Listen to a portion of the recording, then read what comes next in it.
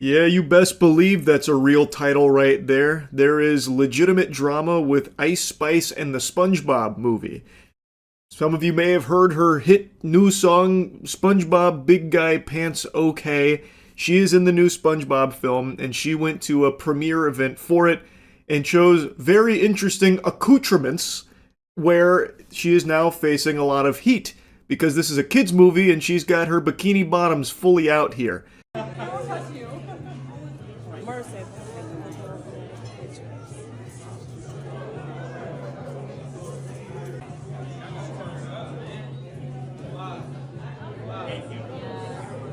This clip is pure poetry, though, that much I will admit. This is at the premiere, and the Patrick costume, his eyes make it look like he's going, "Auga, auga," to Ice Spice's bare butt cheeks out in the wind right there. Looking like Patrick Starr's discovering that mayonnaise might actually be an instrument. Now, you're not going to believe this. If you're standing up, you need to sit down. There were children at the premiere for the SpongeBob movie. Can you believe it? A kid's movie having kids in attendance for the premiere? Who would have thought? So a lot of people are criticizing this choice of outfit as inappropriate. And I agree. I think it's a really weird choice to wear a sheer dress with a thong where your entire ass is out at the premiere for a kids movie to an event that is attended by kids. I don't know what goober signed off on this wardrobe choice, but he was getting a little too goofy there.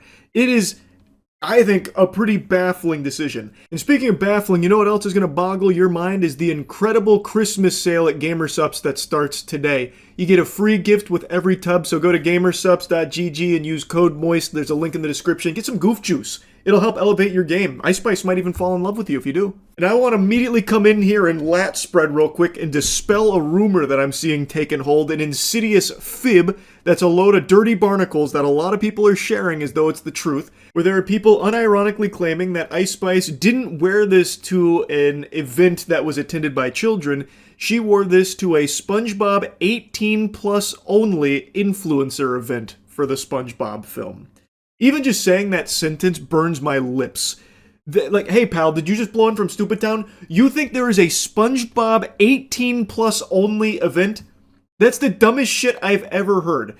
What the truth is that she wore this to an event for the SpongeBob movie that was attended by influencers, but it was not exclusively for 18 plus.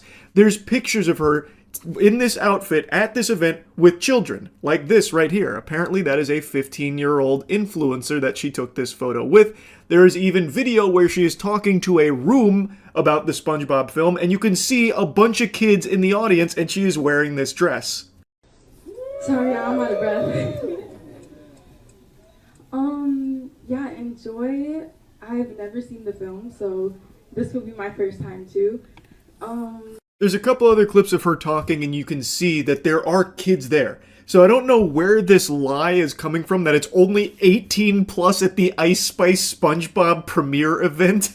That is the most outlandish statement ever. I don't know where that information came from. Maybe Plankton's trying to toss around a bunch of horseradish, but wherever it started, the genesis, it's not true. They're schmeckeldorfing you with it.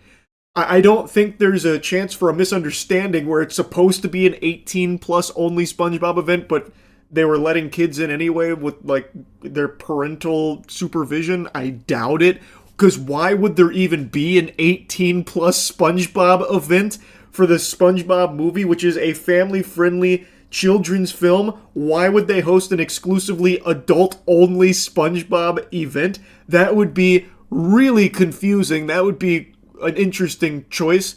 But again, based on all the evidence I can see from her talking to this room, as well as like the pictures she took with kids, I think I could say with a high level of confidence that this was an event attended by children, and she decided to wear this outfit, which I do not think is appropriate here. I think it's a really weird, peculiar choice of dress for her for an event like this, a kids movie, a kids premiere. It's just not the time nor the place to be wearing a see-through dress and a thong, having your whole keister out. Like, imagine I was voicing a character in the new Bluey film, right? I'm playing Bluey in Bluey the Big Budget Blockbuster feature film, and I get invited out to the Bluey world premiere, and I scoot in sideways, get out of my car in a banana hammock, and I'm just screaming, Bluey for life, yeah! That'd be some freaky shit, because it's just not appropriate attire for a kid's event to be wearing some shit like that. And I've seen some delusional takes on this, by the way. I saw some people trying to argue that what she's wearing is very in line for the SpongeBob cartoon itself, where like Patrick will have his butt out, or like SpongeBob's butt, and it's like, well, what's the big deal if Ice Spice does it too with her tuchus? And I have to wonder if you need to be institutionalized if you're actually trying to argue that. That is such a crazy thing to compare a cartoon gag moment with butt to a real-life person going to a kid's event with her ass out.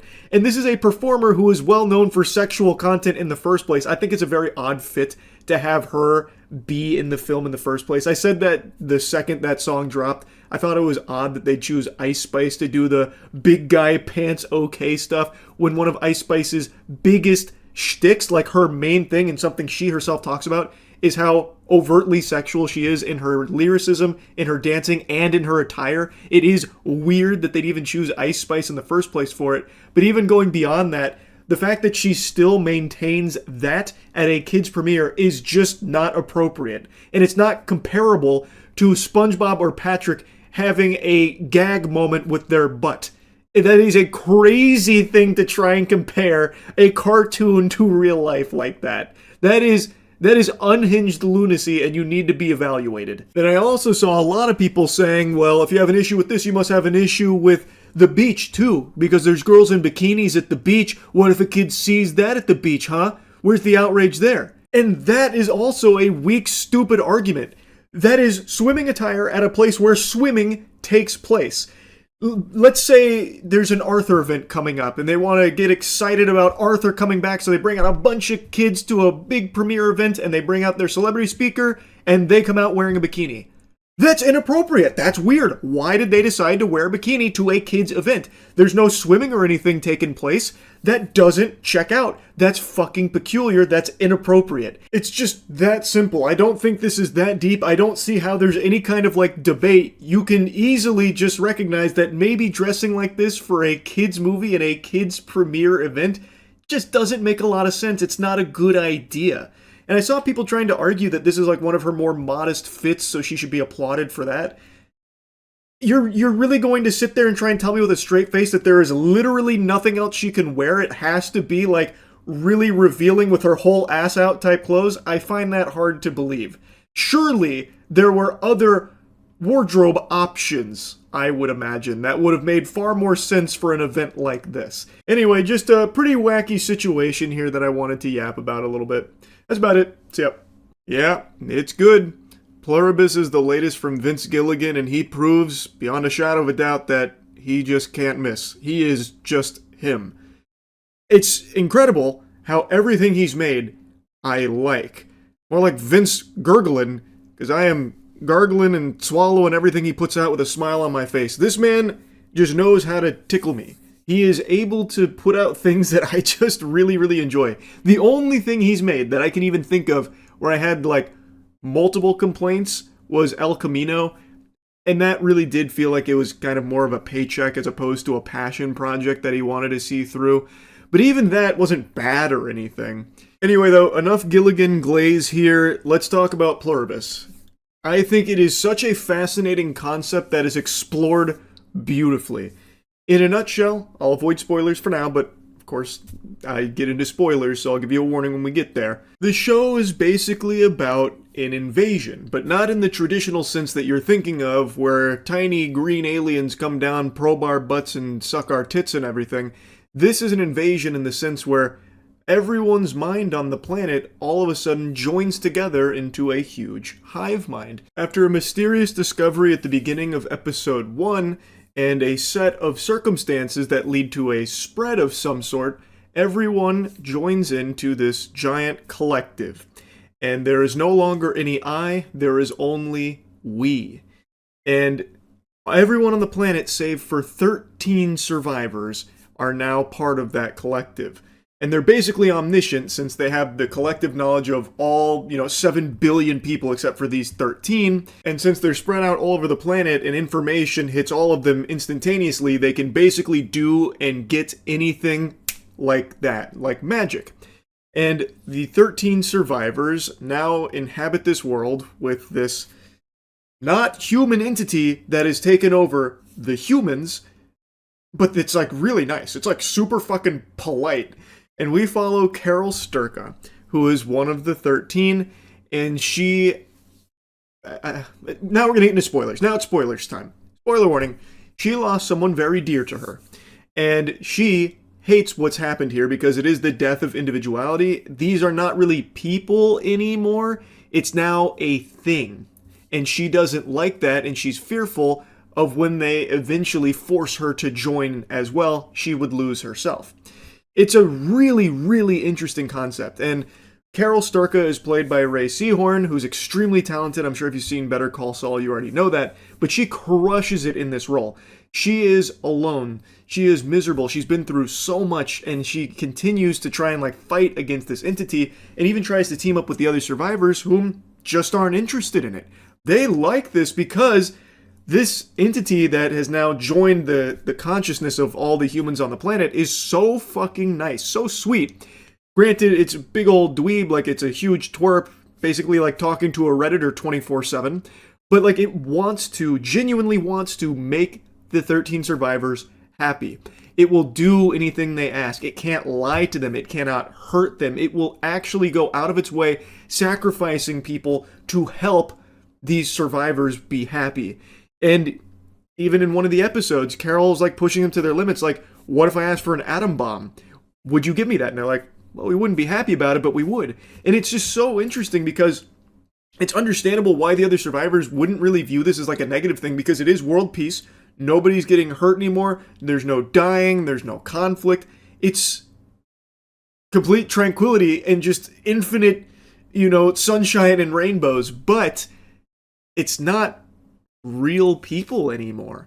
It's now just this thing that has their minds and their souls. They're basically puppets, but they're very nice puppets. And the show is just so well written, which I've come to expect from Vince Gilligan's work. It is always impressive just how tight the writing is with its characters, and especially the narrative here, where even when there is something dark, a big reveal that Carol Sturka unveils about this entity, it's then able to be argued from their perspective, well, this is why we do that. We do that because X, Y, and Z. And when you hear their side of it, it's shit, that's pretty understandable. It's still hard to view them as evil bad guys, even though they are. They non-consensually did take over the entire planet's consciousness to join it together, because that's how it spreads, that's how it survives, and it believes it's a blessing. It believes it's doing everyone a favor because everyone that joins is apparently extremely happy about it. So they're viewing it as this gift, but there are things about it that are weird and sketchy and even downright unforgivable.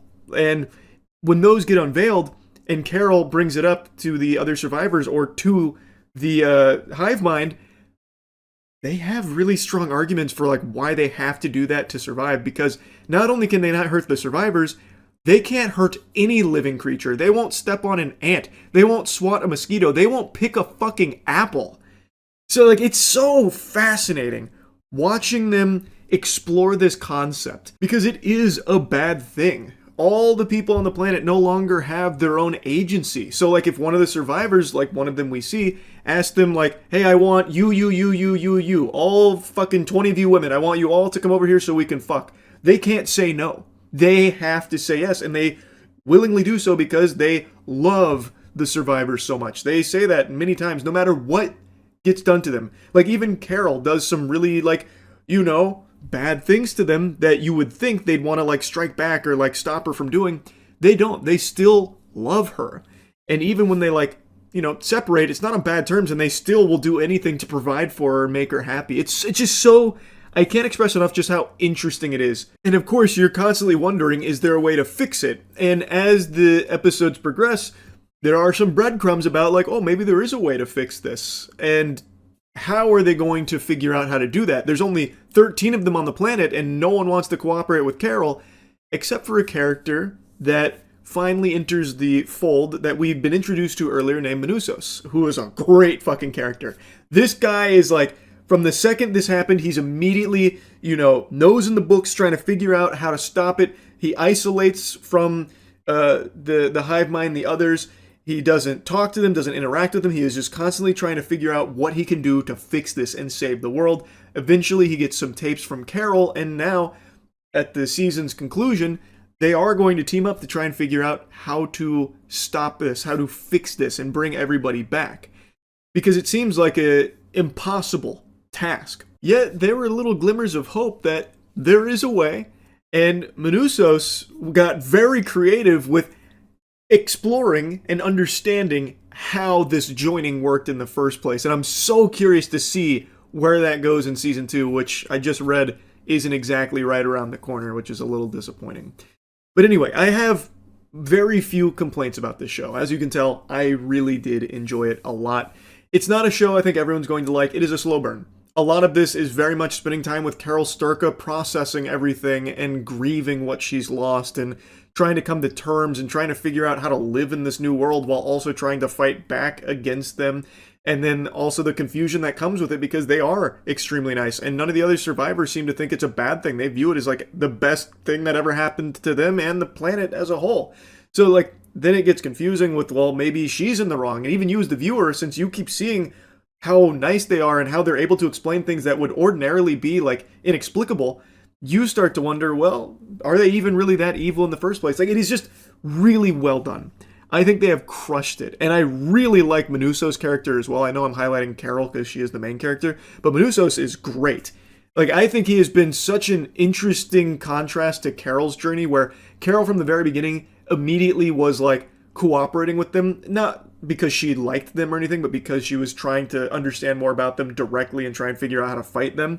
Menusos, completely on his own, fucking pulled himself up by his own bootstraps, dusted off his shoulder, just got to business, and anytime they even tried to interact with him, he told them to fuck right off. He would even threaten to, like, kill them.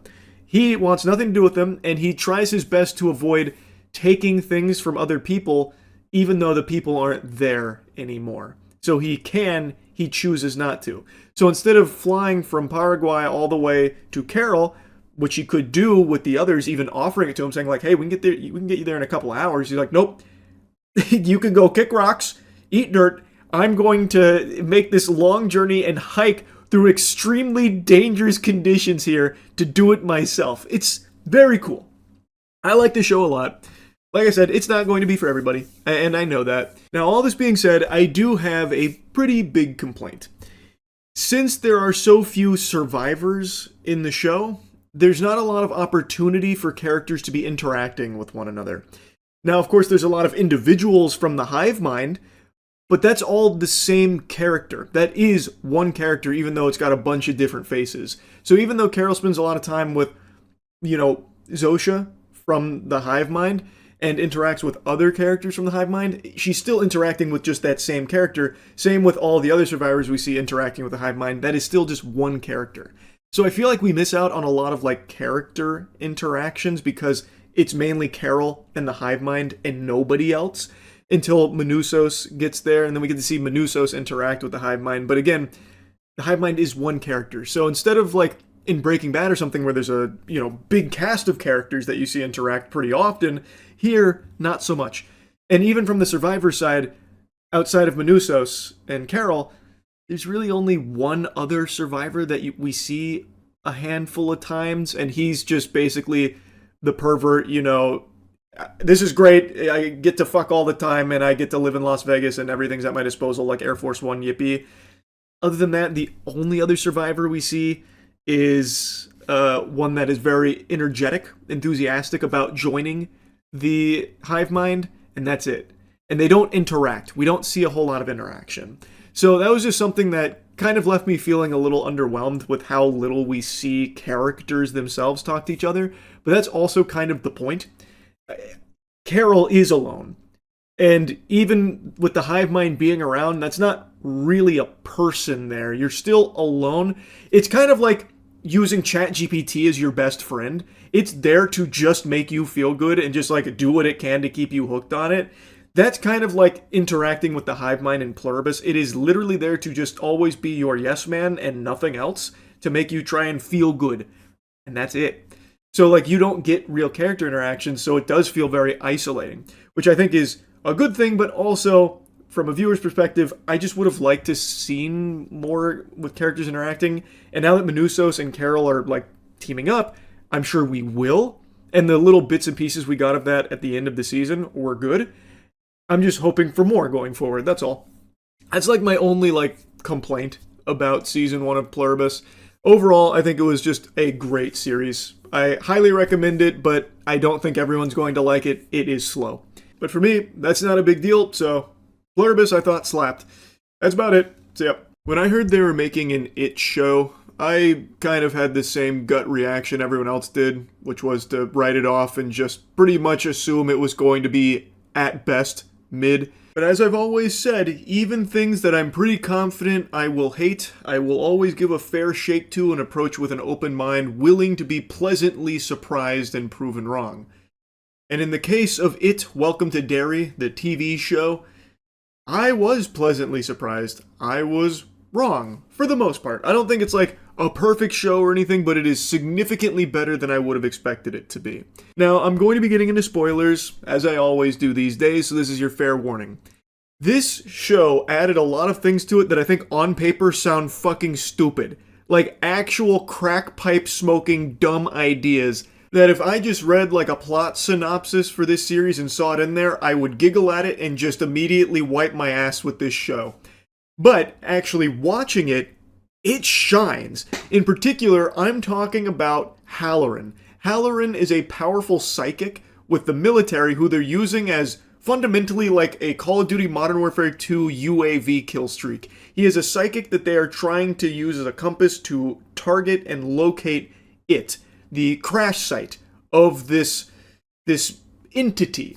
So that way they can use it to stop conflict across the globe by just instilling debilitating fear in them. They want to capture it and use it, and they're using Halloran to find it. And he has psychic abilities, in the truest sense of the word. He literally does have psychic abilities. Not to like Mob Psycho level or anything, but he can poke around in people's brain. He can incapacitate people with his mind. He can see into them. He can like astral project himself. And I would have not expected something like that for it. But man, it works really well in this show. And I think it's because of how good of a character Halloran himself is. He is a very interesting character, a complex, deep character that we learn a lot about, spend a lot of time with, and see do some really cool shit. So it worked. Like I would have never expected it to, but it did. Another thing I would have never expected to work really well was having it not always be Pennywise. Because the most iconic part about this entity is the Pennywise element to him, especially with Bill Skarsgård being Pennywise. He does such a phenomenal job as that character. Well, in Welcome to Derry, this entity is not Pennywise at all, really. You don't see Pennywise in the way that you've seen him in the past until like episode 6 at the end. For the most part, it is doing all kinds of other things to scare and kill its victims in Derry. And it works really well. It is brutal, especially the end of the first episode. That was probably one of the most shocking episode premieres I've ever seen, because it like lulls you into this false sense about where the show's going and how it's going to play out. Like, oh, we've been down this road before. It's going to basically be like the losers versus Pennywise again, but this time a little deeper in the past. Okay, snooze fest. And then the end of that episode hits, and it's just a fucking slaughter of everyone you thought was safe, that everyone you thought was going to be a main character just dead, brutalized, like annihilated. It was surprising, but it wasn't shock for the sake of shock, because that becomes an integral part of where the series goes from there. That is like its main motivator, because then you follow two characters that survived it and how, as a result of those deaths, Ronnie, one of the characters that survives it, her father's being framed for the kids dying there. And Lily, she's had her own traumatic experiences and people think she's crazy, so no one believes her and she can't tell people, and she has to find a way to try and prove she's not crazy, and so that way she doesn't get sent back to, Arkham Asylum. It's like a really interesting direction Welcome to Derry goes that I didn't expect it to at all. And it works really well. I think they are very creative with how it terrorizes and kills in this series. Now, with that being said, sometimes the way that it terrorizes and kills looks like absolute dog shit. There are moments in this series that the CGI is just embarrassing. In particular, episode 3. Holy shit, the entire cemetery section where they're trying to take a photo of the entity to prove that Ronnie's father wasn't the one responsible and that there is a monster that's killing kids. And they go to a cemetery to try and provoke it, and then they end up getting ganked by a bunch of ghosts and chased around by them. And my god, it looks terrible. It reminded me of the early 2000s Haunted Mansion movie with Eddie Murphy. Visuals to that level. It was really awful looking. The visuals completely ate shit throughout that entire sequence. And not just there are multiple other instances throughout the series where the CGI just looks super half-baked and unfinished, as if they forgot to texture it but then ran out of time, so they just said, fuck it, do it live, ship it. There are moments where the CG is just very, very bad. I also think there are quite a few times where the writing is also atrocious. For the most part, I think the show has solid writing, especially when it comes to some of its main characters, but there are other times where it feels like what they ended up, just printing was placeholder. It feels like there's no way this is how they actually wanted it to come across. For example, I think the most egregious moment of baffling writing choices is in their mission in the sewers. So they've located an artifact that they want to track down, and so the military does a mission in the sewers, and they send an elite team in there in order to find it, and they're being led by a member of the secret organization tasked with keeping the being under control so it doesn't just, run rampant. So they have this big team together, they're going through the sewers, and they are very familiar with the entity at this point. They know that it wants to separate, isolate, and kill. They know that anything they see in the sewers that they can't explain, they have to kill, they have to shoot, because it is most likely it about to attack and kill them. They know everything about this. The only thing they don't know is the landscape of the sewers, but that doesn't matter, because what ends up happening is when they go in the sewers, pretty much instantly, they all just start splitting off. So, they're walking through the sewers and it's a single file line, and you would expect that they'd be in constant contact with each other, talking, so that way they know everyone's still in line, or at least turning around and checking every now and then. But that's not how it works at all in the sewer. What ends up happening is the second that they have to drop into some water, they the first couple that do so then push a whole mile ahead before the rest do. So they are now completely separated. So they're so far away from the group now that they can't even hear screams from them or anything. So then the next wave of the line goes through the water, and then Halloran gets to the water and he gets pulled under, and the two guys behind him saw it happen, so they're oh, what the fuck just happened? We gotta find Halloran. He just got yanked under. Where are you? Start saying words, scream, that kind of thing. Scream if you love it. Come on, just anything. And nobody ahead of them can hear any of this, the splashing around, the screaming, the yelling, because they are now so far ahead, and they haven't checked at all if anyone's still with them. So these two guys are looking for Halloran. These two guys are now isolated, so they get ambushed by it. It is the craziest shit, because they already know that it is there, and they know that it wants to separate and isolate them. Why wouldn't they at least be turning around to make sure everyone's still there? It's the quickest and simplest action to take, but it doesn't happen. So then Hanlon and Polly, who are characters that are very important, we've spent a decent chunk of time with them, they happen to notice that the others are missing, so they then go back to look for them without informing the two ahead of them. So there's just never any communication, so the two ahead of them continue pushing forward without knowing that Hanlon and Polly have left. Hanlon and Polly go look for them, now they're isolated, and now they're getting ambushed by it. It's just so fucking stupid, because all it would take is just a simple sound off, hey, you guys still there? or even just like one of these, like looking over their shoulder. And then they'd be able to immediately recognize whether or not they're all still in a group or separated. And because of that lack of communication or lack of really doing anything sensible, the whole thing goes tits up and everything is, out of control now. Like, that was just so fucking silly to me because it just felt so unnatural. Up until this point, most of the characters, I would say, were making mostly smart decisions, at least on, like, how they handle certain things. But in the sewers, everyone got hit with, like, a stupid beam. Like, I don't understand what went so wrong there. Like, it feels like that would be, like, they knew what they wanted to do with have this mission going wrong in the sewers and all of that, but they didn't know a way of doing it other than just having every character just all of a sudden become like a fucking lobotomite. And in that same episode with the sewers, Paulie does a heroic sacrifice where Hanlon believes that he just saw his son in the sewers, but that doesn't make any sense because why would his son be there? And we had just seen moments before he had saw like, something else that wasn't actually there. So the idea is Hanlon is now just going to shoot his son because he thinks it's it. But Paulie notices, no, that's actually his son in the sewers. So he like jumps in front of the bullet, sacrificing himself and saving Hanlon's son. That was really a fucking stupid way of killing off Paulie because he noticed immediately that his son was actually there. It's not it. And he was going to act immediately. You saw him look to Hanlon, and he still had quite a bit of time. I understand it's in slow motion, but he still had enough time to jump in front of the bullet. All he had to do was just hit his gun up. He was right next to him. All he had to do was just push his gun up.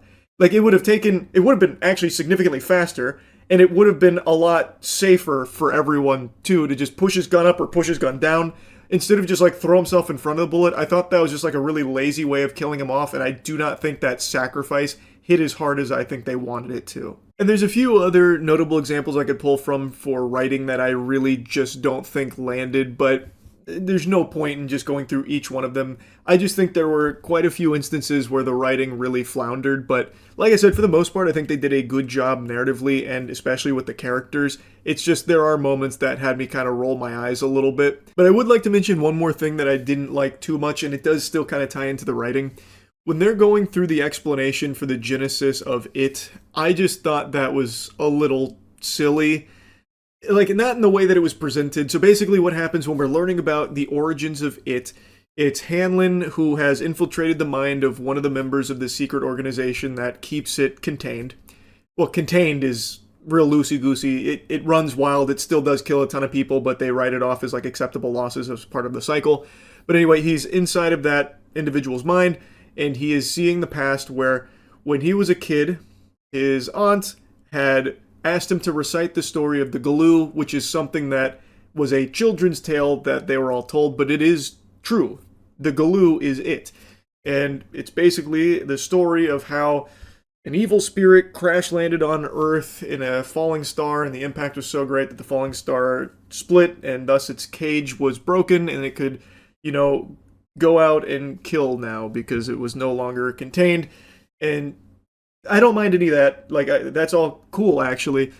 But what it boils down to at the end, though, is that pieces of that falling star, they took and turned into, like, a dagger in order to fight it.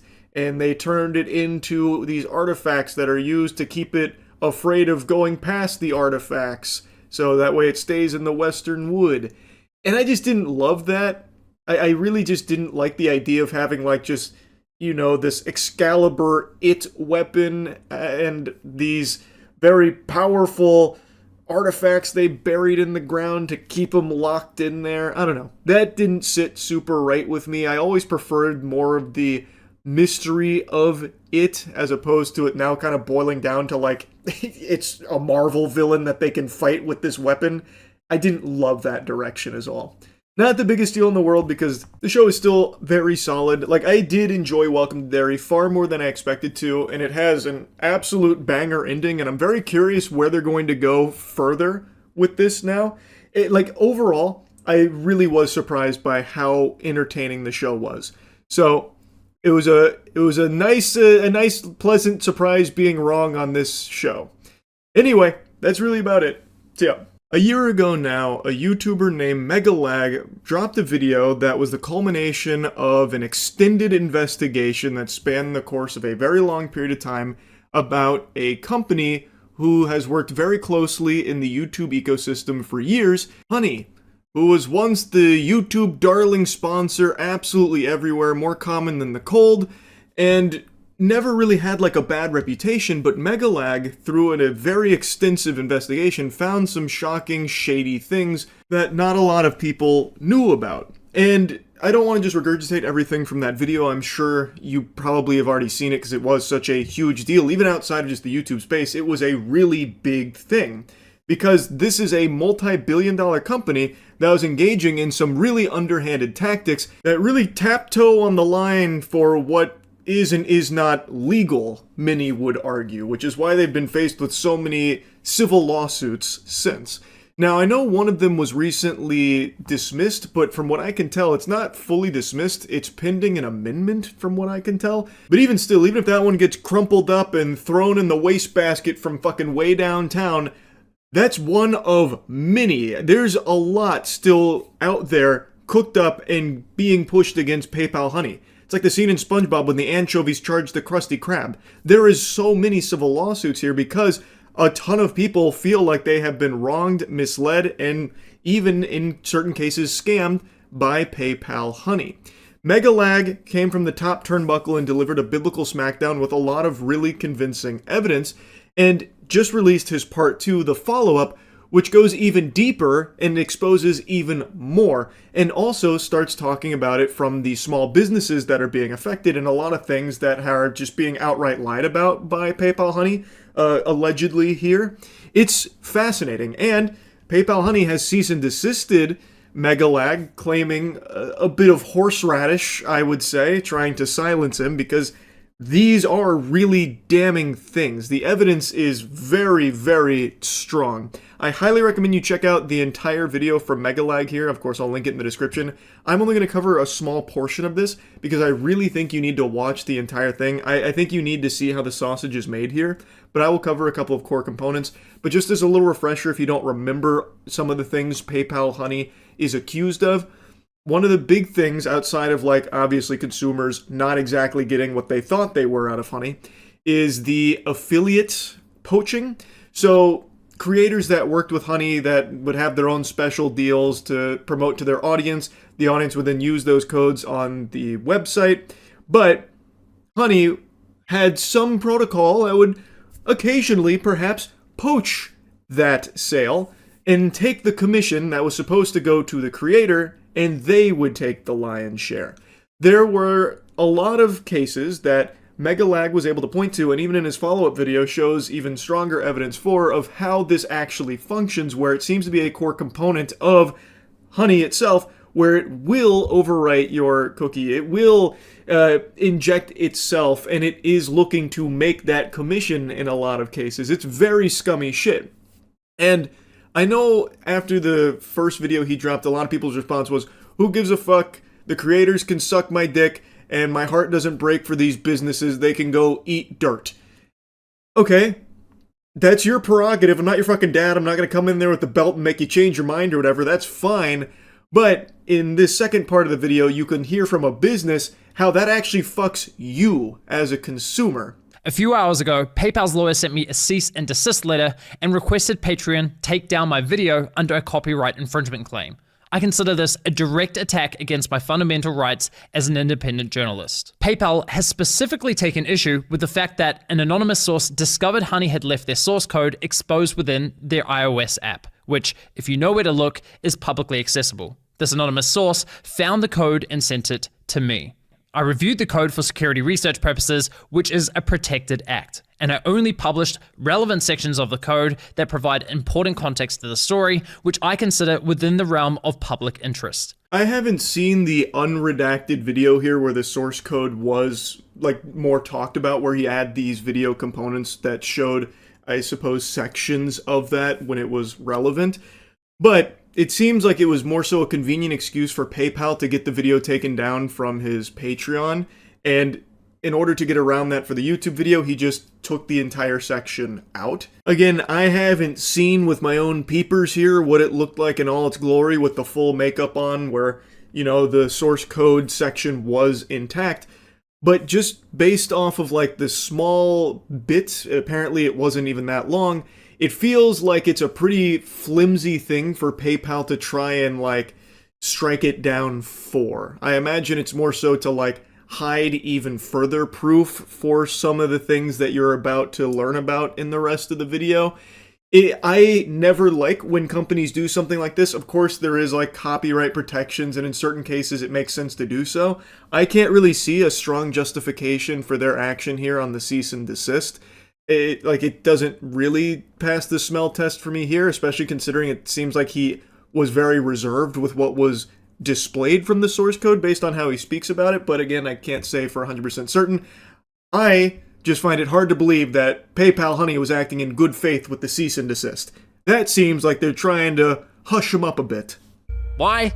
Well, you see, besides lying to consumers and stealing from influencers, Honey was also causing serious harm to small businesses. So much so that I believe brands have likely suffered millions of dollars in damages. But that's not all. In this video, you're also going to learn how Honey was collecting and sharing your data, and how they, in my opinion, illegally targeted minors through influencers such as Mr. Beast. Strong accusations, I know, but I have the receipts. And the receipts are pretty convincing. So those are like the main components of this new video. This is an hour-long video almost.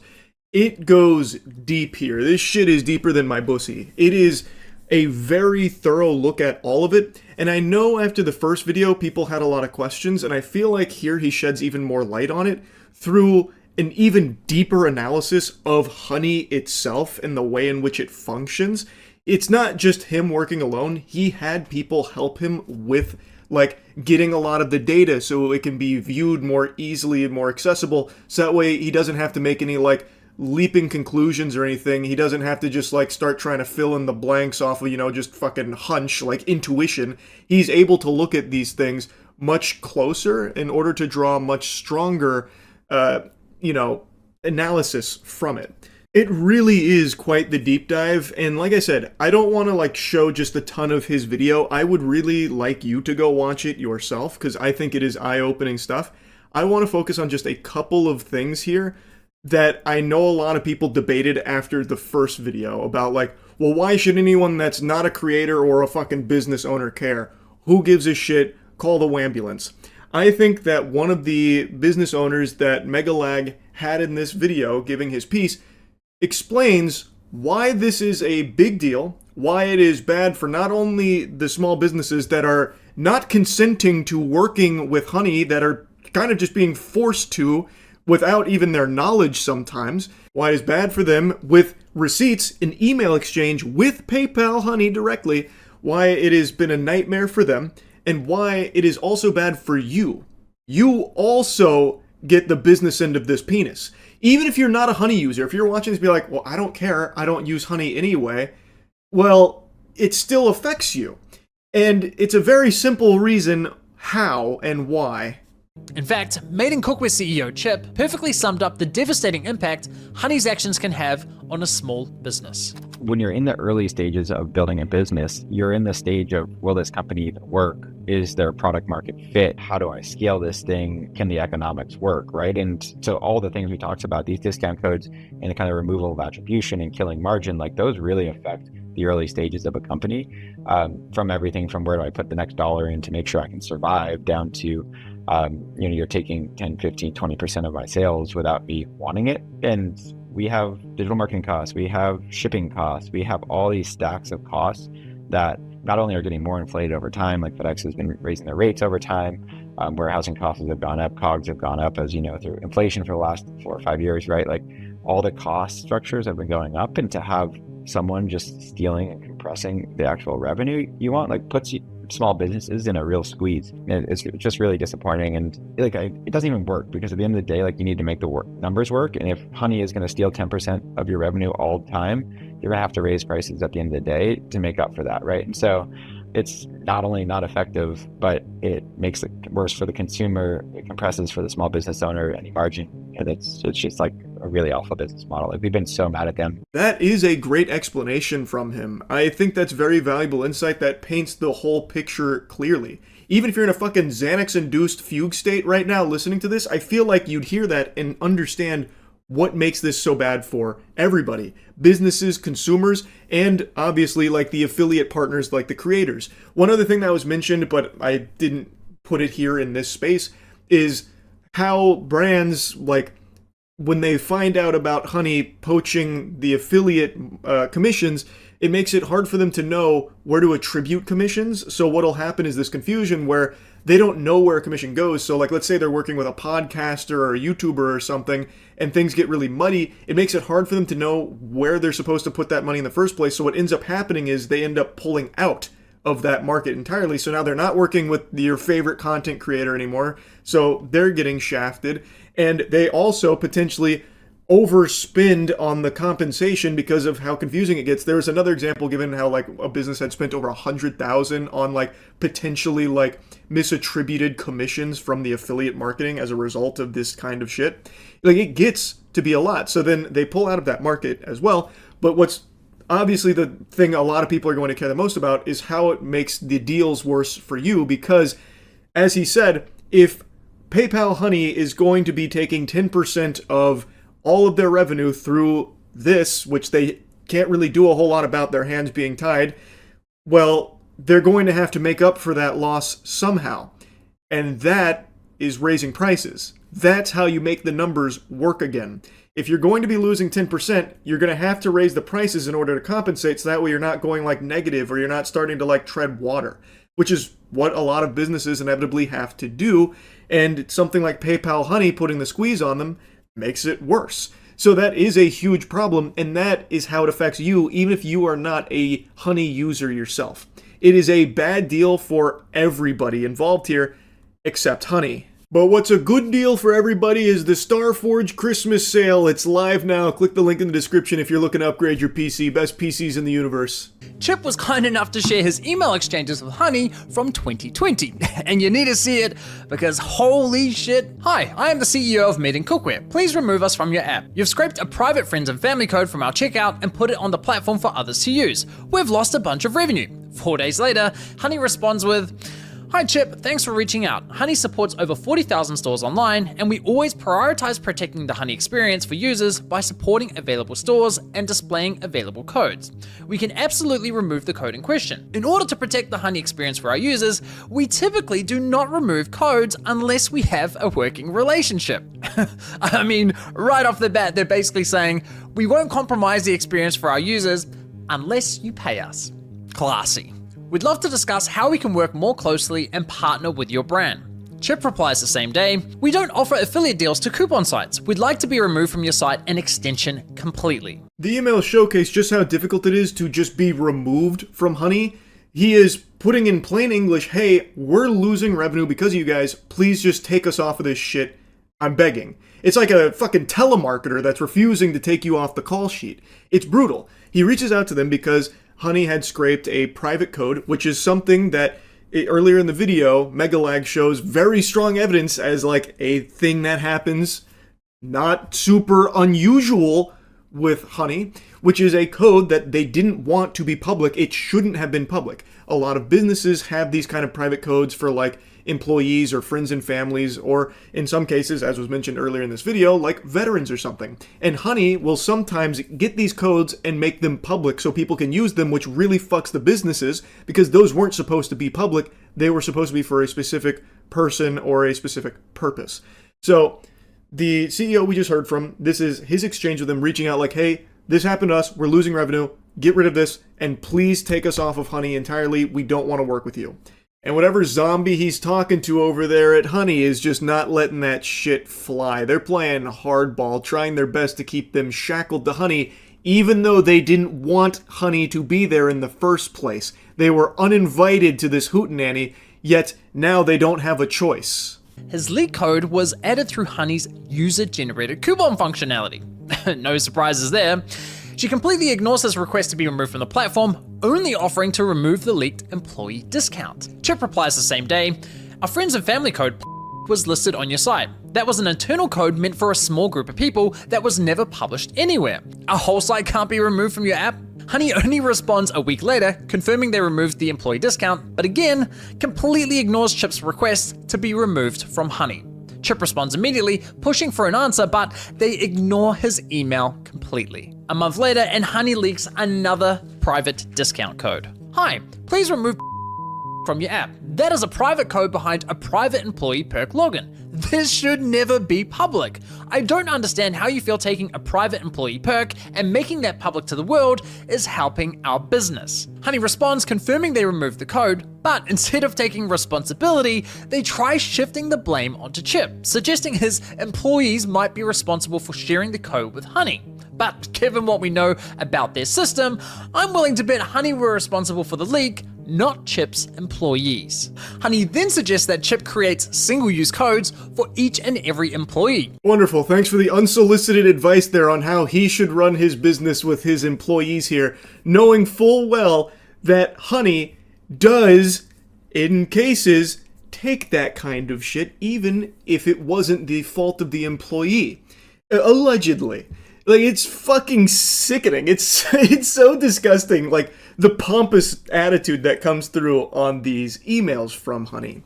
This is a business that did not want to be with Honey in the first place. And there was another business that was interviewed in this video about like how he'd never even heard of Honey, but apparently people were getting tons of discounts on his site because of Honey, and he had never even fucking heard of the service before. So Honey, and you're about to hear from Megalag in the video here, Honey seems to just be subjecting these businesses, these small businesses, to their wrath, where they're just giving out, in certain cases, private coupon codes to users, which obviously damages the small business and causes them to lose revenue and causes a huge headache there.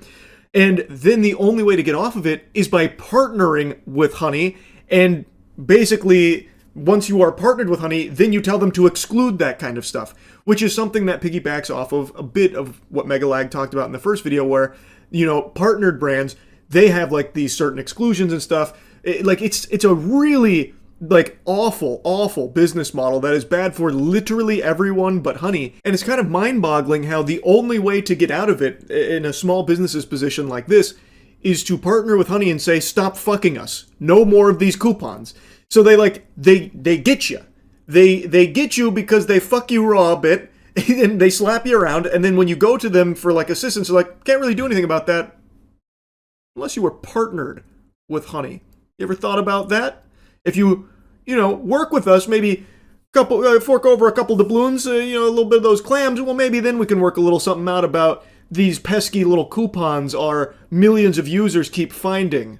2 months later, and another private code gets leaked. And once again, Chip asks to be completely removed from the platform. And this time, Honey finally addresses the question. We proudly host a consistent shopping experience for all Honey shoppers who rely on our shopping tools. Therefore, we cannot disable Honey for individual stores, and never have.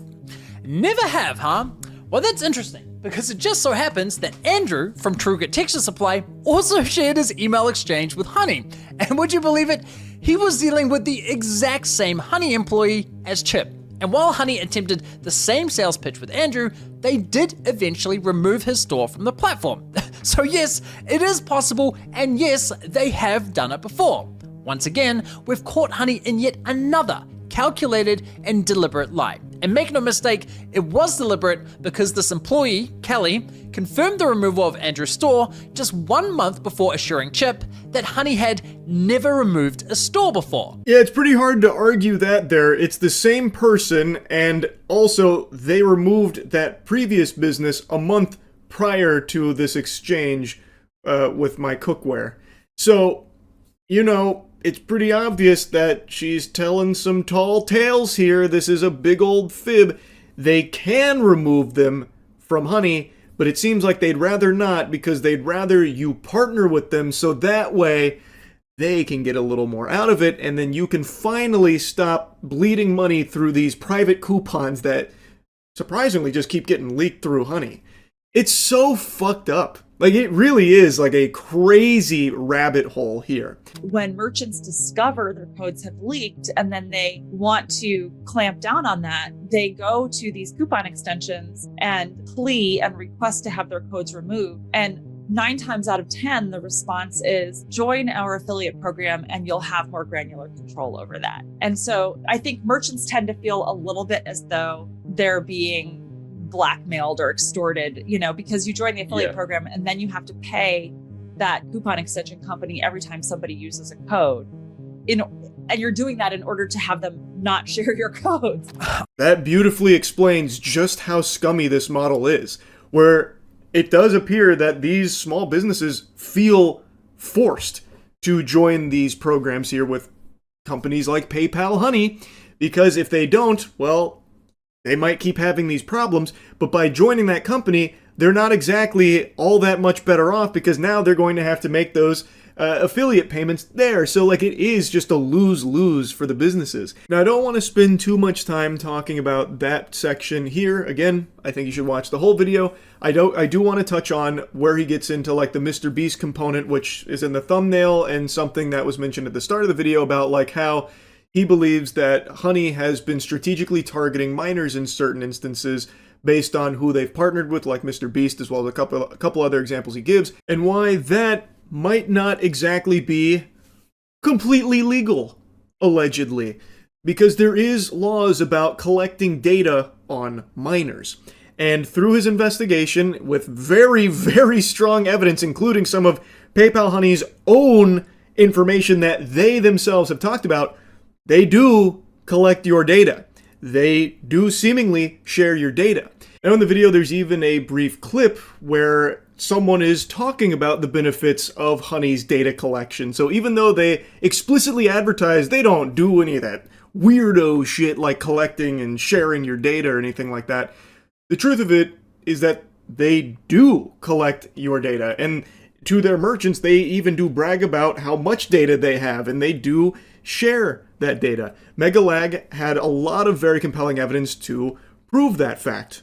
I feel like it's pretty obvious, given everything that is accessible, that they do indeed collect that. I'll go ahead and show you that brief clip there, and then we'll get into how the marketing to minors may be a big issue for Honey. For their partnered merchants. Discussing the benefits of Honey's data for their partnered merchants. One of the metrics that we assess very frequently for merchants that work with Honey is, cross-store shopping. So, how many other stores is a user visiting as well as the store in question? They go into 6 stores, they go to 7 stores, they go into 10 stores before they make a decision on where to purchase. And here's another former senior partnerships manager. So one of the things we have insight into at Honey, because we're a browser extension and we can see our shoppers and how they shop, is that shoppers love to cross-site comparison shop. We're really kind of following the shopper where they go, and we're with them every step of the way. We have all sorts of tools to make those consumers stickier to those direct-to-consumer brands. And here's a former PayPal executive discussing how beneficial the data is for their goals. We've got a full suite of solutions across our consumer platforms that help drive new customers, that help drive loyalty, that help drive conversion, and ultimately sales lift. And we have a lot of analytics and a lot of data, a lot of shopper data, obviously, and that's something that we can unlock on behalf of our partners. You've got to hand it to Honey. They've truly mastered the art of selling bullshit narratives. To users, they promise privacy, insisting, hey, we never sell or share your data. But to their merchants, they literally bragged about how much of your data they had and how it could be leveraged to provide them with valuable insights into your shopping habits. I think we can say with a pretty high level of confidence that PayPal Honey does seemingly collect your data and is more than willing to share it. So that whole claim they like to make, and even it was part of some of their marketing about, we don't collect your data and we certainly don't share that data or sell it or anything like that. Looking like that might have been a big load of hooey. Now, as it relates to being potentially a huge issue when it comes to who they were targeting with some of their advertising, is what I briefly mentioned earlier, where there are laws in place about collecting data on minors. There is a whole host of laws in regards to that subject, and you're about to hear Megalag explain it, but the core issue is, based on some of their ads they were running with some of their partners, as well as who they were partnering with for some of these ads, it does seem like they were directly trying to target Honey to minors, which means they would be collecting data on minors through having this browser extension on their devices. It's potentially illegal in numerous jurisdictions. Many countries have very strict regulations when it comes to the collection of personal data from minors, and for good reason. Therefore, if you intend on having minors use your product, many jurisdictions require that you obtain parental consent first. But this adds all kinds of technical and legal complexities, which is why many platforms simply limit the use of their service to adults only in their privacy policy, which was Honey's approach, making him Honey's #1 sponsor. In fact, according to my data, MrBeast sponsorships represent over 1/3 of Honey's total sponsor views on YouTube. But it wasn't just MrBeast. Honey sponsored many channels whose content was, in my opinion, clearly targeted at minors. They sponsored Minecraft channels, Roblox channels, cartoon channels. I mean, just watch this video and tell me it's not targeted at children.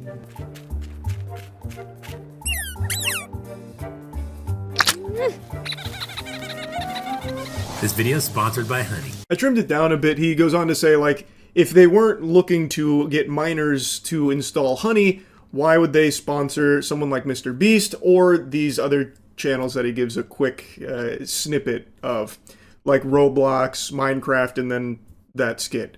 And he's right. The main demographic of MrBeast, it is children. I'm pretty sure that's like an objectively true statement based on data. And Roblox is predominantly a platform used by children. And that cat skit definitely seems like some Nick Jr. stuff there for children. Like, it does appear like they did have marketing pushes that were trying to get Honey in front of the eyes of minors and trying to get them to install it on their browser. If Honey wanted to target minors so badly, they should have just sponsored one. Oh, wait a minute, that's exactly what they did. This, ladies and gentlemen, is Desiree Machado, who at the time was just 14 years old. Guys, I'm only 14. Hilariously, one of her videos that Honey sponsored is appropriately titled Back to School. Honey even ran her sponsored segment as a paid advert on YouTube. If you weren't convinced before, I imagine that was enough to convince you. That's pretty damning. They literally sponsored a child to promote Honey, and even used her sponsored segment as a paid advertisement across YouTube. I think there is a very strong argument with strong evidence to suggest Honey was looking to get Honey on the devices of children, and knowing what we know now based on this evidence, it was collecting their data, which is a big legal issue potentially. I have a challenge for all of you. Go to every computer in your house, your mom's, your dad's, your sister, your brother's computer, and install Honey. They are literally encouraging kids to install a browser extension that tracks and collects data onto every computer in their household, including those belonging to their siblings. That is fucking insane. And the emojis? I mean, come on! That is a bad look for MrBeast indeed. Oof. It does seem pretty clear that Honey was more than willing to advertise to minors, and this is a browser extension that, based on all available evidence, does indeed track data and share data, which, again, appears to be a lot of laws in place that have very strict rules about that when it comes to the data collection of minors. So I guess we'll see what happens from there. Again, this is still not even all of what Megalag covered. I've only chosen a few things to talk about here that kind of piggybacked off of the things I was talking about from the first video. I just cannot, I've said like again 1,000 times now, but I cannot recommend watching this full video enough because it is a really surprisingly deep dive into a very, very suspicious and shady business that appears to have a lot going on under the hood here that is not very good. And the business model itself is bad for everybody, not just creators, not just businesses, and not just Honey users, but any online shoppers in general. They have a negative effect on. It's a bad deal across the board based on everything that has been presented here. Anyway, I'll stop yapping about it for now. That's really about it. See ya. It's 5 a.m. I got a butt full of poop, but I cannot peel myself away from the computer to go take care of that business. I'm refusing nature's call. And it's not insomnia that's keeping me awake right now. We are in the middle of what I believe to be an actual big development here in the Epstein case. CoffeeZilla just made a video talking about this, as well as giving instructions on how you yourself can get your hands on this latest dump of documents that wasn't supposed to go out yet, but had been accessible to people savvy enough to get their hands on it, and now it's been disseminated. And these are some documents here that I imagine they were probably going to do a little bit more to hide some names and hide certain elements of, because, hooey, boy howdy, I imagine Trump and a lot of the elites are doing this right now. Yeesh. There is some big stuff in here, and I'm not saying that sarcastically this time around. Yes, the vast majority is still like hundreds of pages of completely blacked out, redacted garbage, like it's completely useless. But some of them that they didn't get a chance to go through and just, fucking vanish to the Shadow Realm has eye-opening stuff that directly contradicts a narrative that the government's been running with for a while. Here's what that looks like. It's volume 8 of the files, but you can see right now that they've only released 7 data sets. And so myself, the guys at Jmail and the guys at DropSite, we've been investigating this. I've partnered with them to kind of look at some of these files, and they got access to volume 8 early. You would just type it in the URL. It wasn't like indexable on search, but you could just type in the specific URL and it would just come up. You could download the entire zip file, and that's what we did. Before anyone tries to cry foul questioning the authenticity of these documents here, this is the actual volume 8. They just made it accessible by pure accident because everyone that seems to be working at the highest level is actually like a thumb-sucking fucking brain-dead moron. Specifically, I want to draw your attention immediately to the 10 co-conspirators that are mentioned in some of these emails in 2019. Now, this is just alarming stuff, because prior to this, remember that all we really had was Jeffrey Epstein and Ghislaine Maxwell. That's the only people who have ever faced any charges at all. Ghislaine Maxwell, the only one who actually faced consequences, right? But in 2019, apparently there were 10 co-conspirators. Now, the people who were sending this to and from have been blacked out, but at the bottom we see that this is the Violent Crime Section, Crimes Against Human Trafficking Unit. That is huge information, especially when you consider clowns like Kash Patel saying that there's no evidence that Jeffrey Epstein was trafficking victims to others or anything like that, making it seem like it was a solo operation and Ghislaine Maxwell, was second fiddle and that's it. And also Maxwell, worth remembering, isn't exactly facing the harshest of punishment. Not real justice there now that she's at a summer camp prison for a little bit petting service animals. So I want to also make a side note. Kash Patel needs to be in jail. Like, he literally needs to be arrested. I don't know why perjury isn't something that's taken seriously anymore. There is irrefutable evidence Kash Patel has lied on record about this case. It's crazy that he just gets to do that with pure immunity.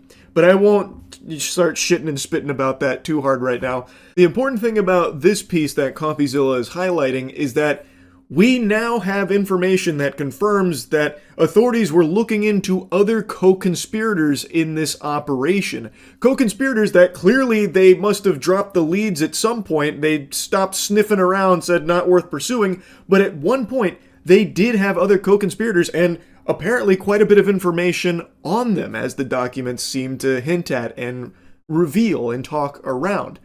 So what the fuck happened, and why are they now pretending that there aren't co-conspirators when we now have hard proof that there was and that they were pursuing for however brief a time? And additionally, some of the details on this are revealed later, because we see this subject line. It says co-conspirators at the top. And it says, blank does not need to head out. We made contact with blank last night in New York City. Blank last night in New York. Contact was made with blank, blank, and blank. By the way, I love how these potential co-conspirators are people who are being blacked out. Like, why? I thought the whole point of this was you couldn't redact people for personal information reasons or for public embarrassment. You could only redact on the basis of it being a victim. And I'm not sure how these people could possibly be victims here. Epstein Files Transparency Act prohibits redactions, quote, on the basis of embarrassment, reputational harm, or political sensitivity. Has anything been redacted on that basis? Absolutely, positively not. Liar, liar, plants for hire. His nose about to grow fucking 5 feet with that big old fib. this is inarguable that they are redacting names of people that aren't victims here. As CoffeeZilla points out, these are co-conspirators. The evidence is overwhelming. There's no wiggle room here, no way to weasel out some kind of explanation for why these would be justifiably censored and blacked out and redacted. These are clearly not victims. This is about the co-conspirators. So there should be no exceptions made. Their names should be revealed here in these documents, but they're not. It's been redacted. Why? Who are they covering up for? And why? This is illegal. You cannot do that. And this is inarguably them redacting names of people that are not victims. It's craziness, and it's so blatant, it's right in your face. Like, the proof is in the pudding, and yet I know people are going to deny it still. It's fucking unhinged. There is no world where you can spin a narrative here where these redactions in these places make sense, because there's no way that what they're talking about right there can possibly be minors or victims. These are co-conspirators that are being protected. That's fucking insanity. But anyways, you can see that it says attempts were made to blank and Brunel, that's Jean-Luc Brunel, the famous who's now dead. Blank is confirmed to live in New York, was away for the holiday weekend. We did not have a good address, but an attempt was made in New York. Attempts are made to Maxwell today. Blank, you get it. Like, it's all the people they suspected this whole time are redacted, of course. And then they say, I do not know about Ohio contacting Wexner. Now, that's a reference to Les Wexner, the former CEO of Victoria's Secret. This is huge. We've long suspected that he was, of course, one of the co-conspirators.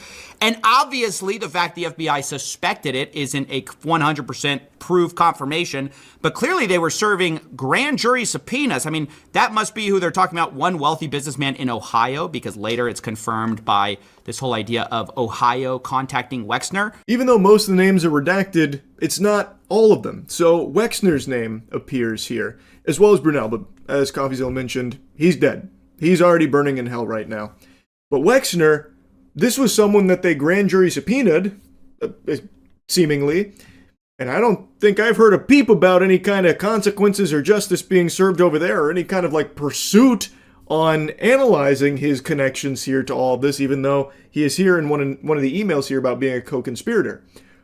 What happened there? The well ran dry or something? Like, it turns out he was completely innocent? That seems kind of hard to believe. That'd be a surprising, shocking twist, more so than a fucking Darman video. I don't know about that. That seems a little fishy.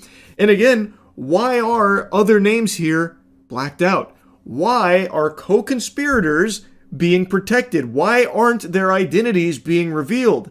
Food for thought. And you can see at the bottom, this is from the FBI New York. When you get a chance, give me an update on the status of the 10 co-conspirators. This is really bad to know that we knew as early as 2019 the right people to target, and yet our FBI, who's had evidence of this the entire time, or leads on it, has declined to prosecute.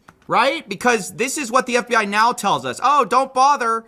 Don't worry about it. That's what they wanted us to believe in July. Fast forward to December, we find out there's 10 guys that they knew about since like 6 years ago. It's insane. It is insane, because their position has been like, oh, there was nothing actionable in there, so, stop asking us. Just pipe down. We're busy covering shit up. Stop asking questions, has basically been the philosophy. Our hands are tied. There was nothing. It's all a hoax. Actually, no, the files are on Pam Bondi's desk. No, the files don't exist. It's all a hoax. Wait, actually, here's a ton of fucking files. Nothing's actionable, though. And according to Kash Patel, it was just Jeffrey Epstein. Nobody else. Why? It doesn't go deeper than that. That's it. Case closed. It's a fucking mess. It's a complete circus. And now that we have this kind of information out there, it's even more sickening to know that they are just blatantly protecting these pedophiles, these evil, evil people that engaged in unthinkably heinous actions. They are still getting away with it. And they know, and have known since 2019 apparently, that there are others out there, still at large, and are just not doing anything about it, and would instead rather lie, saying, oh, there's nothing actionable or anything. Yeah, there was really nothing in there at all. In fact, it was all make-believe. In fact, Jeffrey Epstein was never real in the first place. Jeffrey Epstein was the friends made along the way. What are you guys talking about? It's so absurd. It is downright diabolical.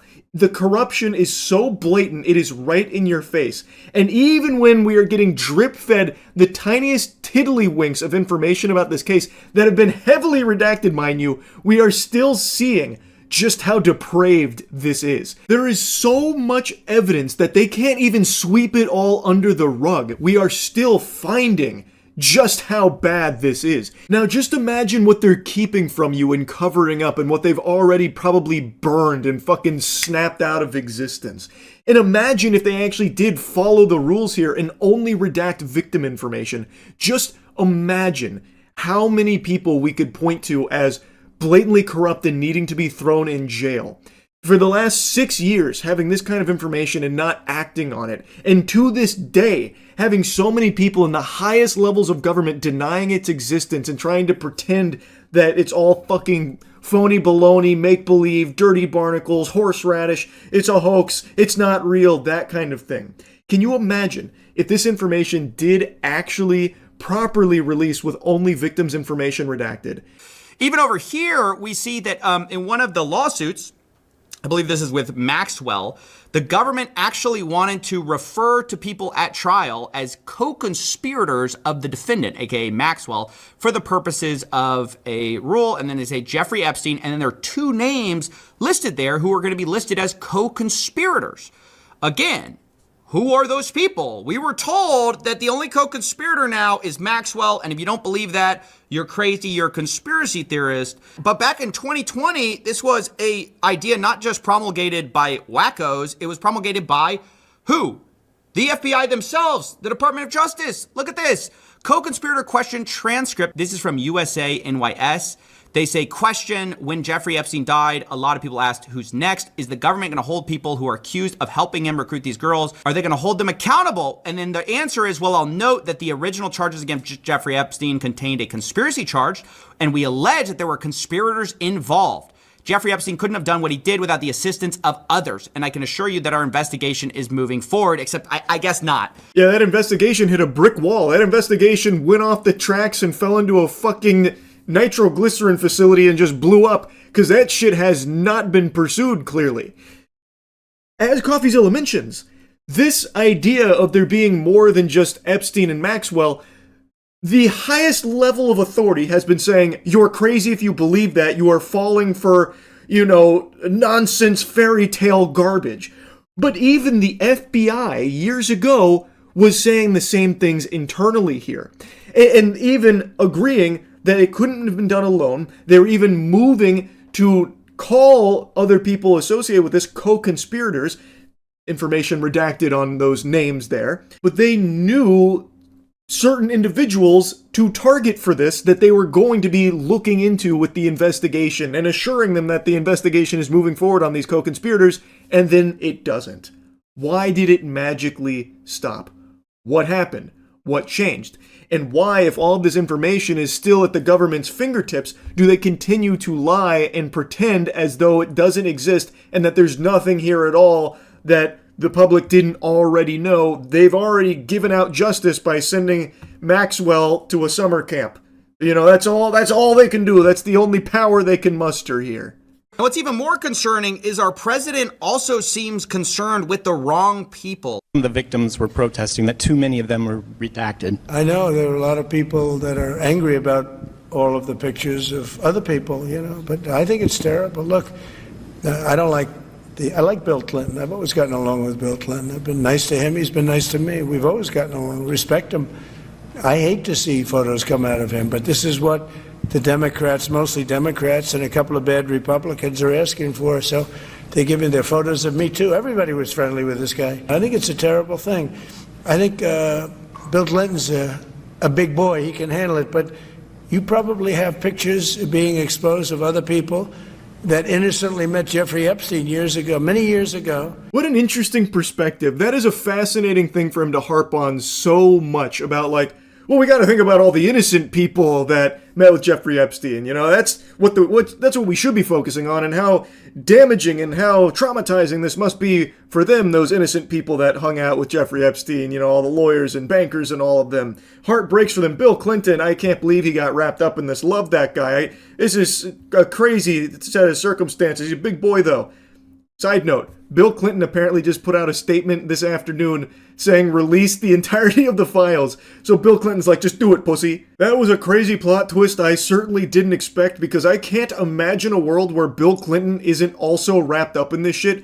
I think that guy is beyond guilty. I bet he had a whole fucking lodge named after him on Epstein's Island. Like, I find it hard to believe that somehow he'd walk out of this squeaky clean. Sounds like mutually assured destruction here, and Bill Clinton's just throwing his meat on the table, challenging him to do so, and I guess we'll see how it all shakes out from there. The thing is that CoffeeZilla is pointing out, Trump's focus is more about, like, there's innocent people here. We have to keep in mind, think of the innocent multi-millionaire and billionaires that didn't know Jeffrey Epstein for all the bad stuff. They just knew him for cracking jokes and stuff, and, you know, just being a guy, just being one of the dudes. Like, why is that what you're focusing on? Why wouldn't you instead be focusing on trying to catch all of the people that have just completely been swept under the rug? Why would that not be the focus? Why instead would you be pretending none of this is real, it's all a hoax? That's very peculiar. I think that's pretty concerning. And when you do have an opportunity to release the files, why are they so heavily redacted with hundreds and hundreds of pages completely blacked out? That looks very guilty. That looks like a really big admission of guilt. Now, I'll be honest, he gets off track from here, but the point he was making is that those poor, innocent, bankers who were meeting with Epstein, the poor lawyers who were meeting with Epstein, like all of Epstein's friends are just caught up in this unfortunate thing. And it's just such a reversal of what previously the DOJ and FBI believed. In fact, they believed it so much that they got a federal search warrant for the SDNY, and they got it, and part of the seizable data, part of the stuff that they commanded them to seize as part of the search warrant, and part of it says evidence concerning the identity or location of co-conspirators of Jeffrey Epstein, including blank and Ghislaine Maxwell. So again, who is blank? Well, they keep redacting the names of these co-conspirators, uncharged, remember, and now they're saying we have no evidence to charge anybody. Clearly, they had evidence for a search warrant, and it's just completely ridiculous that some of this stuff is redacted and that we're viewing the rich and powerful people who are mentioned as the victims here. Once again, just further evidence that they are indeed scrubbing the name of co-conspirators. These are not victims or minors that they are taking the names out of here. Thus, they are breaking the rules of how this is supposed to go. It is blatant, this cover-up. There is no world where that is somehow a victim there, yet their name has been redacted. Why? Why are they hiding the co-conspirators' identities? It's fucking outrageous. And people should be very mad about this. But I have no doubt, again, it's 5 a.m. right now, so I haven't seen like the full response to all of this now being out there, but I know there's going to be people that are butt-chugging the Kool-Aid to such an unbelievable degree that the delusion has fully taken hold, that they're going to go through these mental gymnastics to explain why, actually, there's nothing fishy going on here. This is totally normal. They did everything by the book, and you're making a mountain out of a molehill. Clearly the most transparent administration in American history at work here, obviously. Which just, again, you have so much evidence to prove that this is not by the book here. This is indeed a co-conspirator's name and many other examples of co-conspirators' names being redacted. Not victims, not minors. Unless they're trying to say that these names here are victims, these people that are potentially co-conspirators of Epstein, they're also victims. And in that case, you need to be institutionalized ASAP if that's what you think. That is a fucking crazy take. But I guess it's not the most outrageous thing to picture someone believing when you have someone like Trump who continues to just drive that point home, where it seems like he's not even really focused on the actual victims of Epstein and all of his clients. He's instead more focused on like, oh, the innocent guys, we used to, just go watch the ball game together with Jeffrey Epstein. They had no idea, and my heart breaks for them. Oh, Bill Clinton playing a song on my world's smallest violin. Like, he's just constantly bringing up, like, oh, so many innocent people. They're getting wrapped up in all this Epstein hoopla. I can't believe we're still talking about it. You're a bad person if you're talking about it. which is something he did say, by the way, not too long ago. I highly recommend you go check out the rest of CoffeeZilla's video. He also gives you the tutorial on how you can get your hands on these files as well to check them all for yourself. Now, after combing through them, there were some other big eyebrow-raising moments. One of them, CoffeeZilla also tweeted out. This is from a U.S. attorney who wrote in 2020, Donald Trump traveled on Epstein's private jet many more times than previously has been reported or that we were aware, including during the period we would expect to charge in a Maxwell case. And then it concludes with, on 2 other flights, 2 of the passengers respectively were women who would be possible witnesses in a Maxwell case. We've just finished reviewing the full records, more than 100 pages of very small script, and didn't want any of this to be a surprise down the road. I noticed Trump's name in quite a few documents in this most recent volume. This has been one that is obviously pretty interesting because it's talking about his frequent flyer miles that he was accumulating with old Epstein Airlines, about how he had flown on the airlines far more than they had thought at the time. Now, whether that's before or after all the flight logs, which does show Trump flying on the planes quite a bit, I don't know. Maybe there's more that weren't on the flight logs. I'm not sure. Again, all of this is still brand new, and I guess as more gets combed through, we'll get more and more information. But like I said, I have been glued to this for hours now, and I really just wanted to yap about it because there is some crazy shit in here. This is finally, for the first time in a long time, big new information in regards to this case and people involved in it, and exposing a blatant cover-up of very important information from these files. Now, it's very late in the evening, and all of this is still very fresh. I have no doubt there will be a lot more that comes from this, so I'm just going to try and keep my finger on the pulse of it. I already have no doubt there will be a large number of people that'll plug their ears to it and downplay the significance. I already saw a crazy tweet from some psychopath named Mila. I have no idea who this troglodyte is, but they are now already singing a different tune about why does anyone care about the Epstein files, which is something that was previously tried. Now, in the wake of all of this, it's being dusted off to try again. I truly hope there won't come a time where people start to say that this isn't a big deal, that this isn't something people should care about. This is a massive deal, and everyone should care about this because it implicates the people that control your life. The people in the highest level of power in this country that are actively making decisions on your life and how everything unfolds in this country.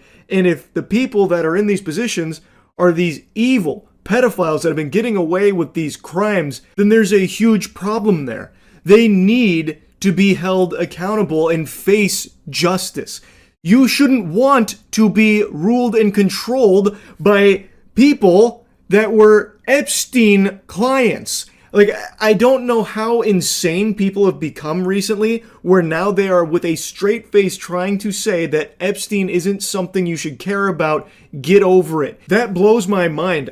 Mila Joy, I suppose, gets her joy from the suffering of children and does so with a big smile on her face. She doesn't care that children were being trafficked and raped by potentially the most powerful people in this country. She doesn't care. She doesn't want them unmasked or thrown in jail. She couldn't care less about that. That's pretty fucking unhinged, Mila. All I can do is cross my fingers and hope and pray that there's not a ton of people with a poisoned, smooth brain like she has. I am hoping there's sensible people out there that are seeing all of this unfold in real time and finally having that come to Jesus moment, that eureka moment of, wow, there's something very, very bad afoot here. But anyway, I'll stop yapping about it for now. I guess we'll see what else comes from Volume 8 here of the Epstein Files. Huge hats off to everyone that played a role in helping preserve that initial dump of these files, because I have a sneaking suspicion when these are officially released, when they pop up again, they might not be in the same state. I'm thinking there might be further redactions to them. It's just a hunch. I guess we'll see. Anyway, that's really about it. See ya. I wasn't home much yesterday, so I missed a lot of the happenings from the last 24 hours. But today, I happened to see a wacky headline Nicki Minaj praises J.D. Vance as assassin as Erica Kirk sits next to her. This was apparently at something called AmFest, where Nicki Minaj went up on stage to celebrate Trump and a bunch of stuff or whatever, and then I guess while she was busy glazing and gobbling on, like, the administration's wiener, she tried to pay J.D. Vance a compliment by calling him an assassin, which obviously raises some eyebrows as Erica Kirk sits right next to her, whose husband was literally assassinated. Ordinarily, I'd put the clip here so you could hear it for yourself, but I don't want to take a chance of DMCA, especially with how rampant that kind of shit's been going on. You can watch it yourself if you want, though, but she immediately recognizes the blunder. She kind of scholars mated herself there by using that word. To me, it probably sounds like an Austin Powers type moment where it, you know, don't say mole, don't say mole, don't say mole, mole. Where she was trying so hard not to use the word assassin, but then for some reason, her fucking neurons couldn't fire properly, and all she could think of for a compliment for J.D. Vance was that he's an assassin. And Erica Kirk tries to, like, you know, dispel the awkwardness and, like, reassure her, like, it's okay and try and make light of it and move on from it. But what a weird compliment to try and pay somebody. Like, who says that? Oh, this guy's, like, so epic. He's so awesome. Like, he's an assassin. That's like something a middle schooler would say on fucking Xbox Live or something. What are you talking about? Who says that shit? Now, that's not the only thing I wanted to yap about here. Obviously, that's just a weird, wacky little thing. But Nicki Minaj's presence at an event like this is so head-scratching to me because she herself is not a U.S. citizen. I don't know how many people know this or how many people just forgot. She herself talks about not being a U.S. citizen and that she is literally an illegal immigrant.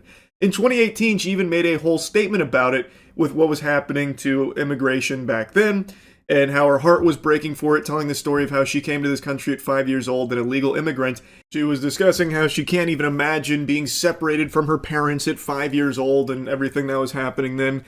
And since, she still has not become an American citizen. In 2024, only a year ago, she once again opened up reiterating, confirming she is still not an American citizen, despite paying so many millions in taxes and all that. So her going on stage yesterday and being like, the president is dashing and handsome, it gives me like the same feeling as someone who's trying so hard to avoid getting in trouble by trying to like butter up the person that can really fuck them. Like, oh, you're just so smart and striking. Devilishly talented, by the way. Did I tell you that? Honestly, I'd go as far as to call you, like, a god. Even an assassin. Like, it feels like she's so over the top. Maybe she's worried about getting deported herself or something. So now she's trying to, like, suckle the titty here of this administration and, like, hide in its ranks as, you know, a public figure. So now she's just stuck looking like a fucking imbecile. Yeah, this administration is perfect. Like, Frosted Flakes, they're great. Yeah, who just said Epstein files? Someone shoot that guy. Yeah, us U.S. citizens. All of us, my fellow U.S. citizens, we gotta stick together. We love U.S. citizens like me, am I right? That kind of thing, like she's cutting fucking WWE promos. But I think there also might be another explanation here. Again, just another game theory. Maybe she's not looking to protect herself. Maybe she's fishing for a pardon for her sex offender husband. Since Trump likes to hand out pardons like they're fucking Girl Scout cookies, I think there also might be this play from Nicki Minaj here to try and get one of those for her husband, Kenneth Petty, who is literally a registered sex offender. Maybe she's trying to make it so he no longer has to keep re-upping that and getting in trouble when he refuses to do so, like recently when he had to go under house arrest for failure to register as a sex offender.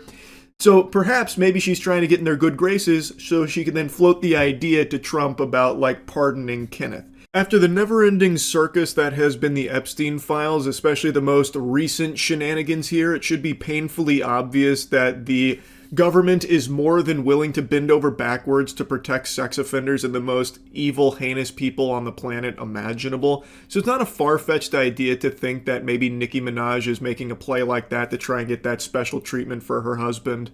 But yeah, anyway, I mean, I just found it to be a really interesting fit here. This is one of those situations, you know, the call's coming from inside the house. This shit feels a little odd because she herself is fundamentally the exact opposite of everything AmFest was presenting based on all the other clips I've seen. She is an illegal immigrant, she's not a U.S. citizen, and her husband is a sex offender. I don't know, sports fans, maybe I'm on the crack pipe, but that doesn't exactly sound like the ingredients, the recipe to a perfect fit for the conference she was attending here. But, you know, what do I know at the end of the day? I just wanted to yap about it. That's about it. So, yeah. I wasn't home much yesterday, so I missed a lot of the happenings from the last 24 hours. But today, I happened to see a wacky headline. Nicki Minaj praises J.D. Vance as assassin as Erica Kirk sits next to her. This was apparently at something called AmFest, where Nicki Minaj went up on stage to celebrate Trump and a bunch of stuff or whatever, and then I guess while she was busy glazing and gobbling on, like, the administration's wiener, she tried to pay J.D. Vance a compliment by calling him an assassin, which obviously raises some eyebrows as Erica Kirk sits right next to her, whose husband was literally assassinated. Ordinarily, I'd put the clip here so you could hear it for yourself, but I don't want to take a chance of DMCA, especially with how rampant that kind of shit's been going on. You can watch it yourself if you want, though, but she immediately recognizes the blunder. She kind of scholars mated herself there by using that word. To me, it probably sounds like an Austin Powers type moment where, it, you know, don't say mole, don't say mole, don't say mole, mole. Where she was trying so hard not to use the word assassin, but then for some reason, her fucking neurons couldn't fire properly, and all she could think of for a compliment for J.D. Vance was that he's an assassin. And Erica Kirk tries to, like, you know, dispel the awkwardness and, like, reassure her, like, it's okay and try and make light of it and move on from it. But what a weird compliment to try and pay somebody. Like, who says that? Oh, this guy's, like, so epic. He's so awesome. Like, he's an assassin. That's like something a middle schooler would say on fucking Xbox Live or something. What are you talking about? Who says that shit? Now, that's not the only thing I wanted to yap about here. Obviously, that's just a weird, wacky little thing. But Nicki Minaj's presence at an event like this is so head-scratching to me because she herself is not a U.S. citizen. I don't know how many people know this or how many people just forgot. She herself talks about not being a U.S. citizen and that she is literally an illegal immigrant. In 2018, she even made a whole statement about it with what was happening to immigration back then and how her heart was breaking for it, telling the story of how she came to this country at 5 years old, an illegal immigrant. She was discussing how she can't even imagine being separated from her parents at 5 years old and everything that was happening then. And since, she still has not become an American citizen. In 2024, only a year ago, she once again opened up reiterating, confirming she is still not an American citizen, despite paying so many millions in taxes and all that. So her going on stage yesterday and being like, the president is dashing and handsome, it gives me like the same feeling as someone who's trying so hard to avoid getting in trouble by trying to like butter up the person that can really fuck them. Like, oh, you're just so smart and striking. Devilishly talented, by the way. Did I tell you that? Honestly, I'd go as far as to call you like a god, even an assassin. Like, it feels like she's so over the top. Maybe she's worried about getting deported herself or something. So now she's trying to, like, suckle the titty here of this administration and, like, hide in its ranks as, you know, a public figure. So now she's just stuck looking like a fucking imbecile. Yeah, this administration is perfect. Like, Frosted Flakes, they're great. Yeah, who just said Epstein files? Someone shoot that guy. Yeah, us U.S. citizens. All of us, my fellow U.S. citizens, we gotta stick together. We love U.S. citizens like me, am I right? That kind of thing, like she's cutting fucking WWE promos. But I think there also might be another explanation here. Again, just another game theory. Maybe she's not looking to protect herself. Maybe she's fishing for a pardon for her sex offender husband. Since Trump likes to hand out pardons like they're fucking Girl Scout cookies, I think there also might be this play from Nicki Minaj here to try and get one of those for her husband, Kenneth Petty, who is literally a registered sex offender. Maybe she's trying to make it so he no longer has to keep re-upping that and getting in trouble when he refuses to do so, like recently when he had to go under house arrest for failure to register as a sex offender. So perhaps maybe she's trying to get in their good graces so she can then float the idea to Trump about, like, pardoning Kenneth. After the never-ending circus that has been the Epstein files, especially the most recent shenanigans here, it should be painfully obvious that the government is more than willing to bend over backwards to protect sex offenders and the most evil, heinous people on the planet imaginable. So it's not a far-fetched idea to think that maybe Nicki Minaj is making a play like that to try and get that special treatment for her husband. But yeah, anyway, I mean, I just found it to be a really interesting fit here. This is one of those situations, the call's coming from inside the house. This shit feels a little odd because she herself is fundamentally the exact opposite of everything Amfest was presenting based on all the other clips I've seen. She is an illegal immigrant, she's not a US citizen, and her husband is a sex offender. I don't know, sports fans, maybe I'm on the crack pipe, but that doesn't exactly sound like the ingredients, the recipe to a perfect fit for the conference she was attending here. But, what do I know at the end of the day? I just wanted to yap about it. That's about it. So yeah. You know what they say, you can't spell druid without D-U-I, and you're about to see the mythical Coors Light druid in full action here as she gets her 5th DUI, this time with her child in the car. So how'd you end up in the ditch here? Actually, I just found here and I just... Okay. I didn't end up a ditch. Well, I'm sorry. You're in the grass line here. I just want to make sure you're okay. Her reaction to that question of why she's in the ditch is perplexing to say the least. Her eyes get so wide I thought they were going to pop out of her skull. She's making the same face Tobey Maguire made in Spider-Man 2 when he realized everyone on the train just saw him without his mask on. Can I just get your driver's license so I know who I'm talking to? No, I actually don't have it with me. I'm so sorry. So I know who I'm talking to. I promise you. I'm trying to tell you the truth. I promise you. I hear ya. Okay. I'm just trying to figure out what's going on. That's okay. Alright, how do you spell your last name? The whole time the officer's speaking to her, she's doing some wacky, odd motions with her face like the animatronics from Five Nights at Freddy's. It seems like she's struggling to keep her eyes open and focus on what's happening here. She's emoting the same way the NPCs in Fallout 4 do. When I knocked on the window, she woke up and I said, "Are you okay?" Because I thought maybe she'd hit her head or something. She's slurring her speech. I got an odor or something in there. I don't know if that's necessarily alcohol. Her pupils are huge. Contacts here. Hi, you roll it all the way down. What's your name? All I could see is a little boy, and I was like, well... And she was completely passed out? She was tipped over on the steering wheel. So the lore breakdown is, she works nearby, was taking the trash out, and saw this vehicle here, and went up to check to see if everything was okay, because all she saw was a child in the back seat, and then she saw that this lady was face down into the steering wheel, passed out, so then she put in the call, and that's why officers arrived at the scene here. I see you got a little problem here, huh? No. I'm good. So what brings you back to the parking lot? Did you have an appointment? To see you, yeah, we did, actually. Where was your appointment? He had an appointment. Yeah. Now, from what I can gather with these breadcrumbs she's dropping, she's in this parking lot because her son had a doctor's appointment, and she just got blackout drunk, passed out, and then cruised the vehicle into this ditch area here. So I guess in order to get ready for the doctor's appointment for her child, she put on her coats and butt-chugged 5 Coors Lights on the way out, and then it led to all of this. Okay, so obviously we have an odor of alcohol coming from you. Okay. Actually... Hang on a second. So no, I'm gonna... So... Never do this. I have an odor of alcohol coming from the vehicle. Okay. How did you end up here? How what? How did you end up here? My son. Okay, your son drove you?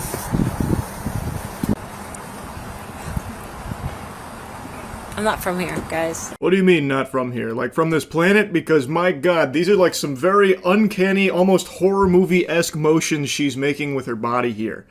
So, she tries to say she's here because her son... And the officers interpret that as her trying to say the son was driving and the kid's 6 years old. So unless he built himself a pair of stilts like Jimmy fucking Neutron, that kid's not reaching the pedals. I don't think he was the one behind the wheel of the vehicle. I think what she was trying to say is the reason she's, kind of torpedoed her car in this parking lot is because her son had a doctor's appointment here. And she was just so fucking drunk she couldn't get the information across. Okay. Sorry. That wasn't the question. I'm so sorry. So why are you here in this parking lot? I'm just curious how you got here. So, I'm sorry. She didn't have one on her. Her name's Mary. How did you get here? Huh? What made you come to this parking lot? I really apologize, but I'm not really. I'm asking you a question. I'm not asking you to apologize. I'm asking you a question. How did you get here? Sorry. Why are you here in this parking lot? It doesn't take a super genius to recognize she's very fucked up. It is a miracle she didn't get herself or her child or another innocent person on the road killed here, because it doesn't even seem like she knows where she is at this moment. And she's making, like, expressions the same way a dog does when you ask it who chewed up the sofa and it knows it's guilty. It is impressive just how many different facial expressions she's going through here. It's like in Super Mario 64, the intro, where you, like, move around his face in a bunch of wacky ways. That's what she's doing. Like, with her teeth and everything. Just hitting some of that. You know, it's more akin to, like, that infamous Charles Manson clip where he's like, I'm nobody. And he does, like, all that weird shit. That's what she's doing right now. She is so unbelievably intoxicated. I think that she was trying to make like a conscious effort with her face to appear sober, but just can't quite do it and doesn't recognize everything that's happening. Okay. Is your boyfriend his dad? Yeah. No. No. We knew to. No. I apologize. Are you warm? Are you warm in the car? Yeah. Okay, good. Does your car normally smell like alcohol? No. Where were you coming from? Huh? Where were you coming from? Are we talking about The road. The road. No, were you coming from your house? Yes. You were coming from your house. That was a checkmate maneuver from this lady here. The chess master made her move.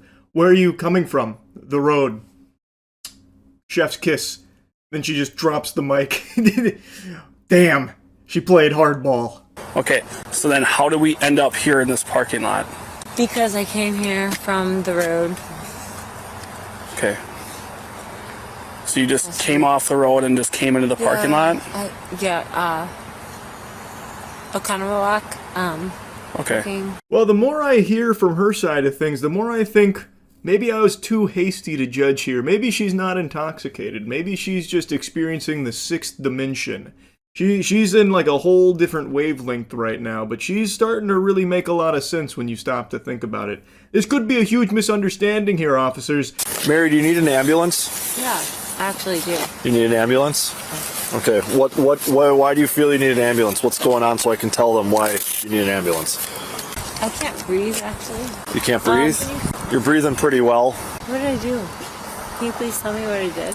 I can just feel every neuron in Mary's brain banging against the sides of her cranium, desperately trying to get through. Mary, don't ask for the ambulance. Don't say yes to the ambulance. It's a trap.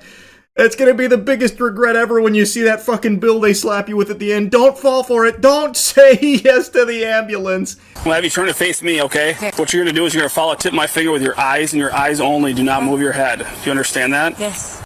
Okay. Move your eyes and your eyes only. Top of my finger. Follow it. No, leave your head straight. Sorry. Straight on with me. Sorry. With just your eyes, please. Okay? Got that? It's pretty simple. Yeah.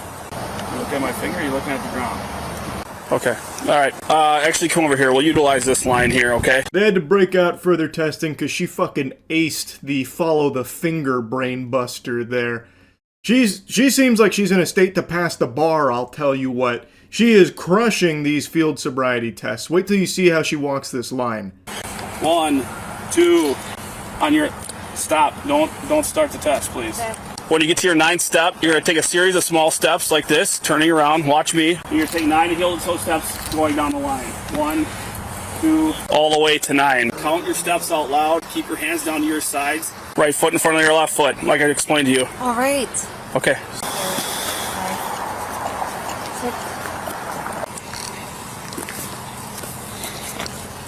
Are you done? Yeah. Okay. All right, come on back over here. She did so well in the first portion of this test, she skips the second. Because she came over there, hit him with the fucking Hezi Jimbo, and then dunked on their ass with that beautifully perfect straight line that she just walked. So now, They're going to try and get her with a third one. So this next test is going to be a one-leg stand. So when I tell you to, you're going to raise your foot approximately 6 inches off the ground. And you're going to count in the manner of 1001, 1002, 1003, and so on until I tell you to stop. Okay, you may begin.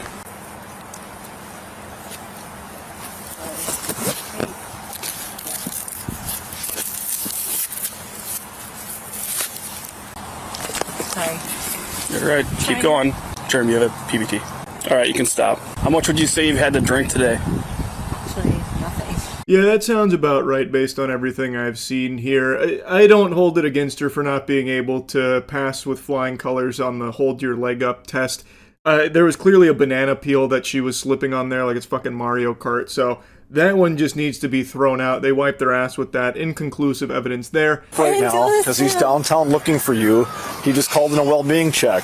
No. And the first place he went is he walked to all the bars because you were supposed to bring him to the hospital. I would never do this. You're not at a bar, but you're drinking beer in the parking lot and throwing it out. Stop it. So she declined the PBT invitation there. She said, I will not be attending that hootenanny, so now they're going to take her in for further evaluation. The father has called in a wellness check because she was supposed to be bringing the child to the doctor's appointment or the hospital or whatever. Didn't happen, so he started checking the bars, apparently, looking for her there, because this seems to be a common occurrence with her. And now the officers are going to be picking up the father to bring him to the scene. They also apparently located some Coors Light that had been tossed aside here, and the father confirms that that's her beverage of choice. So the dots are starting to connect a little bit here. How many times have you been arrested for operating while intoxicated? Never? Your husband says 4 times. Does that sound about right to you? No. He's not my husband. Well, okay. Can you please just stop, judging me, please? I'm not judging you. I'm asking you questions. Hey, Mary, I'm judging you, though. DUIs are just completely fucking inexcusable. This is her 5th one now. She had 4 prior DUIs, yet she still gets to get behind a wheel of a vehicle. I don't get it. I truly don't. Why does she still have her fucking license? It seems like the only time she even gets in the fucking car, even with her child in there, is if she already can't even remember her own name because she drank so much. It is so dangerous. She's putting her life, her child's life, and everyone else's life on the road at risk by drinking while fucking hammered like this. And it's something she seems to do often. She has been caught and charged with DUI 5 times. Now let's think for a moment, how many other times has she driven while completely fucking blackout drunk that she just didn't get arrested for? They didn't catch her. It's just crazy. I don't know why she's able to just keep getting her license back. She treats beer like it's Popeye's spinach and it somehow makes her turbocharged and a great driver or something. Prescription drugs for anything? Yeah. What for? Panic attacks, anxiety. Because her pupils are as big as her eyes right now. And we have fresh Coors Light cans in the snow. At her drink of choice? Yeah. Okay. She lives in Pennsylvania. She's here for a visit. Did she come from Pennsylvania today? No. Okay, so she's been on it for a couple days. Weeks. Okay. Officer Kraleski is obviously arresting her for an operating while intoxicated. Having the child in the car ups everything higher, and then having 4 priors, it's going to be felony levels, and then she resisted, fought, and kicked us. We were trying to do it back here. I obviously cut out a lot here when they were putting her in the squad car. She was spamming some low kicks there for a minute. Can't really see them all too well, and there definitely wasn't a ton of elbow grease behind them or anything, considering she can hardly fucking stand or keep her eyes open. But even still, they're mentioning that as like her, striking at them while trying to put her in the vehicle. They found Coors cans there, which, hey, they're going to have to run the fingerprints on there because it could have been that dastardly Coors Light ferry that comes through and just happens to sometimes just fucking drop Coors Light cans in the middle of nowhere like it's fucking loot boxes. Maybe those aren't hers. And maybe it's just a big old quinky dink that, according to the father, that's her drink of choice. We don't know for sure. That's all remains to be seen. Okay. I'm just gonna feel bad for you. Yep. Oh, yeah. She get you too? You okay? Breathe. Let the adrenaline slow down. Idiots. Now you just sound like my father. Okay.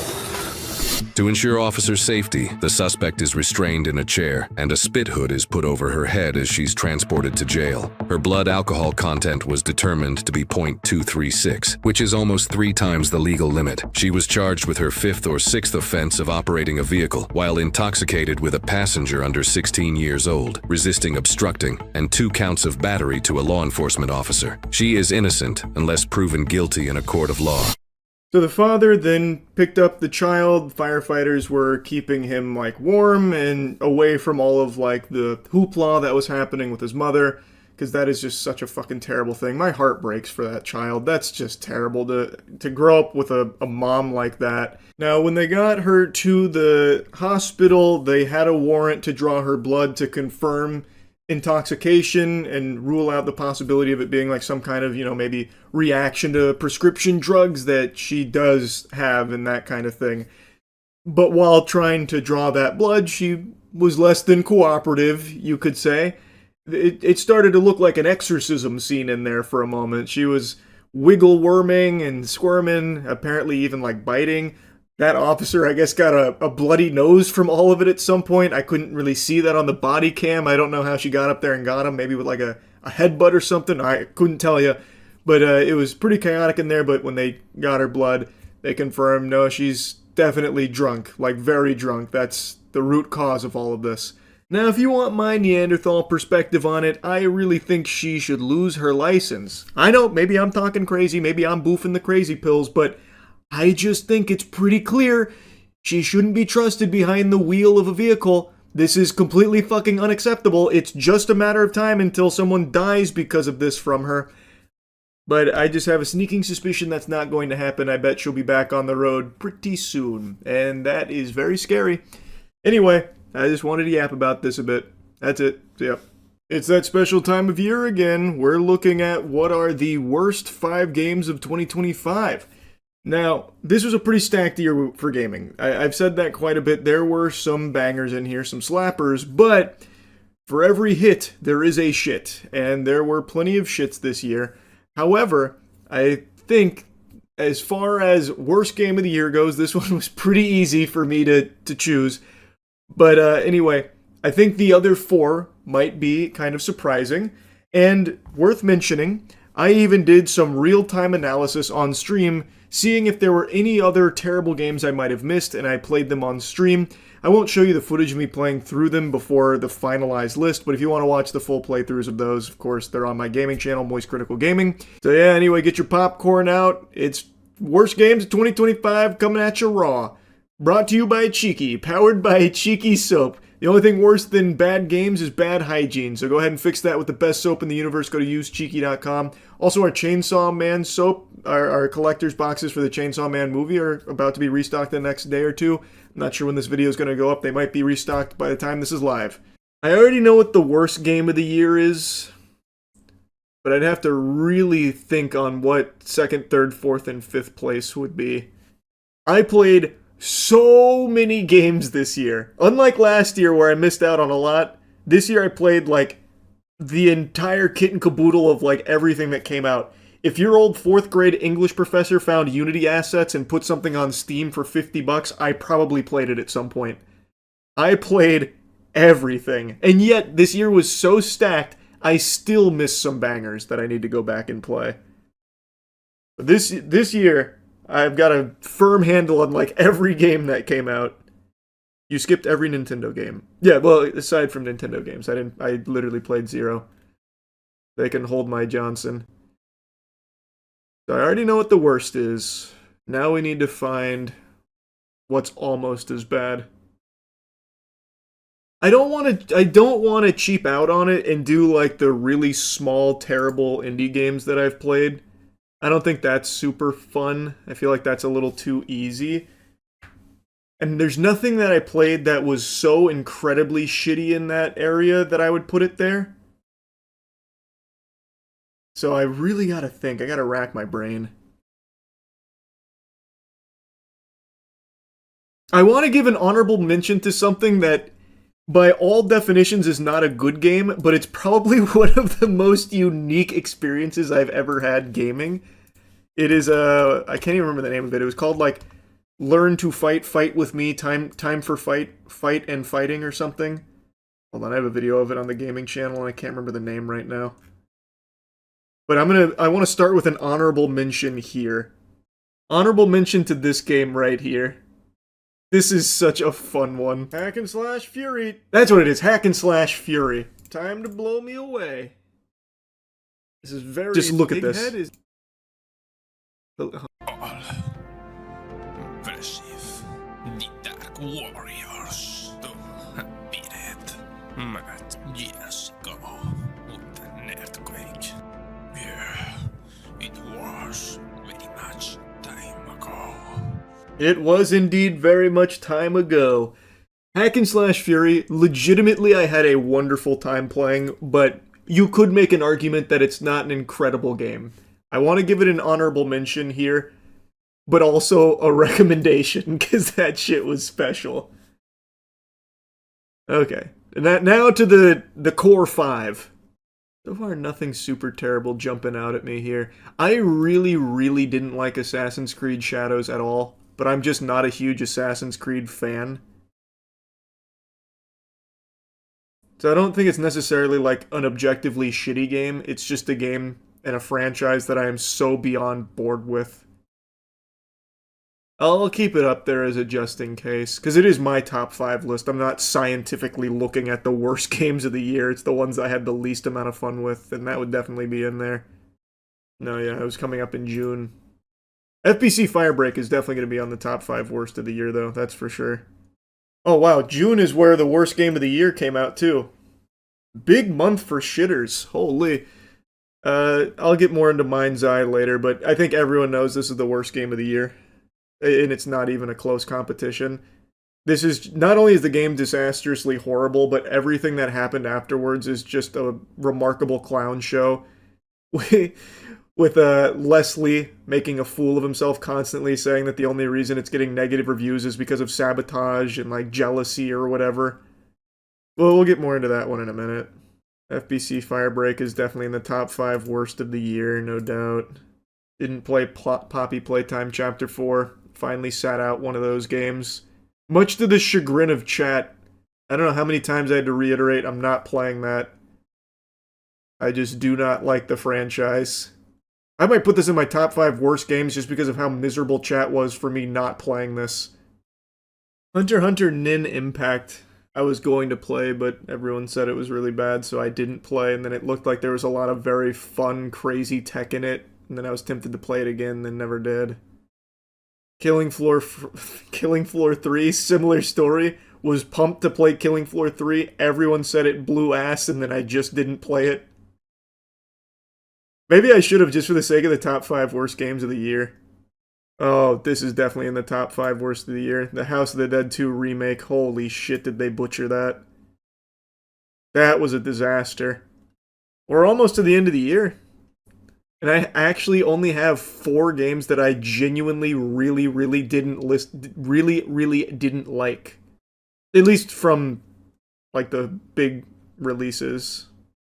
Little Nightmares 3 was pretty disappointing just because of how short it was, but that definitely isn't enough to put it in the top 5 worst by any means. But it was pretty underwhelming. It wasn't made by the original Little Nightmares team, which explains it, but still. Kind of a shame. Skipped King of Meat. Did I? That's what I was looking for. Was King of Meat in here? Oh, you're right. It just doesn't even have its own Wikipedia.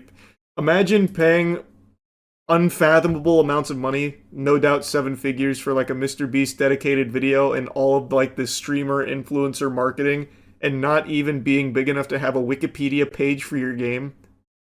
That's crazy. Wow. Definitely King of Meat though in the top 5 worst of the year. Not even objectively one of the worst games of the year, but very similar to like a Concord level failure where tons of money was clearly poured into this project only for it to be a complete colossal flop. So that definitely has to make it just for that reason. Oh no, I gotta go all the way back. Call of Duty Black Ops 7. Didn't play it. First Call of Duty I skipped in a long time because this shit just looked like ass. Oh, Let It Die. The new Let It Die game. That would probably... Man, maybe I should play some of these, like, absolutely terrible games just for the sake of this top 5. Because I know the new Let It Die game would definitely be on there. It's a pay-to-win disaster. We went over it on stream not long ago. I know if I played Let It Die or Killing Floor 3, they'd probably squeak out a spot on this. I think I should play both of these, because I have no doubt they will both probably make it. Because if I don't, then my top 5 would include Assassin's Creed Shadow, which even though I personally didn't like it at all, I know that it's not an objectively worst game of the year for top 5. Let It Die Inferno is $25 and still filled to the brim with microtransactions? No way, right? I thought it was free. According to Metacritic, you only played 1 out of their 10 worst games, which was Mind's Eye. What were the other ones?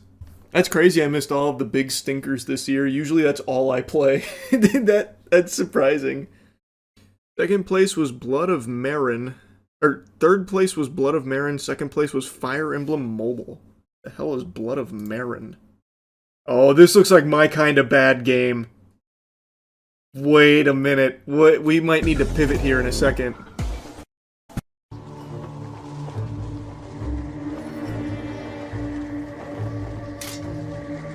Stand up. Now, I demand. It's my sworn code to end your life with a sword. Oh man, that's music to my ears. Yeah, we gotta do that. How long do you think it'll take to beat? I'm definitely not beating Blood of Marin, I'll tell you that much. I'll probably put like an hour into this puppy and it'll probably be enough to let me know if it's a top 5 worst game of the year. I then played through Blood of Marin and then Let It Die Inferno just to give them a fair shake and see if they were going to be a worse experience than Assassin's Creed Shadow. I'm not going to show you those playthroughs here. If you want to see the full playthroughs they're on my gaming channel, Moist Critical Gaming. That was fun. Does it make the top 5 list? I'll be honest, I don't think so. I had more fun playing that than I did Assassin's Creed Shadows. Granted, I think this is obviously a much worse game. But it's my fucking top 5, and I enjoyed this more than Assassin's Creed Shadows. The new updates to Killing Floor 3 are quite good. Is it not as shitty as it was a couple months ago? Don't know if anything will beat Shadows. You were so miserable playing that. Yeah, I just can't in good conscience put it in the top 5 worst of the year, because it's not. I just fucking hate Assassin's Creed. I hate that series so much. Alright, Let It Die Inferno. I actually played this when it came out originally, the first Let It Die, and it was enjoyable. Apparently Inferno does everything wrong. So I guess we'll see how they massacred my boy. Okay, so what is a room match, I wonder? Room creation is unavailable in the standard edition. Please upgrade to the deluxe edition or higher. What? Okay, that probably just landed it on my top 5 worst games of the year. That is egregious. Are you serious? What? I just paid $25 for this and I can't even use an actual, like, standard feature of hosting a room? No way. Is the deluxe edition a free upgrade? No way, right? There's no way they would paywall that. I didn't even notice there was a deluxe edition. Let's see. Deluxe edition is $45. So I paid $25, and I need to pay $45 in order to do a room.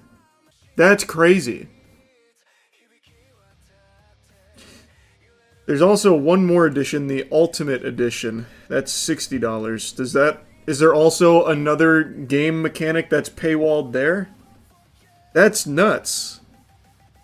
Am I misunderstanding something? Because this feels like absurd. And I could see like this game being fun, like getting into it. But this is absurd. Like that is crazy. Like I heard the microtransactions were bad. We went down that rabbit hole. We already knew. But I didn't see anyone mention this. To me, this is just beyond greedy. Okay, so now I can comfortably finish the top 5 worst games of the year. Assassin's Creed Shadow does not make the cut.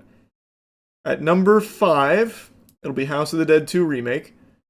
This is probably one of the worst remakes you'll ever find for anything. When I played through this on the gaming channel on a whim, I didn't know it was so bad. They completely ruined House of the Dead 2. So that comfortably gets number 5. At number 4, Let It Die Inferno. Like, after having just played it for, what, hour and a half or something? Which isn't a lot. It's barely enough for, like 2 or 3 Hellgate runs. It's slower than the first, but the reason it's here should be pretty obvious. It literally paywalls you from basic content. So I bought the $25 game, which I already knew was littered with microtransactions, but when I tried to create a room, which is what I believe to be a pretty basic feature, and it's right there at your fucking fingertips, when you try and create it, it says you can't do that unless you upgrade to Deluxe Edition, which is $45. That is unfathomable amounts of greed that I just truly cannot believe exists. So that is why it is easily in the number 4 slot. Even though there are some things to like about the game, that is unacceptable. Number 3, FBC Firebreak. What a stinker. This game was a miserable 4.5-hour experience. Like, it was fine in the beginning. It's just like a very simple game. But within the first 30 minutes, you have seen and experienced everything this game has to offer. So FBC Firebreak is pretty easily there as well. Also, one of the first games that I played for the gaming channel, by the way, when I launched that. Number 2, King of Meat. King of Meat should be obvious. Even though I think like there is some fun to be had with the game if you and your buddies, you know, want to do something for a little bit as like a adventure together, you could maybe squeeze like half an hour of fun out of it. Maybe. But it's also a $30 game for what feels like a free-to-play mobile experience. And it is also a colossal flop on the level that the likes of which we haven't seen to this level since like Concord. Millions of dollars went into this, as well as marketing for this with Mr. Beast, influencers, and all kinds of shit, and ads out the wazoo, even like Discord orbs. And nobody played it. Peak player count of 320. Like, it's just a disaster across the board. And then number 1, a surprise to nobody, it's Mind's Eye. This game, there's not a single redeeming quality to this game. Everything that could go wrong with the game went wrong with this game, and Leslie, being as delusional as he is, made it even worse, put the actual bow on top of this shit package by just being a complete asshole about everyone who was criticizing it. The game just super sucks.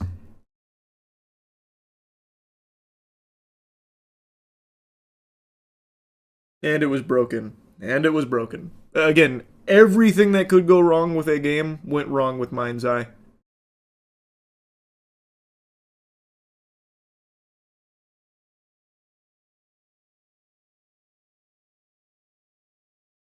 Hot take, Mind's Eye better than FBC Firebreak. That is a hot take, I disagree. As an FBC Firebreak hater, I can tell you confidently you're wrong. This game, you didn't play it then. I played this shit start to finish, and my god does it blow ass. He actually beat Mind's Eye, what a warrior. Hey, I'm no hero. I did it for the gaming channel, baby. Mind's Eye 2 will redeem it. Hey, I actually wouldn't put it past Leslie to try and make a Mind's Eye 2. I genuinely think there is a non-zero chance he actually tries a Mind's Eye 2. They had the gall to put out DLC for Mind's Eye only like a month ago, by the way. For all zero Mind's Eye enthusiasts. The protagonist VA did an okay job, though. I feel bad for whoever plays the main character here. I said it during the game, too. Like, that guy is trying, and I know he also got shafted with Mafia 3 as well. He's a talented performer. But whoever his agent is, he needs to dump ASAP, because they are choosing some shit for him. Don't you want to know what happens to Jacob Diaz? Is that the name of the main character in Mind's Eye? I couldn't even tell you. Jacob Diaz. I don't even, the only thing I remember about it is when the fucking aliens come into the fold. I actually lost my mind when they brought in, like, the interdimensional being aspect of the story. Kickstarter. I guarantee at least one person watching this just had a PTSD flashback. I just induced trauma with a single word. Kickstarter is a platform that's no stranger to scams, that goes together like peanut butter and jelly. That's not to say that all of them on Kickstarter are scams. In fact, some incredibly great projects have been the result of successful Kickstarter backing. But ask anyone out there that's ever put a few clams behind some projects, and I guarantee you they'll tell you some horror stories of how they've been burned. It is a platform that can send shivers down your spine for all the lost money because you bought into an idea and then it never came to fruition. There's no guarantee what you back on Kickstarter will ever even really exist, and there's never any real repercussions to the scammer should that unfold. God rest the soul of Michael Superbacker and the Air Umbrella. At least that story has a somewhat wholesome conclusion, but on the whole, Kickstarter is a platform where you get some good and you get some real bad. And now in the age of AI, Kickstarter has never been worse. It is in a brutal position for people to identify what's real and what's fake.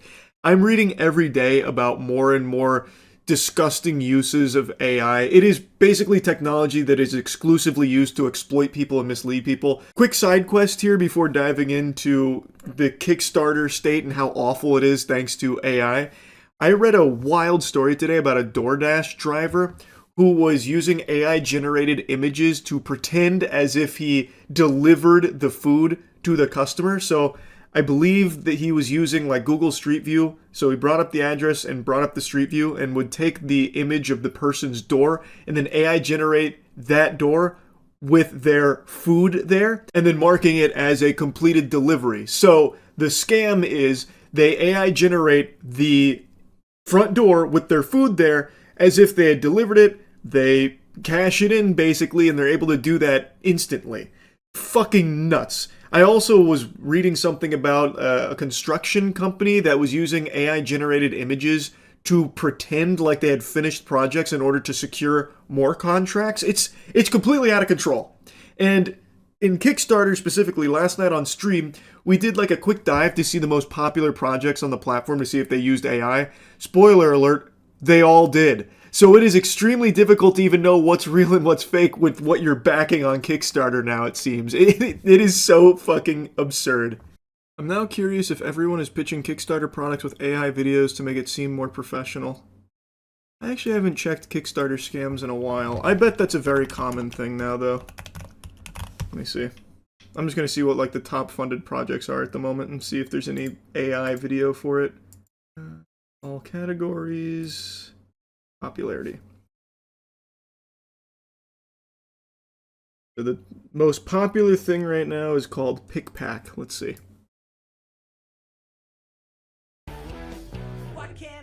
We all have too many and choosing them is a nightmare. This doesn't look like AI. They're basically trapped on our phones. But the song sounds like it's Suno generated. Is there any better way? Oh wait, is that an AI voiceover? Is there any better way? Meet PickPack, an e-ink album that custom feeds your That's definitely AI voice. So I'm pretty sure that was AI Suno music and an AI voiceover. At first I thought it was just a very unenthusiastic guy, but it's just an AI voiceover. This is literally the most popular project on Kickstarter right now. Just went to the #1 and it's instantly usage of AI in the pitch. So yeah, safe to say it looks like Kickstarter projects have pivoted to now using AI to make it seem more professional. If only the coolest cooler came out now. Oh my god, these fucking names, brother. These are blasts from the past. The coolest cooler. Oh my god. No more charming videos of the guy turning around saying, "Oh hi, didn't see you there." Yeah. Well, it's just the death of like everything authentic.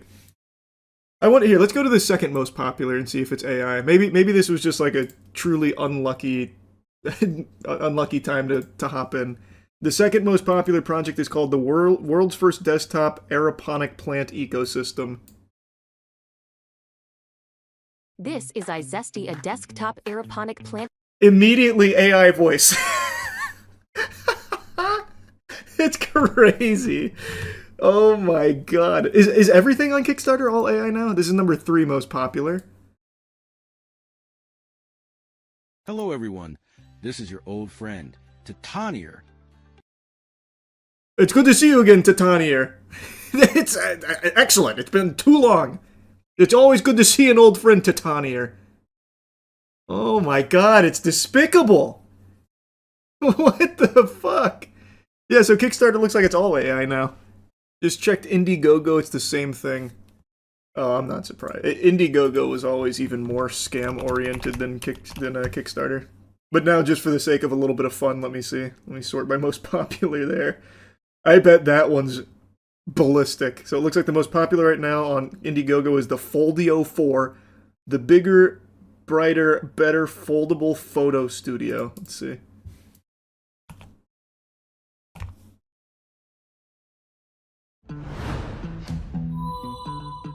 Hey, Kickstarter, we're back. Since 2011, Oh no, man. Everything is so cooked. And it's not even Kickstarter. Well, they probably have it on Kickstarter as well. They're probably double fisting on the crowdfunding. 400k raised, by the way. Yeah. I mean, it's never been easier to scam. AI has made scams easy, instant. Yeah. Not surprised. This just reminded me, have you seen the most recent Kickstarter scam game? It's called Puff Pals Island Skies and raised $2.5 million. The guy behind it basically took the money and went into hiding. You're telling me something called Puff Pals Island Skies raised $2.5 million? Even without knowing it's a scam, I'd hear that and would never even consider putting money into it. Let's see, Puff Pals Island Skies, huh? Wow. This looks even worse than I could have imagined. $2.56 million here. A wholesome life simulator game where you can collect, farm, customize, and explore new lands with cute and fluffy puff pals. And pre-order the game. Let's see the pitch. Excellent aspect ratio here. What the fuck is this? Hello? Pardon? Okay, we'll just go full screen. This take place in heaven, or what's up?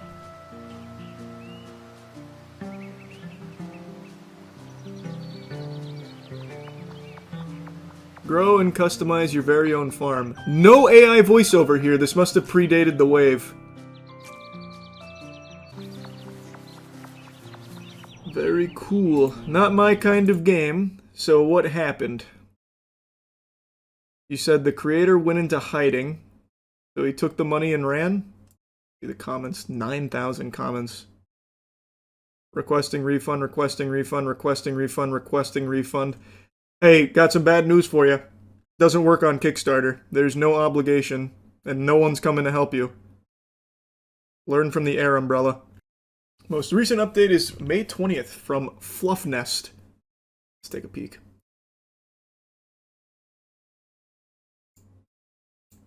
The development of Island Skies has been incredibly challenging to say the least. For the past few years, we were under NDA with a third-party studio and couldn't discuss many of the things happening behind closed doors.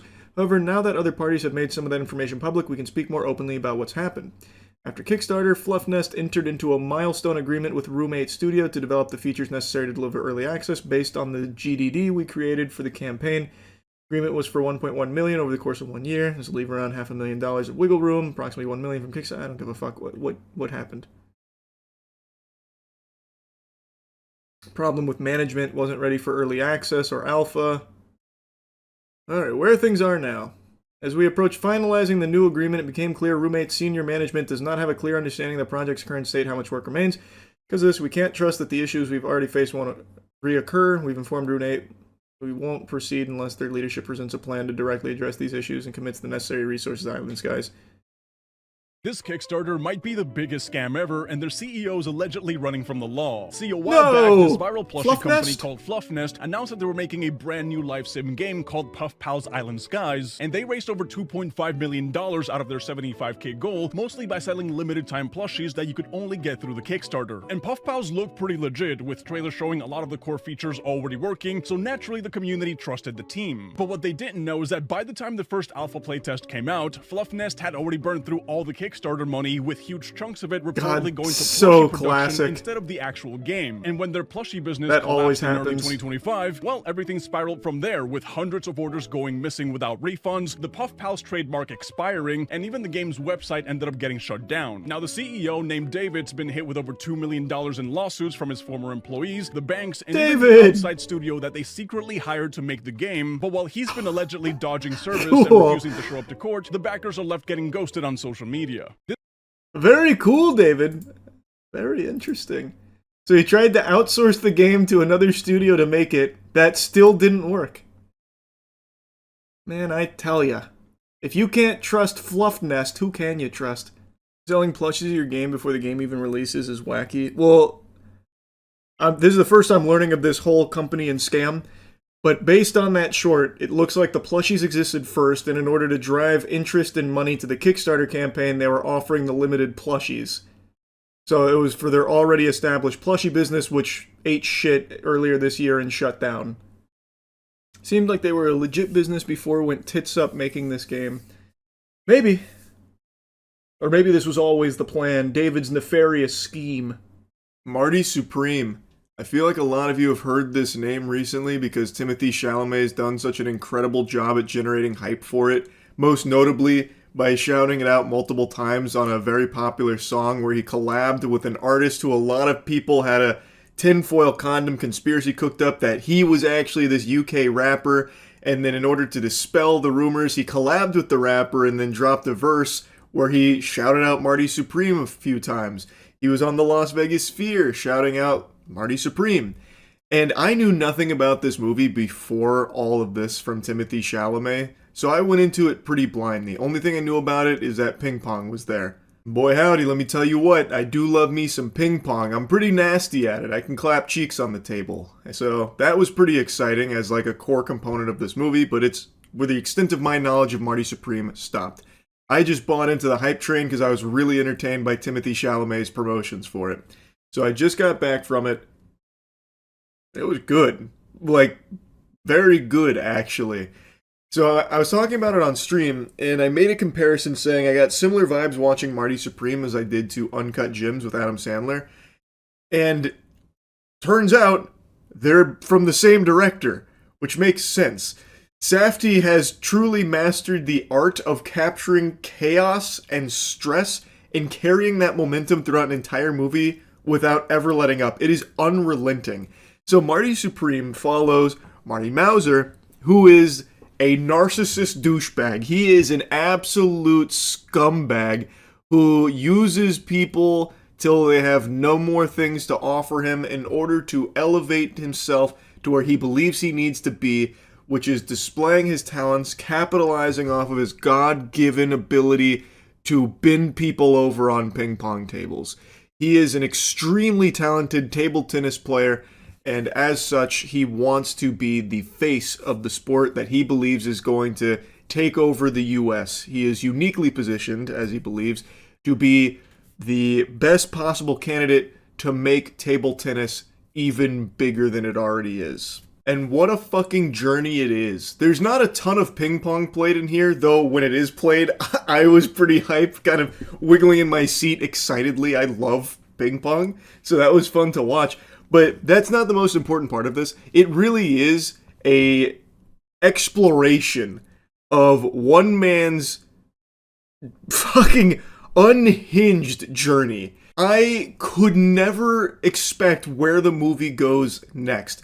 So, like, even from the very beginning, it immediately puts you in the middle of, like, stressful arguments. Not to the point where it becomes incomprehensible, where, like, they're just talking over each other and yelling, so you don't even know what the fuck's being said anymore. It sounds like Charlie Brown's parents.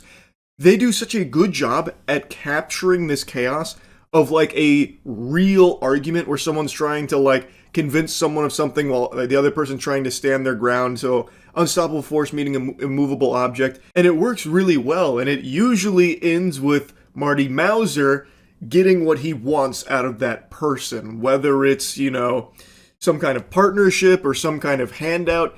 He's very, very good at manipulating people, either for money or whatever, for his own personal gain. But he's also just so lost in his sauce, huffing his own farts, that he will also step over the line more often than not, where he will push the person away and ruin a good opportunity for himself. Like, you always expect him to have, like, this come-to-Jesus moment where he, like, simmers down, calms down, and he never does. It's always just over the top, extreme.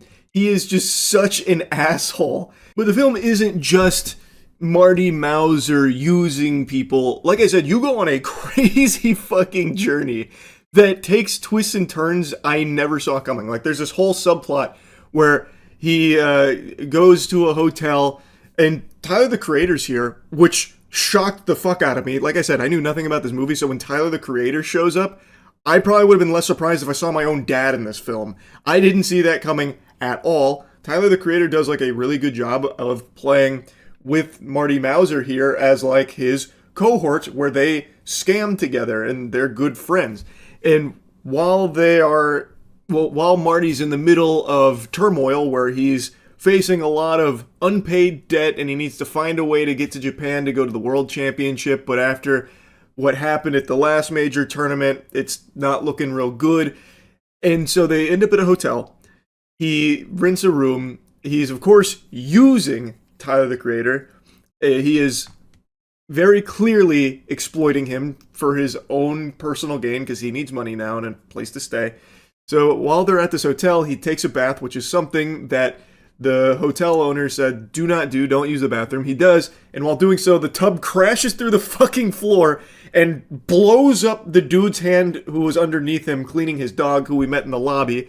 The dog is fine, the dude's hand is fucked, he needs to go to the hospital, and it's just so much chaos erupting out of nowhere, and then it becomes a very big piece where he needs to take that dog to the vet because that guy whose hand just got absolutely annihilated, like it went through the goddamn wood chipper, is offering him money to take his dog to the vet because his dog is sick and needs some help.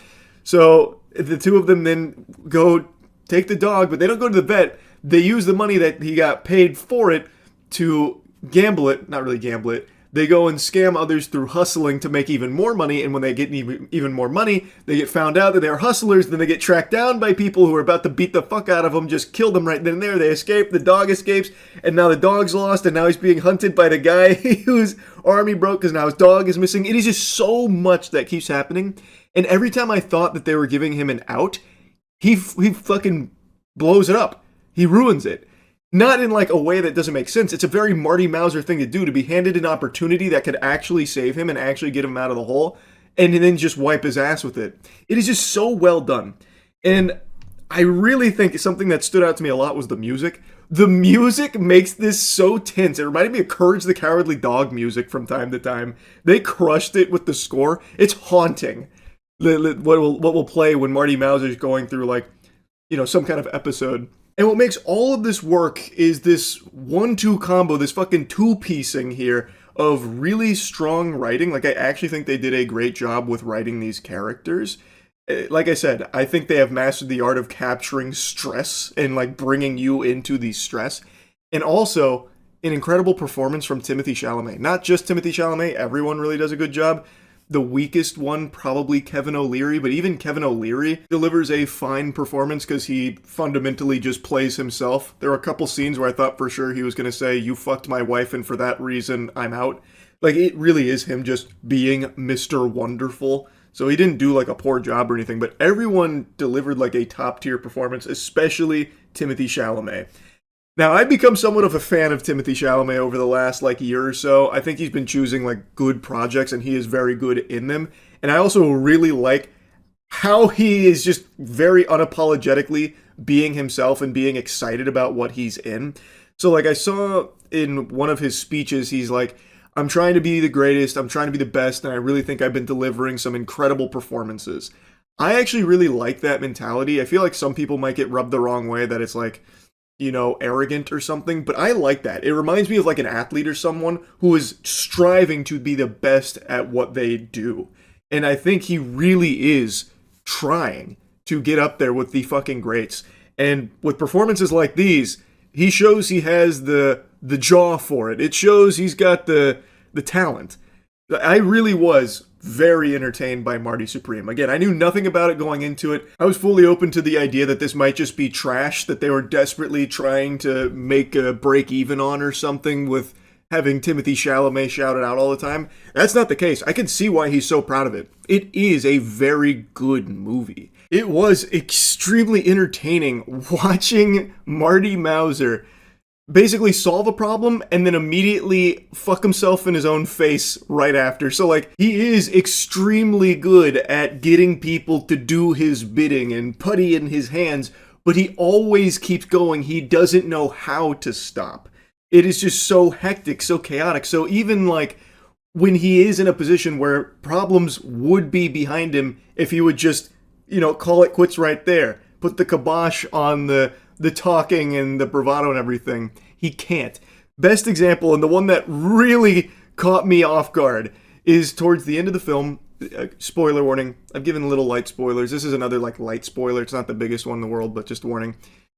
As he is like on his hands and knees at his wit's end, he has to get to Japan because he needs to go to the world championship to prove he is the best in the world, but he still doesn't have the money. Everything else is crash and burned around him. Everyone has been hurt around him. His last-ditch Hail Mary was to try and manipulate Gwyneth Paltrow's character into somehow giving him the money through making him, through portraying himself as like very sympathetic and all of that, where she'd feel inclined to help. It's not really working, but eventually he weasels his way to her basically giving him a necklace that her husband gives her every year that's worth a lot of money, but she hates her fucking husband. Guy's a dweeb, tired of him.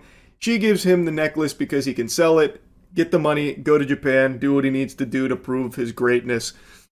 And he then kisses her. And I thought that would be the end of it. They exchange a kiss, and he now has his problem solved.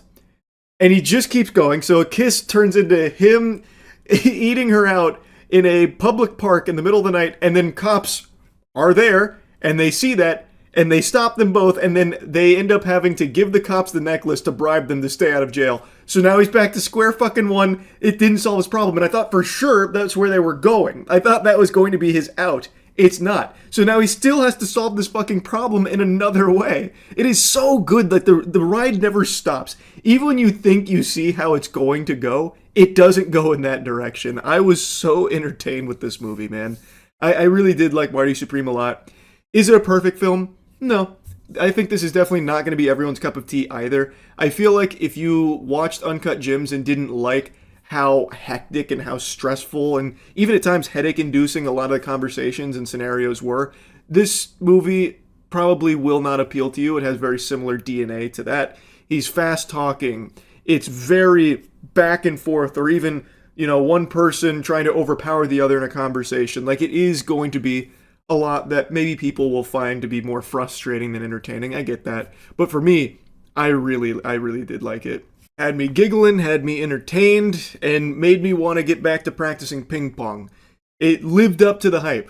If you're watching this, Timothée Chalamet, let me know if you ever want to catch these hands at ping pong. I think I've got a real shot. I don't know if he actually plays ping pong in real life, or if this is all CGI, phony baloney, smoke and mirrors, which I doubt it. It seemed very real ping pong there for the most part. So I imagine he probably practiced a lot for the film, and I think he would be a worthy opponent. But anyway, I liked Marty Supreme. I thought it was very good. That's about it. So yeah. I was going to wait a bit longer before drooling all over this topic just to see if anything would come from it since it's such a big deal. But I've now very much learned my lesson that there is never going to be anything that comes from anything Epstein related. That's basically how it seems. So I'm sure you've seen by now that with all of those redacted files that they've been farting out, you can actually unredact a lot of them yourself, and you don't even need a double-digit IQ to do it. here's a quick tutorial that even a Neanderthal can follow along with. Redacted. So you can go ahead and scroll down till you get to a redacted area. Here's a redacted area right here. Guess what? If you want to look at these files, all you got to do is copy it and paste it into Microsoft Word. And guess what? All the files are unredacted. There it is.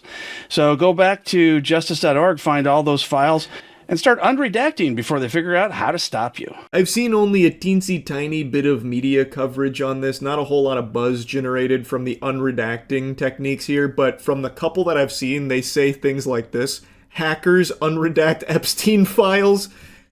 Hackers didn't do it. Your fucking grandpappy sitting down in front of his goddamn iPad could do it too. There's no hacking here. It's Control-C, Control-V. Holy shit. My god, he's like an elite XD hacksaw. Wow. Yeah, it really is that easy. You don't have to have a big brain like Jimmy Neutron for this here. And it doesn't work for all the files, but it works for a good portion of them.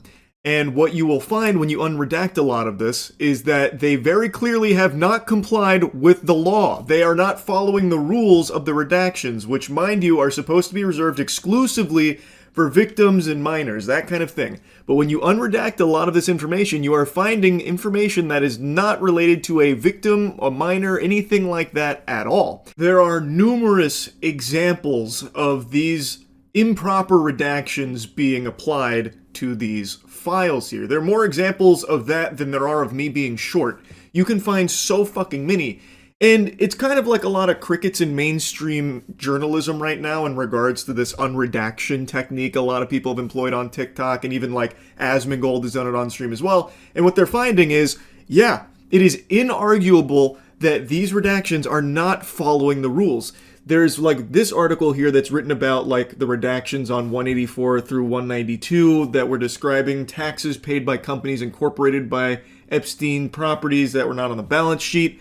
And at the end, it even says it's unclear how property material complies with the redaction standard under the law. An inquiry to the Department of Justice has not yet been answered, and it probably won't be answered because the sad reality of it is law doesn't apply to people at a certain level of power. The law is like simply here for plebeians, it seems. And it's not even subtle. Fucking goofball Kash Patel can go under oath and lie out of his ass out the wazoo till the cows come home with a straight face and a limp dick, talking about how they don't have any credible evidence that Jeffrey Epstein trafficked victims to anyone, so it's just Jeffrey Epstein and Maxwell, that's it. If you believe anything else, you're a crazy conspiracy theorist. And now with these files, we have provable evidence that they at least knew of 10 other co-conspirators that apparently they just decided to throw in the garbage can and never pursue. But we have so much evidence to prove beyond a shadow of a doubt he is lying, yet he won't face any perjury charges, he won't be arrested, he'll just keep fucking cruising podcasts like they're glory holes here about how he's doing such a good job and puffing up his chest and shit. None of these people that are just blatantly lying and breaking the law will ever be held accountable here. All of these improper redactions that don't comply with the law, don't comply with the rules here, everyone responsible will not face any repercussions. I'm so confident in this, it's fucking sickening. Nothing's going to happen. And it is so incredibly sad. And not only is nothing going to happen, nothing's going to happen and people are going to cheer for that too. I've already seen the narrative shift to like, who cares about the Epstein files, and all these crazy mental gymnastics to downplay the significance of the biggest child sex trafficking operation in our country's history, where there are still unbelievable amounts of people that got away with these heinous crimes, still potentially in the highest levels of government, and people are just saying like, doesn't matter. That's not the important stuff. And make no mistake, this wasn't some innocent whoops-a-daisy where they accidentally redacted information that they weren't supposed to, but they were trying their best to be super transparent and comply with the law. This was on purpose. It's by design. This is a cover-up. It's not a conspiracy. It's in front of your face. You can unredact the information yourself, and it doesn't take a lot of technical prowess to do so. You can confirm this yourself. They are trying to protect these pedophiles. They are running defense for evil, evil people that they have knowingly collected all this information on and decided to do nothing with for years. Not just this administration, the last administration too, obviously, but the point is, right now, they're still doing all they can to protect these people. That is unacceptable in a sane society. And anyone who writes that off as like not a big deal is a fucking lunatic. Like beyond pathetic loser worm. Now, if you're wondering how this even happened with being able to unredact this yourself, is because so many people working in the government are just actually incompetent. I don't mean that like exaggeratory. I mean like they legitimately like diaper wetting, paint chip eating fucking idiots over there. So the likely explanation here is they use the highlighter tool to black out the information, but they didn't actually redact it. So when you copy and paste it, it's still there. They didn't even actually redact it. That is how bad at their jobs they are. And I've seen a theory floating around that maybe this is on purpose from a whistleblower who was tasked with redacting information but wanted it to get into the hands of the American public, so they instead did like the highlighter tool as opposed to redacting it. And I'd be willing to motorboat those titties, play ball with that idea, if we hadn't seen so many examples of just pure incompetence at the highest level. I truly just think it's clear that the people in these positions are just like actual fedora tipping Reddit twerps, like based on how they shitpost on Twitter and everything, and that they legit just can't do their jobs very well. Side note, anyone remember this little golden nugget where they literally rickrolled the Epstein files release, treating the most notorious, infamous child sex trafficker, as well as all of the information in regards to his clients and all of these evil crimes, as a joke? Anyone remember that? I think it's pretty evident that a lot of the people in these positions are actually just fucking dumb. So I'm not willing to believe that this was some kind of internal whistleblower trying to do the right thing. I just think that they are actually fucking lobotomites, just genuinely stupid, and didn't realize that blackout highlighter doesn't actually redact the information. It's wild they can't even do the simplest things correctly, like redact information. You can literally click like 2 buttons in order to do that. And they can't even figure that much out. They are knowingly making a conscious decision to violate the law here in regards to these Epstein file redactions. And even while doing that, they can't even figure out how to redact the information properly. Thus, they get caught with their pants down. They can't even do the cover-up correctly. And still, even though their whole ass is out, goat seed, on full display for everyone, every single human being on the planet that wants to download the files and unredact it themselves, they can see that they broke the law by redacting things that aren't minors and aren't victims. Even this being 100% confirmed will still probably not lead to a single person being fired, or a single individual in a higher level of power here even facing some finger wagging. It's just that bad right now. They can do anything they want with complete immunity. And it's just so outrageous. It's infuriating. I had to yap about this a bit because I've now learned that there won't be anything that comes from it. So might as well blabber about it now. That's really about it. See ya. Anybody remember Atari? You know, the gaming company that pretty much started video games as a mainstream hobby? Well, they are embarrassing now. I don't know if any of you ever keep up, because I know you don't hear about them, because they don't really do anything, and when they do, it's a catastrophic failure from all that I can find. But the most recent thing that they're peddling is an Atari hotel, which is apparently some kind of licensed partnership with some developers where they're going to be making a gamer hotel, and they used an AI video to showcase it. It is a blatant, obvious, fake thing that even as a concept piece, I think kind of falls flat on its tits, where it basically wants to be an all-encompassing gamer utopia where you have RGB rooms and you have an esports venue, a concert venue, a sports venue where you can bet on sports and watch the big games, and arcade cabinets out the wazoo.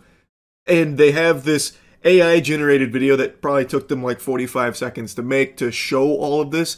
And my god, does it look like shit. Everything about it is terrible, but the most shameless part is they're using this as a pitch piece to try and get every Joe Schmo out there that happens to stumble across it to give them $500 as an investment so they can be an investor in Atari hotels, and they have it structured like a Kickstarter thing where you can go all the way up to like $50,000 where you give them 50 grand and you get a brick. It's so fucking stupid. This company has to have one of the hardest fall-offs in corporate history.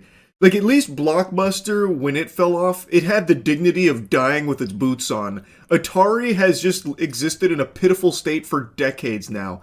And despite not doing anything, like, meaningful for decades, their brand is still extraordinarily recognizable. That's how big they used to be. Yet they can't do anything good with it. So now they have this shit slapped on there for a hotel project that I think absolutely is dead on arrival and will crash and burn if they ever even get it off the ground. To be e-begging as Atari hotels is so laughable. Seeing the latest gaming scam, the Atari Hotel. They have Atari Hotels Official. We're building someone no one else has, the world's first Atari Hotel. This sounds familiar. Something bold is rising in downtown Phoenix. You love to hear the immediate AI voiceover. Very cool. That inspires confidence. Atari Hotels launches regulation offering inviting fans and community to own a piece of the future of hospitality. Well, maybe I was too quick to judge. Maybe this is awesome. The world's first Atari Hotel. Can't even say the name for right. as little as $500. Set in the heart of the city's arts and entertainment district, where culture, nightlife, and creativity collide. Rising at the intersection of Roosevelt and Central, with a walk score of 95, this will become the pulse of downtown. Picture yourself on our rooftop pool deck, surrounded by music, energy, and skyline views. Step inside, every space tells a story. An immersive playground built for gamers, dreamers, and creators. Nice. This is already looking really cool. You had a bunch of fucking mutants in here. Nothing tells me surefire success quite like having nothing to show besides AI-generated renders. Yes, I can't wait to book my $500 stay right now. Here's an article written about it. Let's see. Atari Hotels, a first-of-its-kind immersive entertainment and hospitality venue, today announced the launch of its Regulation A Tier 2 equity offering, giving fans, gamers, and community a chance to become true owners. Yep. Throw that in the wastebasket right away. That's a load of fucking barnacles. Scam! Scam! Atari Hotels recently acquired over 1 acre of land in Phoenix's arts and entertainment district, Roosevelt Row, seeking between $35 to $40 million to fund the development of its flagship location.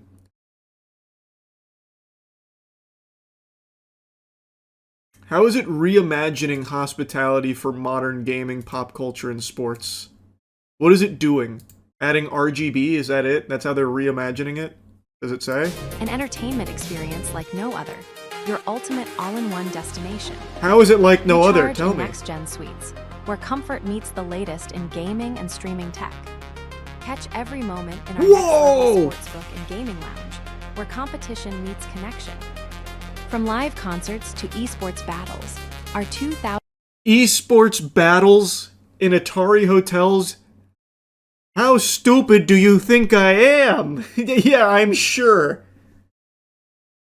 1,000-plus person event center is built for unforgettable nights. Here, nostalgia collides with the future. Classic icons. Damn, look at this arcade! Holy shit! They got like a whole closet full of cabinets. Reimagined fun. Be a part of it with as little as $500. You can own a piece of Atari Hotels Phoenix. Atari Hotels. Play, stay, live the game. Brought to life by Intersection Development, with over $350 million of projects built right here in this neighborhood. Designed by Rack House, where architecture becomes emotion, and every space is an experience. Masterpiece designs by Top Rank Original. Design tough, built tough. Design tough, built tough for tough gamers, god damn it. Wow. I'm investing, I have to. I'm losing money not investing in this, my god. It'll fuse nostalgia culture with futuristic technology from high-tech guest rooms and creator studios to 2,000-plus person esports and concert venues, sportsbook, and layers of immersive bars, restaurants, and shopping. With $14 million invested to date in the Phoenix project, Atari Hotels is inviting the public to join in on the next phase, a strategic decision to accelerate development while building a deeply engaged community of stakeholders. The Reg A offering provides participants with actual real estate ownership, including preferred returns and access to exclusive experiences starting at a minimum investment of $500. So they've invested $14 million and are looking for 35 to 40. Even though this is backed by apparently fucking Goliath companies here like this, responsible for $300 million worth of developments across their resume, and the most they can fork over is $14 million here. Even if it hits the funding goal, let's say it goes like bananas, $80 million or whatever gets raised. How the fuck is it going to be anywhere near this? $80 million is not going to get you a facility like this with state-of-the-art reimagined technology rooms, a fucking immersive bars, restaurants, shopping, concert venue, and esports arena. That is so stupid. No way. No way! The second video goes over the scam in more details. This one is the same video. They just re-uploaded the same video. They did it twice. No, not that one. Oh, this one.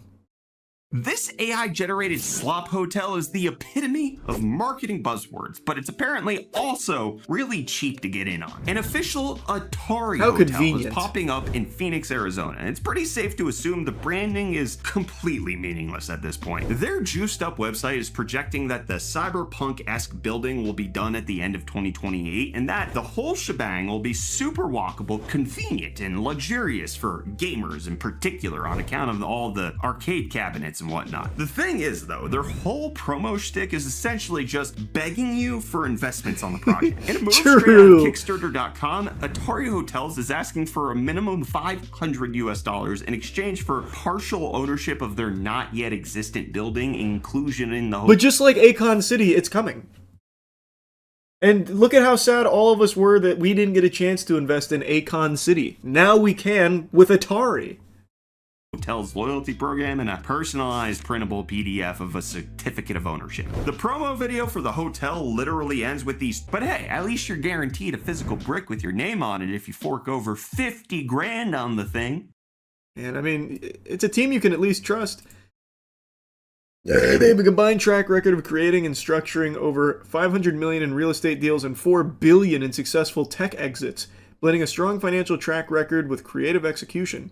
With deep roots in Phoenix's Roosevelt Row, including the successful launch of 15 hospitality and residential projects, this team boasts a rich understanding of the local neighborhood, which is why they're so confident in it they only invested $14 million of their own money, but want $40 million of your money. This is a grand slam waiting to happen. It's going to be like that Willy Wonka amusement park in Scotland. The Willy Wonka experience, yeah, for hotels. Unbelievable, man. That's crazy. That's so shameless. Well, it's coming pretty soon. It's starting in 2026. We'll get to see it from the ground up. I can't wait. The people who get nostalgic about Atari are all in their 50s and probably fall for AI, so who knows. I mean, that's still kind of a stretch, though. Like, I don't think people in their 50s are going to be like, $500? Alright, I'll give it to Atari Hotels. This is exactly what I want. A place where I can watch esports events. Like, the 50-year-old Atari fans are not going to care about the esports event space or anything like that. I don't know. I think it's just... I just don't think this has a chance of getting any real human beings to put money into it. You'd have to be a fucking beyond degenerate moron to throw $500 at this.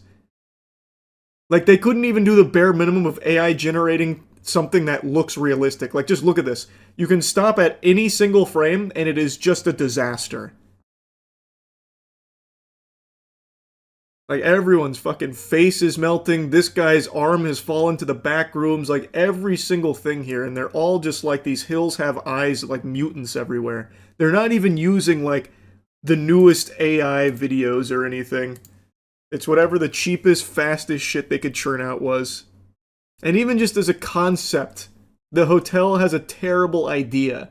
Yeah, it doesn't even have a strip club. Well, not yet. That's if you donate the $50,000 to it, you get a brick and a lap dance. And a free 1-year subscription to Sohids. Would have been better in Vegas, like a gaming casino hotel. I guess. I don't think this is a hot take. I think this should be a pretty obvious take. But the thing is, if you're trying to market to gamers for a social experience, you're fucking stupid. Like, the last people that would want a gamer hotel would be gamers. They're not gonna go. If this actually gets built... Oh, yeah. I mean, you can just stop it right there if this actually gets built. It won't. Here's what I think. I think they will start construction on something. I think whatever they end up finishing construction on will not be Atari Hotel. It won't be a gamer hotel. I think it'll end up just being another one of their endless hospitality projects, and this was just going to be a fucking failed concept. They'll just pivot. Wait to hear about the Atari's next project. Atari airline that takes you to Atari cruise. Genius. I know you're making a joke, but it actually is incredible to me how Atari was so early to video games. They had such a stranglehold on it, and they floundered. And now, all they coast on is their once powerful name. Despite not having any real, like, products or anything of value for the last, like, 2 decades, almost 3 decades, they still coast with this name because it's so recognizable, but they won't do the bare minimum of just trying to make good games or anything again. Like, they're just totally content to do nothing except try and cash in goodwill on the Atari name. It's crazy to me. Oh, it's the actual Atari business. As far as I can tell, this is the actual Atari business, yeah. This isn't like a knockoff or anything. This is an Atari partnership, from what I can tell, based on their website here. Though, I did just Google something that came up with a Reddit post from someone who's been looking into this. So, I'll take it with a grain of salt for now. According to this post, it's a hotel with the Atari license and branding, but totally unaffiliated with Atari. Which sounds very par for the course if that is true. Atari just... They probably got a cold call and an email like, hey, for like $50, can we like use the Atari name for a little something we're cooking up? And they're like, yes! Yes, God, please! Anything! So basically like Nickelodeon Hotel. They just use the brand and IPs, but it's actually run by Holiday Inn. God, the Nickelodeon Hotel is a classic. Oh, it's so good. These new-gen scammers don't know how it was back in the day. They actually had to work to scam people. All you need now is AI. Isn't that crazy? Yeah, like, you're making a joke, but it's actually super true. You actually had to try to scam back in the day. Now, AI does it for you. It's such a shame. There had to be some level of intelligence to a scam. No longer the case. Bernie Madoff with AI would have been unstoppable. Yeah, they would have never caught his ass if he had AI in his tool bag. The nightmare finally ended. One Punch Man Season 3 just concluded, and it actually went out on a decent note. The final episode of Season 3 was one of the better ones of the season, which isn't saying a lot. That's like saying your most recent fart was the least stinky.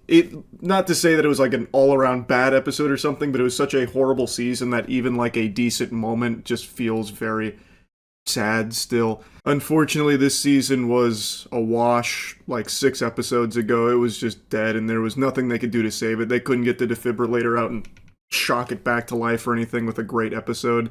Not that a great episode ever came, but with the Saitama vs. Orochi fight and Flashy Flash fight, those two were definitely the best moments of Season 3, and they do show that the animation team here does have the capability of delivering quality at least the same level as Season 2, but due to whatever unfathomable degeneracy and greed was happening behind the scenes with Bandai, where they refused to give the team any real time or money to flesh it out and deliver something of high quality, we were left with this fucking hemorrhoid of a season. And they're threatening to release a part 2. So there's an official announcement, as far as I can tell, an official announcement. Maybe this is all like a big out-of-season April Fool's joke, who's really to say at this point, where they're announcing a Season 3 Part 2. Now, it's slated to come out in 2027, which means that should be 2 years of being able to cook this season, which is significantly longer than reportedly the team had to work on Season 3 Part 1. From everything I've read, even though it took 6 years between 2 and 3, the actual animation didn't really have all that long to bake. So that gives me a small glimmer of hope that maybe Part 2 will be a significant improvement and get back to what JC Staff was able to deliver with Season 2 at least. That being said, the official poster that was posted for it is literally the exact same one that they made for Season 3 Part 1 2 years ago. They just flipped the PNGs around. If you could have seen my face when I saw that poster, I was sporting the biggest frown you've ever seen. Not even the Grinch could find a way to look that miserable when I saw that. Because that's... You can't really come up with a good excuse there other than they didn't feel like making a new poster. They wanted to do the bare minimum. You can't even blame that on, like, budget or like a time constraints or something to just reuse the same image from over 2 years ago and just flip the characters around. That's Jiminy Christmas. Holy Toledo. That's rough. Heavens to Betsy. That is already putting Part 2 in a pretty sour spot that they couldn't even be bothered to make like a new poster for it. But again, with 2 years here, 2 years of playtime, hopefully it can be an improvement from what we just experienced here with Part 1. Season 3 was an atrocity. It was an affront to God when it comes to animation. But not just animation, because everything was so rushed and so crunched, everything suffered, even outside of animation. So like the pacing didn't work. There were tons of editing mistakes out the wazoo. Characters would sometimes just grow titties or sometimes like lose or gain fingers. Like all kinds of like crazy wacky shit was going on. And then like the humor would fall flat because it was edited so poorly and cut from like the joke away from the punchline then back to the punchline. It was just a complete disaster. So while the animation did look like a PowerPoint and it's the main thing people criticize and spit on, it had even more problems than just that. The whole season was pretty embarrassing to what the source material had provided. Again, I don't want to just keep, barking up this tree, but I cannot express enough just how good the One Punch Man series is. The manga is extraordinary, and to see an adaptation like this that is clearly rushed and half-baked, it just sucks. And it's why it's become such like a big talking point for a lot of people, because people cherish Season 1, and even though Season 2 wasn't as good as Season 1, in hindsight, we didn't know how good we had it then, I guess, because this has just been terrible. Absolutely terrible. And even if you don't know anything about One Punch Man, just watching Season 3 is not enjoyable. There's not a whole lot to like about it. And again, I want to strongly reiterate this for the millionth time. I don't put the blame solely on the shoulders of JC's staff for this catastrophe of the season. I think with the couple of decent moments shown here, it proves that there are passionate, talented animators working at that studio.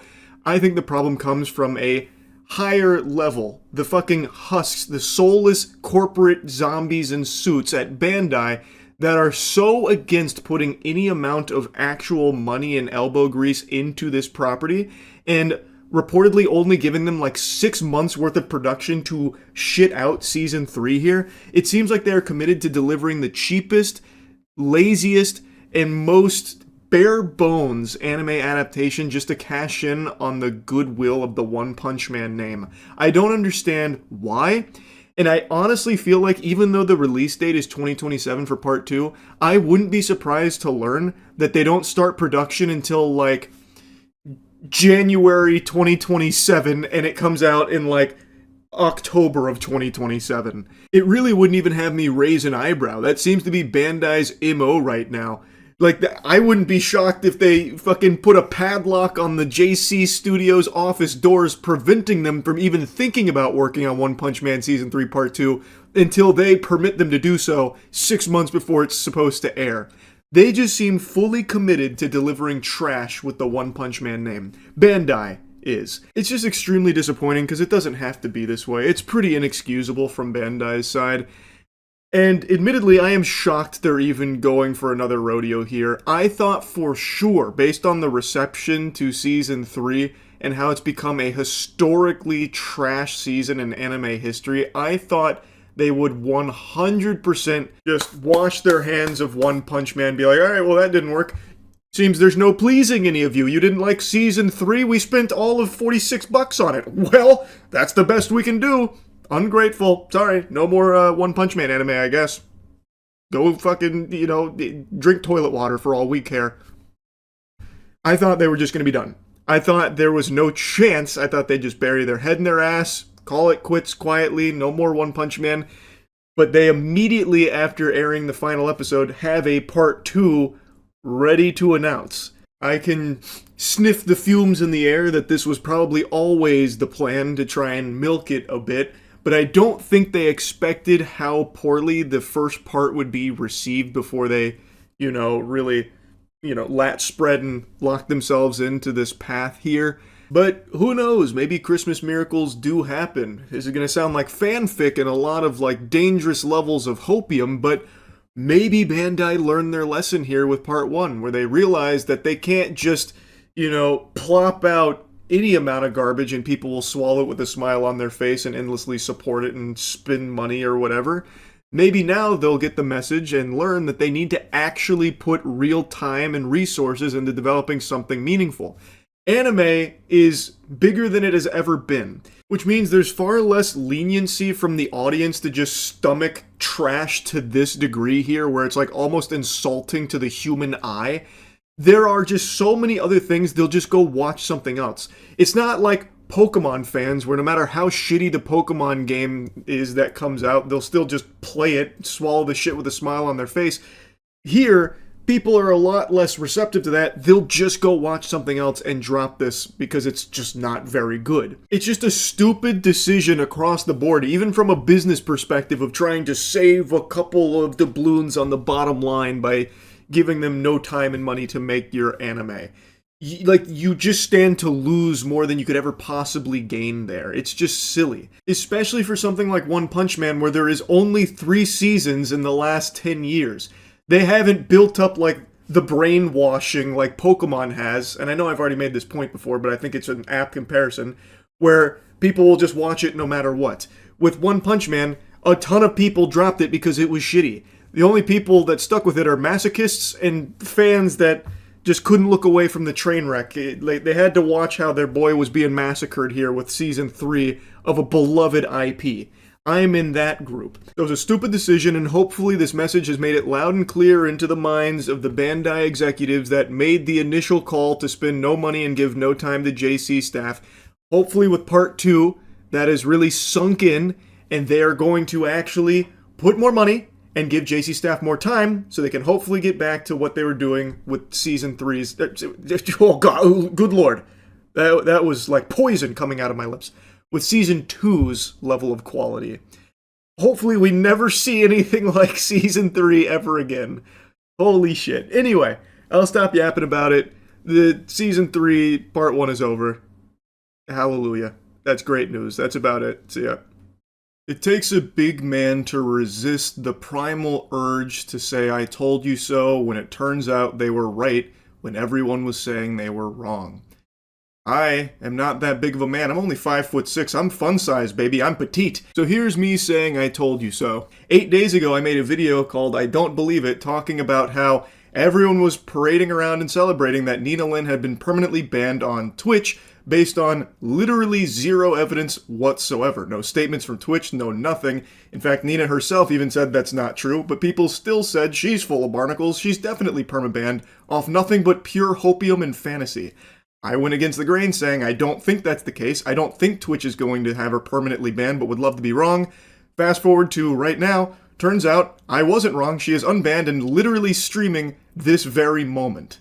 And if you turn your attention to her chat, you get a peek inside what Arkham Asylum must look like in the modern age. I cannot imagine, I can't even picture what losers must look like that are spamming W in a Nina Lynn stream. This is sexual assault superstar Nina Lynn, and people are excited to see her content again. Using the term content very loosey-goosey there because all she does is go on stream and whine about her haters and how much she doesn't care and actually loves her haters. Stay mad, fuck your mom, and then she'll go out in public with fake bravado and pretending to be all tough. It's just absurd to even imagine someone being entertained with those jingling keys because basically she just goes out and just says, fuck your mom! And that's it. But maybe they're very excited to shower with money because they're hoping they'll be her next sexual assault victim. Maybe that's what they're sitting their fingers crossed with as they throw dollars out of their wallet at her. A brief lore recap for those that are blissfully unaware of who she is. She is a streamer who has on-stream sexually assaulted someone. And then turned it into a joke after the fact, even said that they should be embarrassed to even feel like they got sexually assaulted. She then also stole from Target on stream and then bragged about how much she steals from Target. All of this broadcast on Twitch, mind you. And she hasn't been permanently banned for it. She got 3-week ban in total. So I think it's a pretty clear message from Twitch that they don't take crimes like sexual assault or stealing all that seriously. Though they're willing to turn the other cheek if you're bringing in some viewership and some money to Twitch. A pretty awesome message to be sending to the community where sexual assault savant Nina Lynn is welcomed back with open arms from Twitch itself, even after unapologetically broadcasting it and then turning the sexual assault event into a joke on her stream, as if it's not a big deal and doesn't matter or anything. You've really outdone yourself here, Twitch. It's actually unbelievable. There is no clear consistency with the way Twitch enforces their rules. So you can commit serious crimes like sexual assault on Twitch, but if you're popular enough, that's okay. They'll let that slide after a couple weeks of vacation, which, by the way, wasn't because of the sexual assault. The 3-week ban was because of the stealing from Target. And I feel like they were probably trying to make up for like only banning her for like 24 hours or whatever it was after the sexual assault. But even then, 3 weeks... Yeah, I'm sure Nina Lynn really learned her lesson, and it definitely sounds like she did on her return stream, that's for sure. There is no consistency to how Twitch enforces their own rules. So, a notable example is, in 2023, a streamer named Scumnut got indefinitely banned for a joke where he typed, "I'll kick you to death" in one of his friends' chat, in reference to a God of War run he was doing, which was kick only. This was one message to a friend of his that was clearly in jest, and he received a year-long ban and only got the ban lifted because that friend was able to argue with Twitch staff himself to get Scumnut back on the platform. Imagine a world where you get banned for a year for what is clearly a very quick one-message joke to a friend of yours, yet sexual assault and other crimes are only punished for 3 weeks. It's absurd. Anyway, let's take a quick peek at the intro to Nina Lynn's return stream. There's no point in diving into a lot of it, because all it is her just being, like, really loud and obnoxious. Even after this whole ban, listen, bro! The haters gon' hate! But listen, ain't no better marketing team than the haters. I'll tell you that right now. Guys, I'm not even joking when I tell you this. Bro, I love it. I love it, bro. I love the support, the hate, the everything, bro. We love all that shit. We love all that shit. Give it to me, bitch. Oh my God. Oh my God. The girl Wonder. The girl Wonder with the 10. I saw you earlier. You was giving out 5s and shit too. Shout out to the girl Wonder, man. Man, she really has the voice of an angel and the mouth of a sailor. What an incredible combination. And she is as loud as a child on Xbox Live. The perfect recipe for incredible success. So much financial gain. Even after blatantly sexually assaulting someone. Yes, sir, that's sexual assault superstar Nina Lynn back in action. Hide your cheeks, because she's coming for him without consent. It's incredible stuff, Twitch. You've really outdone yourself here. What a strong message you're sending.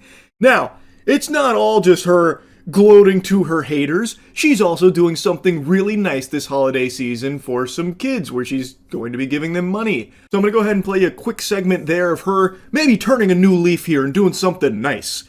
Maybe I'm spoiling it. Fuck it, I'm gonna spoil it. I have some news for y'all. I also have, tomorrow we are giving 120 to 100 orphans or, recreational kids that we're gonna be donating money. We got some sponsors on deck. I'm gonna invite you guys on it. But the money is gonna go towards the kids, bro.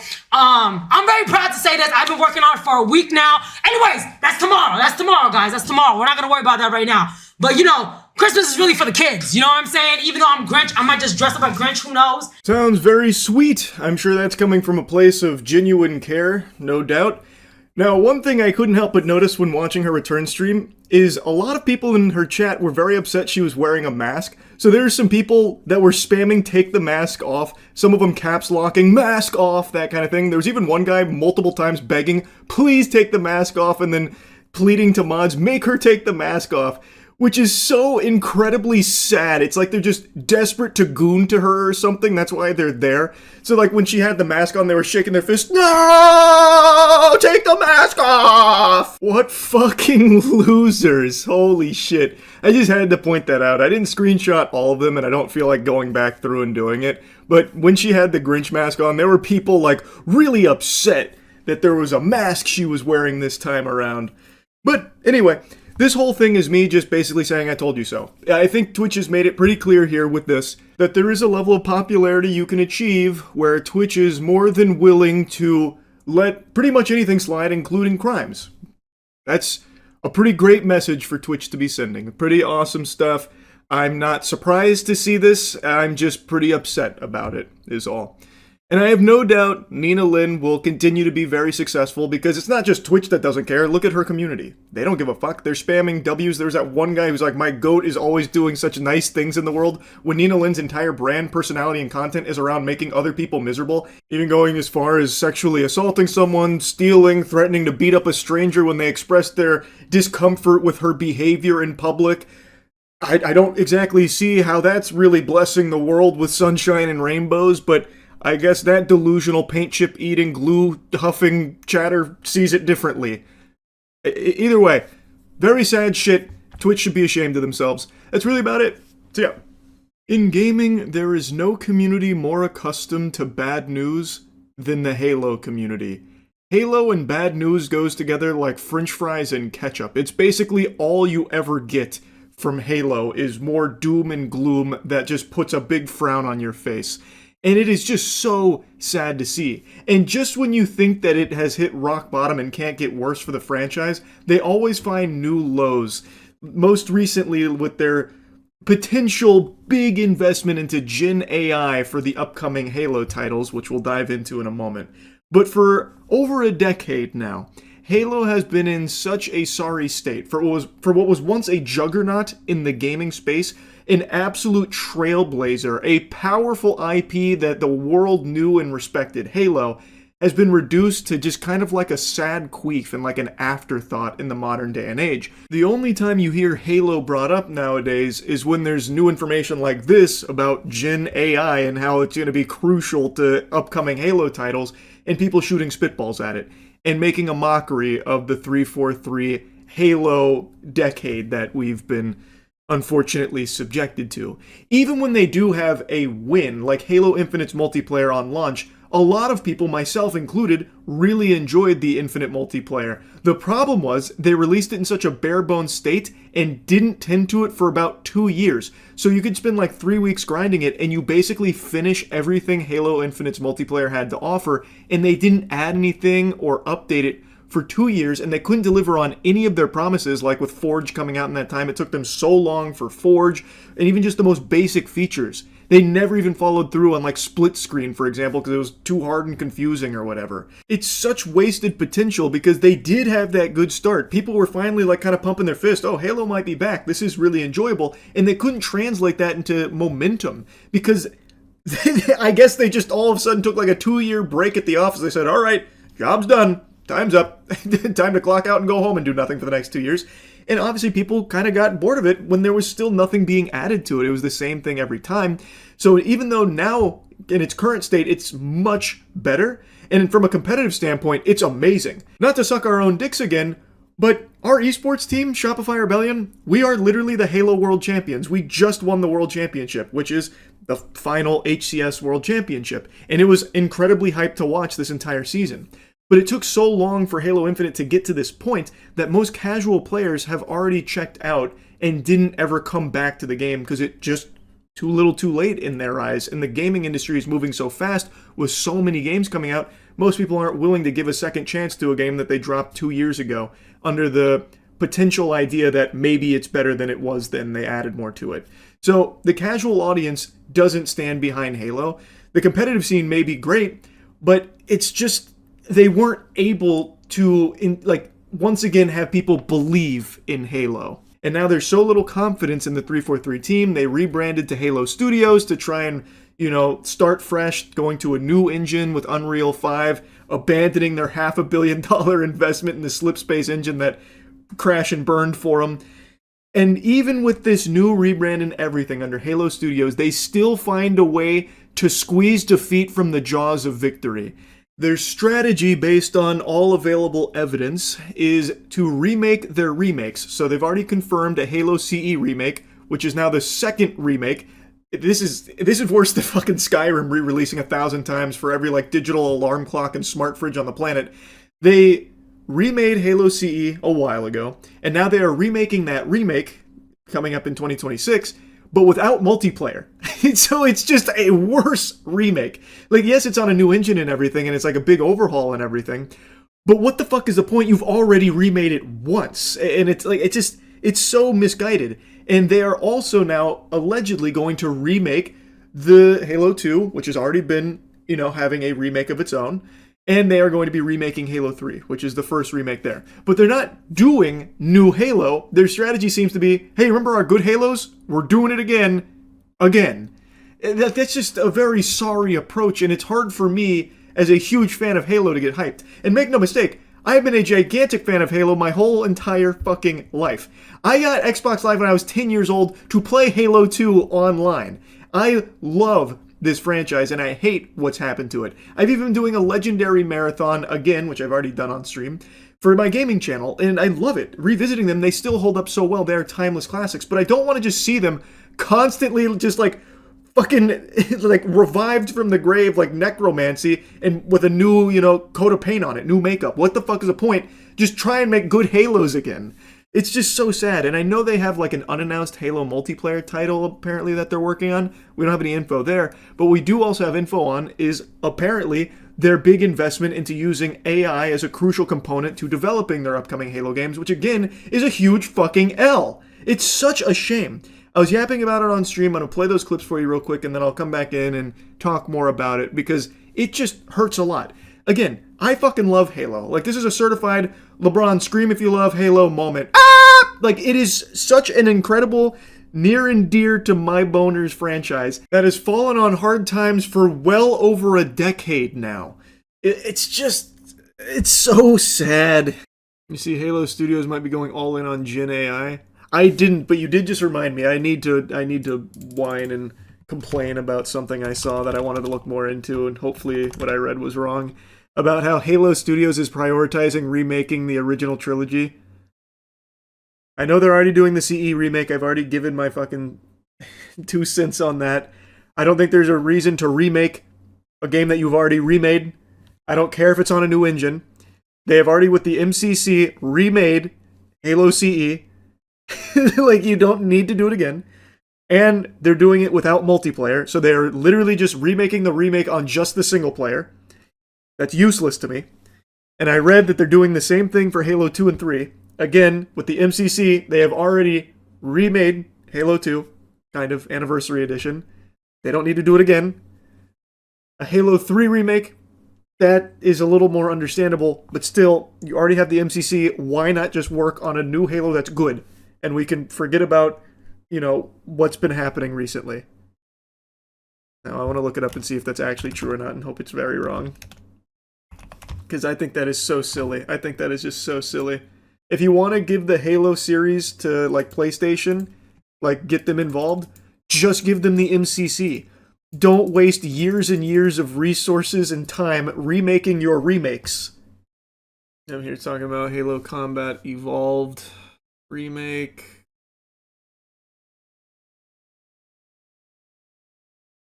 New multiplayer planned. We don't have any info on that. New report from Rebs Gaming indicates that there are also plans to remake both Halo 2 and 3, in addition to CE. And is this a reliable source? How reliable? Yesterday I confirmed Halo Studios is planning to remake the original Halo trilogy, and today I'm working on another report about Halo Studios. Is this about Gen AI then?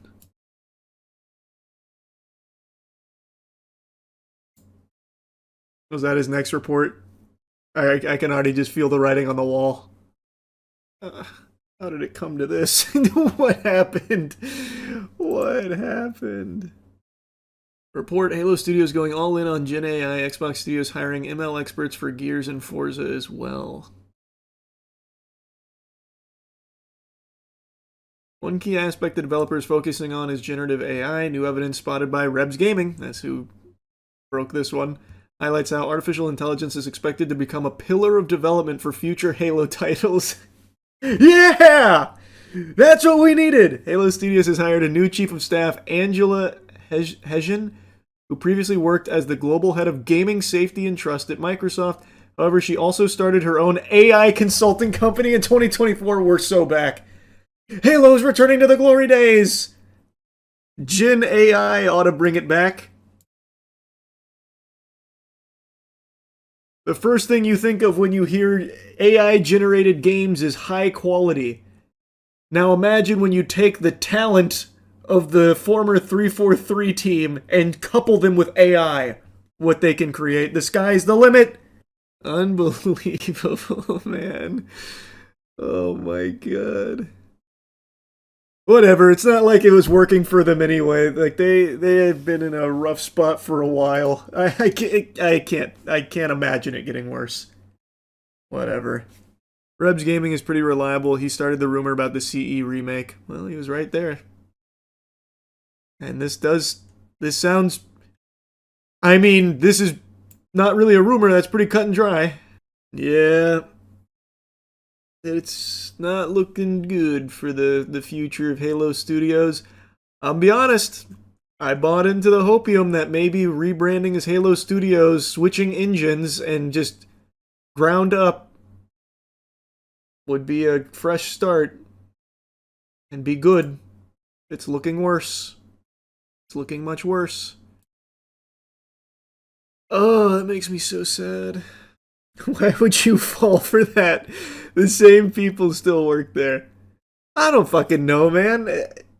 One of the things I think really fucked them with Halo Infinite was spending like 8 years developing a $500 million slipspace engine that they couldn't even figure out how to use.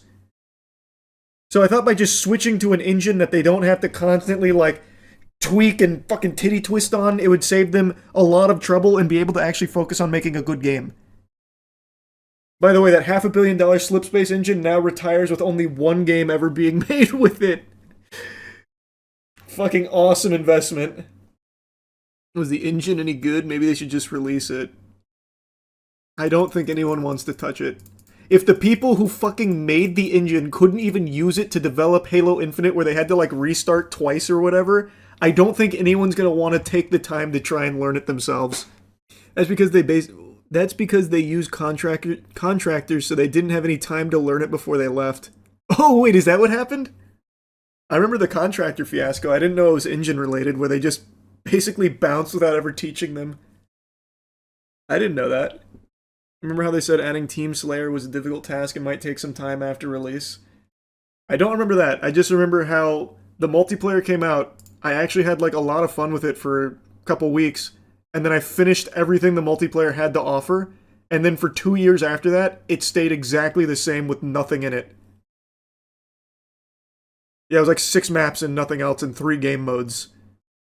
They couldn't get Forge out in time. They still never even followed through on the split screen or anything. Oh, man. Oh, man. It's so sad. It's so sad. Didn't Glitchers find a way to do split screen because they couldn't do it Yeah, eventually the community found a way to brute force it. Yeah, no, it makes me salty. I just... Especially after replaying the good Halos, I just wish it could somehow get back to that former glory. That's all. I just hate to see what's happened to this. Now, I fully recognize there are people out there that are excited about remaking the original trilogy again. I just am not one of them. I really can't fathom why you would be excited about that. They have already remade CE once. They have already done an upgrade to Halo 2 once as well. Why do it again? Like, I don't care that it's a new engine, it's still the same experience. Like, I don't care if it's prettier and whatever. In fact, I prefer the old look of those games. I like the originals. I don't need them remade and then remade again. I would much rather Halo go forward as opposed to just staying in the past for all of these, like, nostalgia trip moments. Like, you remember this? Well, check it out now with ray tracing. Like, I don't give a fuck, man. Just try and make a good Halo again. That's what I really want. And I truly don't understand the decision to remake CE and then not include multiplayer. That is actually like a crazy stupid idea. That is an indefensible notion. I do not get that whatsoever. But again, maybe the multiplayer Halo they're working on will save all of it.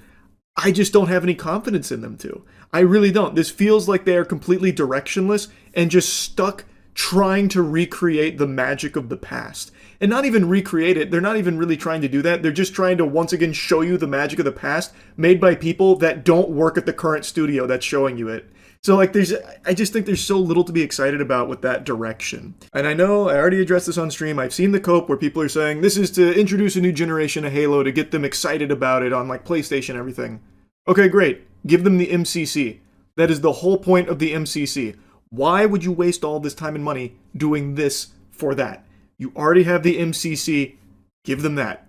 I don't like it. I do not like the green eggs and ham here. And I really, really, really, really don't like the Gen AI enthusiasm that's reportedly present here at Microsoft and Halo Studios for their upcoming Halo titles. They were already slop before AI was introduced. I can only imagine how much worse it will get with that. Like, again, just when you thought it couldn't get worse, it's looking like it can. If they are truly going all in on Gen AI for Halo games coming up, there is just no hope. So yeah, I've been yapping about this for a bit now, I know. But I just really love this franchise and really hate what's happened to it. And it's not looking like there's any greener pastures coming up or anything like really shining bright in the future with Halo Studios here at the helm. But I guess maybe the multiplayer game might have some potential. I don't know. I can't believe I'm still latching on to Hopium here, but I just had to whine about it a little bit more. That's really about it. So yeah, 2025 is nearing its end, and luckily for all of us, Ebo Noah's prediction on the global flood that was going to kill us all turned out to be incorrect. Well, knock on wood. Guess any day now it could still happen, I suppose. Ebo Noah, for those that don't remember, was a TikToker who claimed he got a message from God that the world was going to flood on the 25th and he needed to build arks to save all the people and all the animals. So he started building some arks. But you know how the story goes. World did not flood on the 25th, and Ebo Noah was very excited about that, saying that his prayers were answered and God postponed it. And then turns out he also got himself a nice luxury vehicle. Allegedly, potentially, from some donations he had received from a lot of people panicked that the world was ending and their only way of surviving was to go to his arks. There's even video footage of hundreds, if not thousands, of people that showed up to his arks prior to the prophesized flooding. But luckily, didn't flood. We're all still here. No rapture either. That one also turned out to be a load of baloney. And as I look back on 2025, it's safe to say, boy howdy, it's going to be one for the books. And there's plenty of negative things to point out, but I wanted to focus on the positives of 2025, on a personal level. There were a couple decisions I made this year that have led to a lot more happiness in my life. The first, getting a farm. I cannot tell you how much nicer it is to live life outside of just the four walls you're surrounded with. As every tech company on the planet tries to do its best to get you suckling from their titty, like locked in your rooms, getting all your socialization through ChatGPT and other AI services, and as more and more things are pushing you to just stay at home, it's nice to buck that trend and be outside. And not to sound like your great-grandpappy, you know, talking about how back in my day I had to walk 15 miles up a hill of fucking molten lava in order to get to school, that kind of thing, but I gotta tell you, there really is something about that whole outdoors thing. It kind of lives up to the hype, you know. It does feel nice to just disconnect and, like, be outside and shit. Like, I started running again recently. Like, I got a treadmill and I run on that, but I've also just been, like, running around outside, too, which was something that I had not done for a while. For the last 10 or so years, it's been exclusively weightlifting. Like, the main cardio I would get is pick up basketball, but I don't know, it feels pretty good to just be running for the sake of running. These old bones and the old joints, they may ache and don't appreciate it in the moment, but I know they'll thank me long term. And I guarantee I look like shit while running too. Like, I bet my form looks awful. I probably look like a zombie from 28 Days Later. But it feels good. I don't know, it's nice breathing the fresh air and shit. So getting that farm, and I want to do a lot more out there with the land, like with agriculture and shit. But just taking that first step has been very nice. Another thing that I did this year that's been extremely fulfilling is getting back to, like, my roots. At the end of 2024, I recognized that I barely played any games for that whole year, and over the last, like, handful of years, I've kind of, like, weaned off of gaming without even really noticing. So 2025, I made, like, a strong point to get back to gaming a lot, because it's something that's always made me happy since I was a wee toddler. So I even made, like, a whole channel dedicated to it, Moist Critical Gaming, and I've been having so much fucking fun with that. I have played hundreds of games this year. Hundreds, not exaggerating. And I've still missed some bangers that have come out this year because it's been a stacked year for great games that have been slapping. But it's been so fucking refreshing just going through and playing, like, some classic retro games. Like, I played the old school Peter Jackson King Kong game, Sly Cooper, still need to finish the whole series. Of course, then I also did my Resident Evil marathon where I played every motherfucking Resident Evil game ever made, all 30 of them. It's just been so nice. Like, getting back to something that I used to love just feels really good. Good for the soul. And playing shitty games, oh man. Chef's kiss. It's never been so enjoyable. And piggybacking off of that, one other thing that I've been doing and making more of a conscious effort on is physical media. I think all of us recognize now we're in the era of you will own nothing and be happy. Corporations are pushing you to just basically rent shit from them. You get, like, a permission slip to access something for however long they deem appropriate, but can revoke it at any time. RIP to incredible cartoon series that are no longer being streamed and you don't have access to unless you have them on physical media. And so I've been making more of an effort to get, like, CDs and movies of things that I've always really liked. And I've been tinkering with the notion of doing the same for video games, but for video games, I'm just a huge proponent of emulation. Emulation is just absolutely integral to the medium because it is aggressively changing towards you own the idea of a game. It's all just imagination at this point. Fucking Ubisoft really leading that charge where they're just proudly with their whole chest saying gamers need to be comfortable not owning their games. So I am a big proponent of emulation.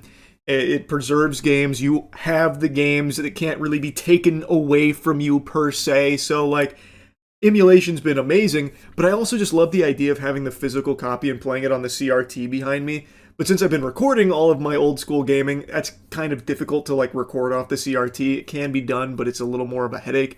So I haven't really dove into physical media for my games yet, but I probably will take the plunge because it's just nice to have. Another thing, and I don't want it to sound like an advertisement, but this has been a huge part of my year, Cheeky Soap.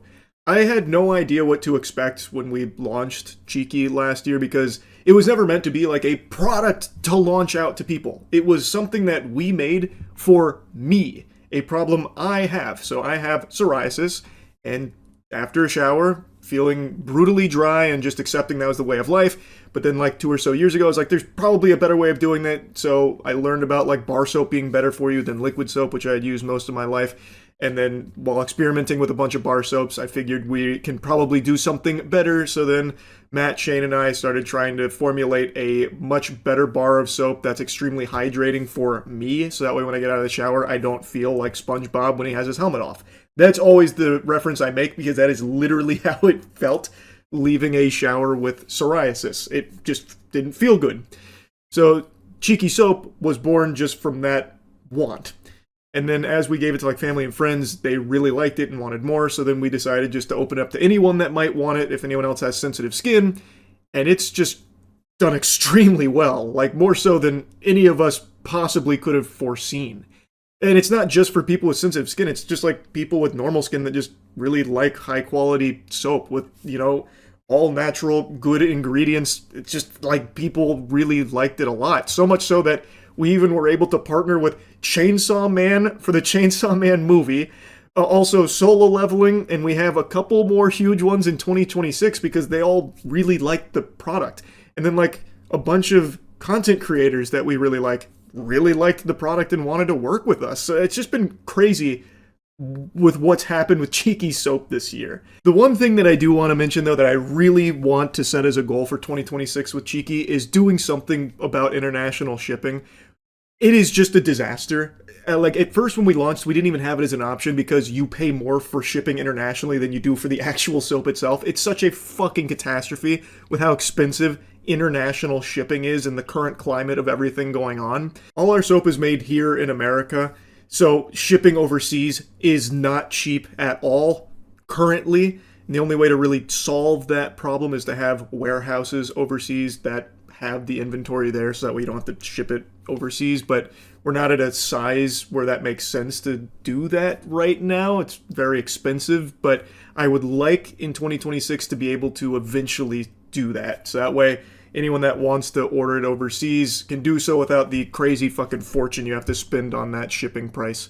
But anyway, like I said, I didn't want this to feel like an ad. It's just been like a really big, very nice part of 2025 with everything that's been going on with Cheeky. Another huge piece of 2025 that's just been amazing for myself as well as friends that have been working on it with us is the Godslap animated feature film. We have an entire movie being made for Godslap, our comic series. It is a traditional 2D animated feature film. It's animated from an extremely talented studio that I've been very hush-hush on because I want to wait until we have like a trailer or something to show all of you to reveal that. I am financing it out of my own piggy bank. Charles's purse here, so there's no like outside investment pulling the strings and like forcing things in there or anything like that. So it will be our exact vision, and I'm extremely excited about that. We just got the first 25-minute animatic in. It'll probably be about like a year and a half if I had to guess for the first 25 or so minutes, which will be on my channel here, totally available to everyone for free. After that, then we'll start production on the next like 80, 90 minutes, whatever it is when we get to that point. There's so much I want to talk about with the Godslap animated film, but I've been trying my best to keep the details to myself till we can show you it as opposed to just, you know, generate hype, which might be, you know, months out before you see anything. So I don't want to go too deep into it here, but it has been a big part of my 2025, and it is extremely exciting, and I can't wait to share more of it with all of you. I could probably yap for quite a lot longer on some other things, but the other big one that I want to mention is my dad's 32 Ford project being completed this year. That was an extremely special thing. I know for him and Joe, his friend that he worked on it with over the last couple of years, but just seeing my dad so excited about something and putting so much time and effort into this project, building this car from his childhood, was so fucking cool to me. And he just recently took it to a car show, which he was really proud of. Everyone really liked it at the car show. So just seeing the work that he's done on that and seeing it completed now was another very special moment of 2025 for me. I guess there's no point in me blabbering for like, you know, another 20 or so minutes, but even though there are plenty of negative things to point out about this year, I wanted to try and instead look at some of the positive personal things that have happened for me in 2025, and there's been a lot, and I hope for any of you watching this out there who are seeing so much bad going on in the world to maybe like take a moment and reflect, see if there was anything good about your 2025, and maybe focus on that going into the new year. And I don't know, just something uplifting. I was trying to deliver something like a little more positive using my own personal experiences in 2025, and I'm really hoping that you watching this also had some great things that have happened in your life this year that you can look back on positively in the midst of, you know, a lot of not good stuff going on out there. Anyway, though, that's really about it. Wishing you all a wonderful new year. That's about it. See ya. Not something I normally make a video on, but I just saw the news about the fatal car crash that Anthony Joshua survived that unfortunately claimed the lives of two of his friends, Latz and Cena. A very tragic and just very sad accident that I think the reason I want to talk about it just kind of reminds you how quickly life can change like that. Because it was only like, what, a week ago? 2 weeks ago, maybe? Where Anthony Joshua just made, you know, like $100 million or something like that with the Jake Paul fight. And now he went home to spend time with family in Nigeria. And then just out of nowhere, a freak accident that ends with two of his friends dead and him with injuries as well. Based on the reports, they're not like serious injuries, but even still, the loss of his friends like that has got to be beyond traumatic. There's quite a lot of footage of it because tons of people gathered around. It looked like they were gathering around for like the New Year's Eve ball drop. It was unbelievable the amount of people that crowded the crash and just started filming it, which I know is commonplace everywhere in the world. Anytime anything happens, the first thing people do is start filming. But in one of the longer clips, someone was like actually moving people out of the way that I believe were trying to help Anthony Joshua out of the car so they could get a better angle to film at. It was very disturbing.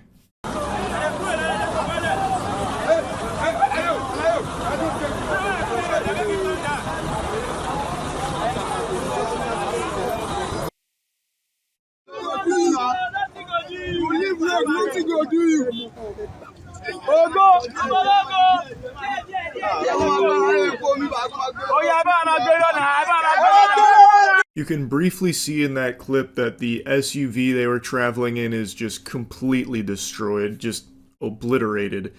Now, according to officials, what they believe happened is that the SUV was attempting to overtake another vehicle on the road, so they traveled over the speed limit to overtake them, and while doing so, ended up crashing into a stationary truck, which led to the loss of life here.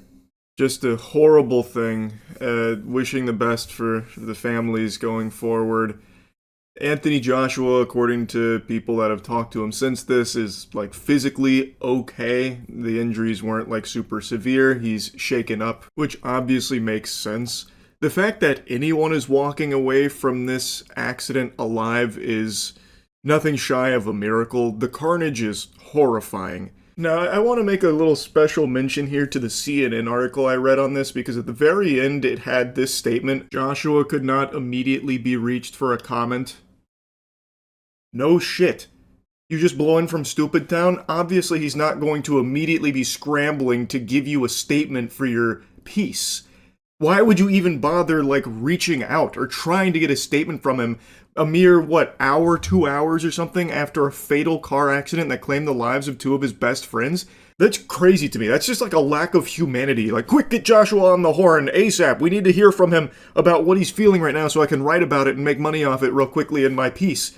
What do you mean he doesn't want to talk to us? That doesn't make any sense. Fine, alright, I'll just go ahead and say he couldn't be reached for a comment. How selfish. I understand it's just like standard journalism, but that kind of thing always just rubs me the wrong way in the event of a tragedy where they try and like reach out to whoever survived it or something as quickly as they can so they can be like the first outlet to have a statement from them.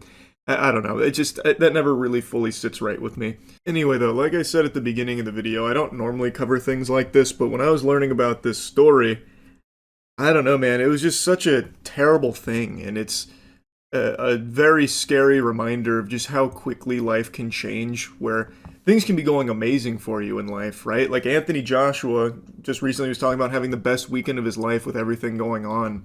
And then just from out of nowhere, at the height of everything going really well, a heartbreaking tragedy can occur. It's just sad and scary. It's just fucking terrifying. You've just got to cherish life every second of it. Every second you spend in this corporeal realm is a gift, and You know, it's just, you never know what can happen.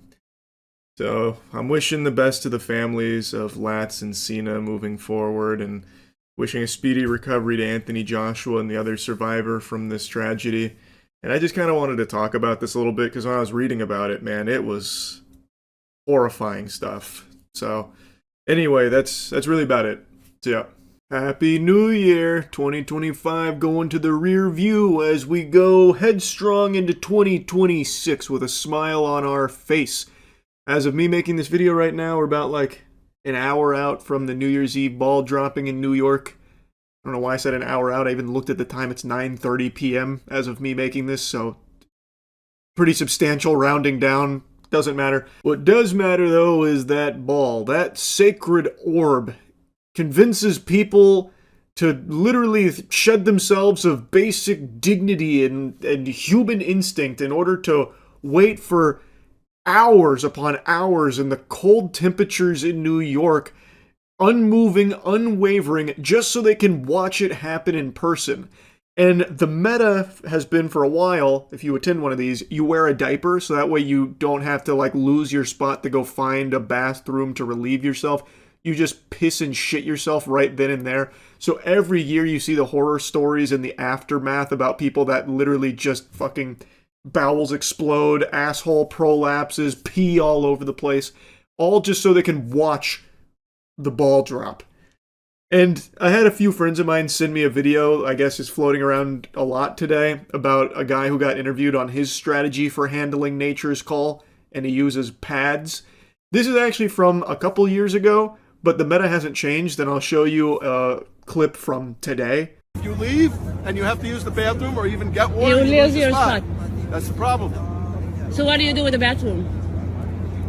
What do you do? I'll show you exactly what you do. Okay? Hold on. Let me see. Let me try and find this here. Okay, now I see these pads? Yeah. You have to pee in these pads. Let me show you. But you're a man. What do you do if you're a woman? Everybody's equal. Nobody's any different. What an inspirational, uplifting message. We're all equal. Nobody's different.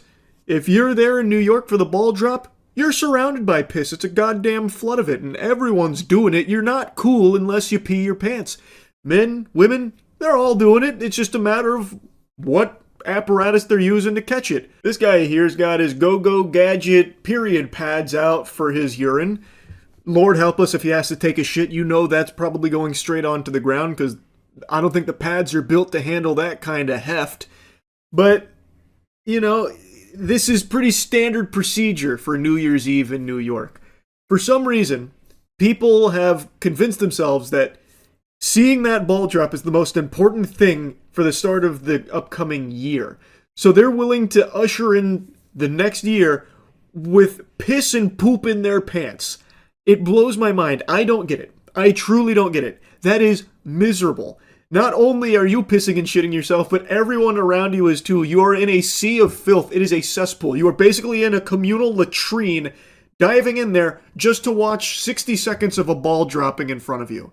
Now, of course, there's concerts and stuff, but you're probably not seeing those if you're like that guy at the front of the line, you know, barging his way to the very front so he can look at the ball like he's hypnotized by it.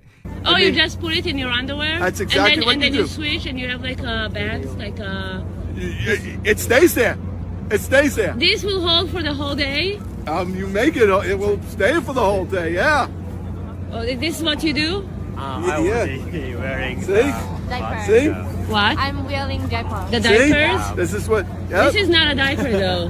This will not It works hold. too. It works too. It works? You're a lady. You should know it No, works. it's not working. It works. It's not. I wouldn't try it. Dude's out here driving the hard sale like he's trying to get a used car off the lot. It's like he's advertising these pads that he's trying to sell them to everyone there.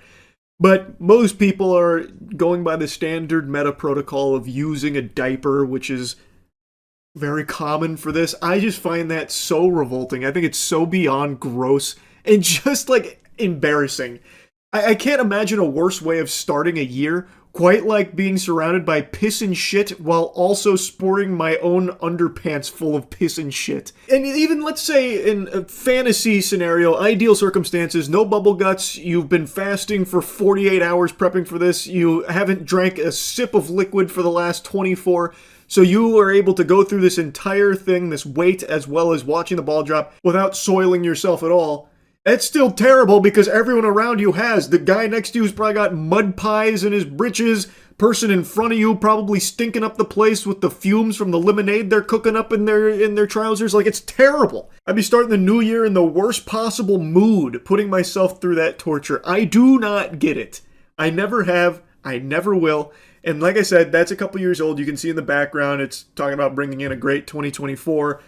But nothing's changed. This is still very normal for New Year's Eve, it seems. So here's a clip from today. Are you coming prepared by most people wearing diapers here? Yeah, I wear a diaper. I'm wearing a diaper now. Okay, do you have extra just in case anybody needs one? Yes, I got this. A diaper. Awesome. So you're able to bless somebody if they did not wear one? I bless them not peeing, especially in front of me, you know. Awesome. Well, thank you for coming out, guys. Hope you guys have a great New Year. Can I get you guys to say Happy New Year? I gotta tell you, no one is happier about New Year's Eve celebrations than Penguinz. The executives at the top of the food chain of that company must just be the happiest people on the planet every time New Year's Eve rolls around. Sales skyrocket. But anyway, I mean, if people enjoy it, all power to them, I suppose. I don't personally understand it, but if you're out there right now, piss, poop all over the place, waiting for that ball to drop, Godspeed to you. I hope it's a cherished memory going forward. Hopefully it'll kick off your 2026 in the best possible way. For me personally, I think it's a lot more convenient just to hang around friends and family to start the year off right, being around people you know and love that aren't soiling themselves around you, attacking your senses with their waste fumes. But anyway, 2026, right around the corner. That's about it. So yeah. The Stranger Things series finale just aired. 10 years, 5 seasons. The journey is now concluded. I didn't make a review after Volume 2 dropped. I made one after Volume 1. I had a hot take people didn't quite like, perhaps a little too spicy. I thought it was a pretty underwhelming start. Volume 2 rolls around and people are singing a little bit of a different tune there. I thought it was even weaker than Volume 1. Since the finale aired, I'm going to give you my all-encompassing review of the Stranger Things Season 5. So with Volume 2, I thought it introduced even more ass pulls. So now all of a sudden, Mama Wheeler is a superhero. She instantly overcomes her injuries, and as they're being chased by the Demogorgon dogs, the Demo dogs, Robin, Lucas, and Max are in a laundry room in the hospital after the Demo dogs have annihilated some soldiers. And while there, he is still playing Kate Bush to try and help Max back to the corporeal realm. And as they're taking cover by a washing machine, the Demo dogs are scouring the area. It's 3 of them. And they're looking around as slow as possible. They're moving slower than I would if you fed me fucking 15 shots of absinthe. It is unbelievable how slow they're moving. Robin even makes a mention to Lucas, hey, turn off that fucking Kate Bush. We gotta pipe down here real quick or we're gonna die. And he's like, nope. So he doesn't. The Kate Bush is still playing. Somehow this doesn't alert the dogs in any way, shape, or form to their location. Maybe they're huge Kate Bush fans and didn't want to interrupt the track. Or maybe they're completely deaf. But as the dogs get closer, that's when Mama Wheeler pops in, because she had actually booby-trapped one of the washing machines. She put an explosive in there, and as the washing machine starts, all 3 dogs all of a sudden get alerted to it, I'm guessing by sound, so they're not fully deaf, and then they're just watching the washing machine complete its cycle with the explosive in there, blows up, kills all 3, Mama Wheeler saves the day. And literally 2 episodes ago, we just saw that she can't really move and she literally can't speak. But in this episode, not only can she move and speak, but she is the fucking Terminator and even has a full conversation about how she needs to get her daughter back. So I guess she has Wolverine's healing factor now, I suppose. But that's just indicative of my main complaint of this season, where everything just happens with no real explanation for how that's even possible for it to be happening in that way. Everything is just so fucking convenient, and there is such a complete disregard for stakes anymore because everyone is basically immortal. We're going to be getting into spoilers here for the finale now, so big spoiler warning. I thought for sure in the finale this is where it was going to get dark, like they had hinted at so many times about there's going to be like dark Christmas for Stranger Things, that kind of thing. And still, even in the finale, nobody dies except for one character they brought back, which was Elle's sister, who we hadn't seen since season 2 in the most hated episode in the entire fucking history of the series, basically. Well, second only to the conclusion of Volume 2, I suppose. So a character we don't know, can't really care about, who had very little screen time in the season, is the one they decided to kill as the emotional moment. But there was just a complete reluctance here from the writers to actually kill off characters that would have made sense to kill off in that moment for like a whole completed character arc, and to remind the audience that this is an intense situation. This is, life or death scenarios. It's not Weenie Hut Jr. Previous seasons, they had no problem doing that.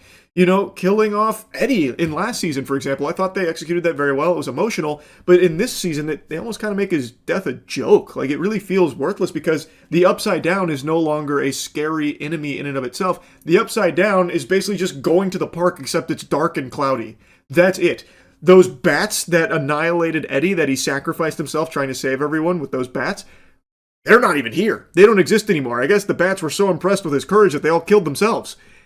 I mean, you could make a leap saying, like, the military went in and wiped them all out. Maybe, I guess. That's not something they showed. Or you could talk about, like, Vecna's pseudo-defeat, maybe having all the bats go extinct. I guess, maybe. But even still, that choice to no longer have, like, actual enemies or terror in the Upside Down takes so much wind out of its sails. You can literally just fucking spring break there, and they spend most of the season doing that in the Upside Down. I just don't like how afraid they were to kill off characters, or even really put them in scenarios of peril where you thought they might die. There was only like one or two moments where I thought, oh, this character's going to die here, and then they didn't. And I don't want this to get twisted, because you don't have to have characters dying left and right in order to make it a compelling emotional story.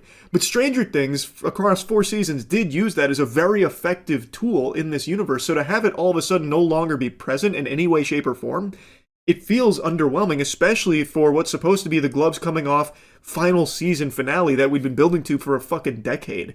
And it just felt so easy for them to do exactly what they wanted, everything falling exactly how they needed it to, according to plan. And if things were a little cattywampus, out of whack, it was like that to fix it. It just felt so simple for them. So I just leave feeling underwhelmed. Now, of course, everyone was talking about and making fun of Volume 2's final episode with Will, taking control of Vecna and turning his head saying, run, that kind of thing. And also the Will coming out scene, a lot of people were clowning on that for being not very great, especially compared to how they handled similar subject matter in the previous season, where they turned it into like a basically Avengers in-game moment, or like Lord of the Rings and My Axe, that kind of thing. It does just feel like season 5 felt very rushed in its writing, where they knew what points they wanted to hit, and they kind of just threw caution to the wind to getting to those points in the plot. Like the Mind Flayer being brought back into the fold. I actually like that explanation for how the Mind Flayer played into Vecna and how they were basically, in this symbiotic relationship with one another. Mind Flayer maybe controlling Vecna, but actually not really. Vecna, Henry, he agreed with everything he was shown there, and they are one entity. Very cool, considering we were all led to believe that it was Henry controlling the Mind Flayer. I thought that was cool. We get a little bit of Henry's backstory, which was all right. I didn't love his backstory all that much, but it was decent. What I did really like was the explanation for what the Upside Down is, being a wormhole. I thought that was great. I thought that was a very cool explanation, and it did add a lot to the finale, where it's like his plan is to merge the Abyss, which is where, Henry was blasted, banished to the fucking Shadow Realm in the back rooms, sent him there, and then that wormhole ties into Elle's origins. And now that connects Abyss and Hawkins, and the plan is to bring the Abyss and merge it with our dimension, our world, and they have to stop that. I thought that was all very cool. I really liked that. I don't think it was all bad or anything like that. There are some things I liked. I thought there were even some great moments in the season. But on the whole, it just feels like a lot of it was super rushed. And overall, I find it to be the weakest season in the franchise. And being the series finale, the final season, that just leaves me feeling a little underwhelmed. All I'm saying, just a little disappointing, because like some characters that we had watched for 4 seasons prior barely had anything to do in this season. For example, Joyce and Jonathan, it feels like they're not even related anymore. I don't think there is a single moment in this season where Joyce and Jonathan even spoke to each other in anything that resembles like, you know, love or family. Whereas before, that was a very fleshed out relationship, and now all of a sudden they're fucking strangers to one another. They just brought in so many characters into the fold that some of them that we had followed for a decade just didn't have a whole lot to do and just didn't do fucking anything, really. And one of the main characters in Season 5, Holly, is a character that had nothing to do for the previous 4 seasons, but now has more screen time than I think any other individual character from the main cast. So that's just kind of like a weird decision to make, where now all of a sudden you're bringing in yet another character in an already jam-packed series of characters that now we're spending most of the time with, and kind of sidelining the others, putting them on the bench. Just, it felt like an odd direction to take it. I don't think Holly was like a bad character, and the arc she goes on with being kidnapped by Henry and everything, I thought was a pretty compelling piece to this season. But I also don't think it necessitated that much screen time and that much focus, which was taken away from the rest of the crew, who then, when we see them, they basically solved all the problems and are in position now to execute their plan, and you're left wondering, well, how the fuck did we even get to this point? You know what I mean? Those are kind of like my broad strokes impressions of Season 5 as a whole, but I want to talk specifically now about the finale, because I liked the finale much more than most of the episodes of this season. But that's not to say it's perfect, and I want to get the complaints on the finale out of the way right now. The biggest complaint I have is just how easy it was to defeat Vecna and the Mind Flayer. They look like actual chumps. You build this up, these 2 big bad entities, for so long, and we've seen them be somewhat defeated in the past, but now we see them in like prime shape. This is them at their most powerful, and they are easily disposed of, especially the Mind Flayer. Very cool looking enemy in the Abyss. They make the Mind Flayer look hype as fuck. But the Mind Flayer is defeated by the team deciding we need one person to be bait, which is Nancy, who has become basically like a G.I. Joe super soldier. She's killed like a bunch of people now. She's an elite marksman killing everyone, so she's going to be the bait to shoot the Mind Flayer and have it chase her to a cliffside where the rest of the team is going to ambush it. And they come up with this plan while they are being cornered and chased by the Mind Flayer, meaning that they only have like maybe a minute at most, but more than likely like 45 seconds to somehow have Nancy be bait for the Mind Flayer without getting caught, this giant creature, and the rest of the crew is going to scale an entire mountainside, get to the top in like a minute, and then start like peppering it from up there. Break. And then they do it. Instantly they do it. Nancy outruns it, gets to the entrance to the cliffside. Everyone's already on top. I guess they fucking teleported it up there, or maybe they had really great climbing gear or free climbed it extremely fast. But they're all up at the very tippy top, throwing Molotov cocktails and flamethrowers at the Mind Flayer. Mind Flayer just eats it, just fucking tanking it like, oh, ow, ow, ow. It doesn't like fight back. It doesn't have any special moves or anything that it uses. Dustin and Steve go under and start fucking jabbing it with their spears. And that's how they're able to stop the Mind Flayer. While inside, 11 is in a psychic battle with Henry, Vecna, and it's very easy for her to beat him. Because, of course, there is a hive mind, so as they're hurting the Mind Flayer, Henry's getting hurt too, but I don't know, it just felt like extremely easy. Like, very easy. She just kind of, like, ragdolls him a couple times, and then, like, he fights back a little bit, kinda, and then he pushes him onto a spike with the help of Will, who's, like, impeding his ability to fight back super well. But I don't know, man. You build up for all this, and then it's that easy to defeat them. It just, I don't know, it just, like I said, feels just a little underwhelming is all. And my other big complaint is the military here. They're just like the evil presence that wants to just make more psychic soldiers, so they want to kidnap Elle, and that's all they really care about. So after they save the day, prevent the Abyss from crashing through, as they're escaping, the military was aware of their plan because they were able to, intercept the others, put it all together. They ambushed them. Big burp, huge belch. And while ambushing them, that's where Elle makes like the heroic sacrifice. And then fast forward 18 months, The military's completely left Hawkins, and all of the characters are back to life as normal. Excuse me? Nancy herself mowed down like 6 soldiers we saw, like from the top of a truck. She just kills like 6 dudes. Hopper killed probably like fucking 40 of them. Like, a lot of soldiers died as a result of our team here that we follow. And I mean like directly killed by them. Shot. Murdered. Like, not an accident where like a piece of debris fell on them. I mean like deliberately they were killed by them. And yet the military just lets them go. I was shocked to see that. I thought there'd be like an explanation where like, in order to prevent the secrets from getting out, they felt obligated to let them go, sworn to secrecy or something. No, nothing like that. Even after losing so many soldiers, even after a multi-billion-dollar plan here with the psychic program and all of this military personnel that is now dead, all of the destroyed equipment, everything ruined, the military still just lets them go. What the fuck?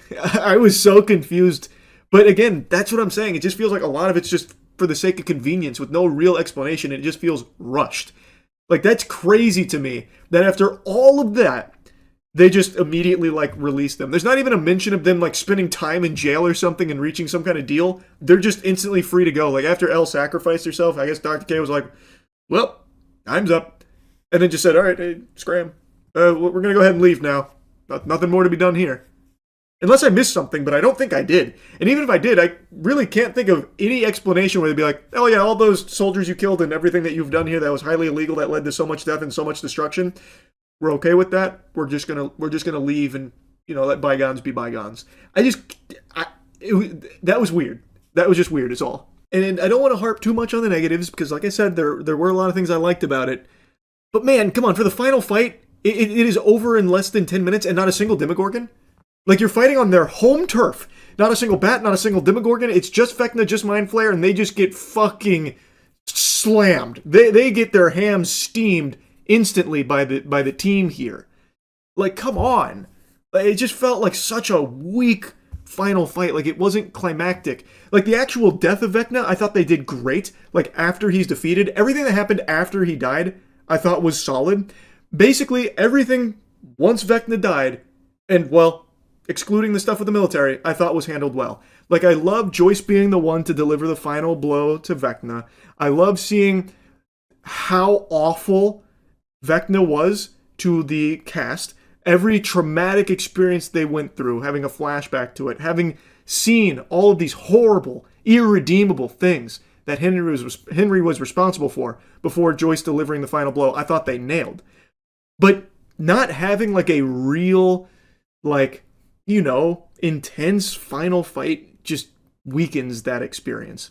And to have the Abyss, this new area, this new planet that we are told is the home turf where all the Demogorgon, bats, all the nasty evil shit lives. This is their home turf. You're expecting it to be Salty Spittoon, crazy, scary.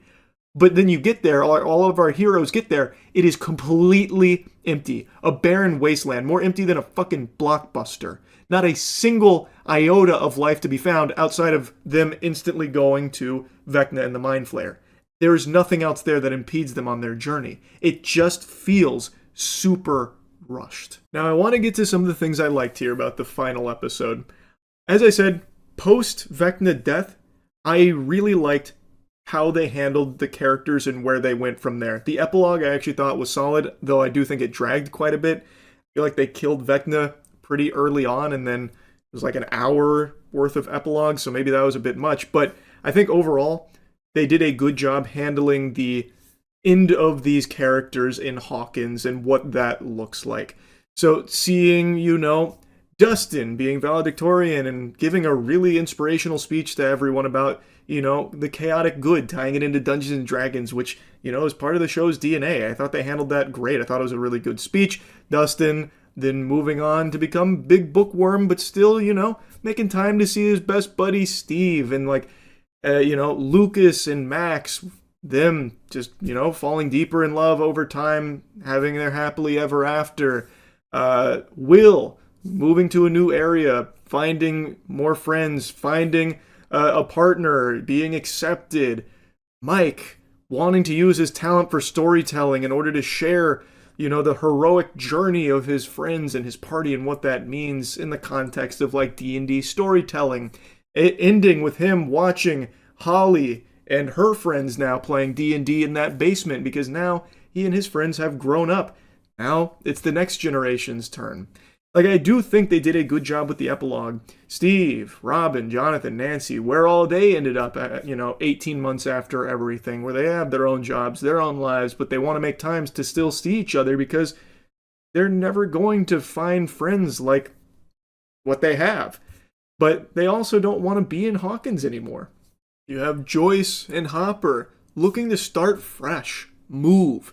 He gets a new job. Proposes, they're getting married. Like, it's all very touching. I think they did a good job with the emotional beats to wrap up the characters. Now it's time to yap about the big twist with Elle. So, as the military is ambushing them, trying to take Elle after they've saved the world, so that way they can get their psychic program off the ground, seems like, that's checkmate. And then Elle somehow was able to escape their clutches, and she sacrifices herself right in front of everyone. That moment was then undercut with a big twist when Mike revealed that he actually had a theory that wasn't Elle. That was an illusion from Elle's sister. With Elle's sister's dying breath, she made the illusion of Elle getting swallowed by the wormhole's collapse. That way everyone, including her friends, including her father, Hopper, believed she was dead, so that way she could go live a peaceful life off the grid, away from any threats of the military. So Elle is still alive. That's his theory. And it's an interesting idea as a twist. However, in Mike's own theory, he even says, how was she able to, cast that final spell while being suppressed? Because when they're being captured by the military, they had the psychic suppression system activated, meaning she can't use her powers. The entire season has showed she cannot use her powers, and even in like the big reveal moment, she is struggling to escape, not using her powers or anything at all as she leaves. However, there's a huge fucking plot hole here where Elle was somehow able to drag Mike into the void to have their final goodbye and their final kiss. How was Elle able to do that while being suppressed by this military equipment? Like, I guess you could say while she was escaping, she got far enough away that it stopped being effective on her. But I don't think she had enough time to do that. So there's like a glaring plot hole that they even point out, like, how did you cast a spell while being suppressed? That doesn't make sense. And then, when giving the explanation for how that was possible, they still had her use her powers through the suppression with Mike being pulled into Elle's mind with her. That's still her using her ability, right? Through the suppression system. So, there's still question marks for how that would be possible. Like, Mike's theory, it does sound plausible if you forget about the suppression system being active at the time. Like, I'm sure Hop would have told him about Callie's death, so this would be something that he could start to, rationalize as maybe they had this secret plan together. The twist as an idea, I think, is cool, and it does make sense with, Hopper's speech being so emotional and having Callie hear that, her wanting to maybe do something to save Elle's life so that way she can go live the life that, she's always wanted and always deserved, being able to live peaceful, happy, that kind of thing. But I don't think they were able to really pull it off in a way that makes sense because you just have to, forget how things have already been established in order for this to work. Also, the lab blew up, way before Elle was taken away, and that's where Callie was, in Mike's theory, projecting this illusion of Elle. So, when it blew up, that should have also fucking evaporated the illusion too, because Callie would have died there way before Elle did, yet the illusion was still there. It persisted. So, there's just multiple things about it, like this theory, that don't really work when you stop to think about it. Now, there is an explanation I've seen people say that I think kind of makes sense here, that it's a coping mechanism for Mike. This is how he's going to accept what happened and move on by making up this happily ever after for Elle, even though it's not the reality of it. I think that makes a little more sense, where that didn't happen. That is just, a story that he's telling that brings him and the rest of the party comfort, believing Elle is out there having her happily ever after as well. But the reality is she did sacrifice herself there in that moment. I think that makes more sense, that this is just his story. This is what he chooses to believe, as opposed to being what actually happened. Just my overall impressions of the season are that it felt rushed, and a lot of things about it I just don't think worked, and kind of betrayed what they had set up for 4 seasons worth of build-up and emotional stakes and weight. And their reluctance to like kill any characters, I do think, was to the detriment of the season. And I really just don't understand why they kept like pretending that this was going to be like the darkest season ever. I hope you're ready to have a fucking sad Christmas with Volume 2 coming around and all that. Like, I don't get that. Maybe just the big bait and switch or something, because it really is like the truest happily ever after I've ever seen to a show, to a degree where in some cases it literally just doesn't even make sense how they were able to pull it out of their ass that the characters survive. So, I won't yap about it too much. It's already been like fucking 20 minutes. It wasn't a bad finale by any means. Like, I do think there were quite a few things to like about it. But the season as a whole, I think, is definitely the weakest. I think they really wanted to wrap this up, and so they kind of speed ran a lot of things with it, which just is a little disappointing. Anyway, though, that's really about it. So, yeah. Right after the Stranger Things finale aired, a lot of people were drawing comparisons to Game of Thrones Season 8, and I thought that was pretty overblown. Like, it's not the most amazing finale, it wasn't the greatest final season, but it's nothing even close to the catastrophe, the downright sinful finale to Game of Thrones. See, even just saying its name evokes waste from my body to be expelled. That was gross with Game of Thrones Season 8. Stranger Things Season 5 was just But there is a comparison you can draw when it comes to how the writers are explaining some glaring issues with the finale. In Game of Thrones, there was an infamous clip from one of the goobers saying she just forgot about the Iron Fleet. Danny just forgot about the Iron Fleet. It's up there with somehow Palpatine returned, except it's even worse than that. Just forgot about the Iron Fleet. Oh, right, makes sense. And that's been a meme for a while, and it's just been like a source for spit, where people will always quote that as like an example of dog shit writing where there's no explanation or even an iota of justification for it. Oh, we were hitting some whippets and slipped our mind, would be more honest than just saying like, no, actually, the character is the one that forgot, and it makes perfect sense if you don't think about it. You want to hit this whippet? Like, it's very silly. In Game of Thrones right now, the Duffers, they're doing something kind of similar. People have had a lot of questions about a lot of really interesting choices, as well as some huge plot holes. Spoilers. Getting into spoilers. This is your warning. Spoiler alarm. Okay, now we're getting into it. The biggest one that a lot of people have been clowning on them for and even making memes about is the absence of the Demogorgons, the Demodogs, the Demobats when the crew enters the Abyss. Literally the home turf, this is where they spawn. They pop out of the fucking womb up here, and yet not a single thing is in the Abyss other than Vecna and the Mind Flayer. How is that possible? Why are they not there now at the most important moment? So people have been making memes that the Demogorgons, were off taking selfies in France and shit, or, whatever. Popping champagne, doesn't matter. For some inexplicable reason that is not present in the show in any way, shape, or form, they are just absent. Vecna gave them all a paid vacation. He said, you know what, guys? Holiday season, please, spend time with your families. And they weren't there, thus Vecna and the Mind Flayer got fucking ganked and blasted. Well, Matt Duffer was asked about this, and his response, I think, is fucking terrible. This comes from The Rap. Fair enough. Another question I had that other people have been asking is, once they get to the Abyss, where are all the creatures? Where are the Demogorgons, the Demodogs, the bats? Are they hiding?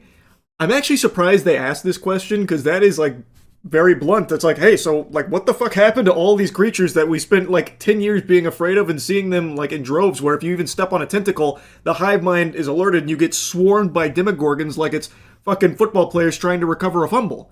Where are they in the abyss? They're literal home turf. And Matt Duffer said, mainly it's just that Vecna was not expecting the sneak attack on his home turf. Never in a million years could he have even imagined that. They're there somewhere. They're at the fucking titty bar. At the Abyss titty bar. They're looking at honkers and boobies. They were busy. They're somewhere, though, I'm sure. We obviously discussed having a demo battle on top of the Mind Flayer battle, but it felt more right to us that why does he need the demos when the Mind Flayer is this giant thing and can attack them? What the fuck are you talking about, man? It is used Demogorgons for 10 years. I imagine would of course still be using them as bodyguards and henchmen instead of trying to do the dirty work itself. That's like the whole fucking point of them. It would want them. He doesn't need his little ant army to attack. He's going to take care of this himself. It's a giant, desolate planet. If you recall, you see Henry wandering the planet back in Season 4, and at some point in his journey, he does see a demo far in the distance, but it's not like they're hanging out in little huts. There's not like a giant civilization of demos up there. There's not a cantina bar for demos. It's like they think the audience is so stupid that they weren't actually watching the show with their eyes open and brain on. What do you mean Vecna couldn't have imagined this in a million years? If you recall, you wrote this by the way, Vecna went into the mind of Hop. This was after their whole plan was in motion. It was shortly before the ambush, and Vecna was poking around in his noodle there, looking at all of his neurons and using his past against him to even convince him that he shot Elle and then panicked and yanked Elle out of the tube, out of the bath, which then took her out of Henry's mind. He saw in Hop's mind. He would have seen this plan. But even if he didn't see the plan in Hop's mind, he briefly entered Elle's mind when they were in the house. So he had two people's brains, both of which knew of this plan, and we had seen in the past Vecna, when he goes into someone's mind, he sees fucking everything. How would he have not seen this ambush? How would that have missed him? When this is the most important plan they've ever concocted, and it is a fresh plan. This is like their most recent memory. This would be like the first thing you'd have to push by in order to get to Hop's past with his daughter. How would he have missed the plan? Do you just think it was useless? They're probably not doing that. It's a load of fucking barnacles. There's no way they're doing that plan. This is something he would have seen. It's not even something he needs to imagine. He would have fucking seen it in their minds. Especially Hops, for how long he spent in there. That's, how did he miss that? But even setting that fact aside, let's say for some reason those memories were blocked off. They for some reason had Magneto's helmet on for a brief moment there in order to block out Vecna's ability to see that. Why would the Demogorgon still not have even shown up at any point? I feel like they would have had ample time to arrive. They're extremely fast, and we've seen that when you agitate the hive mind in any way, they get swarmed. Demo bats, demo dogs, demogorgons, they come at you hard and fast. And I imagine around the fucking Mind Flayer and Vecna, literally like the hub of the abyss, there would be some demogorgon nearby. In that moment that Matt Duffer is referencing where Henry saw a demogorgon leaving, well, to me that indicates that there is a plentiful amount there, and since he controls them, they are at his disposal, surely he would have thought to have them stationed nearby, even if not for defense, in order to more effectively send them out where he wants them to go. It's just pretty silly to say, he probably wouldn't use bodyguards or anything, the Demogorgon wouldn't be there, Mind Flayer wants to throw up a set himself and get pugilistic, do it himself, get right up in there and motorboat him to death. They wouldn't use anyone else, no pesky Demogorgons, Demobats, and Demodogs like he'd been doing for 10 years now prior. Not this time. But let's not harp too much on that, because there is one extremely huge plot hole that people have pointed out that I actually didn't even catch when I first finished watching it, and it is a huge plot hole that is pretty inexplicable other than whoops-a-daisy or suck our dick, we said so. There's no actual way of explaining it, and Collider did an interview with them and asked about this question, and their response is not very good. His response is basically, well, oh well. I saw this from a number of people talking about this online, and the staff also wanted to know. Will was connected to the hive mind, but didn't feel anything when Vecna was impaled and decapitated when the Mind Flayer was attacked. Why not? Matt Duffer responds, well, we aren't showing him when the Mind Flayer is being attacked. When he's getting decapitated, at that point, the Mind Flayer is dead, and so it, at that point, has severed the connection between him and Vecna. I swear to God, it's like they got hit by the Men in Black's neuralizer. What happened here? It's like they forgot their own show. What? Will is part of the hive mind. This was a crucial piece of lore, a crucial problem to be solved for this entire run of the show. All 10 years, this has been a big issue because he is connected to the hive mind. Thus, when you are hurting the hive mind, you're hurting Will. They even explicitly showed that in one of the earlier seasons where they're like burning tunnels and Will's like, ah! Ah! Wah! Like he's feeling all that pain. And even right before like the Mind Flayer final battle, when Will is experiencing Henry's memories and Henry got shot in the hand, Will felt him get shot in the hand. It still hurt Will. He still experiences that pain because he's connected to the hive mind. And while they were burning the Mind Flayer alive, you know, throwing the Molotov cocktails and stabbing its taint, you know, right in its gooch with the spears that Dustin and Steve were using, all of that Will should have been experiencing as well, because he is still connected to the hive mind. And when pressed on it a bit further, and so you're saying it could be off camera, Matt Duffer says, when the Mind Flayer is getting attacked, we see how much in pain he is, obviously, even with Henry's memories, but we just wanted to focus on the final battle with our heroes. Exactly, so they are recognizing that he is still part of the hive mind, feeling all of this pain, but then he says, but we wanted to just focus on the final battle with Henry. So he's basically saying, yeah, we know, it's a problem, but fuck you. We just wanted to focus on that fight with Henry, which was a pretty underwhelming fight, by the way. It was a very anticlimactic, not an amazing showdown, unfortunately. And all of this happens in like 10 minutes. You build up a huge, big bad, two big bads for 10 years, and it's over in 10 minutes. It's very underwhelming. That was one of my big complaints. But this is a huge, glaring plot hole. Because the connection wasn't severed, Will would have also died with Vecna's death. Like, there's no getting around that. You can beat around the bush all you want, but even Matt Duffer's saying, we just wanted to focus on this other thing. So we didn't really give a lot of thought there on how to, you know, provide a solution to that issue. We were just hoping you forgot. And in my case, it worked because I did forget about that. It didn't even register with me that Will should have also died then. But when you stop to think about it, yeah, there is no reason why Will should still be alive after Vecna's death when he was still connected to the hive mind at that moment. And when directly asked about it, they said, well, we didn't show it happening. It's like baby brain with no object permanence. Oh, my eyes are closed. The world around me must not be existing right now. So since we didn't show you any of that, you shouldn't be thinking that it's happening, because it's not. So stop putting any kind of like actual thought into this product. It's so weird. And then they're like, yeah, we just wanted to focus on the hero's final confrontation. It's a very weak explanation. That is not very satisfactory. And then another thing that I pointed out in my review is it's extremely fucking weird that after killing so many military personnel, foiling their plans, doing an unbelievable amount of illegal activity leading to the destruction of so much military property, and, like I said, murdering a bunch of military personnel, all of the main crew, everyone just gets to go free without a single, like, bump in the road. So they were asked, what happened with the military after blowing up the Upside Down? Ross Duffer responds, in that 18-month gap, I suppose there's not much else to do. You can't explore this other dimension. There's no 11 to chase anymore because she's gone. So my guess is they just sort of slowly dismantled operations and left town. Your guess? Buddy, you wrote it. It's your story. What happened? Why are you guessing? What the fuck is this? Is it like Voldemort's diary where it's writing itself? Like, what the fuck do you mean you guess? It's like they don't even know. They didn't even bother to think. It's just like, and then 18 months later, everyone's happily ever after. Oh yeah, what happened in between? In between what? It's just so weird to me, man. Like, again, as I pointed out in the review, they killed a bunch of military people. Like, these were like the most wanted criminals imaginable during this whole season.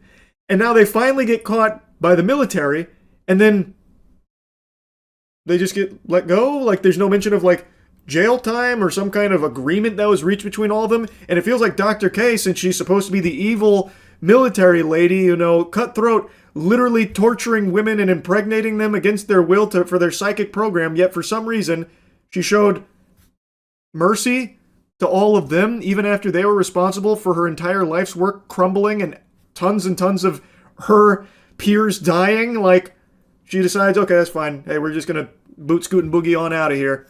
Have fun in Hawkins. We're all just gonna pack our bags and scram. We're gonna get out of town. What the fuck? Why don't you tell us what happened? Why don't you know? Why isn't that something you stop to consider? It's so odd to me. It's also so interesting to see answers like this. So, a question that was asked, why did Vecna need 12 kids and not 5 or 20? And Ross Duffer apparently laughs, you know, giving a little giggle. Tee-hee-hee. It's no specific reason, other than he realized how much power he could exert from will, and to do something of this scale of moving the planet, I don't know exactly how he did the math. Matt Duffer then says, thematically or symbolically, we like the clock symbolism. How deep? So, why did Vecna need 12? They don't know. They just thought it was cool, I guess. Whereas fans have like tirelessly worked on some really interesting, elaborate, thought-provoking theories on the significance of a lot of things, including like needing 12 vessels. And then when you hear from the people that wrote it, it's like, oof. So there was not a whole lot of thought into that at all. It actually doesn't mean anything. It's just like very deflating. If I was someone that got big into like theory crafting around Stranger Things, I'd be very disappointed hearing from them just saying things like, yeah, I don't know. The clocks are cool, I guess. They're pretty dope. I don't know, it's upsetting because like fans have cooked up much better and interesting theories for a lot of things than the writers were able to do here. It's so fucking odd. And I didn't know this at the time of my review, but it looks like there's going to be a lot of Stranger Things spin-offs, which I didn't know was confirmed until today.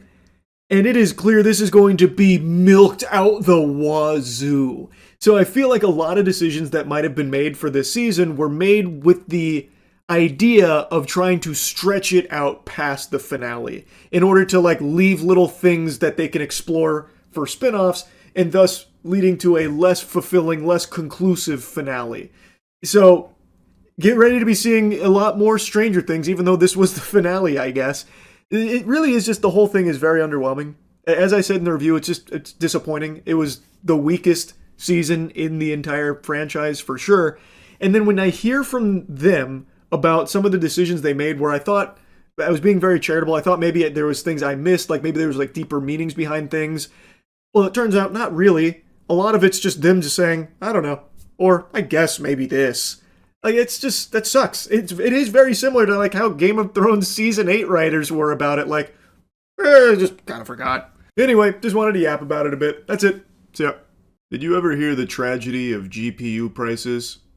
I thought not. Not a story the AI bros would tell you. Well, I hope you're bending over because the suppository's coming in one way or the other. A recent report indicates that Nvidia is going to be pushing the prices of RTX 5090 up to 5K. This is still an unconfirmed rumor from an insider source in South Korea, from what I can understand. That's kind of like, you know, boots on the ground that's talking about it right now, which is where this headline is stemming from. Previous price was 2K. This is over double. That's an awfully hard bargain there. 5,000 clams for a GPU here. Not exactly an easy sell to most people, I would imagine. Most sensible, sane human beings on the planet would be pretty upset about that. Now again, this isn't fully confirmed, but what we do know is that, well, prices are probably going to be going up, which isn't all that surprising. I think most people were able to predict this. Don't need to be Baba Vanga to have that kind of future sight. We're already seeing it with RAM prices, and I gotta tell you, you might not like to hear this, but we're gonna rip the Band-Aid off. It's because of AI. Everything that was once good in your life, or everything that was reasonably priced in the tech sector, is getting significantly worse and significantly more expensive because of AI. If you want to keep plugging your ears to that fact, or just keep kicking the can down the road for the realization of AI having a supremely negative effect on your life, that's your call to make. But regardless, the sun still rises. The AI plague, the scourge, is coming. Whether you want to accept it or not doesn't matter. It is coming fast, aggressive, hard, and unlubed. It is raw. So I think it's best that you start paying attention to all of this now. Anyway, back to the regularly scheduled doom and gloom here. So the claim about the GPU prices from NVIDIA and all that, it comes from Newsys, a South Korean outlet. It was stressed that we're just seeing the beginning of monumental and borderline ridiculous price hikes in the GPU space. The report explained that sources have suggested a climb in RTX 5090 stakes from $2,000 at launch this year to as much as $5,000 later in 2026. AMD's RX 9000 series is apparently set to mimic that ticket growth, but not as steeply. The article also has a brief mention of the RAM prices, which I've also touched on and what I've also bitched about quite a few times now because of AI-driven data centers, and also one of only 3 RAM manufacturers just abandoning the consumer market come 2026 because they'd rather instead just exclusively sell and work with AI. So, yippee! That's great for all the normal people out there that want some technology in their homes. Hopefully you like fucking flint and steel and start learning the ways of the Amish, because soon technology will be a luxury you can't afford. It's crazy how as we get more and more advanced, it just starts to price people out. It's not getting cheaper, it's getting so much worse because of AI. And there's this crazy hopium, this fucking crackpot lunacy thought process that people have, that once these AI data centers are all established and all these companies, worth trillions, start slowing down a little bit, well, then everything's going to get so much cheaper and it's going to be great for all of us. It's just going to be short-term pain for the long-term gain, because that always works. Trickle down has a great history. That is a fucking flawless. That's 100% win rate when it comes to trickle down. And not only that, we all know corporations love to lower their prices. So once they're set up and once they've made oodles unfathomable amounts of money, they'll definitely start lowering the prices for every average Joe Schmo out there. That happens all the time. They love lowering prices. We see it often because they are for the people. So it's clearly just a matter of time before everything's really affordable again in the tech sector. We just gotta wait for them to reach the golden age, and then it's all smooth sailing. We're in good shape. And until then, well, why don't you just go ahead and start renting computers? Yes, a subscription-based economy. Just start renting your PCs, because you don't need to own anything. Companies don't want you to own anything. You will own nothing and you will be happy. You can have the imagination of ownership with their little permission slip. You can license it for a certain amount of time, and that's all you need. You don't need any pesky ownership of anything, especially not a computer. I'm getting a little lost in the sauce of sarcasm. It's all bad. It's all really bad right now. It sucks. This wonderful little nugget of good news also comes on the heels of a previous blessing that NVIDIA gave us, where it was announced that NVIDIA might be cutting supply by up to 40% in 2026 due to memory shortages. I already talked about that, where there is the potential that NVIDIA is going to be cutting back on supply by 30 to 40% come 2026. Very few things to be smiling about when it comes to the future of PC gaming, and not just PC gaming. I know everyone gets focused on that. This affects every industry in the tech space. I know a lot of people are like, oh, that means consoles will be the best option going forward too. And maybe they will be a more price-conscious option because PCs are looking to astronomically change in price. But those are also going to be affected too. The price on those is also going to be all cattywampus as well. It's just a matter of time. We don't know what that's going to look like, but it's going to happen. They use components that are exploding in price. So it's everything that's going to be affected, and it's not just gaming. It is literally everything in the tech space that uses these components, and guess what? That's pretty much everything in the tech space. Now, to revisit the article briefly about the GPU price soaring, both companies are reportedly planning to continue raising GPU prices every month going forward. It's highly likely that the price increases will extend across their entire product lineup, encompassing not only consumer GPUs, but also GPUs for AI data centers and servers. The average proportion of memory in the overall GPU manufacturing cost has recently exceeded 80%. This comes from the insider that's making these claims. Again, none of it's fully confirmed or anything, but it also wouldn't even fucking surprise me. 2K to 5K is an incredible leap, but it's also just not that unrealistic anymore, actually. Like, take for example something even simpler, like a Game Pass. They literally doubled the price of that product. Companies aren't really afraid to absolutely blow up their price because people still pay it. So they just say fucking cowabunga and let it rip. So I do think 2 to 5K, while being astronomical, isn't something that's off the table. Now again, it's not confirmed. Maybe it won't be up to 5K. Price will increase, no doubt, but maybe it won't go up to that crazy level. Maybe it doesn't, but even still, it probably will be a sizable price increase that is just something to not look forward to. And it's really like, I'm not seeing any like good news coming in the future with all of this shit. Like, it feels like it's only going to continue to spiral more and more out of control for just your average consumer. It just super sucks. And even the most adamant of deniers will eventually have that come to Jesus moment of, wow, I can't afford things now because of AI. This is having a detrimental impact on my life. It's going to happen at some point, but until then, I guess they'll just continue to AI generate trash Reddit tier fucking Keanu Reeves Deadpool videos out the wazoo till the cows come home, and then eventually they can't afford the computer to do that anymore. Yep, terrible stuff. Anyway, just wanted to yap about this a bit. That's it. See ya. Wow. I just learned about the Switzerland ski resort fire last night, and what a devastating tragedy. At a ski resort bar, a fire broke out that claimed the lives of 40 people, and over 100 have been injured. As of me making this video right now, those are the numbers that are reported, and it is just heartbreaking. And what made me want to talk about it is there's a lot of videos floating around of people that were filming the fire instead of prioritizing escaping it. So there's videos of people that were still actively partying while filming this fire. Like, there's still music playing and everything, and people just not taking it seriously. They're busy filming it for social media.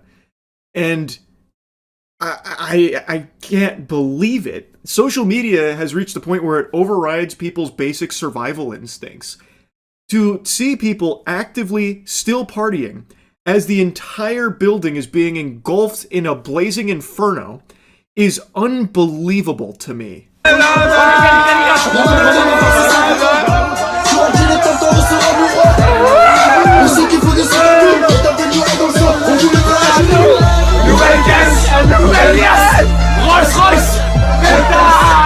There's multiple videos like this. So you can see tons of people's phones are out here. So you get like a whole 360-degree video of this fire building until it is completely out of control, which doesn't take long. That's how fire works. And then people panicking, scrambling to escape, but for some it was just way too late. 40 people died in this. It's fucking tragic. And I still just can't believe that people would be like filming and partying while something like this is happening instead of escaping or helping others to escape as well. Like, maybe there were people that didn't know this was going on, and someone filming could have instead, let them know, like, hey, we got to get the fuck out of here or something. It's so weird to me that we've reached a point where people would prioritize social media updates as opposed to their own life. You know what's a lot cooler than a few handful of likes on TikTok? Being alive. I urge anyone watching this to remember that at the end of the day, social media is not the most important thing in your life. Your life is the most important thing in your life. So anytime there's something like a fire going on, don't think of it as like a potential unique content opportunity. I feel like so much of the world has become incredibly geared towards like content brain 100% of the time, when it just shouldn't be that way. You should always be trying to prioritize your actual life as opposed to like your digital footprint and whatever you do online and all that kind of thing. It's just very, very sad to see this. Celebration in the Swiss Alps shows the chaos as the deadly flames spread at a bar popular with young people and tourists. You can hear the screaming, people scrambling for the exit as the flames rip through the confined spaces of the bar Le Constellation. Swiss authorities say about 40 people were killed and more than 100 injured in the fire that began at 1:30 a.m. The cause of the blaze now under investigation. It's extremely hard to watch that footage. It's gut-wrenching. Now, in the news segment, they mentioned that the cause of the fire was still under investigation. As of me making this now, it appears they have a lead on it. They believe that sparklers were what caused it. The sparklers appeared to have led to what is referred to as a flashover incident where the fire spread very rapidly. Investigators would assess soundproofing foam used in the ceiling and whether anyone needs to be held criminally liable for the fire. The sparklers they're referring to are champagne bottle sparklers. Now, I've seen this picture floating around, which seems legitimate, but in the age of AI, I can never really be sure anymore. But I've seen this in quite a few different places, including actual publications. But even still, I always take everything with a whiff of uncertainty because, again, it could be, phony baloney AI. But in that picture, the soundproofing, the foam on the ceiling, that does match what appears to be catching on fire in the videos that were filmed. So, regardless, it seems like it was the champagne bottle sparklers that started this incident, and it spread the fire very rapidly. It immediately reminded me of the 2003 Station nightclub fire, which killed 100 people, and the fire started in a very similar fashion where the acoustic foam paneling caught on fire during pyrotechnics. Here, the sparklers caught that foam on fire. Now, I believe the venue should be held liable. I do. Now, of course, I'm not a Switzerland authority, nor am I a fucking fire marshal or anything like that. I am a 5'6" homunculus layman. But I feel like if you are going to be selling champagne with sparklers on top, you probably also shouldn't have exposed, highly flammable foam paneling, where if a sparkler is raised a little too high, it can just cause all of it to ignite. That's clearly a huge problem and a big oversight to be combining these two things. It is a recipe for disaster. Now, I don't know if this was like the first year this bar did the sparklers and champagne thing or not, because if they were doing it previously, I'm surprised it wouldn't have happened sooner if the layout and the materials have stayed exactly the same. Like, that does seem to just be a glaring issue to have that there while also selling sparklers. But anyway, I saw in an article that one of the bar owners said that it's been inspected 3 times in 10 years and it passed the regulations. Again, I am a fucking idiot when it comes to this kind of thing, but that feels like a very little amount of inspection to be conducted over the course of a decade. I feel like, and keep in mind, I'm not the owner of an event space or anything, but I feel like in order to ensure the safety of patrons, you would want that to be inspected a little more often than 3 times in 10 years. A lot can change over the course of that period of time, so I just feel like in order to ensure due diligence and ensure materials are still up to code and everything's still, as it should be, I would have expected that to be a little bit higher. And I've seen people questioning, well, what are the regulations when it comes to this kind of thing there? Like, I haven't seen any reports on if there were, like, sufficient escapes, Like, maybe there weren't enough escape routes for people to exit in case of emergency. I haven't seen anything about that as of me making this video right now, so there's just a lot of question marks in the air. But based on the videos I've seen, it really feels like this venue will likely be held liable, at least in some sense, for the fire, because it doesn't make sense why they would even be doing these sparkling champagne bottles while having known flammable material on the ceiling. And it's not like the ceiling is like 50 feet high where it would never touch it or anything.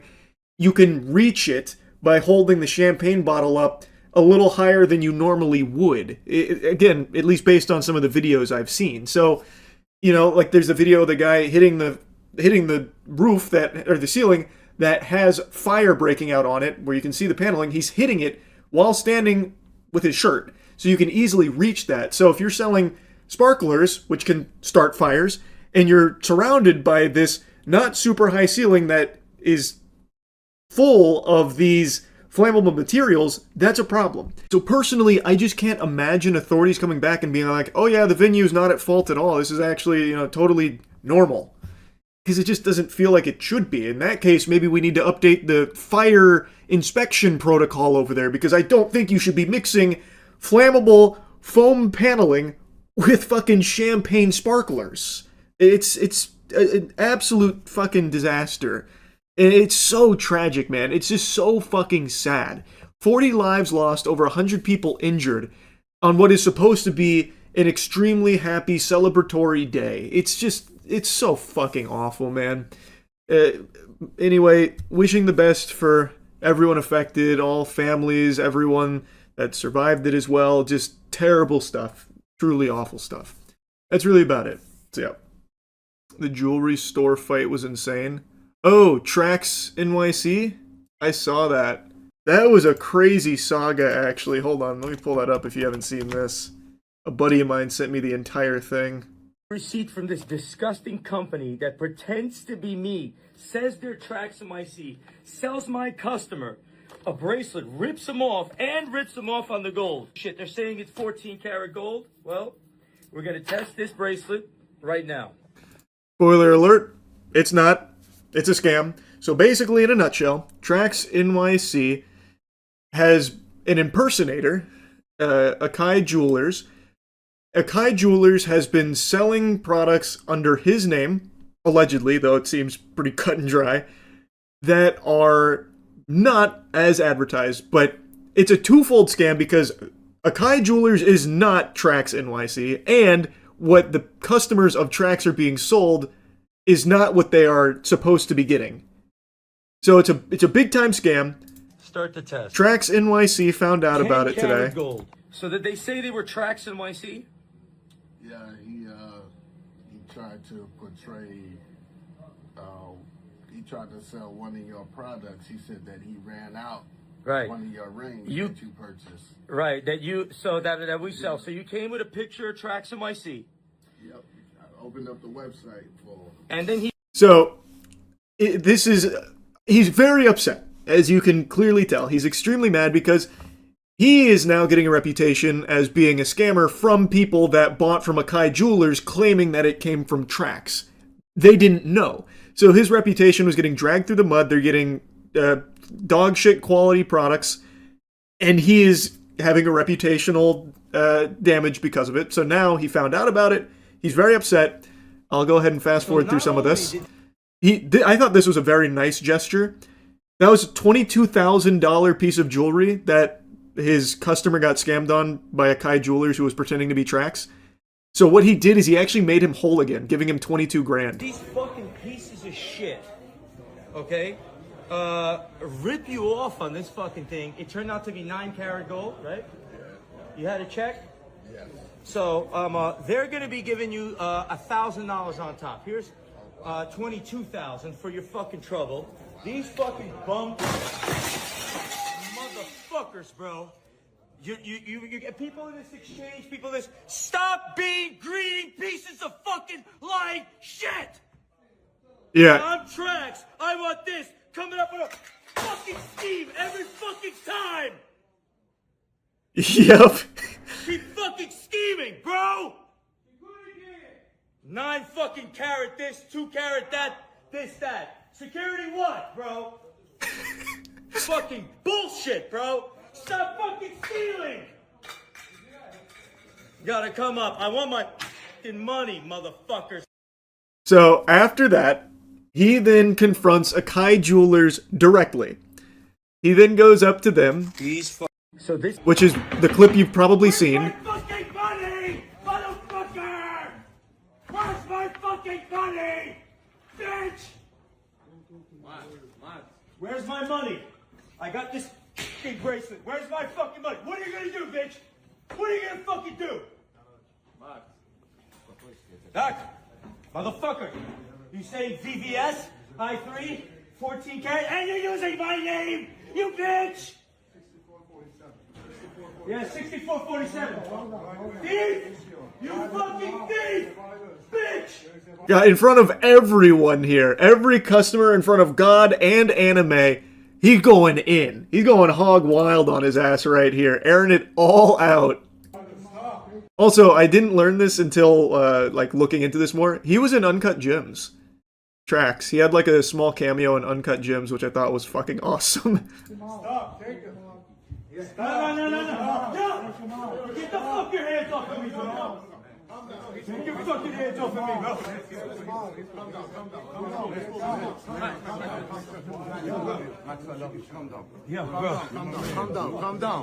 Calm down. So you think that's where it ends, right? Like they escort him out, he got all his anger out, it bubbled over. That's the end of it. Then maybe he takes legal matters into his own hands here, because I mean that's very clearly a lawsuit right there. He is being impersonated by this other jeweler, and his customers are being misled and even potentially scammed. But that's not it. They got into a fucking scuffle. Look at this. Oh, they wildin'. Oh my god. What happened? Oh, they wildin'. Oh my god. Oh, they wildin'. Oh my. Oh fuck. Please. Oh, they wildin'. Oh my god. Oh my god. Oh, they wildin'. Oh my god. They got him by his ear. Do we gotta do something here? Oh my god. So that goes on for a little while. Trax makes a follow-up after the little brawl here in an ambulance. These Akai motherfuckers just try to strangle me with my own chain because I exposed what they did. Oh, they don't have the ambulance one in You here? know what I'm saying? They straight up fucking tried to strangle me with my chain like this.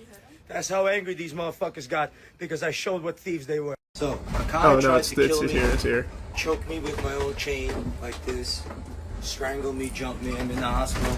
If you're a lawyer who could help out, please DM me.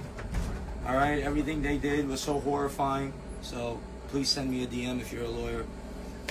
In the hospital, going to the hospital. A crazy saga. A crazy saga. Watch the other angle of the fight. He literally slaps a bald dude's head. I didn't see that angle. Where's that one? I didn't see that. I've only seen that angle of the fight from like the top-down aerial view, like the football cable cameras, basically. He got spit on, and that's what started the brawl. Oh, is that what started it? Okay.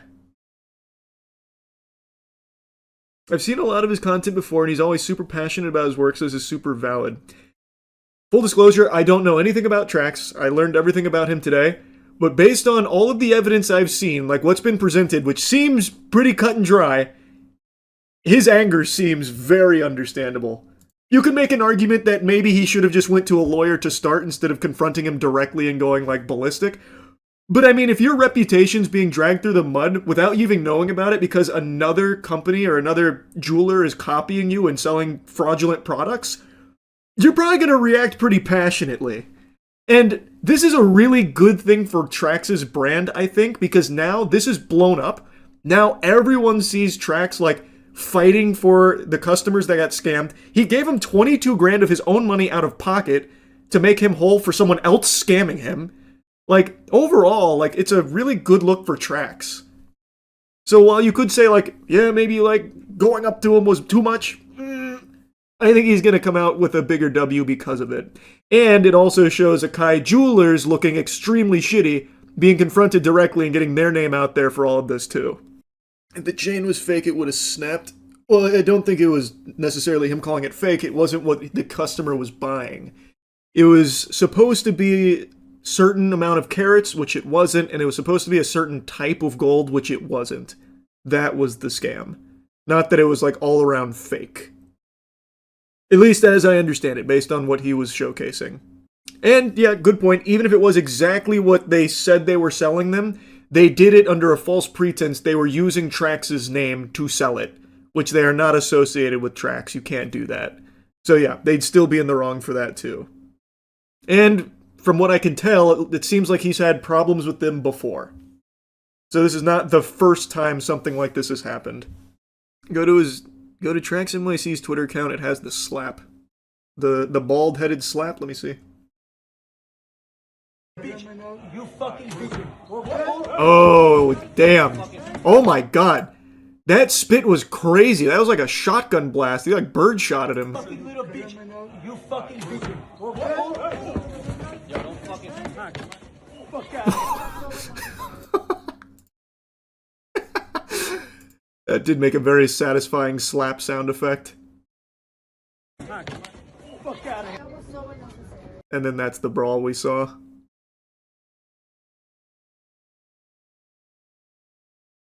Damn, man.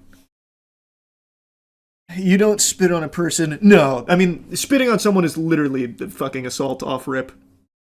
So, I mean, to be fair, Trax didn't... He was not the one that started that. The guy spitting on him was. Yeah, it was crazy, man. I saw that earlier today. This whole saga was nuts. I'm very curious what Trax is going to do next, though. Like, I imagine he has to take it to, like, court now, right? To sue them? Because they're not going to give him, like, any, like, the money or anything. And even if they did, that doesn't fix what happened, right? So I imagine he has to take it, like, through the system next. Will he get in trouble now for physically fighting them? I don't know, man. I'm not a lawyer. But spitting, you can't spit on a person. It's assault. Or battery. I can't remember. Here, I'll just look it up. It's one or the other. Battery. Spitting on someone is considered battery. It is legally classified as battery, not assault. I knew it was one or the other. I couldn't recall. Damn, I didn't know that. Really? I thought most people knew that. You can't just spit on someone. Like, that's fucking disgusting shit. And that is literally... If you get spit on, you're starting a fight. No one is just going to take that spit and walk away. Well, I guess I wouldn't say no one. I guess in some circumstances people would, but for the most part, when you spit on someone, that is you starting a fight. Would have leaped that counter. He almost did, man. When he got spit on, he fucking threw that thing up, but the bodyguard pulled him away. He's literally ripping it up, and the bodyguard pulls him away. That man, he was about to get Goldberg speared by Trax. Play the clip one more time. Oh, for the slap.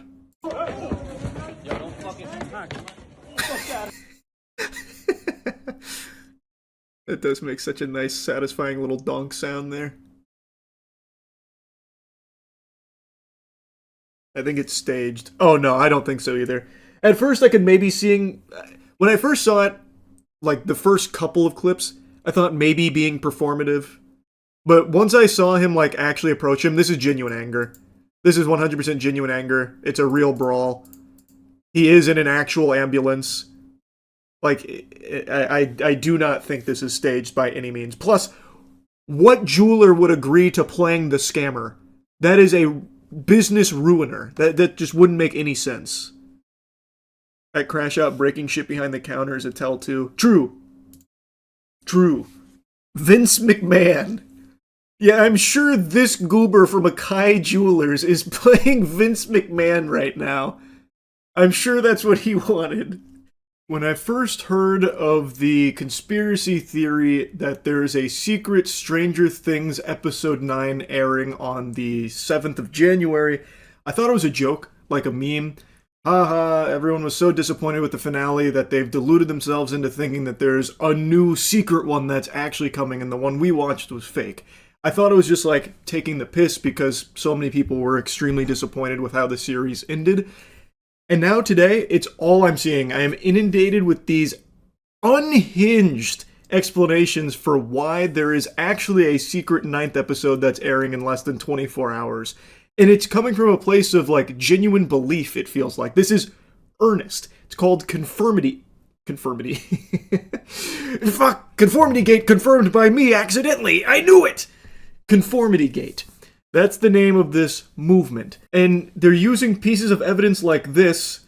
This was on the Stranger Things TikTok, and you'll notice behind our character there, on the clock, it's 107. 107? That's January 7th. Coinky dink? Perhaps.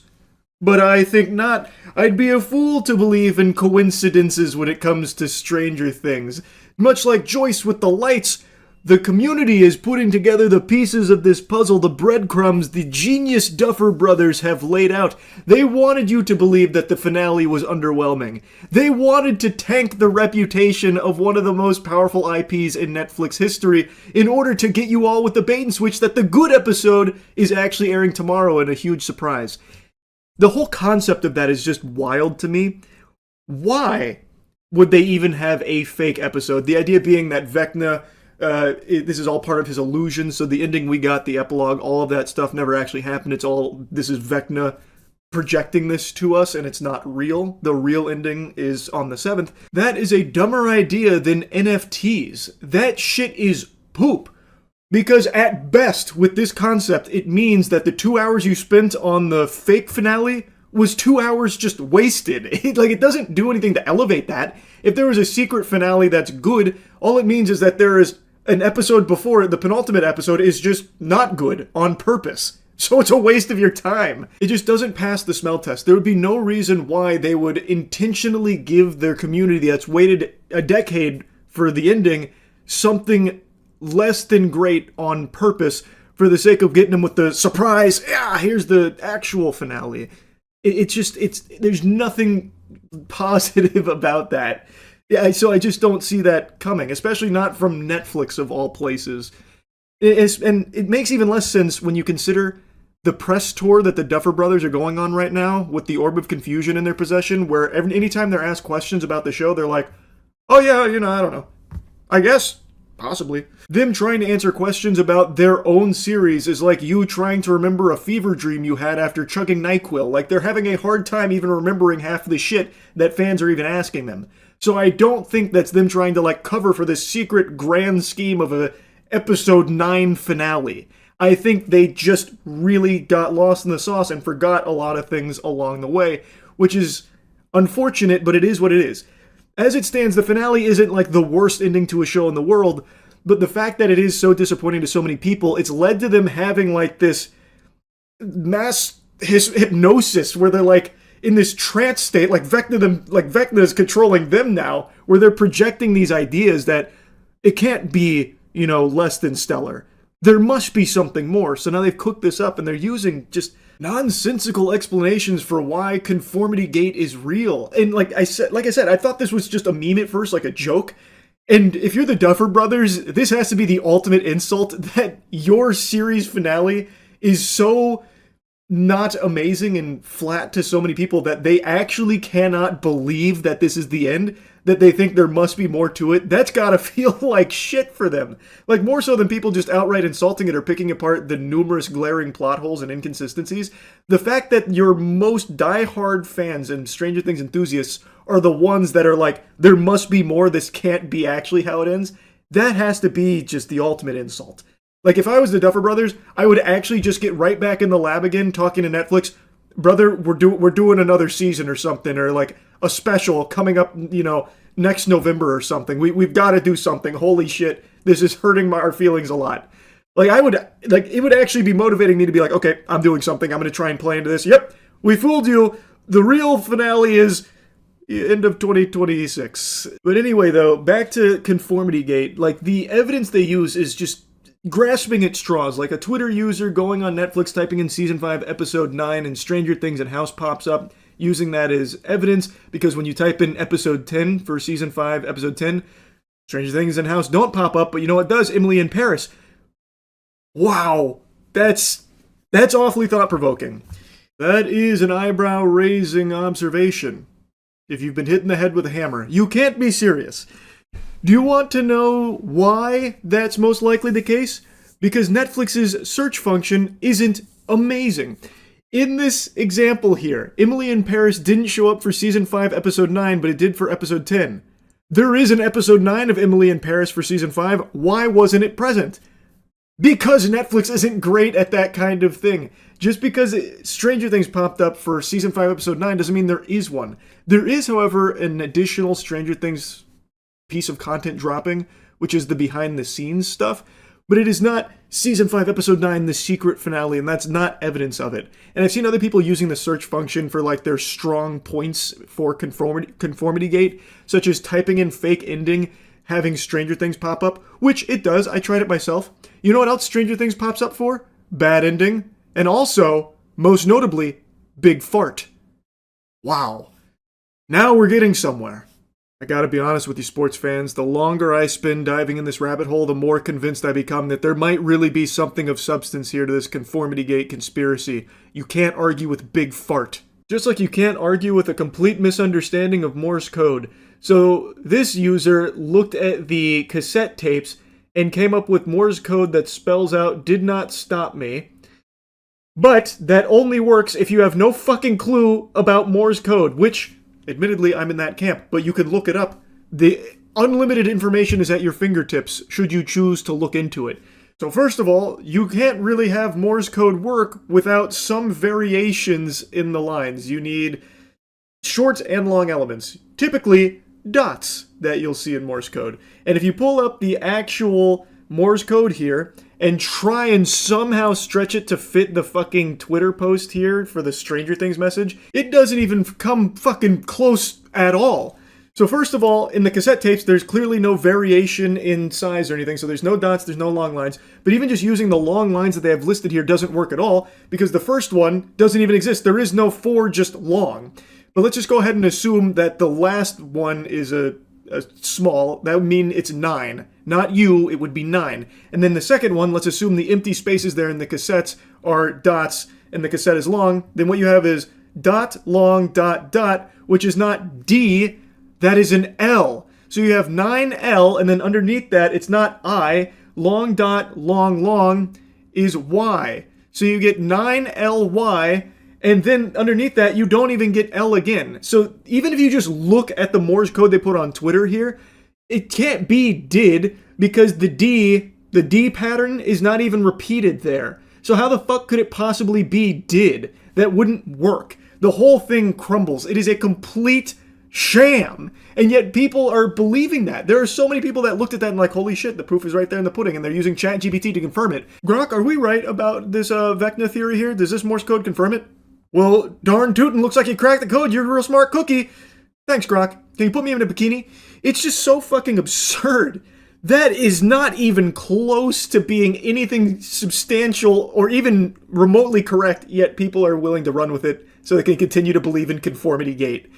Like, ultimately it's harmless, but it's just so ridiculous that I can't help but make fun of it and get, like, somewhat heated about it. Like, I actually cannot wrap my mind around people that are really believing in it. Like, it's shocking to me. And they're using things like the marketing material where they're saying it's going to be a dark Christmas as more proof that this is accurate. Since it wasn't a dark Christmas, fucking nobody dies in season 5 at all. Huge spoiler alert. Literally nobody but one character who you don't know anything about, can't care about because she's only there for like 4 seconds of screen time across the whole season, across the whole series really. Outside of that, there's no character deaths, so it wasn't a dark Christmas. They're using that to say the dark Christmas they meant was Orthodox Christmas, which is January 7th. Come on! Goodness gracious, come on! Snap back to reality, I'm begging! Again, it's ultimately harmless, but holy shit, it is crazy. It is actually unbelievable that there are people out there that truly are, like, believing in this. Like to a degree where I saw people trying to book tickets to the secret premiere, the secret finale at their movie theater, because another big conformity gate evidence piece is that some people's movie theaters on the 8th aren't doing a ton of showings for other movies. So they believe the reason for that is because the theaters are occupied showing Stranger Things finale. So they're trying to book tickets to those imaginary make-believe showings for the secret 9th episode. It's so weird. Now, at the end of the day, if I'm wrong and this is all by design, that'd be something special. I think it'd be extremely fucking stupid. That'd be a terrible, terrible, terrible decision. Like, it'd be something I'd never seen before, and there's merit in that. This would definitely be creative to intentionally fumble your finale, but it actually was you faking it the whole time. You didn't fumble it. You have a secret episode in the tank. That would be interesting, but still extremely stupid. I'd love to be, like, wrong about, conformity gate. I'd love if it's real. That would be, like, entertainingly disastrous as a concept, but I am just 100% certain that's not the case here. I do know that there will be the behind the scenes for Stranger Things that comes out. That is on its way, but it's not the secret 9th episode finale, I don't think, I'm sorry to say. Anyway, let me show you some clips from last night when I was learning more about conformity gate. There's actually a decent amount of evidence, but I think it's mostly writing mistakes. I can't imagine there's a decent amount of evidence to suggest a secret 9th episode. I I think what they're probably looking at is fucking plot holes that this whole season was filled to the brim with. That doesn't mean that the Duffer Bros have secretly cooked up a plan that erases those, and it was actually all part of their master scheme to make everyone think that they fumbled. That would be the stupidest idea ever. What is this? X a lie. Wow. Now that's compelling evidence. Oh god. While both Susie and Vicky were absent from the epilogue, some theorists believe Vecna left them out entirely because he didn't know who they were and therefore couldn't include them in the ending he allegedly constructed. Oh, that's so sad. It wasn't Vecna who forgot who they were, I'm sorry to tell you.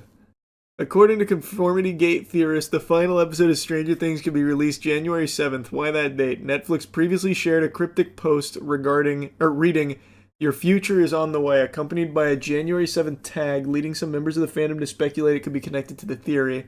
It also is significant in general because it marks Orthodox Christmas, which aligns with Season 5's release pattern of dropping episodes on major holidays, including Thanksgiving, Christmas, and New Year's Eve. Every Insta account of Netflix in different regions changed their bio to relating of Stranger Things. No shit, it's their flagship series that just ended. Of course everything's going to be relating to Stranger Things. They want as many people as possible to watch it.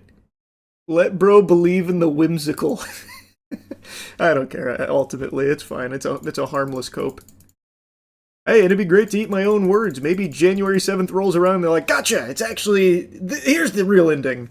I know I've recently made a lot of videos spitting on all the awful stuff that's arising because of AI, such as the prices, as well as the slop. It's just not a whole lot of good news in the realm of AI, and I've been pretty aggressive about it, and, well, I didn't stop to think about the shareholders whose feelings I was hurting. And thankfully, Satya, CEO of Microsoft, really tugged on my heartstrings with his recent statement about how we need to stop calling AI slop. You know, it's going to be an integral part of our games. We got to learn to be buddy-buddy with it now as it starts to replace every human being out there. It's time that we open our hearts and open our minds to the joy that AI can bring our beloved products as they continue to get more expensive and just significantly worse. So, with that in mind, Satya, thank you for opening my third eye. I think I owe these billionaires an apology for being so mean about all of these huge AI pushes that they're making here. I didn't stop to think about what effect that might have on their wallet as people start to, you know, hate what's happening and the direction things are going with this kind of shit. I didn't really stop to think that, wow, you know, they're suffering too. They're losing money.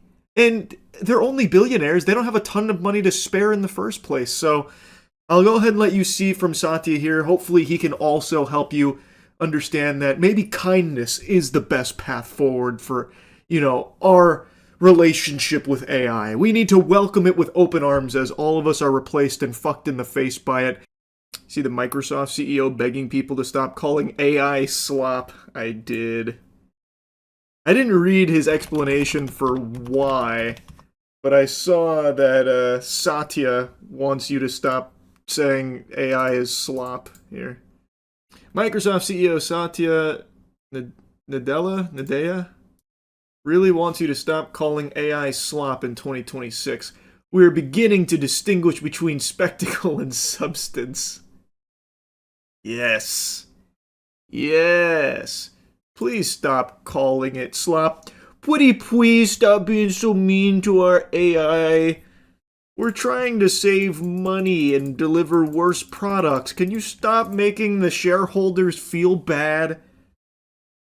When you say things like that, it makes our shareholders nervous, which costs us money. Come on, guys. Is this it? Yeah. As I reflect on the past year and look towards the one ahead, there's no question 2026 will be a pivotal year for AI. Yes, another one. But this moment feels different in a few notable ways. We have moved past the initial phase of discovery and are entering a phase of widespread diffusion. We are beginning to distinguish between spectacle and substance. We now have a clearer sense of where the tech is headed, but also the harder and more important question of how to shape its impact on the world. Yes, inspirational! 2026 is the year we all fall in love with AI, as we can't afford any of our products anymore because of AI. Excellent, yes. Yes. Nobody wanted to own anything anyway, Satya. Yes, of course, yes. In closing, Nadella seems to admit that AI doesn't truly have societal permission right now, referencing widespread backlash and mockery that continues to dog the technology. We need to get beyond the arguments of slop versus sophistication, Nadella laments, emphasizing hopes that society will become more accepting of AI, or what Nadella describes as cognitive amplifier tools, and develop a new equilibrium in terms of our theory of the mind. That accounts for humans being equipped with these new cognitive amplifier tools as we relate to each other. Yes, nothing says relating to each other quite like getting your entire social life through AI. We truly are getting closer to one another. Cognitive amplifier tools is fire. That is very cool. That reminds me of EA calling loot boxes surprise mechanics. What do they call them? Surprise goodies? God, what the hell was it?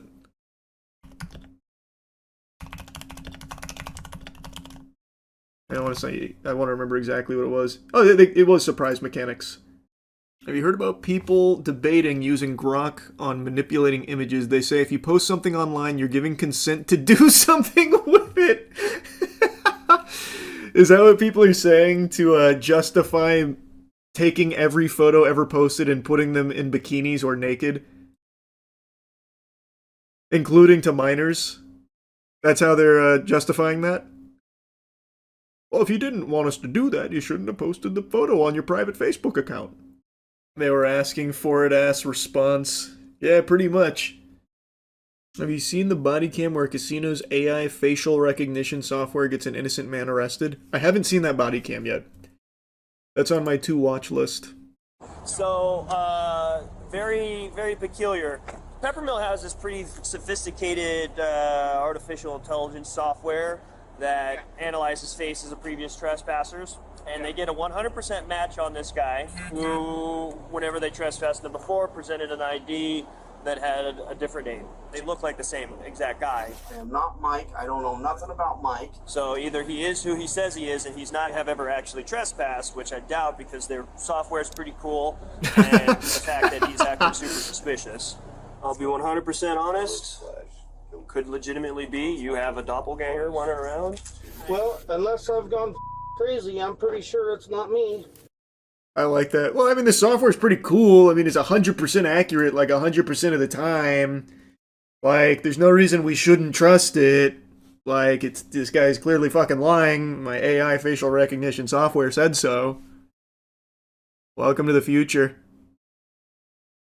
Couldn't you solve this super quickly by just looking at his ID? What are you, some kind of, like, investigator or something? What are you, like, detective? Okay, Brainiac. What, so you don't trust AI like that or something? This is happening a lot lately. Saw some dude got detained because AI thought his Doritos bag was a gun. Student handcuffed after Doritos bag mistaken for a gun by school's AI security system. What? Oh my god. What a headline. Your hands on your head. Keep walking towards me. With guns drawn, Baltimore County Police surrounded a group of students at Kenwood High School Monday night after the OmniAlert AI gun detection system warned school leaders that the student had a gun. Body camera footage shows police detaining all of those students and then searching one of them. Do you have a gun on you? No. What? Do you have anything blue that looks like a gun? No. But the student never had a gun. Instead, what OmniAlert detected was a bag of chips. Ah, junk food! It's even worse than a gun! Like that. Yeah. It's the silent killer. Confirming there was no weapon, the Department of School Safety and Security reviewed and canceled the initial alert. So basically the cameras around the system, they pick up on things that look like guns. I guess just the way you guys were eating chips, Doritos, whatever, they picked it up as a gun. That's all. A totally normal thing, by the way. It's easy to get fucking Doritos confused like eating chips with a gun. Everyone would make that mistake, not just AI. How did it come to be that we had police officers with guns drawn approaching a kid because of a bag of Doritos? As police conclude their investigation, one of the responding officers is heard pointing out the system's faults. AI is not the best. What did you just say? Arrest this officer!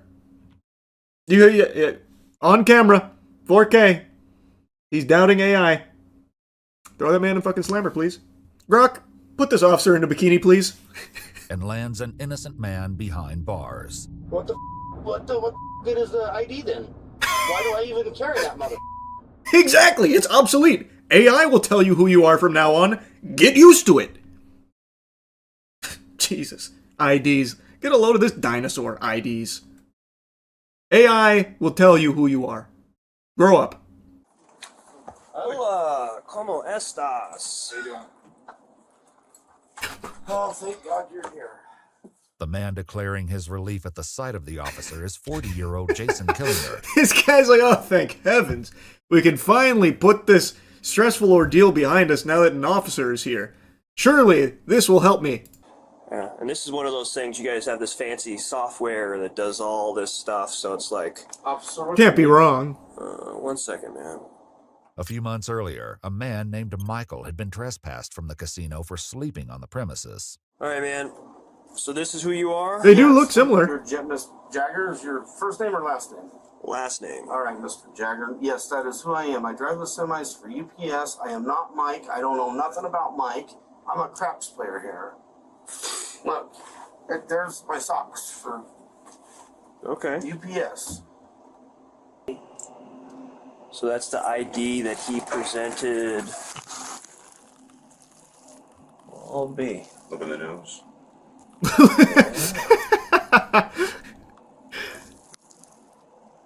Huh. Weird. Shit. Very weird. Right, let me snap a picture of that. I'll run both names. The casino's AI facial recognition software positively identified Jason as Michael, the man they had trespassed. We got him. Step out this way, I get better reception. We fucking got him. The nose, it doesn't lie. That's Mike right there. Yeah. It's on this is crazy, man. That's fucking awful. Okay, buddy, calm down. You'll be appointed an AI lawyer. True. Did they actually arrest him? It seems like it. He went to fucking jail. What a shit show, man. Can he at least, like, sue for it? Oh, wow. Even though the charge was eventually dismissed, he now has a criminal record. All because AI flagged him as being a different guy. Oh, wow. I love the HOA. Is a sentence you'll rarely ever hear a real human being say. If you ever hear someone utter something very positive about homeowners associations, that's how you know, that's your red flag to alert you to the fact that you're most likely talking to an alien, a demon, or a terrorist. Now I know not all HOAs are evil, diabolical monsters, but you do hear some real bad stuff. And actually, my house is in an HOA community, and I remember a long time ago, I had actually received a complaint from the HOA, one that needed action on my part, or I would be like fined or something like that, because I had a basketball hoop in my driveway. So I had to take the basketball hoop down because they didn't like it. I didn't know I couldn't put a basketball hoop in my own driveway. It was a Christmas gift, so that felt real good to have to take that puppy down. Is it the biggest deal in the world? No, but it is annoying.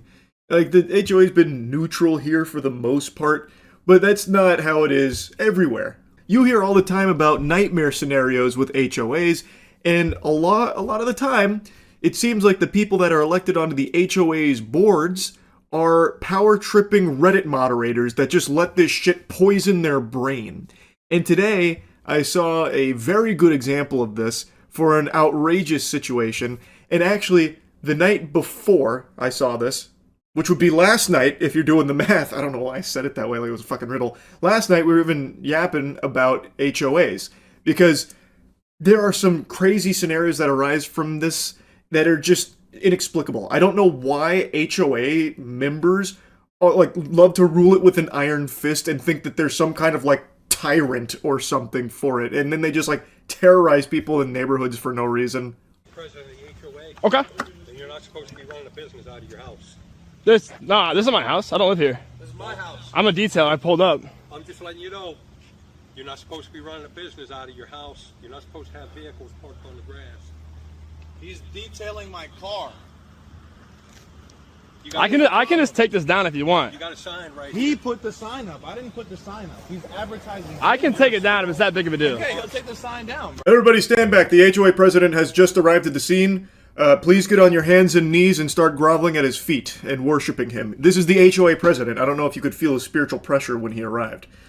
So right now he's causing a big hubbub here because, well, a couple of things. There is a vehicle parked on the grass, which I guess is a big no-no there. And also, the detailer has a sign up advertising his business, which I guess, again, forbidden under the HOA bylaws or whatever. Which is an interesting one because there is a vehicle that drives behind this man that is advertising another business because their fucking truck is wrapped in it. Is he then going to chase that truck down like a fucking dog chasing the mailman in order to give him a piece of his mind? Like, hey, you can't be advertising a business here! What does he do that when, fucking Frontier or Spectrum comes out for the internet? Oh my god, you've got your vehicle wrapped in a business! Scram! Get out of here! It makes no sense. I don't know why he wouldn't be able to put a sign out when all of the other businesses that go through the neighborhood, like the one that drives right behind him, are also advertising their business just on a wrap as opposed to a normal sign. It's pretty fucking silly. Bro, he's detailing my car. So what's the problem now? You had a sign up. Okay, the sign's You're gone. advertising. What's off? What's You're the problem? still going to get a letter. What's the problem? He's detailing my car. What's the Well, problem? that's He's not detailing my car. That's not your car. That's your. That is my friend's car. Yeah, that is Well, my car. Yeah. I'm not going to argue with you. So what's the problem? I'm not going to argue so with you. I have somebody coming to watch I've my told car? You haven't told me anything. You are not supposed to be running a business. No one is running. I'm not running a business. I'm getting a service done. I paid him to But come that's here. not your car.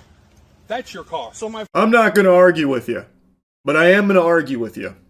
And then he gives the worst possible fucking arguments imaginable. How is he running a business out of his house when he is getting a service done? Exactly as he is stating. That is checkmate. There is no business being run out of his house. There's a service being conducted. By this ridiculous logic, Mr. Big Shot, Big Meat HOA president is also running a business out of his house anytime someone comes out to fucking fix the plumbing or do his roof or something. It makes no sense. When there is a service being done at this guy's house, how in any way, shape, or form is that this guy now running a business out of his fucking house? This is absolute lunacy. This guy is off of his gourd. I don't know what he's even trying to argue here, because it is nonsensical. If he has a problem with the sign, okay, the sign got taken down. Fucking take a hike. Get out of here. Issue solved. Why is he still going to get a letter? Friend came here. And I'm getting my car washed. So listen to me. Listen to me, right? You told me something, right? I'm here. I live here, correct? Because you know that. I know that. Right? I live here. He came. I called him to come get a detail. My friend comes. And all of a sudden, my friend wants to get a detail. So that's a problem on me now? Yeah, because you're advertising a business. Get out of here, man. You're not supposed to have a vehicle parked on the grass. I'm not allowed to wash my car on my property. I'm not allowed to have my car washed on my property. You're not supposed to advertise it. Okay, so he took the advertisement away. What is the problem now? Thank you. I want to get a picture of your tags. HOA hotshot just blue screened in the brain there when he asked what the problem is now since the sign's down. He just keeps harping on that. You're running a business out of here. Your friend's getting a detailing too in your driveway and there's a sign up here. Okay, the sign's gone. What's the problem? He's not running a business out here. His friend just happened to be there and also want to get detail done. That should be no problem. It's his own driveway. It's not encroaching on anyone else's property or anything like that. It is all above board. It seems like it's all perfectly complying with the HOA rules here. The only other thing he makes us think about is the truck on the grass, which they also moved then too, and still he has an issue. It's just crazy because HOA zombies like this guy, they literally exist for this kind of power. Their purpose is to exert what they believe to be power on others, to try and make people feel like they're beneath them and that they're, you know, a godsend because they're on the HOA board or something. Like the way he flexes that, like he's some kind of secret agent. I'm HOA president as he flips down the FBI badge or something. It's so cringe, man. Just get a fucking life.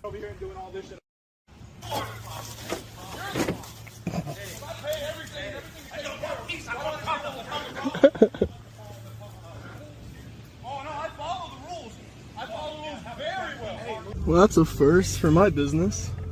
The car is off today. Get out of here. Get out. Get out. Get. This is a harassment case. Thank you very much. The "what's your badge" number line from his friend actually got a big time giggle out of me there. This guy just won't leave. Like he just keeps saying, "You're getting a letter. You're getting a strongly worded letter. It's going to be a stern one. I hope you're ready. I'm HOA president. Damn it! Who do you think you are? I am." Like, all the issues have been solved, which were barely issues in the first place. I don't know why he has to be so combative and aggressive about it, confronting him on his property about, like, the HOA laws that he's violated because he's accusing him of running a business out of his house, which is the stupidest fucking thing ever. And even when this phony baloney problem is solved, he still just keeps making a big stink about it. He continues to argue. Like, the video goes on for like another 20 or 30 seconds, and it spans what I imagine to be multiple minutes because it starts cutting around because they keep arguing. The guy just won't fucking leave. It's clear all he wanted to do was come over and cause a ruckus. He just wants to cause problems. He is the HOA president, and he thinks he has, you know, the fucking license to kill or something. He can do whatever he wants. So he's confronting him on his own property about nothing. A made-up scenario in his head about how they're running a business out of his house. It's so unbelievable, man. And there's plenty of videos of, like, HOA Karens and meltdowns and shit like that. I'm sure you've seen plenty. But it is just unbelievably annoying. And this one really grinded my gears, especially after just talking and yapping about HOAs for a while on stream last night. It was... this HOA president, I think, is the epitome of what an HOA board member looks like for the most part. Like, he's a caricature of that. Anyway, though, just wanted to yap about it a bit. That's it. So, yeah.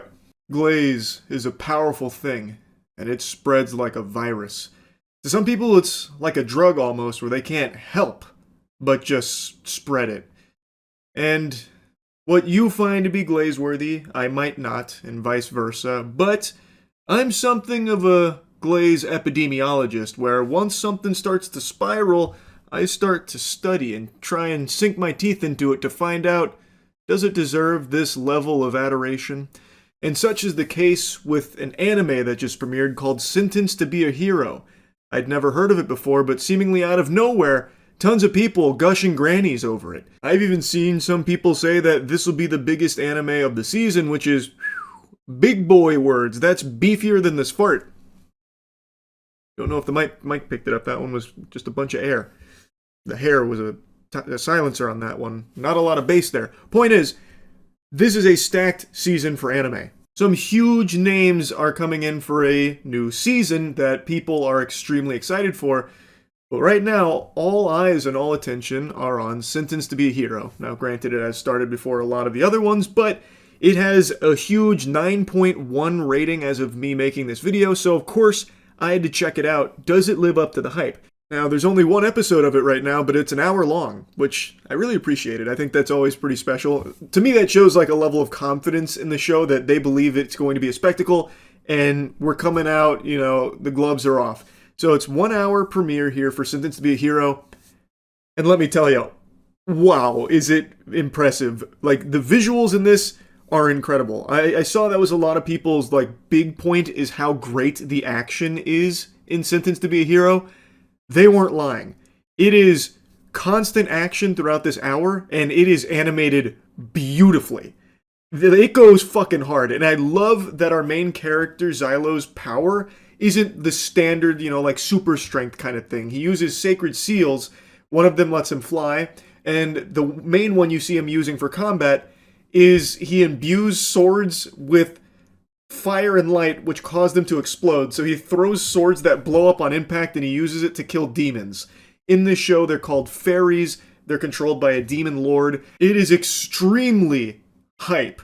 This premiere felt like I was watching the finale to an anime season. Like, this was almost anime movie level quality for this hour. I was very, very, very impressed. They were definitely right when it came to the hype around the action and the animation. It was extremely good. Now, I also was pretty interested in the world they build here. Hero shows are a dime a dozen. That's like the main thing. Even outside of anime, everything is geared towards like hero type content. So immediately the name Sentenced to be a Hero, I thought, okay, it'll probably be a pretty generic hero anime, which is fine as long as, it's cool.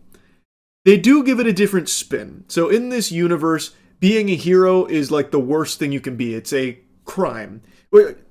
Rather, it is like the biggest possible punishment for criminals. When people see a hero like Xylo, they're not excited, they're angry, they're upset, because they know that the reason he is a hero is because he was sentenced to be one, meaning he is the lowest of the low. He is a piece of shit that took a shit. If you are punished, like the worst imaginable punishment in that world is being sentenced to be a hero, which gives you basically immortality, where even if you do die on hero duty, they drag your soul back from hell in order to make you be a hero again. So you are constantly being fundamentally tortured on the front lines fighting for the rest of the people around you. So it's not like a noble position, it's like the worst position, which is an interesting spin on it.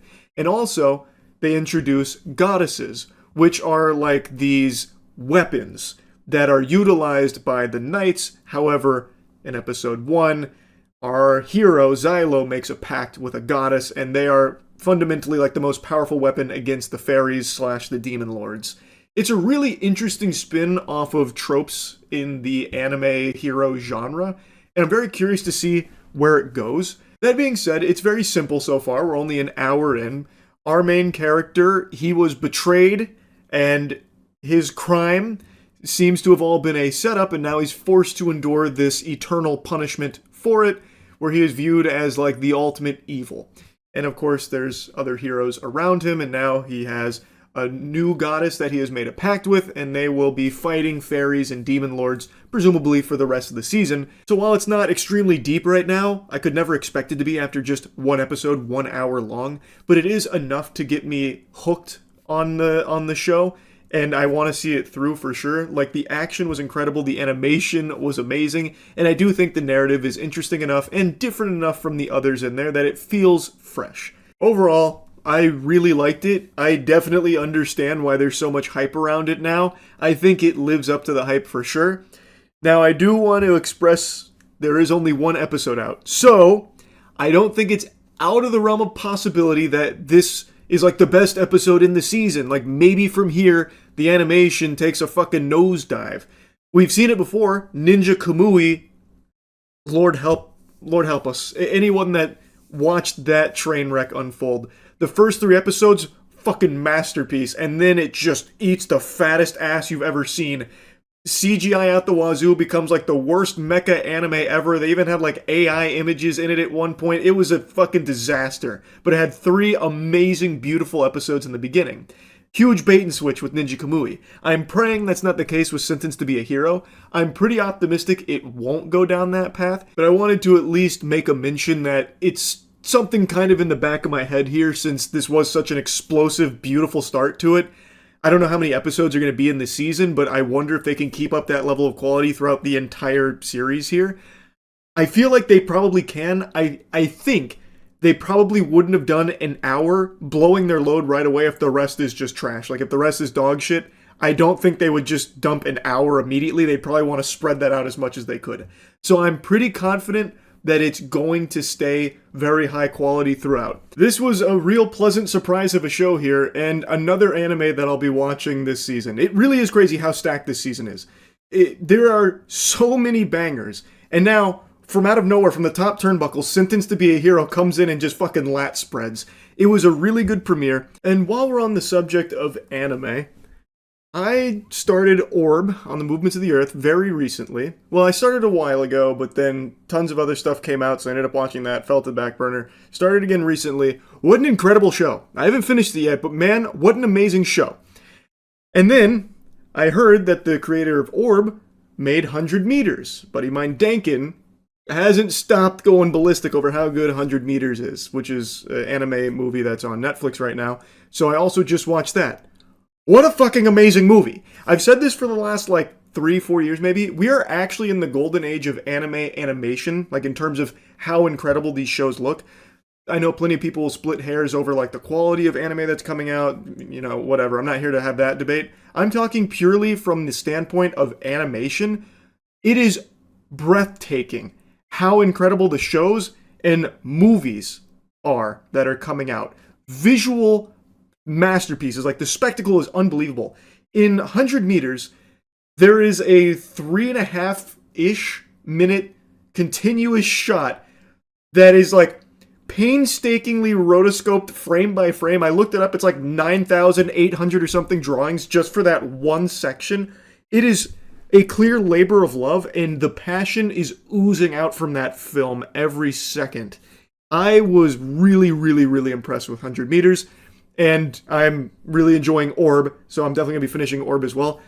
Big fan of that creator now. Back-to-back bangers I really liked from them. I just wanted to briefly mention that here since I'm just yapping about anime. Incredible stuff is coming out right now. And like I said, this season is so fucking stacked. Also, Fate, the new Fate series just started. It just had its premiere. I haven't seen that one yet, but apparently it's really good. So anyway, yeah, back to the whole point of the video. Sentenced to be a Hero. Great start. Excited to see more. That's really about it. It lived up to the hype. That's about it. See ya. Just like fiber in my colon, the YouTube algorithm works in mysterious ways, and today it plopped out a little something special onto my homepage. A beautiful little nugget that highlighted a scam that I would have never even imagined as a possibility. A YouTuber named Falfin, whom hasn't uploaded in 6 years, came out of nowhere from the top turnbuckle and delivered a smackdown onto a nutrition brand that had a protein powder that they were hawking that isn't quite what it seems.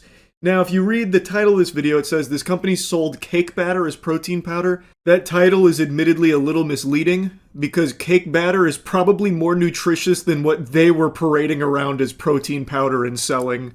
It is a homemade label, and in that little screenshot there I showed you, the keen observers out there, the astute viewers, may have noticed that there's a bit of a big typo on that nutrition label. Instead of dietary fiber, it's dietati fiber. So this is not like a real label, and it actually gives me similar vibes to like the OG pink sauce shenanigans. So it turns out, we're going to go through this video together, that this nutrition brand had this protein powder that was not as advertised, and it certainly didn't have the macros that it was pretending that it did. If you're into fitness and live in Northern California, there's a decent chance you've heard of Holmes Nutrition. Anyone that has tried Holmes Nutrition protein powder would say the following 2 things about it. 1, that it's the most delicious protein powder they've ever had, and 2, that it tastes just like cake batter. The powder itself even advertises how it's great for baking. 1 scoop has 22 grams of protein and only 3 grams of sugar, but it tastes so much like cake batter that someone got suspicious. Now, I'm not familiar with this brand, I've never heard of it before, but it seems like it had a lot of glaze with people praising its flavor in particular. It had great macros, judging by the nutrition label. If you ignore the misspellings of dietary as well as essential amino acids, it seems as though they called them essential amino acids. But if you put that stuff aside, that pesky grammar and spelling, it all looked great. Now, real quick, why you should never ignore something like that on a label is these are extremely important pieces of information to get right. And if there are spelling errors in there, that showcases that something's a bit fishy, something's gone awry. Smells stinky. If a label isn't correctly, accurately describing what the contents are in this product that's being consumed, that can be the difference of someone getting sick. People make their decisions on things based on these kind of labels, especially when it comes to people with dietary restrictions. So, if the label can't be trusted, that could be legitimately dangerous for some individuals. This is something you don't fuck with. So, with this in consideration, so many people talking about how closely resembling cake batter the flavor profile was for this brand and how low the sugar was, There was someone on Reddit who, just like my boy George, got a bit curious and decided to send this out to a lab for further testing, just to confirm, like, does this actually have the macros that it says it does? Is this actually what the label is telling me it is? This Redditor sent in 3 different flavors of Holmes Nutrition to a lab. They sent samples of chocolate cake, lemon cake, and cinnamon crumb cake to this lab, Certified Laboratories, and all 3 powders came back with the same results.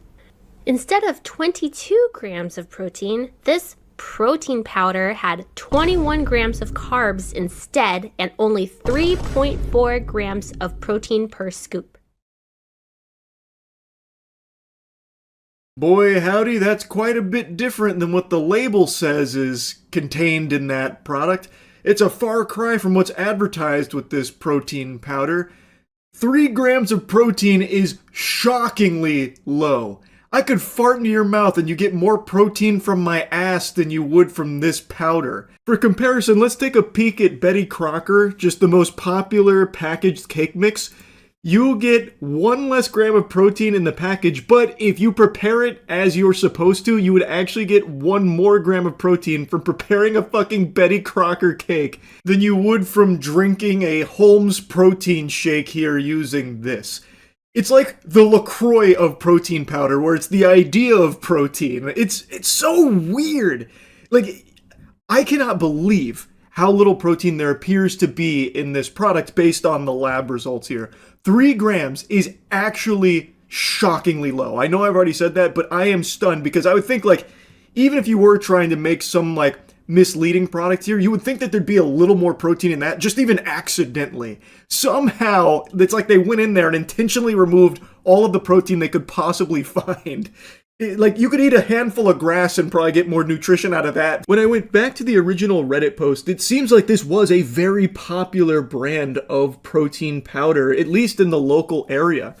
For years, Holmes Nutrition has been a well-known local name, someone everyone preached about as being legit because he's friends with so many people, but recent lab results show that the product has been severely mislabeled, sold under the appearance of a higher quality protein powder than it actually contains. I personally have been buying Holmes Nutrition for over 4 years, believing I was getting a high-quality product. People I know have even picked up their protein directly from his house, trusting they were buying from someone who cared about his customers. Instead, they were handed a product that didn't come close to meeting its advertised nutrition claims. And in the comment section, both here, on the YouTube video, and even in other places like on Facebook and stuff, and other like Instagram and things, there were tons of people talking about how long they've been purchasing this product. They've been loyal to this brand for years. And when you are trying to better your health and fitness, one thing you do is keep track of things like macros.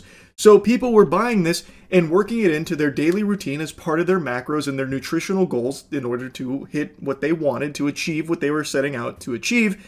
But they were being misled the whole time. They weren't getting near their protein threshold that they were looking to hit. And in some cases, you could even make an argument it was hurting consumers, as you're going to see more in this video here and in the original Reddit post. Because this is incorrectly labeled, there were people buying this product that probably shouldn't have because of like blood sugar spiking and stuff like that. This is why these labels are extremely important, because someone who's like diabetic needs this information. They rely on this information so that way they don't end up putting themselves in a dangerous position by consuming something that they shouldn't. So when this product gets tested in a lab and turns out it's not even close to what's being advertised with it and the label doesn't reflect what's actually in there at all, it becomes a huge problem, and I wouldn't be surprised to see this brand sued. Honestly, huge W to the Redditor here who decided to take it upon themselves to send this out to labs to confirm if this really is what Holmes Nutrition says it is.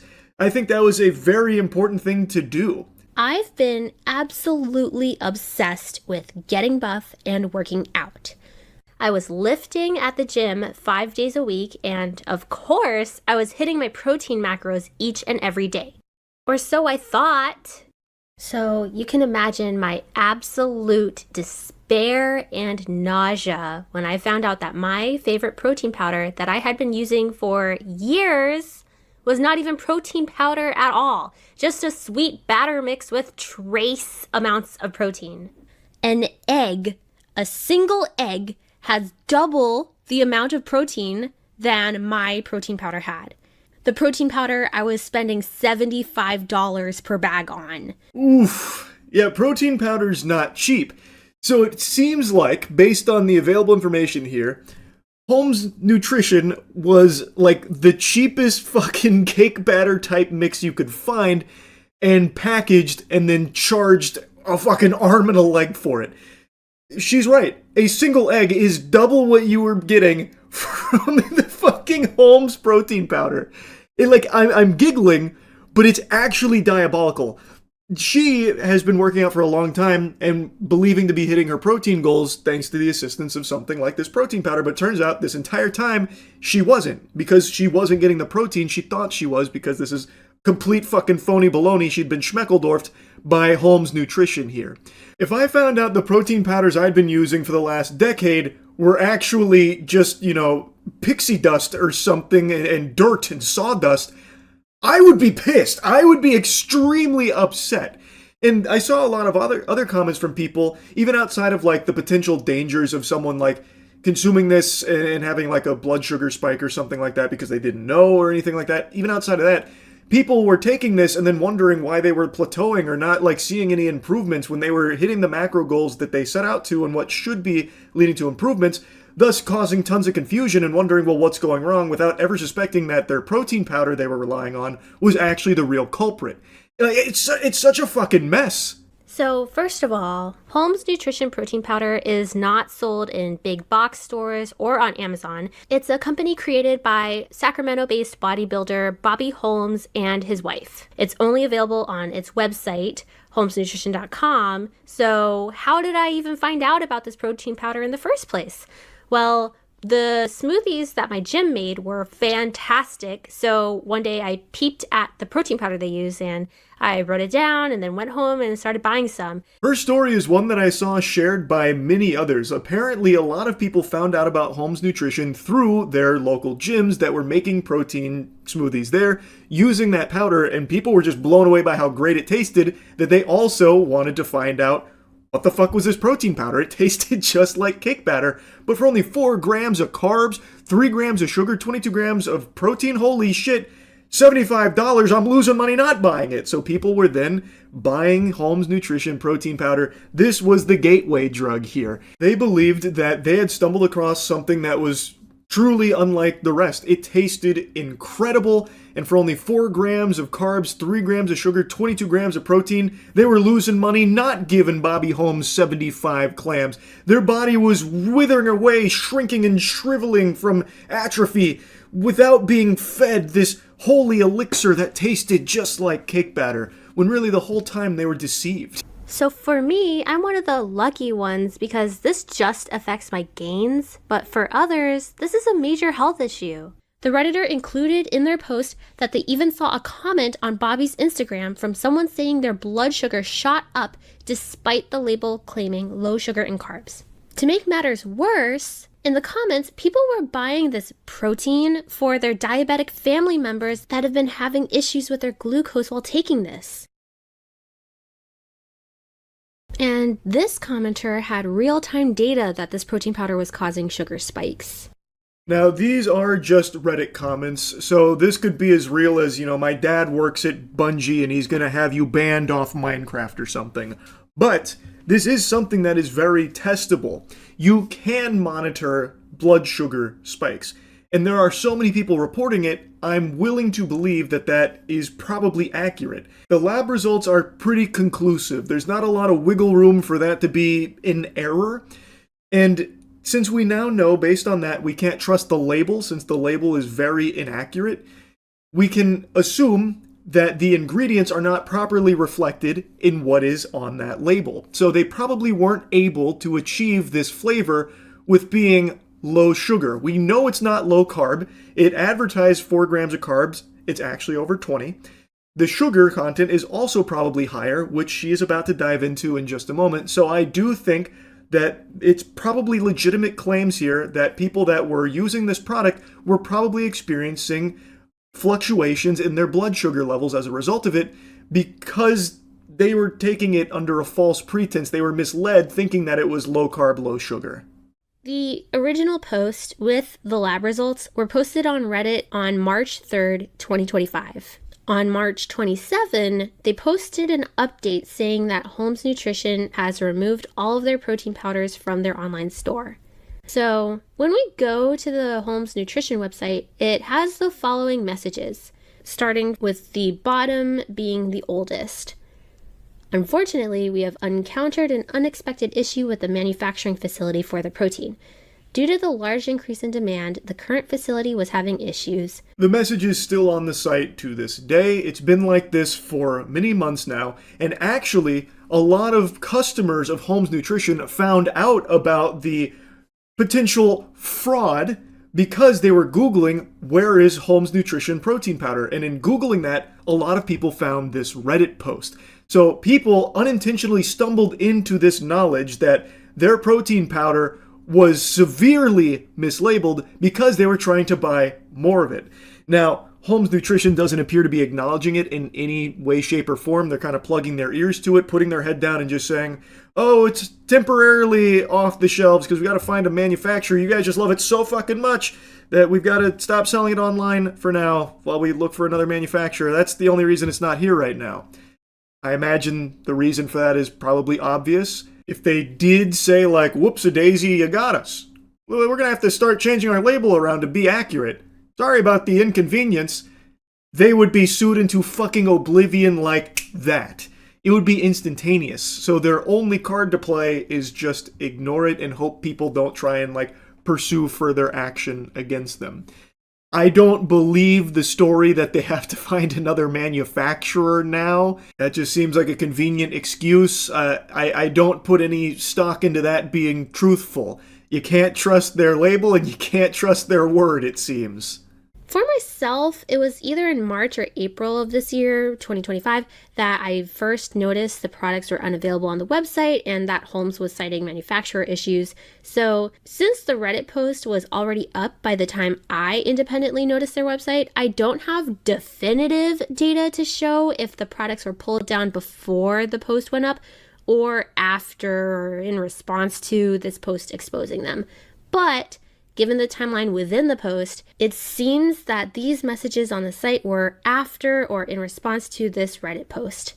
Okay, wait. As I was editing this video, I saw this Instagram post from Diamond Tier Fitness, which is this gym in northern Sacramento, that said it's selling Holmes protein. So it seems like while it's not available to order directly through their site, they are selling it through local gyms.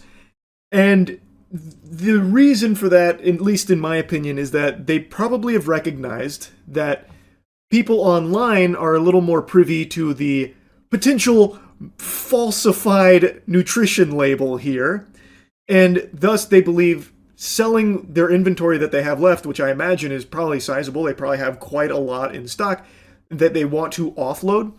They found the best way to do that would be locally doing it at these gyms where people aren't just going to stand there and start like Googling it right then and there. They'll just be like, oh, this, I'll trust the label.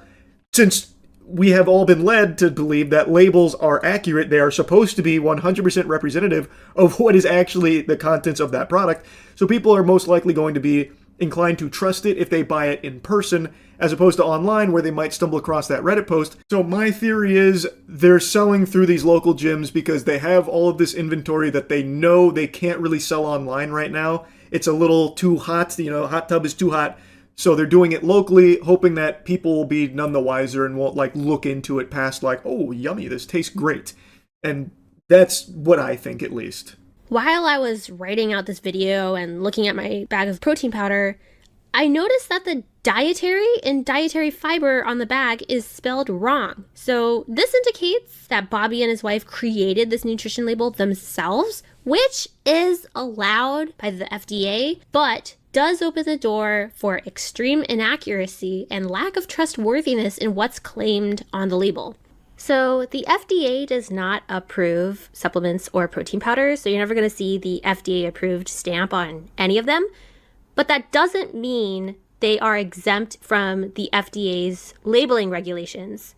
They still have to follow the FDA labeling laws. That was fascinating to me because I didn't know that you could just make your own labels for the product. I knew protein powders weren't FDA approved. I think most people in the fitness space do recognize that.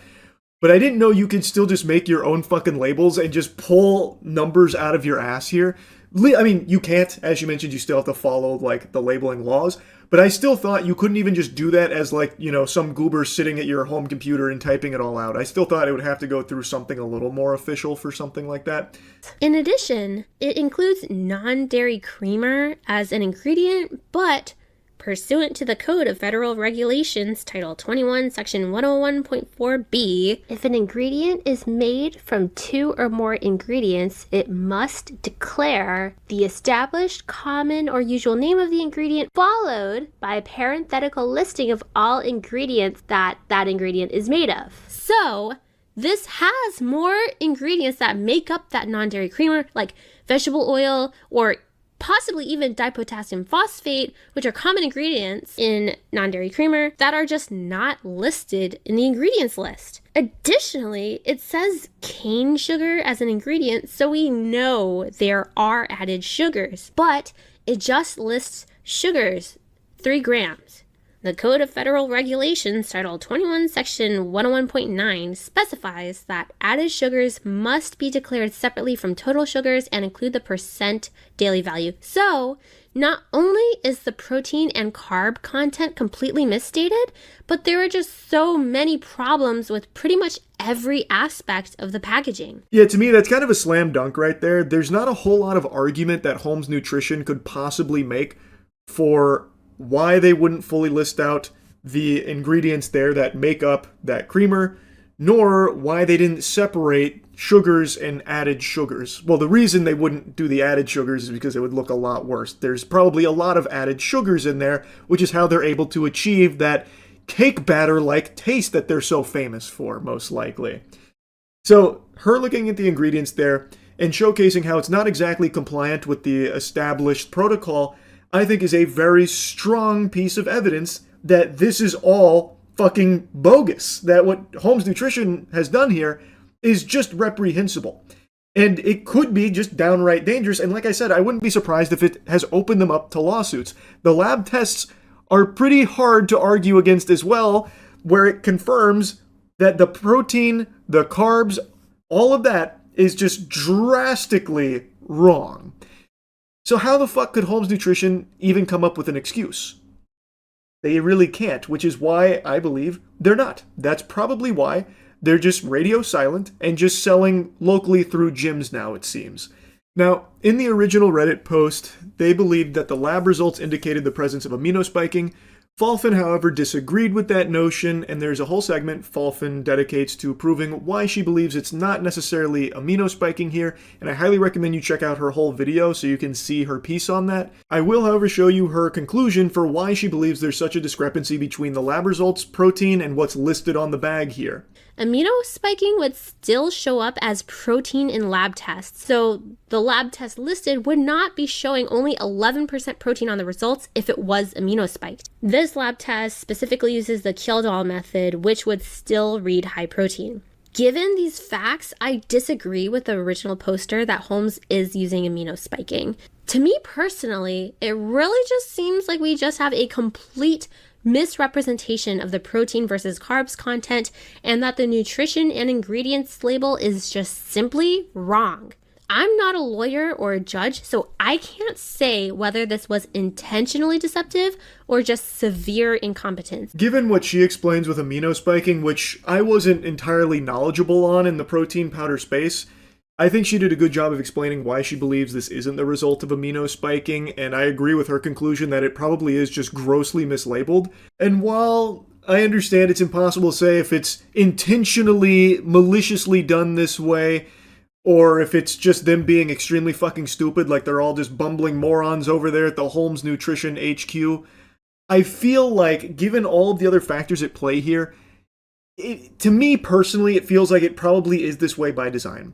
It feels like they are intentionally trying to make this product appear as though it's something that it's not, knowing full well when people try it, they're going to love the flavor, and since they see these great macros on the back, they're going to be like a lifelong customer, as you've seen from so many other commenters and so many other people speaking up about like how betrayed they feel for years spent buying this product. So I feel like it's probably by design, but of course I can't say that with 100% certainty. But regardless, it's a huge fucking problem. So I know this was a long video, but I just had to talk about this. I'm not a YouTuber. I'm just a person that is angry and wants other people to be aware of this. If you've made it this far, thank you so much for listening to what I have to say. I hope you have a great day and that you don't find out that you were scammed by your protein powder. She also had a segment in here where she was mentioning other protein players in the space that were facing legal hot water, being sued because of mislabeled products, you know, that maybe didn't have as much protein as the label said. So, like, there's a precedent set where you can't just completely fucking lie about how much protein is in your product. Now, as for whether or not Holmes Nutrition is going to face any legal ramifications, who really knows? But really, this was a very interesting video. Falfin mentions she's not a YouTuber. She was just a victim of this scam and wanted to alert others to it as well. And it's not something that she's doing just trying to fish for clicks or farm a drama or something like that. She was buying this protein powder for years, wasting hundreds of dollars over the course of this period of time, and she's far from the only one. You can see tons and tons of testimonials from people claiming that they've been buying this for years, spending upwards of like $2,000 over the course of this period of time, all under the belief that this product was helping them achieve their health and fitness goals, when really the truth of it appears to be, based on the lab results, that it was actually hampering those goals. It was actively working against them. That fucking sucks. Like, that's terrible. That's a degenerate scam right there, based on all available information. So, I just found this to be so interesting. Falfin absolutely crushed it on this video here. I know she says she's not a YouTuber, but I'm curious if she's going to do any other content in the future, because this was just really well made. And hats off to the Redditor who did the initial investigating in the beginning, sending this to a lab, being alerted to the fact that something is just awry here. It's a bit fishy, and then decided to follow through on an investigation to make sure that, you know, everything was above board here. And then what they found out, they shared with, you know, the world. So that way other people weren't getting, you know, misled by it anymore. So, yeah, anyway, I just had to yap about this one. That's really about it. So, yeah. I saw the comments on the video earlier today. You guys were so nice to me about my hairline. Oh my goodness, I was blushing. Making a 31-year-old man feel like a boy again.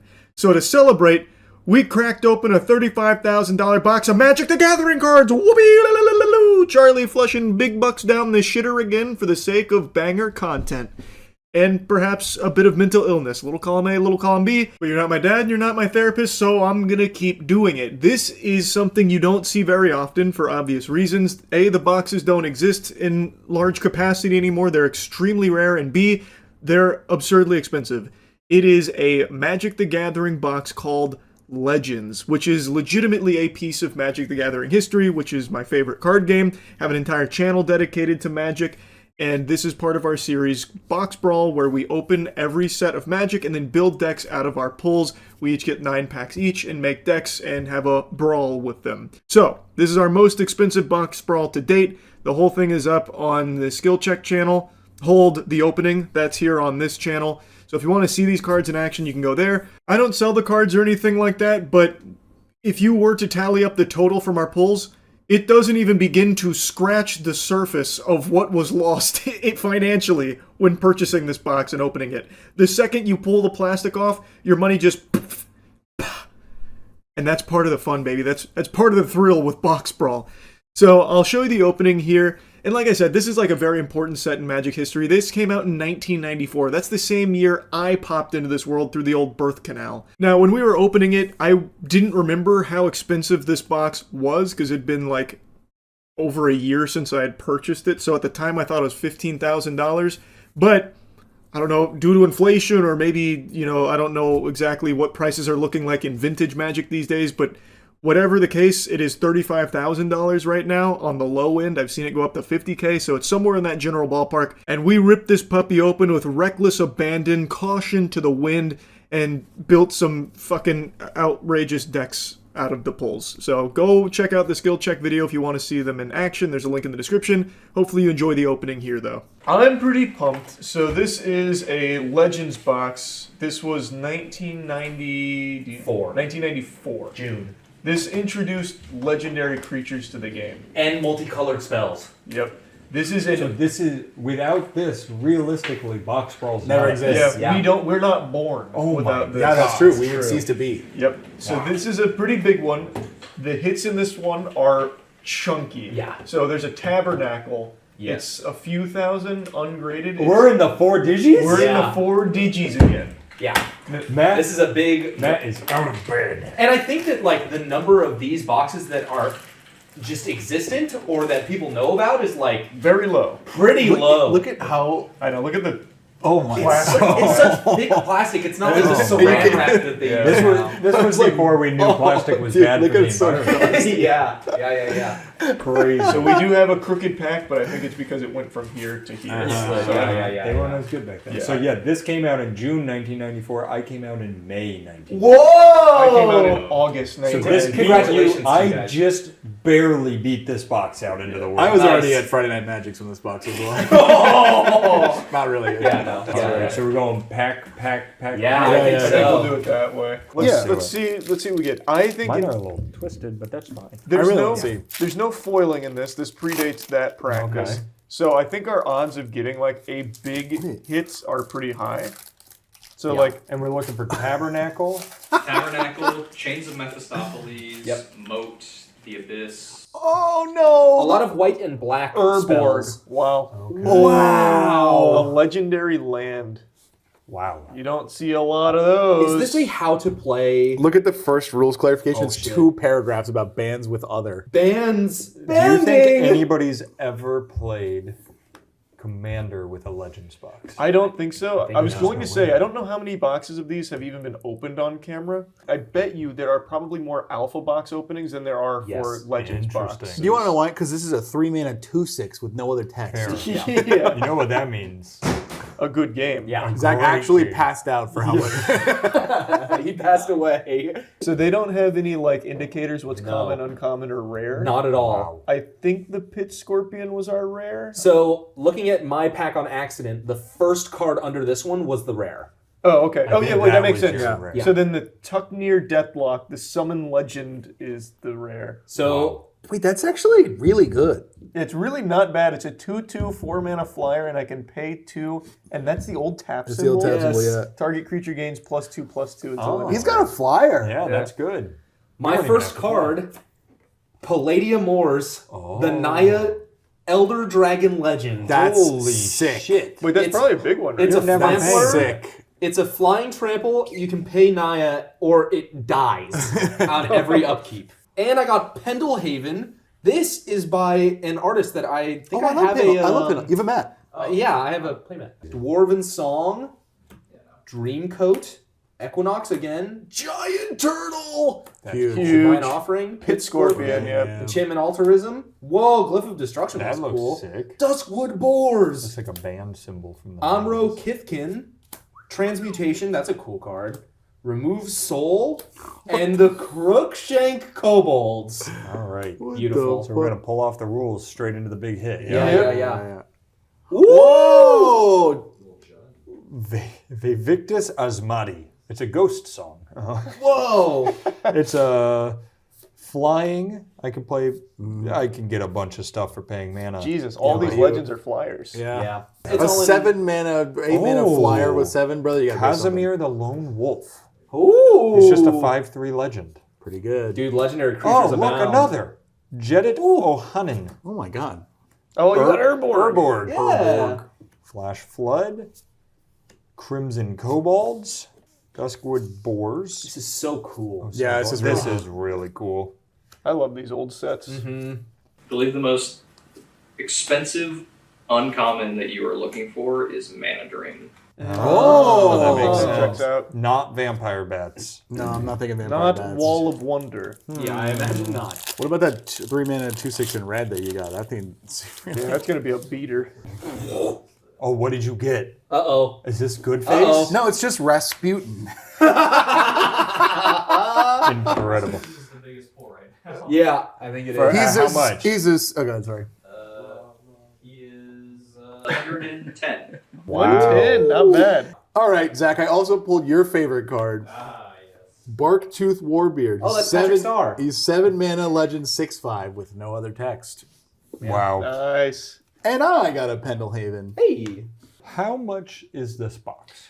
I'll double check. I think it's 15K. Yeah. 15K. It sits around there. Yeah. So, oddly enough, if some of the hits are a few thousand, you could get close. You could get closer on this box than most. Yeah, 50, Let's it's just 15K. say I'm not thinking that we're gonna get there so far. Name just in pencil. Yes. You just wrote it there. This is back, and this was for a long time. A lot of the artists just signed their name on the art on the card. so like, many have it. even in the commons, even in the it's rares, like it's on most of them. That's cool. Yeah, it's really funny. This guy, I think, put a year. I think this says 93. Yeah. Is reverberation anything, or is that just a big bunch of trash? Really big. At least I got another legend, the Riven Turnbull. Oh yeah, this guy. He's a 5/7 and he can tap to add black mana. Wow. Would you like to swing your 5/7 or Well, get he's one a black 7-mana 5/7, so either way, I think the yeah. game is over. I would like to summon Zach for a cameo that he may rip a Zach, pack. Bring him in. Come on here, boss. All right, let's rip this. Also, I can't believe no one has said Elder Dragons are in this set. Yeah. This is where Commander comes from. Nico Bolas. think so. One of the big Nico Any of the Bolas. Elder Dragons What? could be your commander, and that was the Yeah, idea. Palladium Ores. That's cool. All right, we're looking at Ramses Overdark. Oh, good. What a stupid name. Destroys a target creature which has an enchantment card played on it. Well, that's my first D&D OC. Abomination. He was an abomination. I don't know why it Winds sounded of like you said Change. abomination. Abomination. Backfire. Abomination. Glyph of Life. Abomination! Let's go! Remove soul. Active volcano. It looks like a tropical island, but it's not. That's true. Barbary apes. Yes. If apes, monkeys. Or something like that. Big. Thank you, Zach. Nice. Big pack. Big pack. Overdark is really going to help. Here comes the big pack. Nope, that's Sentinel. Don't nobody care about that goofball. What the heck is that? Yeah, I don't know. Wait, but the he next looks. one looks cool. I mean, he looks really fucking sad and stupid. Let me see. Yeah. Chase, I want you to open this pack. Okay. Yeah. Be careful, because the one under that is the rare. The one under this. Yeah, It comes at you quick. Yeah, he Comes at you quick. starts It comes punching. fast, like many of us. Oh, that's cool. Roga. Yeah. Keep. Put them in the right piles. Evil Eye of Ormsbygor. Wow. That's all one word. That's amazing. Ormsbygor. Backfire. Back shots. Casimir, the lone wolf. Giant. Wow, that's a guy. Oh my god, that art Oh is my so god. horrendous. Oh, he's got a beer belly. Oh my god, that's revolting. I actually saw it earlier and just stopped looking at it because it made me uncomfortable. That looks like a Smiling Friends character. Oh, yeah. And Emerald Dragonfly and Alabaster Potion. Thank you very much, Chase. Nice. Thank you. Nice. I might be playing kobolds, dude. That's Yeah, so that guy's sick. cool. That's really cool. Let's get a real hit now. Yeah, That's Matt. Chase of the other channel appearing at the skill check channel Yes. on Charlie's channel. Yes. This is Inception. All right, guys, you want to stop fucking around here? Yeah. Kabam! Axelrod Gunnarsson. It's my favorite. I did not make that up. That's Axelrod Gunnarsson. Damn it, he's gonna be worthless. He's an 8-cost Rakdos. He's got trample, 5/5, and each time a creature is placed in a graveyard during a turn in which Axelrod damaged it, you gain 1 life, and he does 1 damage to a target creature. Player. Okay. Hammerheim. It's a land. You think this is repacked? We haven't gotten Bloodlust. anything big yet. Winds of Change. I think we got a $100 Rasputin. We got a lot of packs to go. Could be repacked. Doom. It's a certainty. How long ago did you get this? Like 6 months ago, probably. That guy's long gone. Yeah. Yeah. All right, Danny. It's go He skipped go. town. So what's the before I Tabernacle. Tabernacle. what is the price on this box so I know what I'm getting 15K. into? Oh, Yeah. that gets you up in the morning. Yeah, It's yeah, a yeah. little bit of a. Let's get him Yeah, yeah. Maybe that was the trick. Damn it. Oh shit. And now it just changed. Yeah. No, nope. Nope. It's Wall garbage. of opposition. Ooh, a wall is the rare is tough. Yeah, Oh, that's maybe bad. the rare is the Yucky. second position. Yeah, it's actually going to be. Where's your red pile? Oh, this is one. a bad repack.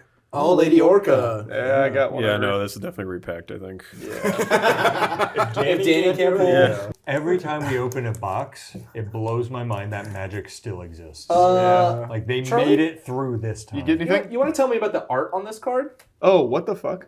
That is a nude woman. It is just a naked I'll woman. tell you about that. Fully nude woman. I've seen one of those before. Oh shit. Oh. He's bullying the cards. Oh. That's not working. Wait a minute. Oh, but it's Boris Devilboom. Of course. Woman's a minor. With an E or an O. I can pay 4 to put a minor demon token into play. Holy shit. Stormseeker. Mountain Stronghold. These are new. Yeah. All right, Drew, take it home. All right, I reversed my pack like how Oh, Ryan thank did. God. I was going to say that was ass. Bloodlust. Red Mana Battery. Red Rocket. Whoa. You mean like Fallout, right? You're talking about Fallout? Giant Strength. Dude, what did they do to fuck that guy up so bad? Well, he's just Cult shit. of Kharkiv. Oh, it's the long road or whatever. The shit in the road. Yeah, the long walk. Yeah. Surely it gives us at least a mana drain, right? Yeah. I would Flash hope counter? so. How much is mana drain worth? It is 210. Surely it gives us at least 10 of those, right? I Revenant think Archer. so. You think we're up to like 500? Maybe. Oh, Mountain probably. Stronghold and Angus McKenzie is a hit. Is it? Yes. 260, I think. All right, we're back. Angus McKenzie. We are back. Everyone is cheering because it's worth money, but when you're going to see this in the game, that card just says a person doesn't do combat damage. This is going to be horrible. It is fog. Every turn. Let me see. What is it? Creatures attack and block as normal, but none deal any damage. All attacking creatures are still tapped. Oh, Divine Intervention! Yes! How big? How big? No, it's not. It's not like that. It's an 8 mana enchantment. It says put 2 counters on this card. Remove a counter during your upkeep. When you remove the last counter from Divine Intervention, the game is over and considered a draw. Our first draw. That's very cool. I am playing it. 135. Oh! Oh, I forgot I had a pack to my left. Maybe it was sitting to the side. Oh my god. The sticky pack. Oh, All Hallows Eve. Oh, yes! That's I big. love that card. That's really big. That card is so cool. I think that's bigger than Angus. 500. We're back, baby. I mean, let me just get through here quick. I don't see anything that good. Yeah. Sick rare though. Sick. That's a cool rare. Dude, All Hallows Eve is so Huge. sick to. Oh, Nicobolus! Oh! You How have many? to play him. That's the guy. How many schmeckles? About 200. Woo! OG Nicobolus. Jesus. Look at those pips. He's lounging. 2 blue, 2 black, 2 red, 2 generic. Yeah. Oh my god. Yeah. Godspeed. Not bad. Not a terrible box. Yeah, but so much Would fun. have been worse. That was cool. Yeah. So, if you want to see us play with these cards, you can go over to Skill Check and actually watch us sleeve these make decks, play them, which is crazy. Nobody plays Magic this old. That's true. It's just us. for It's just us. I'm gonna play all planes in Divine Intervention. Well, well, well. Look what we have here. 8:30 p.m. on January 7th.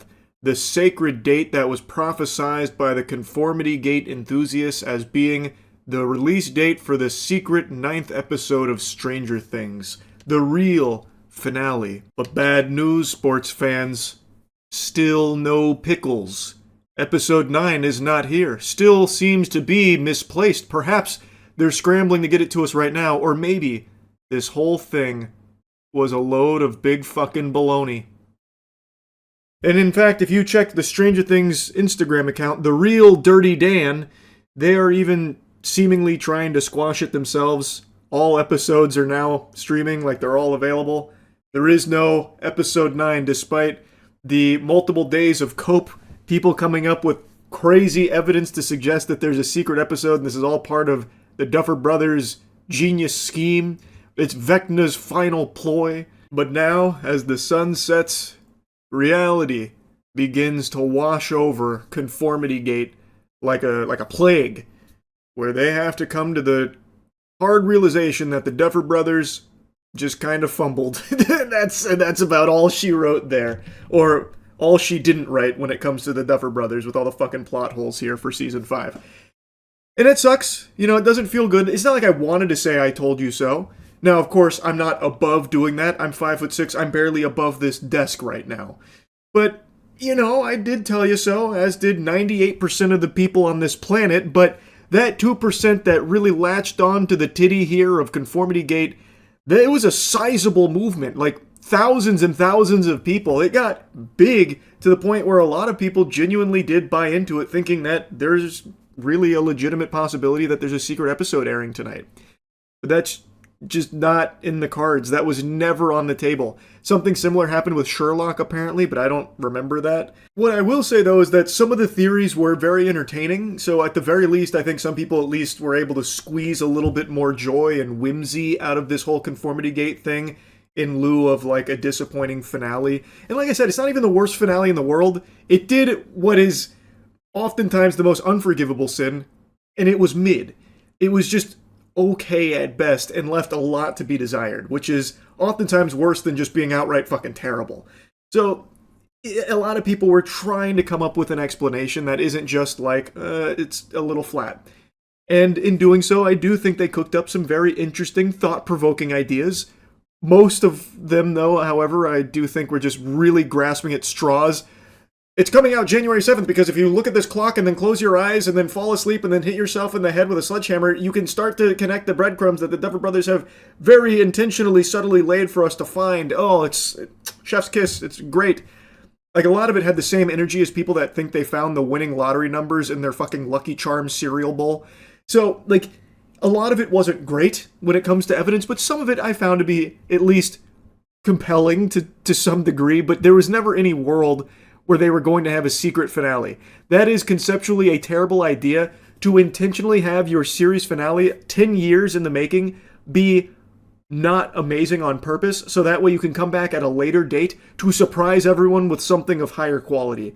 That's just a fucking terrible idea to tank the reputation for that long, and then even go on like a PR press tour getting spanked by every interviewer and every fan ever, like basically a humiliation tour, only to then come around with a good episode. Like, that whole thing just doesn't make sense. So that was never going to happen, and I'm still pretty surprised that this whole Conformity Gate idea blew up to this level. So look at it in a more positive light, maybe to shine a little, like, inspirational message on top of that. It shows what a community that's passionate about a project can do when they come together and set their mind to something. In this case, the idea that there's a secret episode. I think that's pretty cool, and ultimately it is harmless. The worst thing that happened is a lot of people got disappointed all over again because their hopes were up because they had watched so many theories and so many videos about it. And when it didn't happen, maybe they were a bit let down again, but it's not the worst thing in the world because I imagine that journey was probably a really fun one to dive into. So, like I said from the get-go, the whole Conformity Gate thing is a harmless, movement that was there.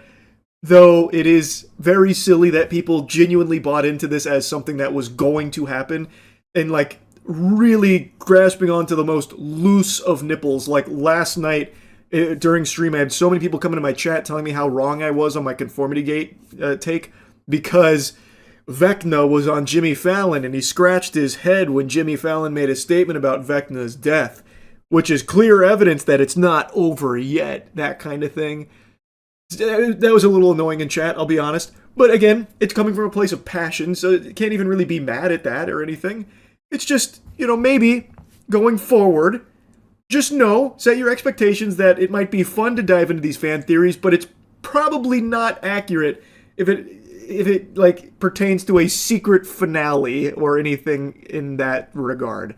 That's just not going to happen in any product. It's just not. That being said, though, I think fan theories are sometimes significantly more interesting than the actual lore that the writers come up with. Best example is Darth Jar Jar. I think that is the finest bit of fan theory ever cooked up. Also, Snowpiercer taking place in the Willy Wonka universe. I do love fan theories, and Stranger Things has a very interesting set of fan theories that, unfortunately, were kind of proven wrong throughout Season 5. I'm talking outside of Conformity Gate, but I really do like diving into that kind of stuff for products and IPs that I really like. I think it's very interesting, and honestly, I would really like to see, like, writers kind of lean more on that. Like, they can see these fucking fan theories and shit. I would like if that, like, sparked some kind of inspiration in their noodle, like, well, maybe we use this in some way, or maybe we can flesh this out in some way, and that's a pretty good idea. Like, I think that'd be very cool. I don't see that happen super often, but it would be nice to see, maybe occasionally, for some of the more high-quality fan theories. But now I'm getting off on, like, a side tangent here. Overall, Conformity Gate was a lot of fun to watch from an outside perspective without ever really believing in it. And while it didn't happen, it's not like I'm really celebrating it. I would love if there was a better ending to Stranger Things. It's just, I think it was pretty obvious from jump that that wasn't going to happen. This was the series finale. Anyway, though, no need to yap about it any longer. That's about it. So, yep. Hairline jack. Mostly unchanged. Not too shabby. You know what is shabby, though? I saw a dubious little advertisement. Now hold your horses there, partner. It's not AI. I know you are already getting that idea in your noodle, so let me put that to bed right now. This is not one of those dog shit, ridiculous AI commercials that are becoming extremely popular. In fact, this is just some good old-fashioned, old natural false advertisement. Almost brings a tear to your eye. Scummy company still deceives customers the old-fashioned way. It is a misleading ad run by a company that I think a lot of you watching this have probably heard of. Restream.io. They right now are apparently running an ad that has me in it. And Matt sent me this wondering if I had given them permission or if they paid me for it or something like that, if this was some kind of agreed upon thing for me to appear in a Restream ad. And get a load of this. No. I had no idea. And in fact, I don't like Restream.io. I've talked about multi-streaming a lot. I think anyone who has any iota of interest in streaming or any current streamer should absolutely be multi-streaming. But I've never recommended Restream.io to anyone. I tinkered around with it when I was first dipping my tootsies into multi-streaming, and I didn't like it. It was always preached about as the gold standard, so I even bought an extremely expensive subscription to it. The lowest subscription offer is $16 a month. Now, there is a free option as well, but since everyone was hyping it up and all these incredible features, I did do the subscription, and I just really didn't like it. So instead, I used a free plugin called Sorayuki, and that's always the one I recommend to people for multi-streaming, not Restream.io. Yet, here I am in a Restream.io ad, and even though I don't mention Restream by name, anyone watching this ad is going to have the takeaway that I am endorsing that product, because otherwise why would I be appearing in a pitch for it? It's a very interesting scenario. Every single person should be multi-streaming. Should you multi-stream? Of course. Should you take my word for it? No, listen to the experts. All my streams have been multicasted. I've been having a blast with them. I stream on both YouTube and Twitch at the same time. Now, if somebody was to come at me and ask you to consider streaming on YouTube, I would say yes. Whether you want to do it as a daily stream or you want to multi-stream it across platforms. This reminds me of when that fraudulent One Piece game on Facebook was using me as a spokesperson for it, and it was cleverly trimming around videos to make it seem like I was excited for the One Piece game, even though I never even mentioned the game or anything. That's kind of the same vibe I get from this, where I'm not saying Restream or anything, but I'm talking about multi-streaming and this and that, and since it's in a Restream video, the obvious perception is that I am advocating for Restream.io that you should be downloading and subscribing to in order to multi-stream. When the reality is, the truth couldn't be further from that baloney. I just plain old didn't like Restream.io. I didn't like the green eggs and ham, I'm sorry to say. I preferred a simple plugin. Sorayuki was free. It's been real efficient. I've had no issues with it. It's been smooth sailing, whereas Restream.io, I had plenty of problems. So I just am not a big fan of the product, but if you're someone who's been fed this ad over the last 8 months, you would probably think I'm a goddamn Restream.io partner, a huge enthusiast, I'm sucking my own dick and pumping my fist going, Restream.io, you gotta get it now, that kind of thing. This ad has 460-something thousand views as of me making this video, and apparently it's been run elsewhere too. That's pretty lame, Restream. But I will give you a small thanks for reminding me of something very important. I never canceled my Restream subscription. So I went into my email in order to do the deed, and it turns out I've been paying for this longer than I thought. 2 years, it's been auto-renewing. At $190, 190 clams a year I am forking over to Restream every October like a terrible Halloween trick-or-treat surprise. Oh my god, I was actually pissed. I was actually disgusted. I didn't remember it being that expensive. I didn't remember the yearly was almost $200. Oh my god, what a waste of money. But you're welcome, Restream, for the easy fucking $600 basically that you squeezed out of me. I did a double take and then immediately went to their website to check their pricing to ensure I didn't somehow subscribe to the premium fuck me in the butt package, and luckily that wasn't the case, but then I saw this eye-opening business plan of $200 a month or $23.90 per year for their business tier. That is hefty. Feels more like you're the one getting the business if you signed up for that one. They are giving you the business into that cock into your wallet, my lord. Like I said, I didn't remember it being this expensive, so I do appreciate the ad reminding me that I needed to at least cancel the subscription, because otherwise I would just be losing $200 every year to something that I completely forgot about. But yeah, about the ad, is it the biggest deal in the world? No, but it is a little bit shady. Typically, when someone wants to like use something for promotional material for their product, they usually will ask you permission to use it to promote their brand. So like Warframe. I think all of you know now, I am a big Warframe fan. It is, I believe, one of the best free-to-play games out there, and I've said that a lot on stream. And maybe at some point you've seen a Warframe ad that has me in there with a segment glazing Warframe. And it's just a stream clip of me talking about Warframe. That wasn't like a paid partnership or anything. They saw that clip and wanted to use it, but instead of just ripping it and then putting in their commercial, they reached out and asked if they could do so, which of course I gave them permission. That's typically the standard protocol when it comes to taking someone else's shit in order to use it in your commercial material. You either at least ask permission or even oftentimes offer to like pay for usage rights in whatever marketing material they want to use when you're going to be feeding actual consumers a real commercial. Like, it's just very odd that they wouldn't even at least ask if they could use clips. Like, for example, if for Cheeky Soap we decided to run an ad where we just started taking other people's clips like, oh man, if only there was a soap I could use that leaves me feeling moisturized after a shower, and we just start taking all of that shit in order to like promote our product without paying them for it or asking if we have their permission to utilize those material, that would be pretty scummy. It's a bad business practice. I don't know if it's like full-blown illegal or anything like that. Like, I don't think Restream founders are going to be in handcuffs or anything for it. It's just pretty scummy is all. I don't know if they asked Tim the Tatman or Swag permission to use their clips or anything like that. Couldn't tell you. Maybe they both use Restream.io and are really, enthusiastic about it, so they don't care. And that's totally fine. And like I said, at the end of the day, it really isn't that big of a deal. But this standard does exist for a reason. In this case, it was used for a service a lot of people do like.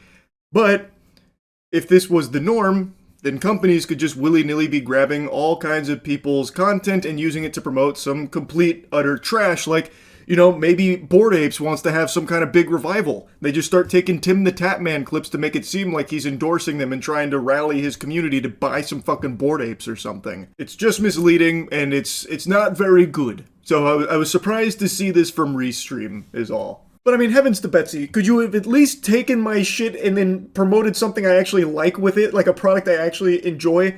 I don't like Restream.io. I don't want to be appearing in a Restream.io commercial. Anyway, though, that's really about it. So yeah. AI everything. It's coming. Literally everything. Even in the most useless circumstances, AI is being ham-fisted into it. Soon, your silverware is going to be AI integrated, where it'll be telling you, Charles, it seems like you're looking for an awfully big portion of this spaghetti here. Are you looking to put on pounds? Like shaming you or something if you're eating too much food. Like, everything is getting AI. Millions of dollars going into the most useless implementations of AI imaginable because it's just this gold rush that has broken the brains of every tech company on the planet. Last night I learned about, of course, the Razer Goon Tube. Then there's the Sony AI patent that will play the games for you if you blow major ass at gaming.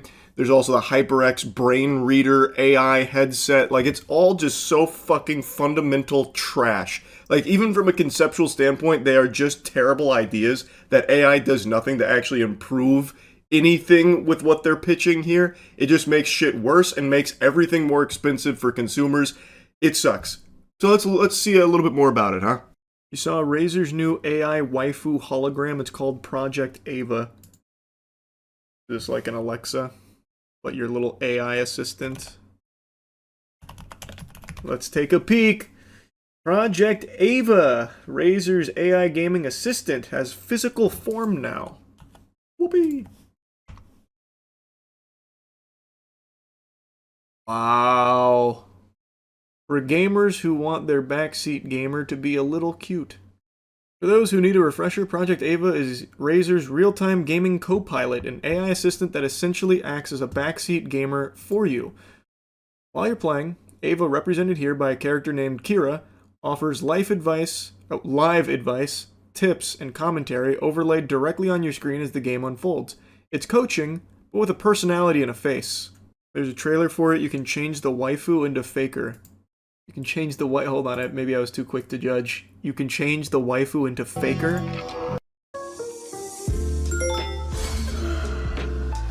Wakey, wakey, rise and shine. Morning, Joey. You were snoring again. Definitely wear your favorite green jacket. Look, now we're really vibing. That's the saddest shit I've seen in my fucking life, man.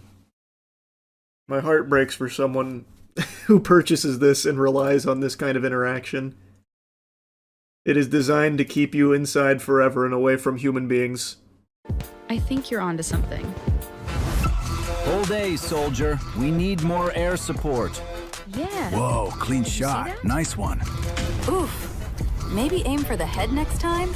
Break line of sight. Yeah, that's what I want. I want my fucking AI assistant to be sassy and insulting me while I'm playing League of Legends and feeding in mid lane. That's what I'm looking for. Thank God. Switch to burst fire mid-range. GG, that was amazing. Ready to go again? This is Project Ava, your AI desk companion. Oh! I hope Faker got paid millions for that. AI girlfriend gonna point out every missed CS. Have you tried killing the cannon minion? It'll give you an advantage in lane. PC's gonna cost 10k because of the AI goon jar. True. It is like a little fucking goon tube in here, huh? Very cool. They have a camera installed on it for some reason. How else are they gonna know if you're hitting those nasty headshots? And if they can't see it, they can't offer incredible advice such as, have you tried switching to burst fire for mid-range? Or whatever the guy said. It needs the camera. What, you think it's gonna be like spying on you or something? Why would it do that? It makes no... You sound crazy. You sound crazy. It's for the sake of helping you game, brother. It's your AI assistant. It wants to see you as much as you want to see it. Bringing her to Dave & Buster's so she can backseat me at the Crane Games. Oh my god. That's unlocking the full potential. Bring her to the casino to gamble. Well, she wouldn't be able to help you gamble. That'd be a worthless use. Have you seen the news of PlayStation AI patent could see games play themselves when players get stuck? Sony AI patent will see PlayStation games play themselves when players are stuck. AI-generated ghost player assistants would help out players who can't progress in a game. As described in patent documents, Ghost Player would see players call down an AI-generated ghost version of the player character, which could either play out the solution to a particular part of the level or complete it entirely. Originally filed in 2024, World Intellectual Property Organization published an international status report on the patent this week. For example, if a player were stuck on a puzzle in an Uncharted game, then they should just stop playing games forever. Holy shit, that would be beyond tragic. The guide mode would seemingly present an AI-controlled Nathan Drake demonstrating the solution before the player did it themselves. The complete mode would simply complete the section for the player. I just don't even... What would even be the fucking point in playing? I don't get it. Just, if you're that stuck, just look up a gameplay video of it on YouTube. Look up like a fucking walkthrough. Grow up. Oh my god, what a huge waste of time and resources to make a ghost player. Oh my god, this is our reality. Oh my god. Holy ads. I'm so tired of you guys not appreciating good ad placement. We still have unused space for more ads.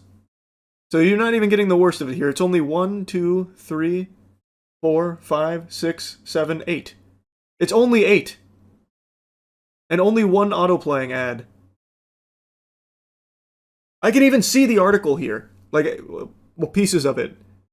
Also in AI news, HyperX just revealed an AI gaming headset that can read your mind and make you play faster. HyperX reveals headset that uses AI to read your brain and make you faster. Great news in gaming here, nothing but positives, huh?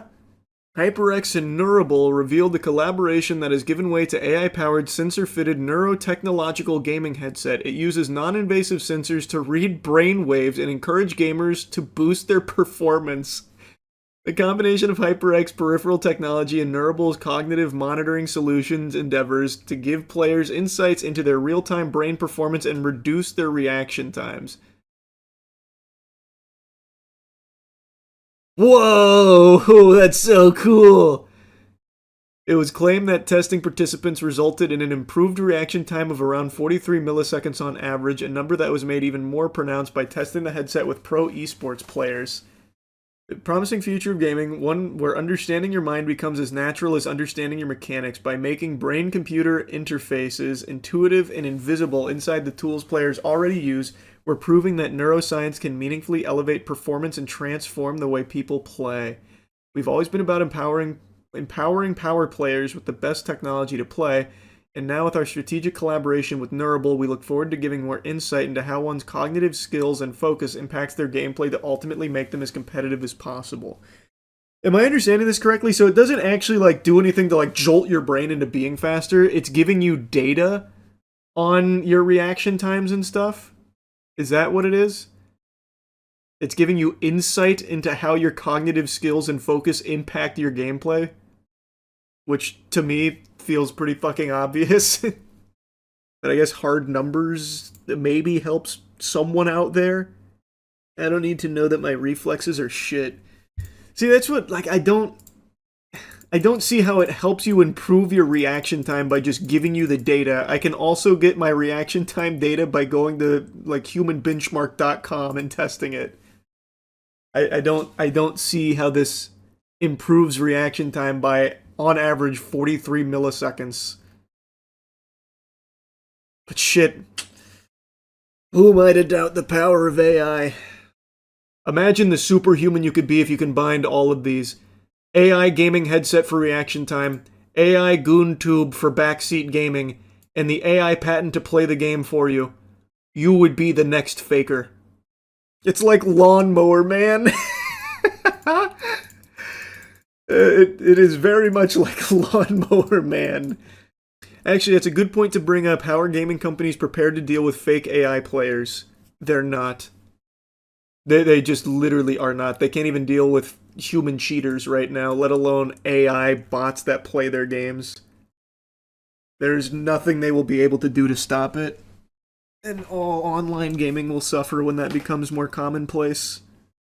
You think this is also geared towards accessibility and disabled players for Sony, that is? I could see that argument in some capacity, but it's not like... The accessibility it's offering is more so like, we'll just complete it for you. That's kind of the antithesis to accessibility. I actually think all of the accessibility that Microsoft has done is in a good direction. I know I poo-poo on Microsoft all the time, but I am actually always impressed with how seriously they take accessibility controls for disabled gamers. This is not really that. This is just giving you the solutions or doing it for you. It's not really an accessibility tool. Why do we need this when they already have Atreus telling me how to solve a puzzle? That's true, they already did accomplish this without AI. They didn't need patents for Atreus just vomiting out every solution. What's the difference between watching a video and watching AI do it for the solution, though? The difference of millions and millions and millions of dollars in resources poured into the AI doing it for you when you can just for free right now without any big detrimental effect on the industry, type in YouTube Uncharted walkthrough for whatever you're stuck on. That's the big difference.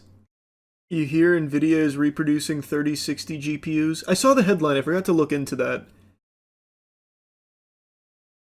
I wonder if they're going to be the same price that they were back when it first released. My gut tells me probably not. Why do you think Valve cares so much about something being AI or not compared to other companies? For me, it's a pretty obvious answer to that. I don't even know if it's the right answer, but maybe it's just because of my faith in the company. Valve has shown for almost 2 decades now that it really does value a good product. It values the consumer, and that's why it has a de facto monopoly on PC gaming. People just choose Valve despite there being alternatives. No one goes to them because Valve is just the gold standard. It actually is just the most consumer-friendly platform in the space, period. So I feel like Valve understands that the consumer wants to be informed on if the product uses AI. So Valve gives you the tools to see that yourself and make your own decisions if that means something to you. Whereas other companies, they make all those decisions and don't give a fuck about like what the consumers or players actually want. It's all about how they can squeeze money out of them. That's what I think. It could be wrong though. But I feel like Valve has a very good track record when it comes to just like actually delivering a quality product.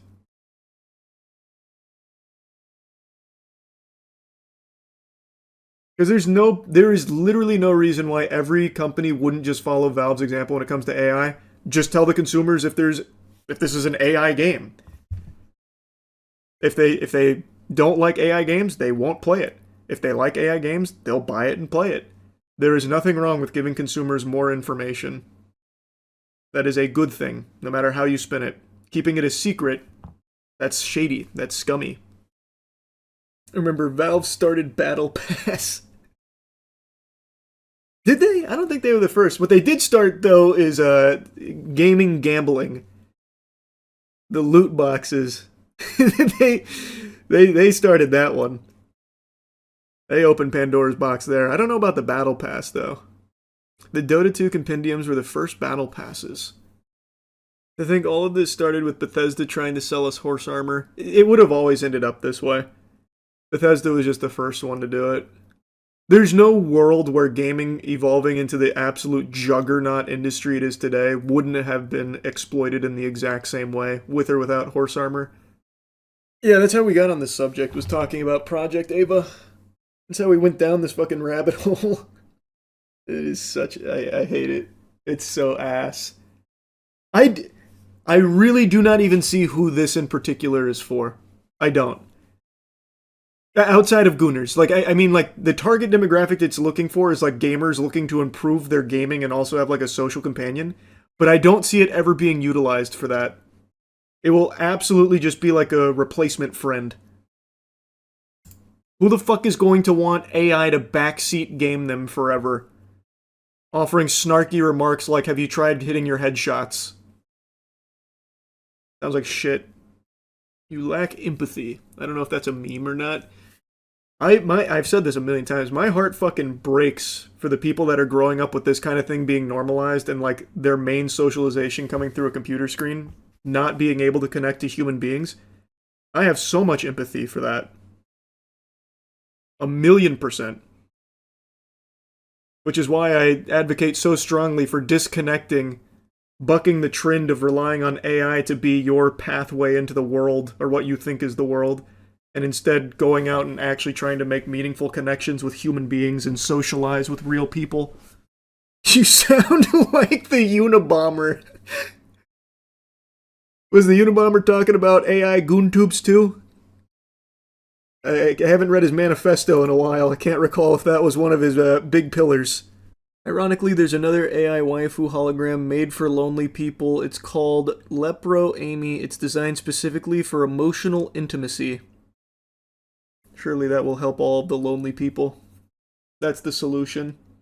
To isolate further. Can't say I've heard of this one. Lepro Amy? Oh yeah, this was also announced at CES. And it is also another GoonTube. Well, I guess not fully a tube. You'd have to like pop that off, which it doesn't seem like would be very easy. Lepro Amy, a device the Chinese company openly markets not just as AI companion, but an AI soulmate. Oh, good idea. There was no live demo as the show floor was too loud, according to staff, which felt oddly fitting for a product meant to simulate emotional intimacy. Even silent, Amy drew a crowd. Very cool. What do you mean you remain unconvinced that people don't need an AI friend or soulmate? That's why we're born in this world, to find our AI soulmate. And then die in front of it, fucking 80 years completely alone, living off Doritos and pizza and broken dreams. That's the utopia.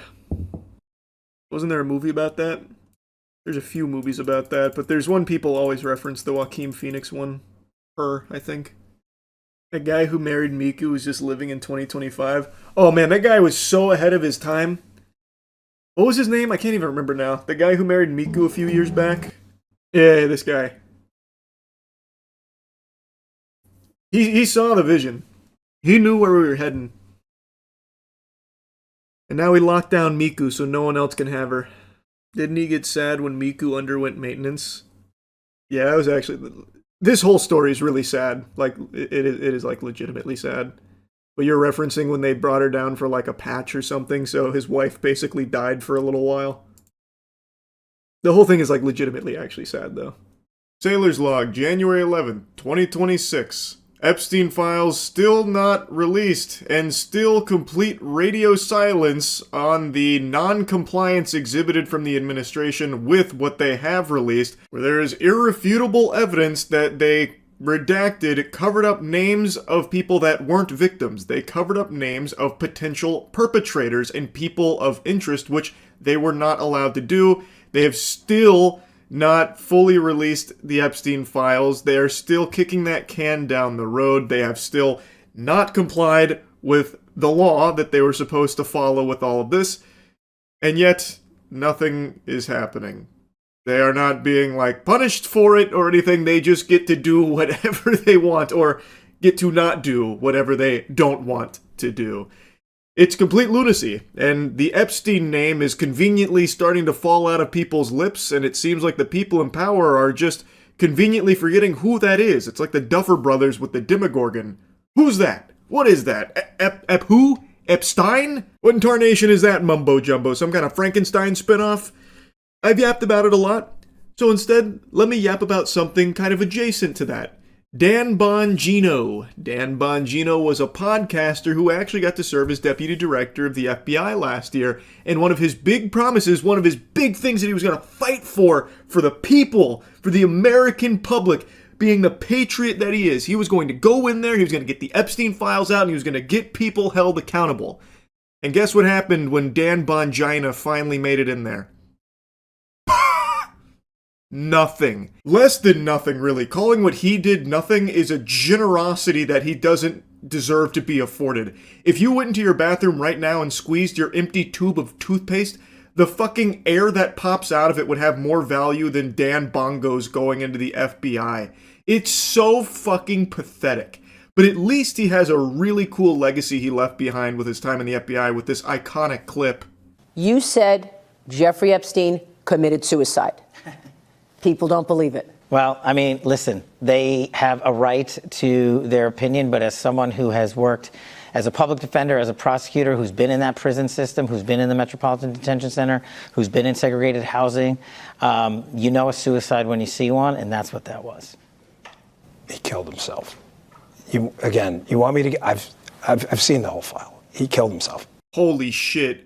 Dan Bongwater here dropping the bombshell. Wow.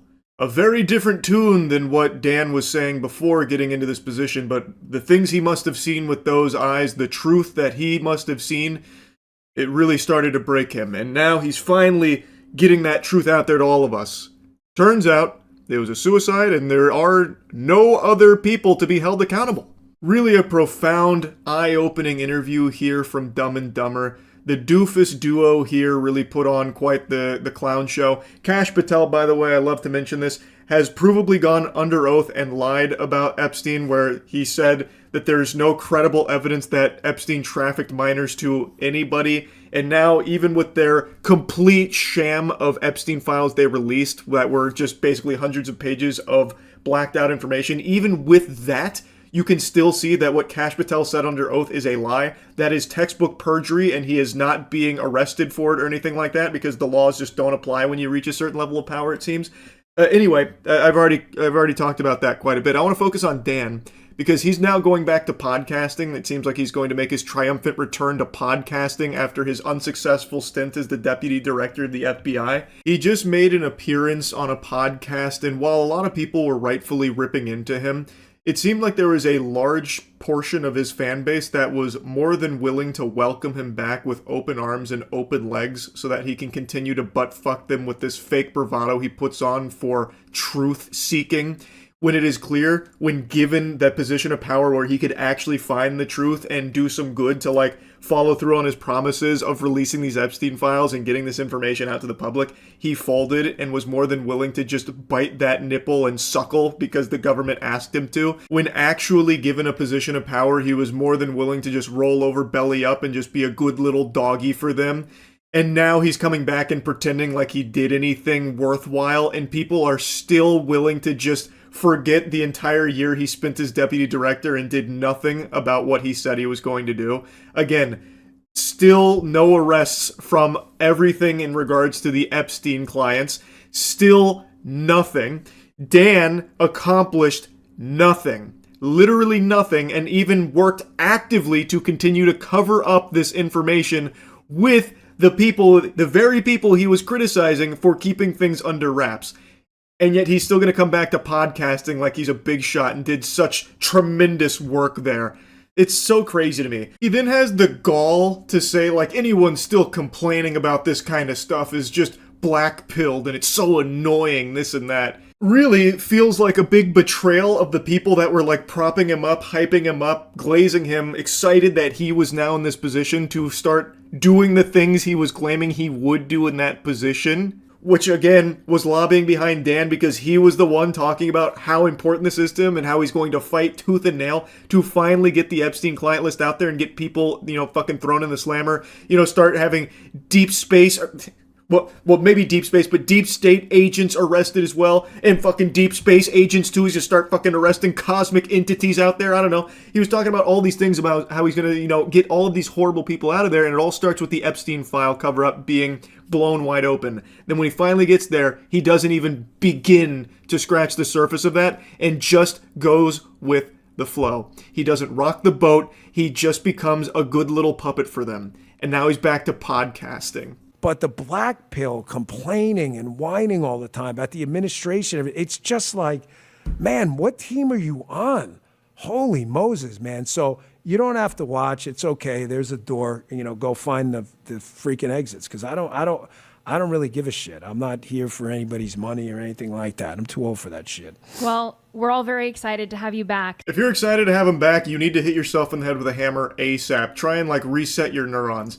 This is a guy who has now proved to you that he is all lip service and will not actually fight for the truth or fight for you. He is not some patriot. He is now not in that position, and when he had that position, did nothing that he said he would do. Nothing he promised the people he would do. And now he's crawling back to podcasting, and then you have drones like her saying, "Oh, awesome, it's so good to have you back. We all can't wait to hear more from you," and this insight into the most unsuccessful stint in deputy director history. Yeehaw. It's crazy. It's fucking crazy. But on the bright side, now that he's gone back to podcasting, we're going to have more golden clips like this.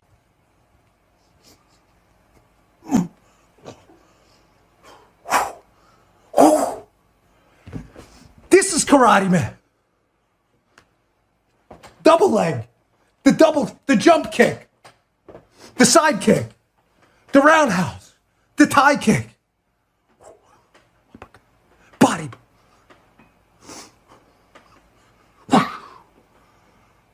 A true disciple of Bruce Lee himself, no doubt.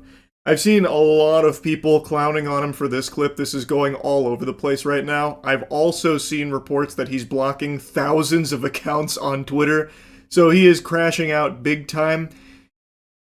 So, stand back, crooked FBI directors, because now you got Dan Bongino back with a microphone on a podcast where he is most dangerous. That's when he does his best work, not when he's actually in a position of power to start, holding people accountable, but when he can pretend that he will.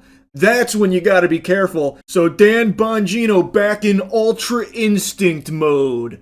Fucking clown, man. That's really about it. See ya. No doubt the most common source of insecurity for men is penis size. There's a lot of value placed on the dimensions of your meat. And no doubt you've also heard micropenis tossed around as an insult, but few people know that it's an actual medical diagnosis, and in some cases a debilitating condition. And last night on stream, a chat member put a little something interesting on my radar to dive into. A man claiming to have the world's smallest penis had just done an interview with The Morning, which is a news program. And I thought, okay, this will be, fascinating, but probably incorrect, because I imagine the title for world's smallest penis would belong to a professional Reddit moderator.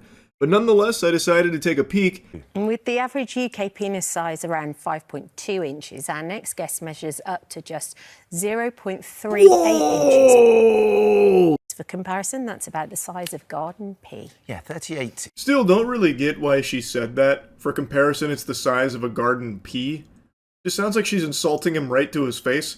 Ah, yes, it is very small. It's like a clitoris down there. Like, alright. I mean, you can tell by the measurement there that it's not optimal. I don't really know why he had to try and paint like a fucking picture with it, especially in the studio with the guy there. Like I said, it is a real medical condition, and I actually feel extremely bad for the guy here. I don't really want to show too many clips from that, because the more he talked about it, the more it really starts to dawn on you what living with something like that must be like. He describes not being able to use public restrooms comfortably because he can't urinate standing up. He has to be in a stall, and even then it's kind of like a tricky ordeal. He also describes, of course, the complications with romantic partners, like women in his past, that kind of thing, and how difficult it could be to navigate that with a condition like this. It is just a very sad set of circumstances, and I feel really bad for the guy. It takes a lot of courage to come up here and be the face of what he describes as the world's smallest penis. And the reason he went on there is he said he wanted to raise awareness about micro penises being an actual medical thing, and if you do catch it early enough, you can get it reversed. You can have surgical intervention that can help. But in Michael's case, he said that it's too late. And when that was brought up, it led to an entirely different can of worms that we opened on stream about a man who completely lost his penis with an infection and then had a new one grown on his arm, which was eventually, well, I won't spoil the whole story. To see if there was anything I could do to make it bigger. But what is available doesn't really provide much. It's so difficult I as don't well, understand. I think, because it's kind of the moment that you discover that, and knowledge is power, and then you can go and get some help. When did you first start to realise that you had a really small penis? What the fuck kind of question is that? Hard-hitting journalism. Wow. Yeah, I don't understand how it could possibly be too late. Surely it'd be expensive to do a full penile reconstructive surgery, right? But there's gotta be a way. It's 2026. I have an AI goon tube that's at my disposal should I choose to waste hundreds of dollars. That'll backseat game me. Telling me to aim for the head and shit. You're telling me we can't make a 0.38 inch penis a bit bigger? I don't believe that for even just a second.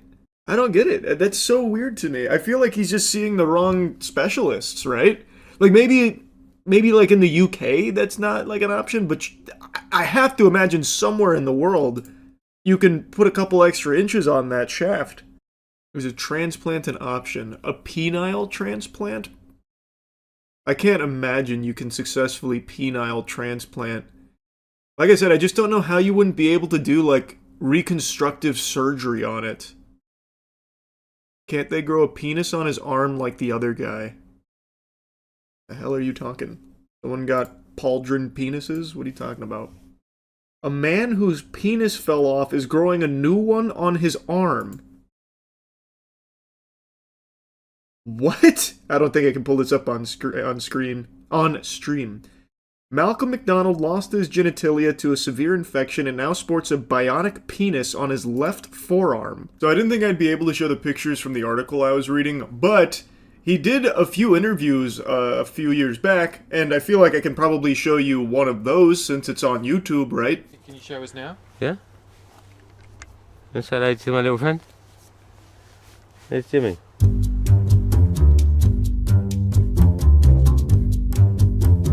Imagine rolling up your sleeves to pull your cock out. That is wild. So, it's not like clickbait, it's not like phony baloney headlines here. This was a real medical procedure here to grow a new penis on this guy's arm to get it ready to move back to his groin. That was the goal. It wasn't to like, that wasn't its final evolution there. That wasn't the, perfect cell form of having, penis arm or anything. It was to get it there, get it healthy, and then get it ready to move to the groin. It is an unbelievable story. After a mechanic from the United Kingdom lost his penis, medical innovators fashioned him a replacement out of his existing tissue, and it now rests on his left forearm. But why put it on his forearm? Why would you... If you can grow it again, just put it downstairs. So as I read more, it became clear that they couldn't grow it back there at the time, so they chose his arm for it. But even after doing more digging on this, I don't understand why it had to be the arm in a place that's so visible. I don't know why they couldn't grow it on, like, his thigh, or, like, maybe a little more up here on the arm meat, around, like, the triceps area or something, as opposed to, like, his actual forearm here. That then just meant he couldn't wear, like, t-shirts or anything like that. It just felt like the placement was suboptimal. But again, full disclosure, surprise, surprise, I'm not a cock savant. I'm not a wiener scientist. So maybe the forearm is the only environment in which you can plant that seed to, grow dicks. But I don't know why it couldn't go elsewhere, like the thigh, somewhere less visible. The chest, on the titty, dick nipples or something, like, pretty much anywhere but there, because in that position, that means he has to be extremely careful when out in public, because it could just at any moment fall out, which you're going to hear did happen. He's just got a dick on his arm. It's fucking crazy. It's like the Assassin's Creed Hidden Blade, but wiener. Ralph and his team partially removed this section of skin, blood vessels, and nerves from McDonald's left arm, shaped it into a replacement phallus. A urethra was then created via surgery, and 2 tubes and a pump were inserted, which would allow the new penis to achieve mechanical erections. Once the penis was finished, the shaft was detached from the arm, allowing it to grow additional skin and tissue while dangling freely. The original intention was for the new penis to be surgically reattached to his groin in 2018, 2 years after the original procedure. However, due to various scheduling issues, illness, and more recently widespread delays caused by the coronavirus pandemic, this is 2020 by the way, McDonald's new penis has been on his arm for the last 4 years, and it looks like it may be staying put for the foreseeable future. Yeah, so McDonald, who was profiled in the post back in 2020, eventually became used to having the appendage on his arm. People ask me about it when they see me in the pub, and of course people make jokes. But I get it, it's not every day you see a man with a penis on his arm. Of course, I see the funny side, I have to. I don't have any other option. In a new documentary, The Man with a Penis on His Arm... You couldn't give it a cooler title. McDonald recalls helping an elderly lady retrieve an item from the top shelf at a supermarket, only to have the penis pop out from beneath his sleeve and nearly hit her on the head. It's something to tell the grandchildren, isn't it? McDonald tells the program, clearly keeping a sense of humor about the situation. Earlier this year, however, doctors finally performed a successful surgery, moving McDonald's man-made penis from forearm down to pubic area. It was a 9-hour op. First thing I did was look down and I was like, oh my days, they got it this time. Nerves and blood vessels... no, this is different.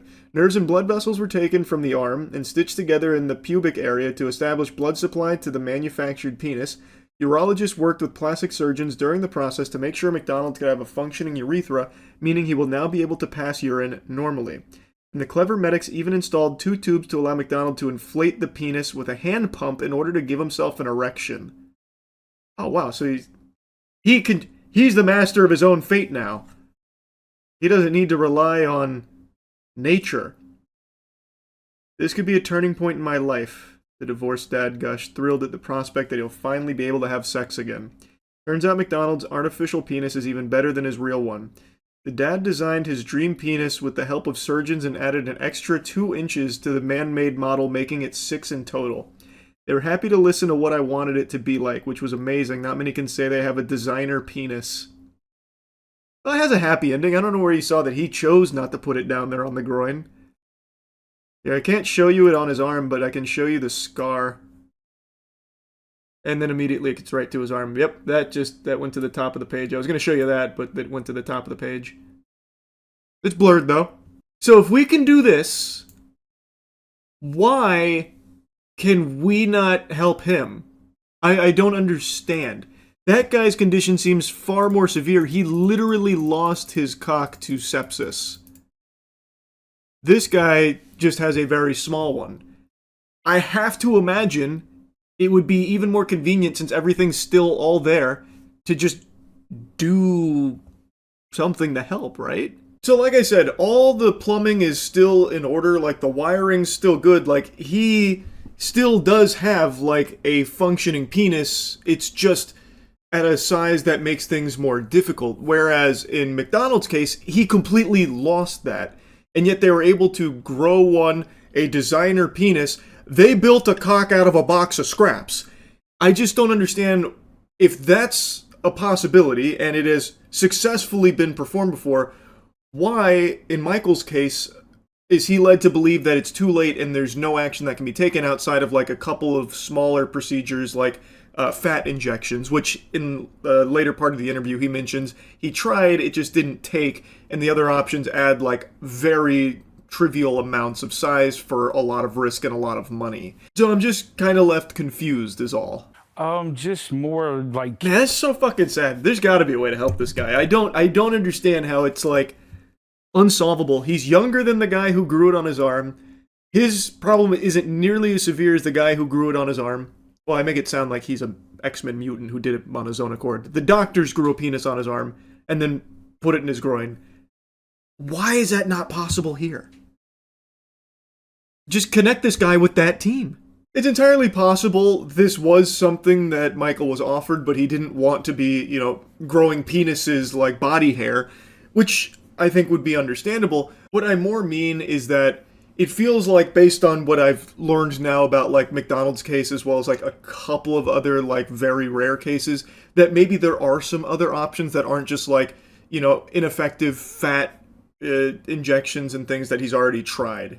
Like, overall, I just feel so fucking bad for Michael, and I'm just hoping that there's something more that can be done should he choose to want to pursue that. He also mentions in the interview that he's doing all of this with gusto here to try and help others out there that might have something similar going on but don't realize how serious it is, so that way they can act now and hopefully avoid, like, problems down the line.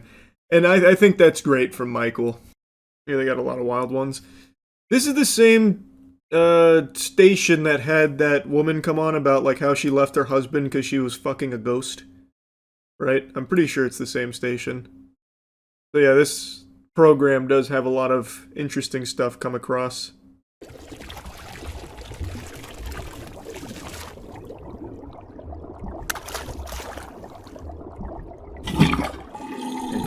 Just water.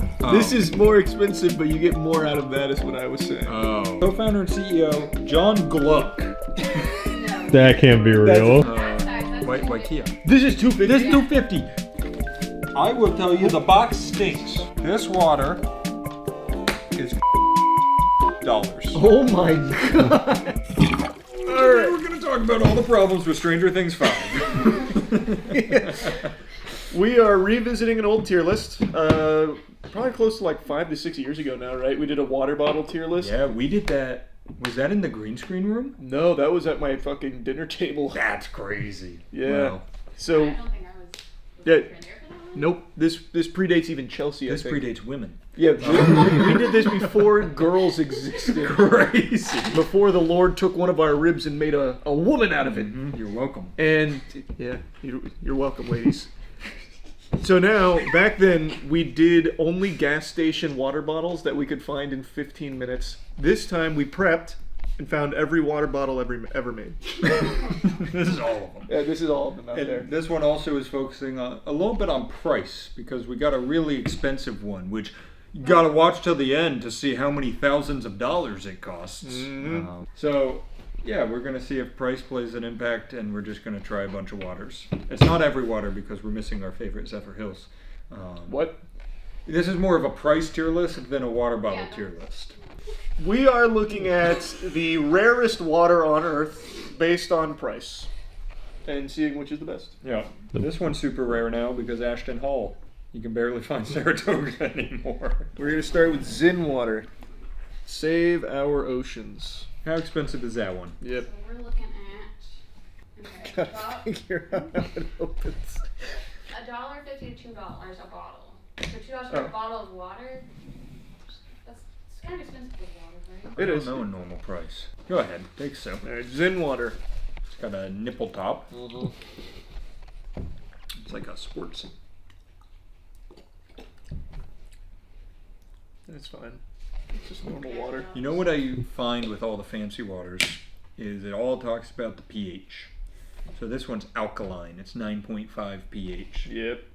All of these, for the most part, say something about their pH levels, which I don't know what's. See, that's 10 pH. This is 9.5. I think the lower pH, the happier your tummy. This one's 8.4. No, wait, no, I don't think so. I think the lower pH, the more acidic it is, right? Isn't that how that works? Is lower acidic or basic? I'm pretty sure lower is acidic because if that's a 10, that's basically acid, is it not? No. 10 is the top of the scale. Is it not? No, I think it goes to like 14 or something like that. I think 7 is perfectly. Yeah, 7 is neutral. 7 neutral. is neutral. I'm pretty sure low is acid.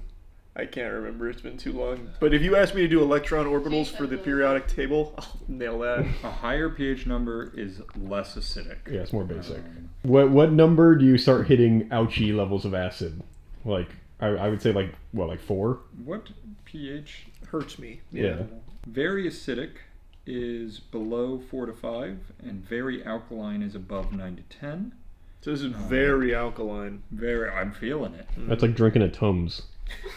This says, generally speaking, it starts to get dangerous with strong acids, pH below 2, and some strong bases, pH above 12. So, seems like we're okay. I think this is a... How many of these are Nestle, do you think? Yeah, like... Probably all of them. Maybe all of them, yeah. All right. This was fine. Give it like a B. All right. Just normal water. I got no strong Yeah, feelings. I feel like if B is our 7, it's a B.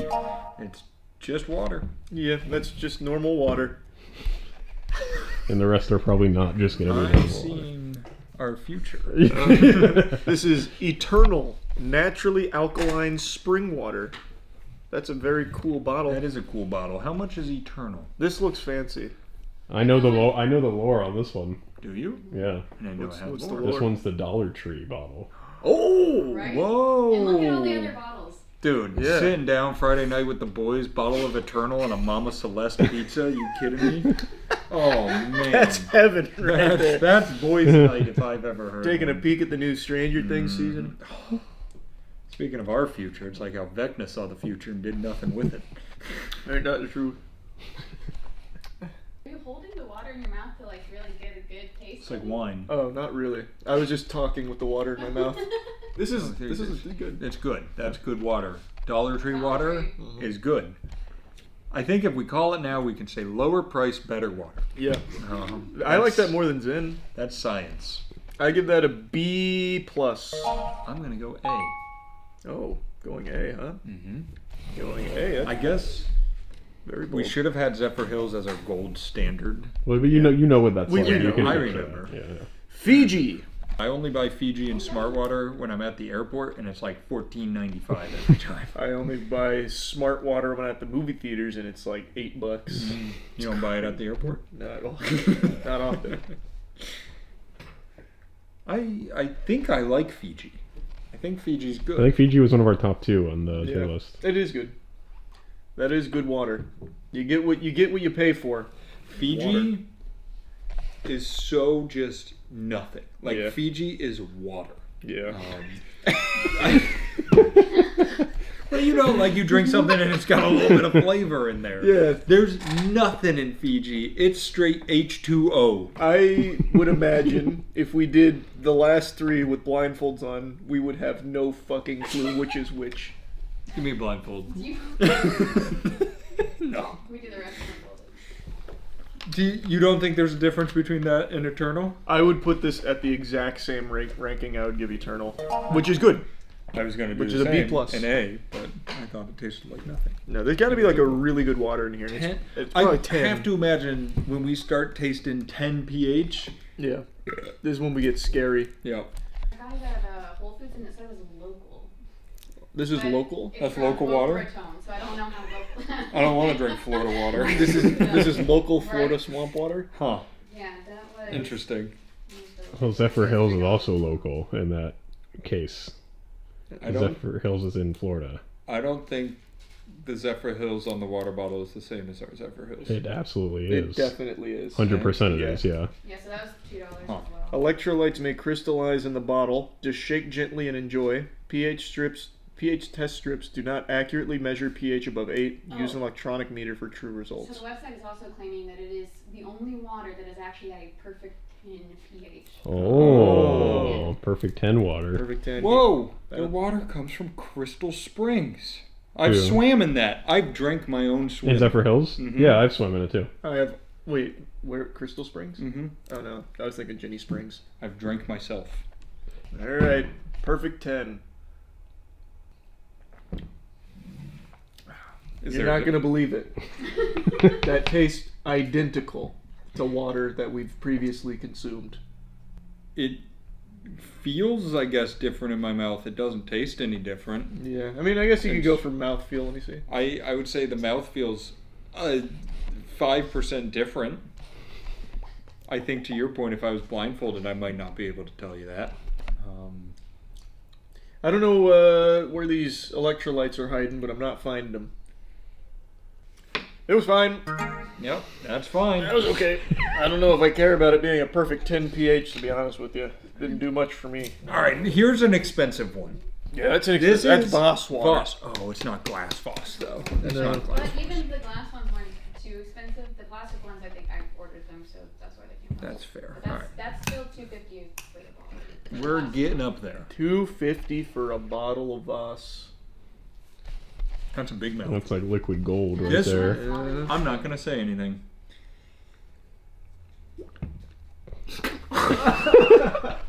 What the fuck is that?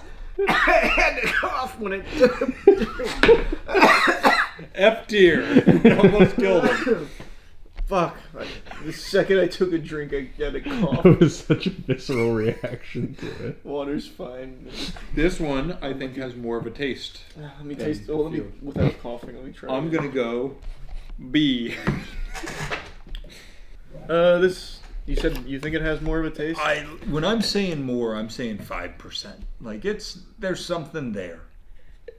I don't know. Just tastes like a little flatter, I guess. Maybe you could argue. I don't know.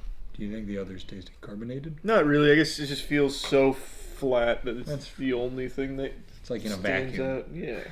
I'll give it like another B. Oh, B. Whoa. This is gonna be bad. Just I feel water. it. I feel You it. think because it's in a Yeah. Whenever you had these we- like quirky things coming in, like it's just a fucking egg or something. It's like, well, I hope so. Yeah, no, I saw this company that had this like soap. Just soap. Just soap. Yeah, but you don't eat that. You don't eat it, no, but you're getting what you get. You know, You're you're just getting what getting you soap. get. This has an expiration date. That's it? Yeah. Best by May 12th, 2027. Oh, fine. Yeah, we got time, but, Yeah, but why, that feels why has it got an short expiration date? for water. Maybe because the cardboard. Yeah. Oh yeah. Box water or whatever. No. I thought there was another. Oh yeah, water. that's actually pretty fucking terrible. That's not very good. I don't like that. That I feel like I'm tasting the cardboard more than the water. Yeah, it definitely takes on the taste of the cardboard. It's not bad. I guess you just called it terrible. Well, when I say terrible, I mean relative compared to the like others. what water you would I'm want. going to put it all the way down in C. $2.50 a bottle. $2.50? It's in $2.50? cardboard. Yeah. I have to. This is the problem. It's the same thing with eating healthy. To do good things and have recyclable. Well, the thing with that too Well, you is can it's recycle cardboard, plastic. but it's fucking plastic. That's what I was gonna say. There's plastic on and there's that. still so much plastic on it, so you're not. What's the really gonna point? ship. It's not like a milk. Also, it's not just water; it's in a container. They're lying. True. We got a lot of. Yeah, this out of all of them, this is the one that I like the least. I feel like I agree. tasted a lot of cardboard residue. I'm going C, and I think I'm already, based on naming, gonna like the next one less. This is 9020 Beverly Hills. 90H2O. 90H2O. God, that's quirky. Yep. This From reminds Beverly me. Hills. Yeah, and it's drink the world's finest. TM. Oh, it's gonna be terrible. How expensive was that one? This one is $4.50 a bottle. That's the stupidest This thing. is That's the a small... shit they put on your nightstand in a hotel. I was gonna say it. Horrible quality too, right? Like it's like really. I don't know. I just don't like. California the feel of it. Mountain Spring Water. Yeah, That is it's the a most shitty California shit I've ever It seen is. and heard. Smooth, crisp, light. Shut up. Dummies. Co-founder and CEO John Gluck. That can't be That's real. a fake name. John Gluck. That's a fake name. Well, hey, okay, hold on, guys. We were a little hasty. Sorry. It won the World's Best Water Award, as well as the Best of Beverly Hills Golden Palm Award. So who votes for Best that? of the Bay type of thing. Yeah, who is on the council of the World's Best Water Award Committee? I I wonder. guarantee it's John Gluck.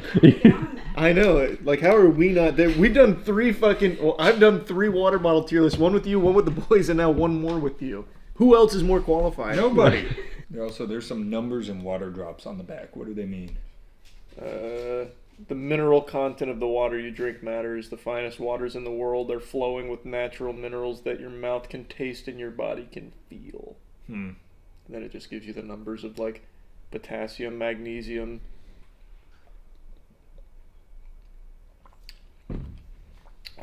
Yep. Good? Nope. Was I it mean, worth- it's just water. Was it worth the Golden Palm Award? No, it's just normal water.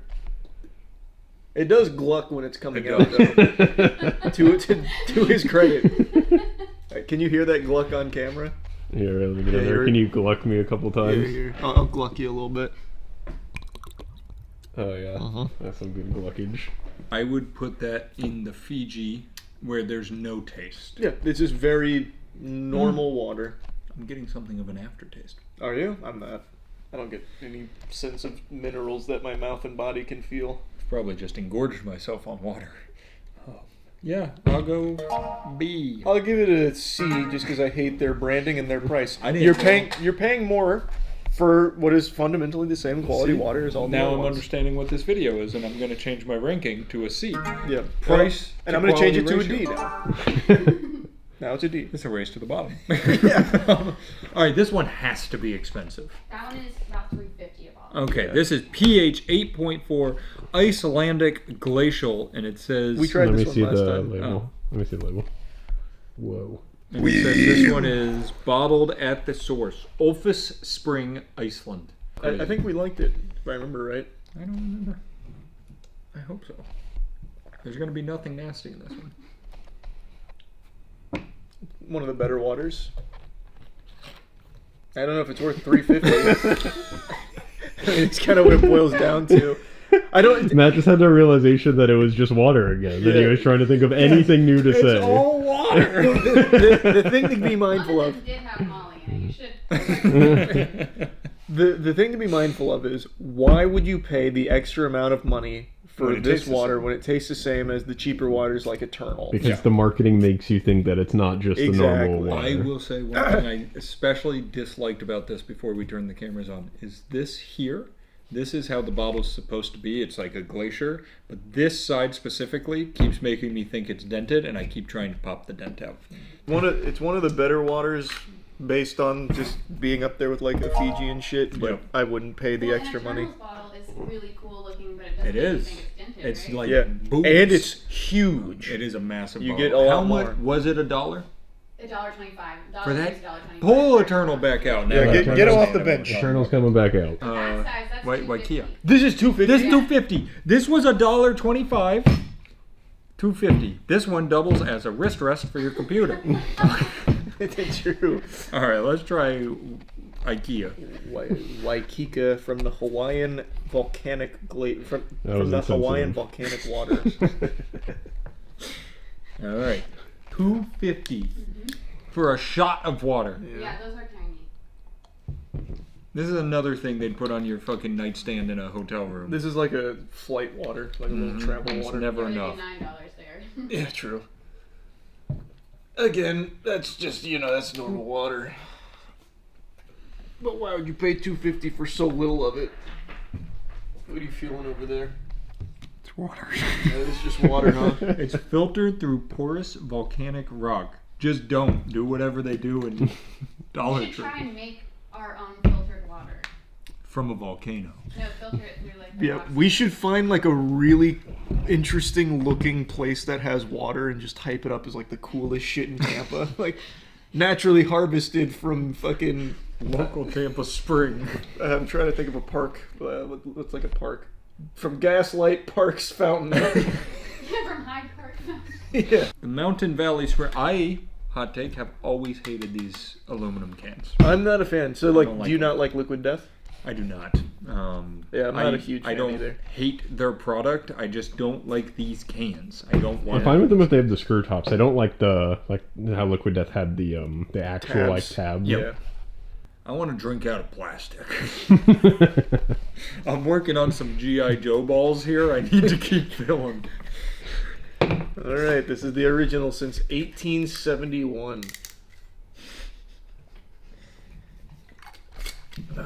The original can too. Yeah, you're not gonna believe what's in there. I think the title of this video is your water killing you? Is water a scam? Yeah. Oh yeah.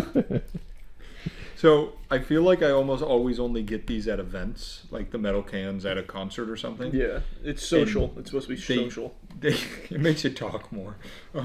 They heat up so quickly. I feel like your water gets warm so fast. That's Yeah, always my problem with it. I agree with that. It definitely feels that way.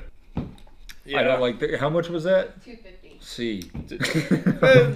You get better than that at least, but even still. Oh, I didn't even rank that one. I said it's water. Oh yeah, this is an F. fuck that guy. That one's the F. $2.50. Yeah, C. Less for C more is on the fine. IKEA one. Sucked. All right, give me that next one. Dude, I'm getting full. You have to actually check and see if they're bottled in the same spot.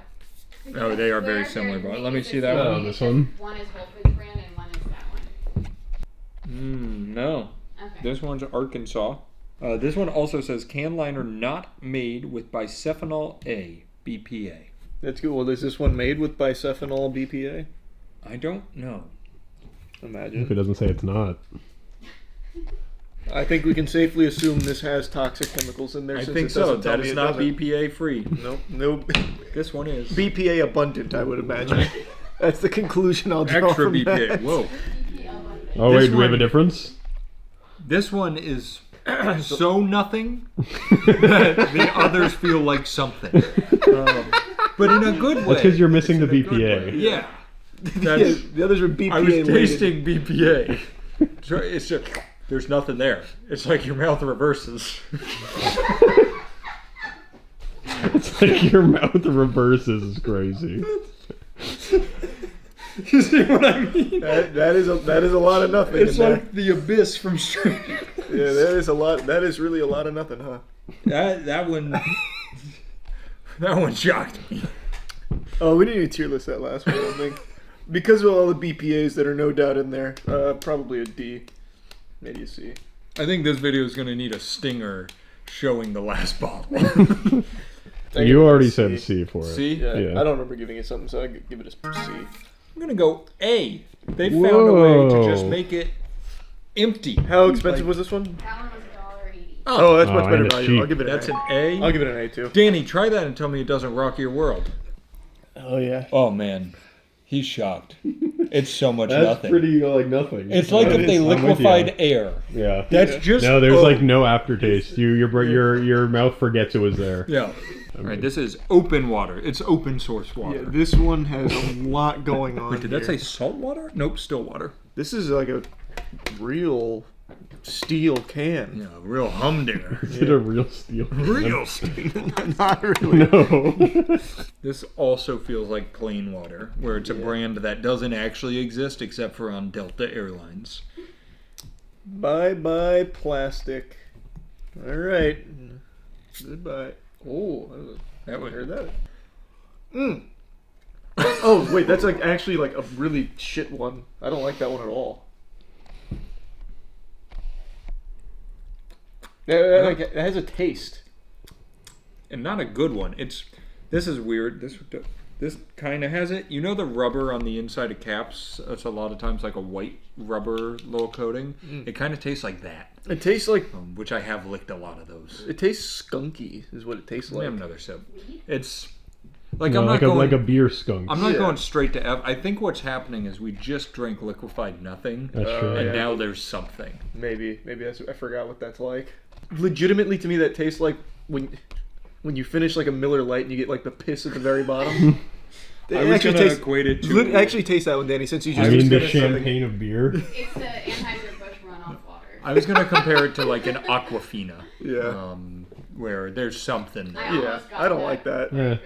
You guys are overreacting, but there's No, I like think something it's there. a C or D. You would too if you had all this great water and then you Yeah, get this. I would say out of this lineup, by far the worst. I think this is by far the worst. I don't have the immediate yuck reaction. It's not as bad as like Aquafina or Dasani. No, I like, would. It's not that strong. Yeah, but out of our lineup of expensive ones, this is like the Aquafina. Yeah. Women of refined That's an F. taste. Yeah, I don't like that. How expensive was that one?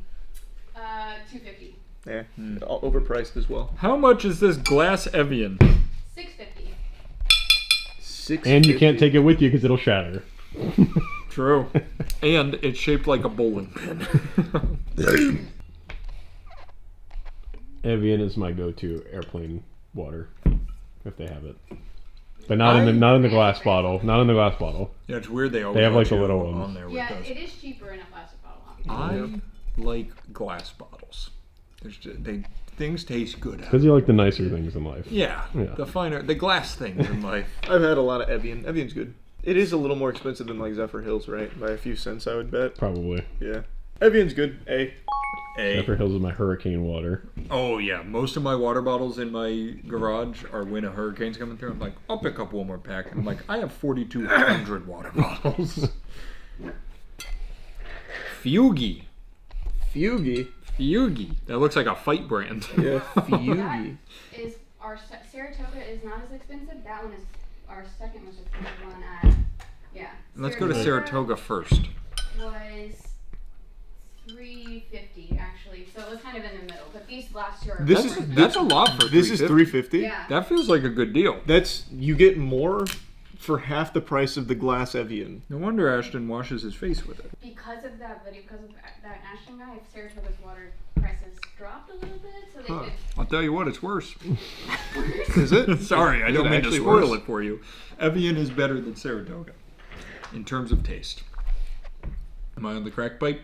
I feel like they taste pretty similar. I mean, I just like Evian, so I'm a little partial to it, but This one's really hard because it's a blank canvas, so when somebody paints an opinion on it, you're like, I can feel that. Yeah, I don't know. This feels like very close, and for half the price, I feel like it's probably more value. I do like the blue bottle. No, It's got to be more empty. It's got to be more empty. Mr. Gluck is back. I'd probably give that like an A as well.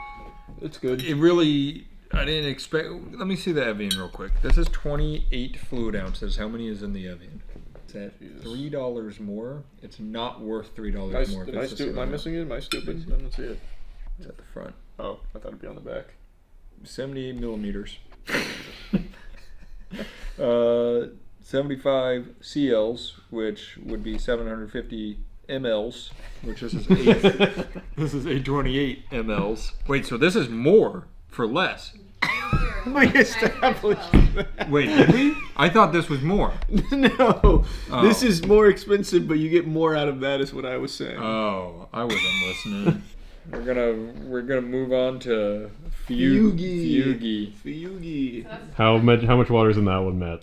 1,000 milliliters. Oh. It's more for $9 a bottle. $9.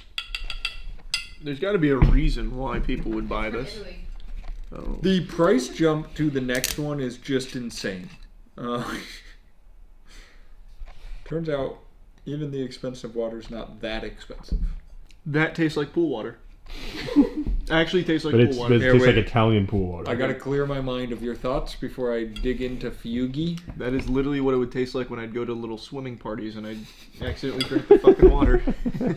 That tastes actually like pool water. To me, it tastes like hose water.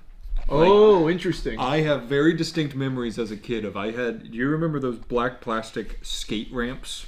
I would flip them over, I'd sit in it, fill it with some water from a hose, and I'd sit there with the hose and just fucking chill and drink out of it. I used to drink out of it. That explains so much. They were like, please stop doing that. I'm like, nah. That's very interesting. Yeah, I used to drink out of the hose a lot when I was a kid, too. Not in a skate ramp, though? No, not in a skate ramp. Shit.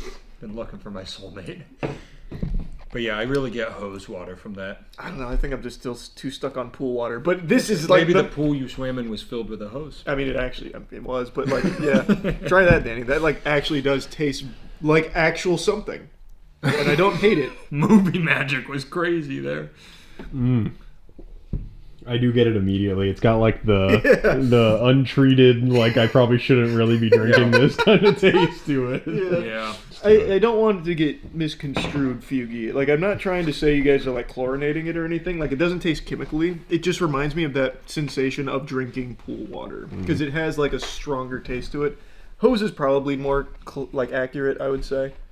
Yeah, this one, like, I don't even know. It does feel like dirty. Yeah, I think I'm gonna go F because it's expensive and tastes like it's out of a hose. Yeah. That's very nice, Fugi, to be giving us hose water, though. All right, I just saw the price of this water. That shit's crazy. Yeah. This water is $2,700. Oh my god! The next closest was $950. Hey, but I want to this is supposed to be a custom water bottle. Their customer service is fucking god awful, and I requested a little thing like certain colors. They ignored my phone calls, left me weird ass voicemails, ignored my emails, and then like 2 days before they shipped it, they're like, "We didn't hear from you, so we just went with whatever color." Like three colors. That's for $2,700. I'm like, okay, what's actually in this box? It could be a separate head. I don't know. It could have gotten scammed. I will tell you, the box stinks. Imagine. The box is stinky. The 10,000, is that the name of this water? It's the name of the bottle. Okay. And I don't know the story of the water or where the water comes from. Probably comes from one of these bottles. Also, by the way, in this receipt, it even says special instructions. I'd like the colors to be blue and black. Do you all do logos too? Yeah, He ignored it. In another email, I gave them specific text codes, everything. I think we could get our money back for this because they ignored you and sent us proof that they ignored you. How fucking stupid can you be? 2,700 clams. Nuts. That's... I can't even imagine how you could get away with that. Also, this is oddly how you would wrap a dinosaur egg. Yeah. I was thinking the same thing, like a body part. Thank you. Oh my god! Holy shit! They really didn't want this to break. All right, they did give you your request. Oh, okay. Okay. Okay, I see it. This is a wine Oh, bottle. this was the one I had with the boys. They. Oh, really? Yeah, you just rhinestone it. They said it was only like $1,000. The prices must have gone up. 10,000.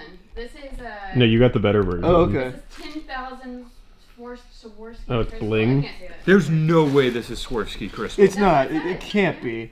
That's fucking infomercial bedazzled. Is that a Saratoga water bottle? Oh, yeah, slightly different. Little slightly different.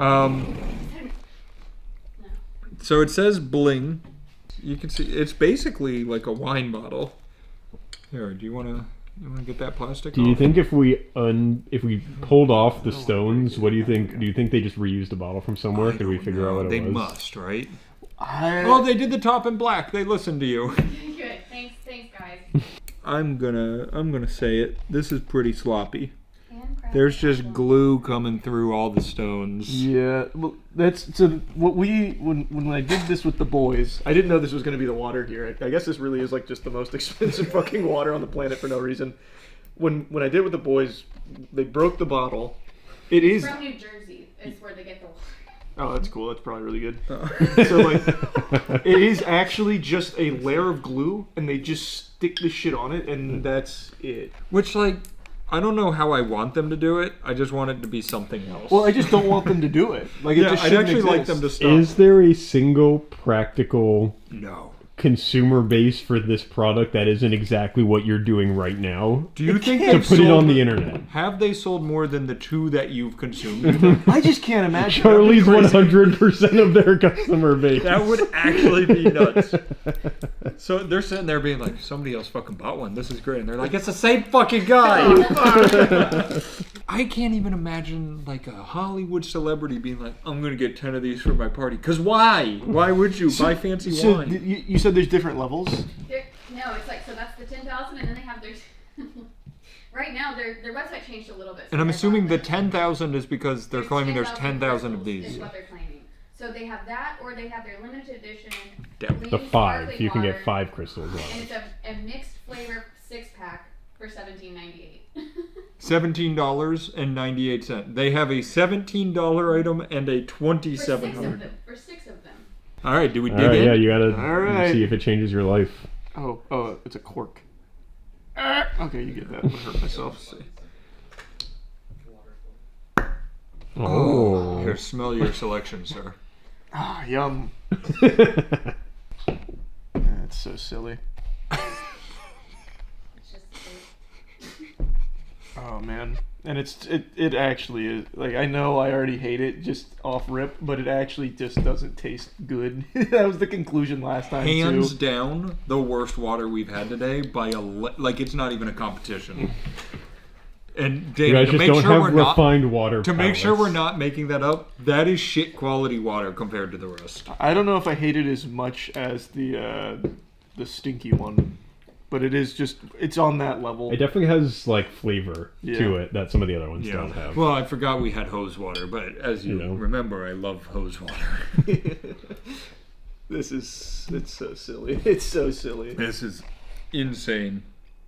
Yeah, that's just a clear glass bottle that they glue stones on. And it's just a layer of glue. You think that they just roll it? Probably. Oh yeah. Like, are they all Well, fake? they're in really good lines, so I do believe them that it's hand. You think so? I just can't imagine you get those lines on there by just rolling. Maybe. You're probably right. Like, they're pretty tucked in. That's Well, you get what you pay for. Yep, $2,700. Somebody just spent well a day spent. bedazzling for $2,700. That's a good return. Well, and they had to buy the glass bottle and fill it up with the water that they found out of their hose in New Jersey. Yeah, I mean that is just not good tasting water. Do you guys want to come take a swig before it evaporates? I don't know. Yeah, we'll save this. I'm sure we can get another video out of a $2,700. Yeah, it seems it's really cool and important. That tastes like water. It's kind of sticky on my mouth a little bit. Yeah, that's the That's the glue. Extra minerals. Remnants getting on me. Wow. So, all right, rank. You got to put it on the tier list. It's stupid. It's so stupid. If you were contemplating buying a Bling 10,000 water bottle for $2,700, don't do it. You can get a lifetime supply of Eternal for that price. True. There's so many things you could do with that amount of money. Like a lot of things. Yeah, there's quite a lot. Like you could go see the world. It's true. Or you could buy that water bottle. You could go see the world. You could go see where they make this in New Jersey. I'm gonna look up reviews on that. I mean, I am curious what customer buys this that's not just there to shit on it.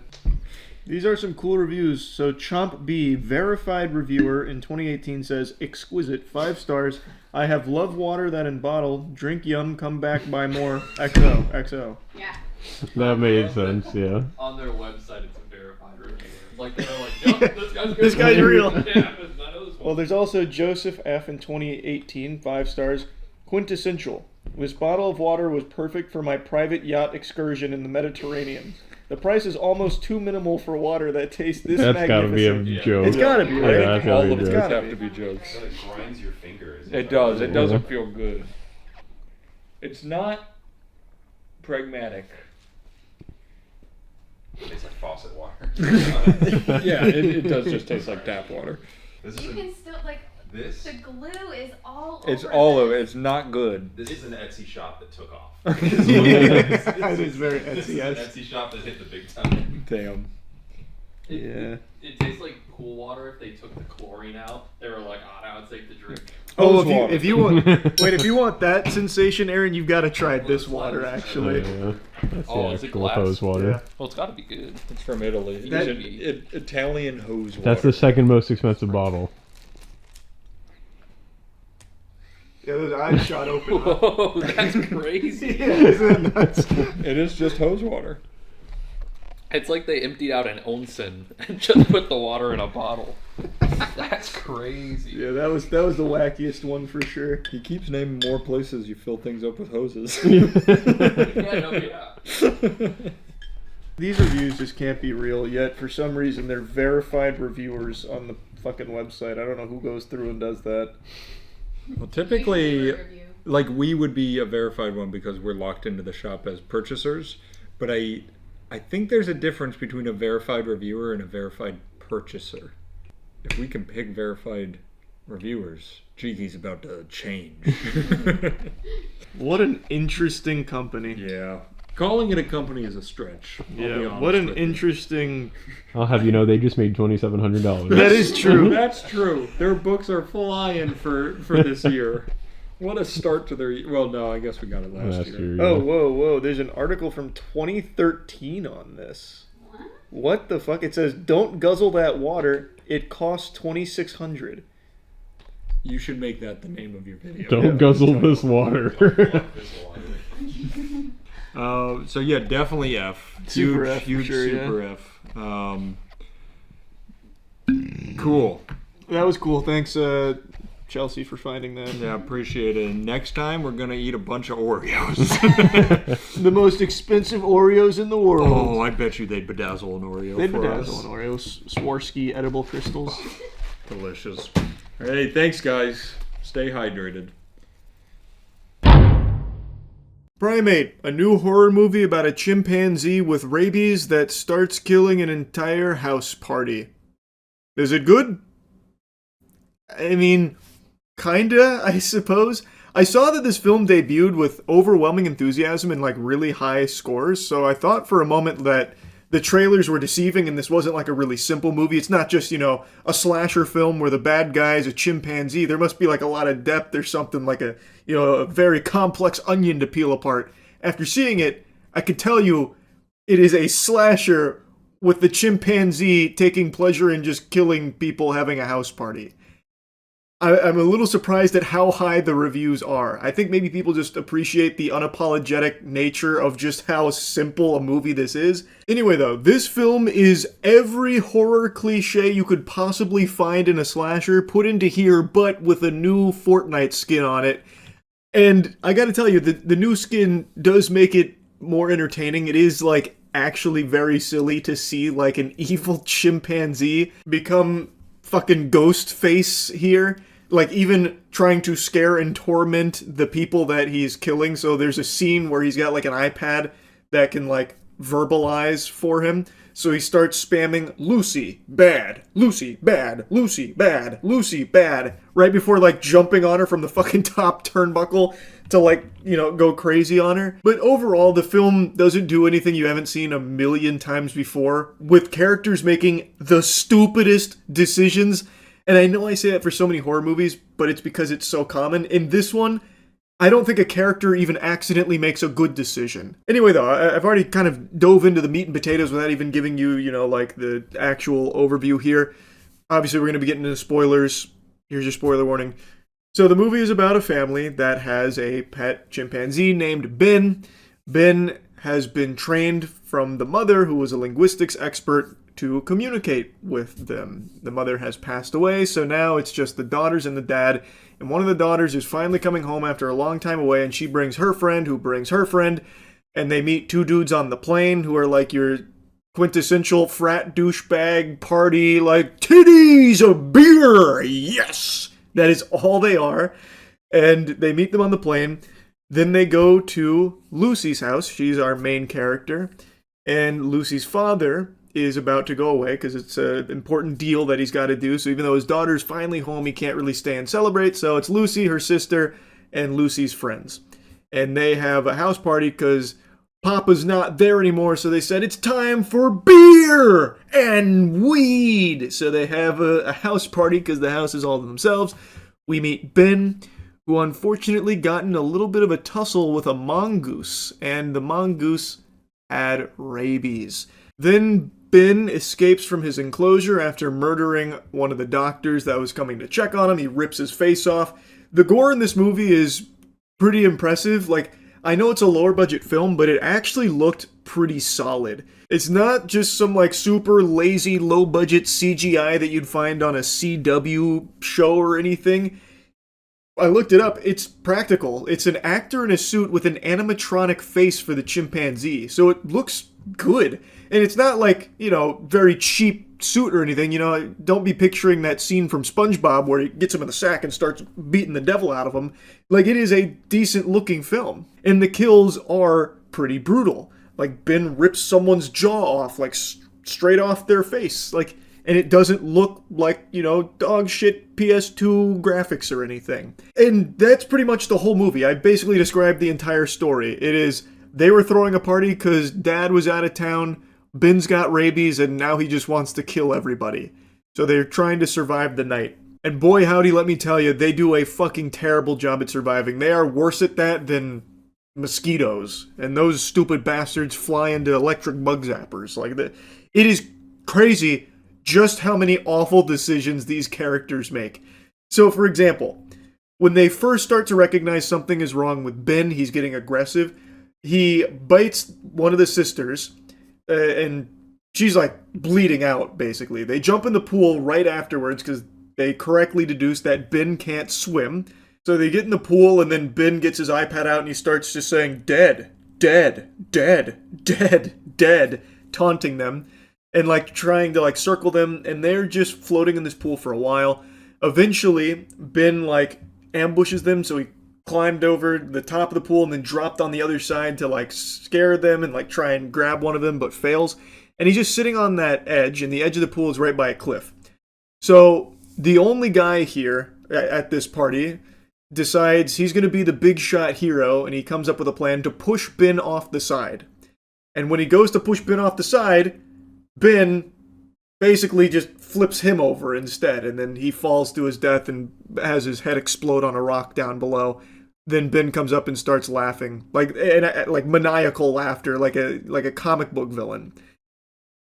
Why would the guy think that the best choice would be to push the chimpanzee? The chimpanzee is a million times stronger than him. That was only ever going to end in disaster. If him...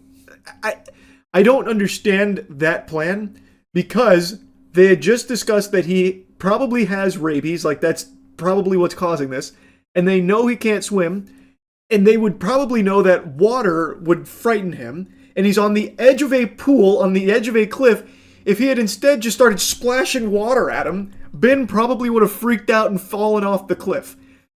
But instead he decides to go for like a Goldberg spear on him, which ends with him dying. I don't know why he wouldn't just splash him with water first. But anyway, I don't need to get hung up on just how terrible the decisions were from the crew here on trying to survive. Like, every decision they made was counterintuitive to surviving. Like, if their goal was to be alive, they did everything in their power to ensure that couldn't happen.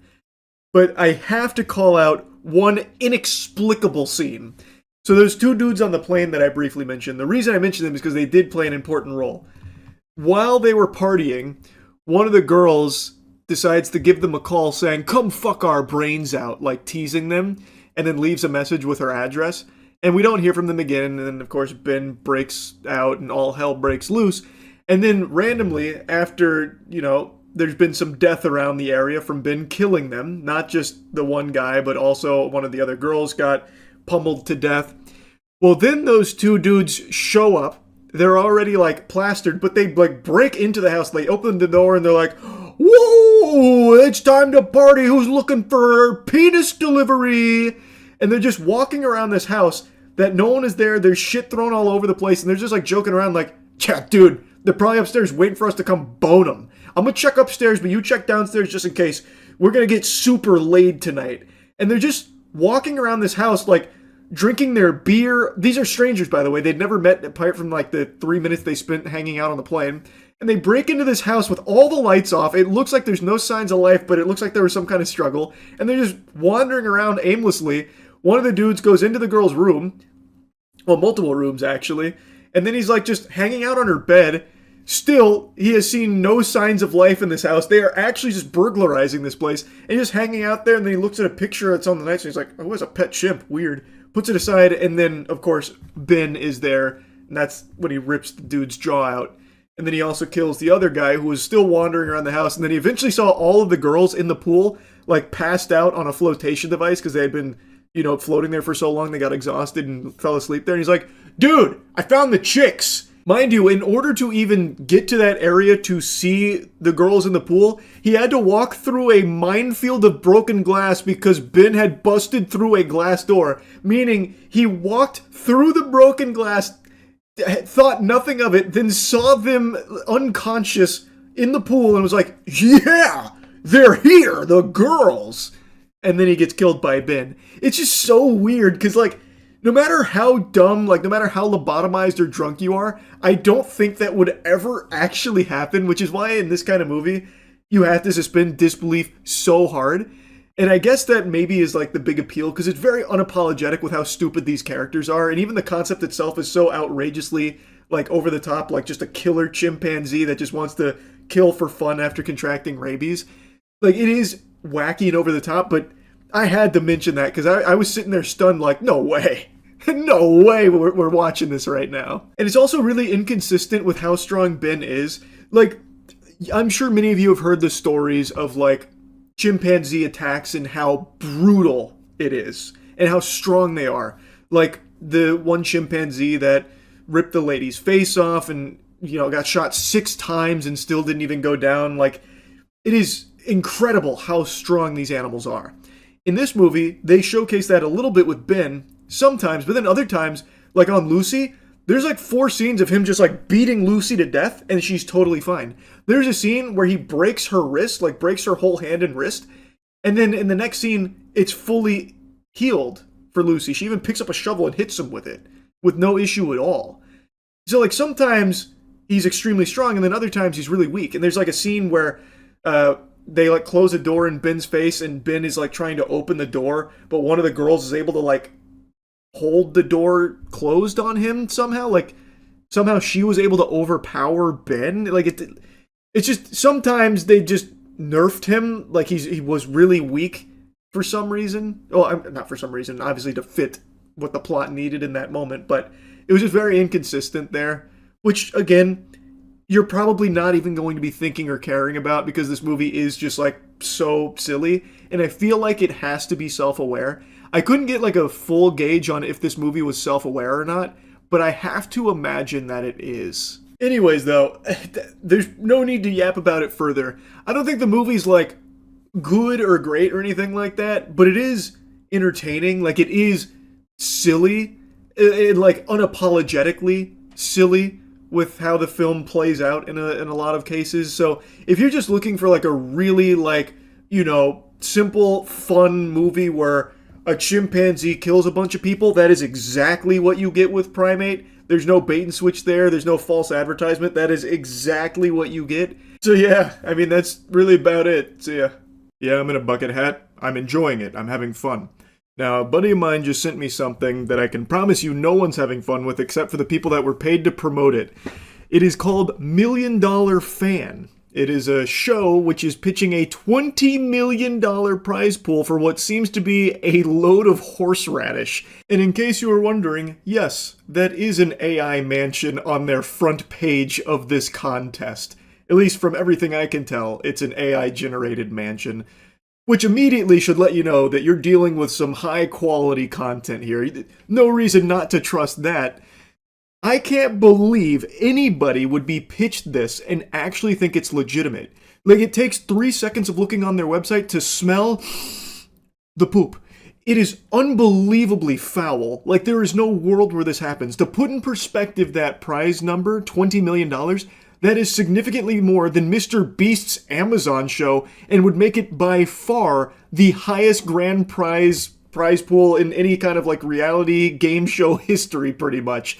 All for a, what I believe to be terrible concept for a show as well, about streamers' fans submitting clips and then I guess going to a mansion or something. I'm still a little confused because the information they offer is just fucking nonsensical. Like, I feel like I have to be on Fint to even begin to process the words that I'm reading in what is supposed to be a contest. So I want to go through this. I want to really get into the weeds here because this is mind-bogglingly stupid. This is a special kind of scam that I just can't even picture someone falling for. Yet, some streamers have publicly promoted it. I'm assuming they were paid to do so by their talent agency, who was approached by whoever's behind the $1 Million Fan Show to do this. So I imagine some people buy into it, which I can't wrap my noodle around that. This is like the Fire Festival of streamer shows, but even more outrageously fucking dumb. They have a streamers section here, and I'm guessing they were all paid to endorse this, and I know in Extra Emily's case, she just had a statement on her stream after her community was letting her know that they believe she had just promoted a scam to them with hawking $1 Million Fan Club. So we'll go over her statement here towards the end of the video. Checking in on the About Us section offers more questions than answers. It's so fucking useless here. You get about as much lore here as you do for the old Urgot League of Legends write-up, where it basically just said Urgot has a dark and mysterious past. So $1 Million Fan is a high-stakes reality television competition built around one simple idea: the fans deserve a seat at the table. Created at the intersection of modern creator culture and large-scale unscripted entertainment, $1 Million Fan brings everyday fans face-to-face with the creators they support, competing together in real-world challenges for life-changing prizes. This is not a meet and greet, and it's not passive fandom. It's participation, pressure, and performance. This feels like it's an AI-generated About Us section. Each season pairs selected fans with major online creators in a fully produced, on-location competition environment. Contestants are tested physically, mentally, and strategically across a series of escalating challenges designed to reward adaptability, teamwork, and resilience. The result is a show that feels authentic, unpredictable, and genuinely earned. $1 Million Fan is produced with the same standards as top-tier television professional crews, rigorous safety protocols, transparent rules, and a clear separation between entertainment and fair competition. No purchase is required to apply or enter. Fan participation pathways are designed to be accessible, compliant, and audience-first. At its core, $1 Million Fan exists to redefine the relationship between creators and their communities. Fans are no longer just viewers, they are competitors. Creators are no longer just personalities, they are teammates. Every moment is rooted in real stakes, real people, and real outcomes. This is reality television built for the internet generation, bigger, bolder, and centered on the people who made creator culture possible in the first place. So who the fuck are you, by the way? This is the About Us section, but you've only told us, like, I guess the elevator pitch on the show. Who is putting this on? Where is the $20 million coming from? Who is the professional television crew here working on this?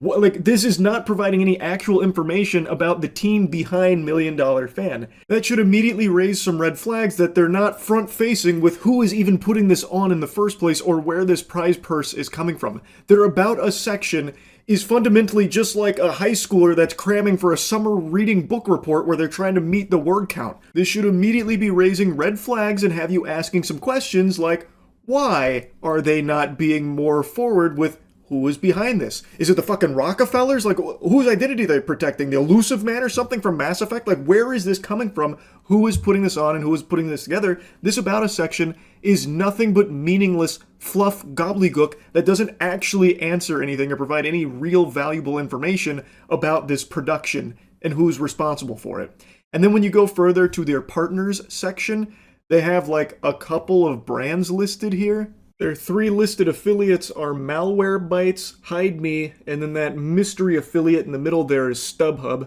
have to click on it to find that information out. I was a little nervous that I was about to have my fucking identity stolen or something, clicking on a random image from a sketchy website that links me to something outside of it. And their Proud Partners section actually had me laugh out loud, audibly giggling, not just blowing air out of my nose. I literally laughed a hearty ho ho ho like Santa Claus when I saw Livestream Fail is listed as a proud partner of $1 Million Fan. And so I went to the Livestream Fail, and they actually even had a big post announcing this to try and get people to sign up for it. So I guess they're like an official partner of $1 Million Fan. And I was reading the comments from like one of the mods there that was talking about it, and it seems like he's completely fucking clueless on what's even going on in regards to this whole thing. So I don't exactly understand their role in this, or like who's pulling the strings there, the puppet master at LSF that's partnering with $1 Million Fan, but the mods don't even seem to be on the same page there and don't have any real answers. Then going to IRL buffs is like going to a barren wasteland. This whole website is completely empty. It's like Squidward going to that room to be all alone. This feels like it's a prototype that was thrown together in like a handful of minutes just for the sole sake of existing on the $1 Million Show site. I'm pretty sure that's an AI-generated image there as well for their products like Anti-Tilt and Aimbot. Like, this whole thing is extremely sketchy to me. There's like no actual information on this website at all. It is just trash. And then their third listed partner, the VGS Robot Wars or whatever, that doesn't go anywhere.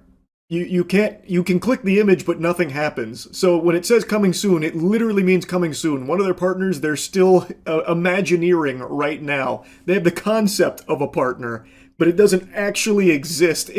This whole thing, I truly don't know how anyone could be pitched this and just say like, oh yeah, I'll put my name on that. Now I ended up making an account, Gilman Tookus. I used 10-minute mail, I set up my account, and it seems like there's a lot of monetization here. So you can buy some emote packs, up to $5.50 worth of creator emote packs, which give you 10 entries into the competition.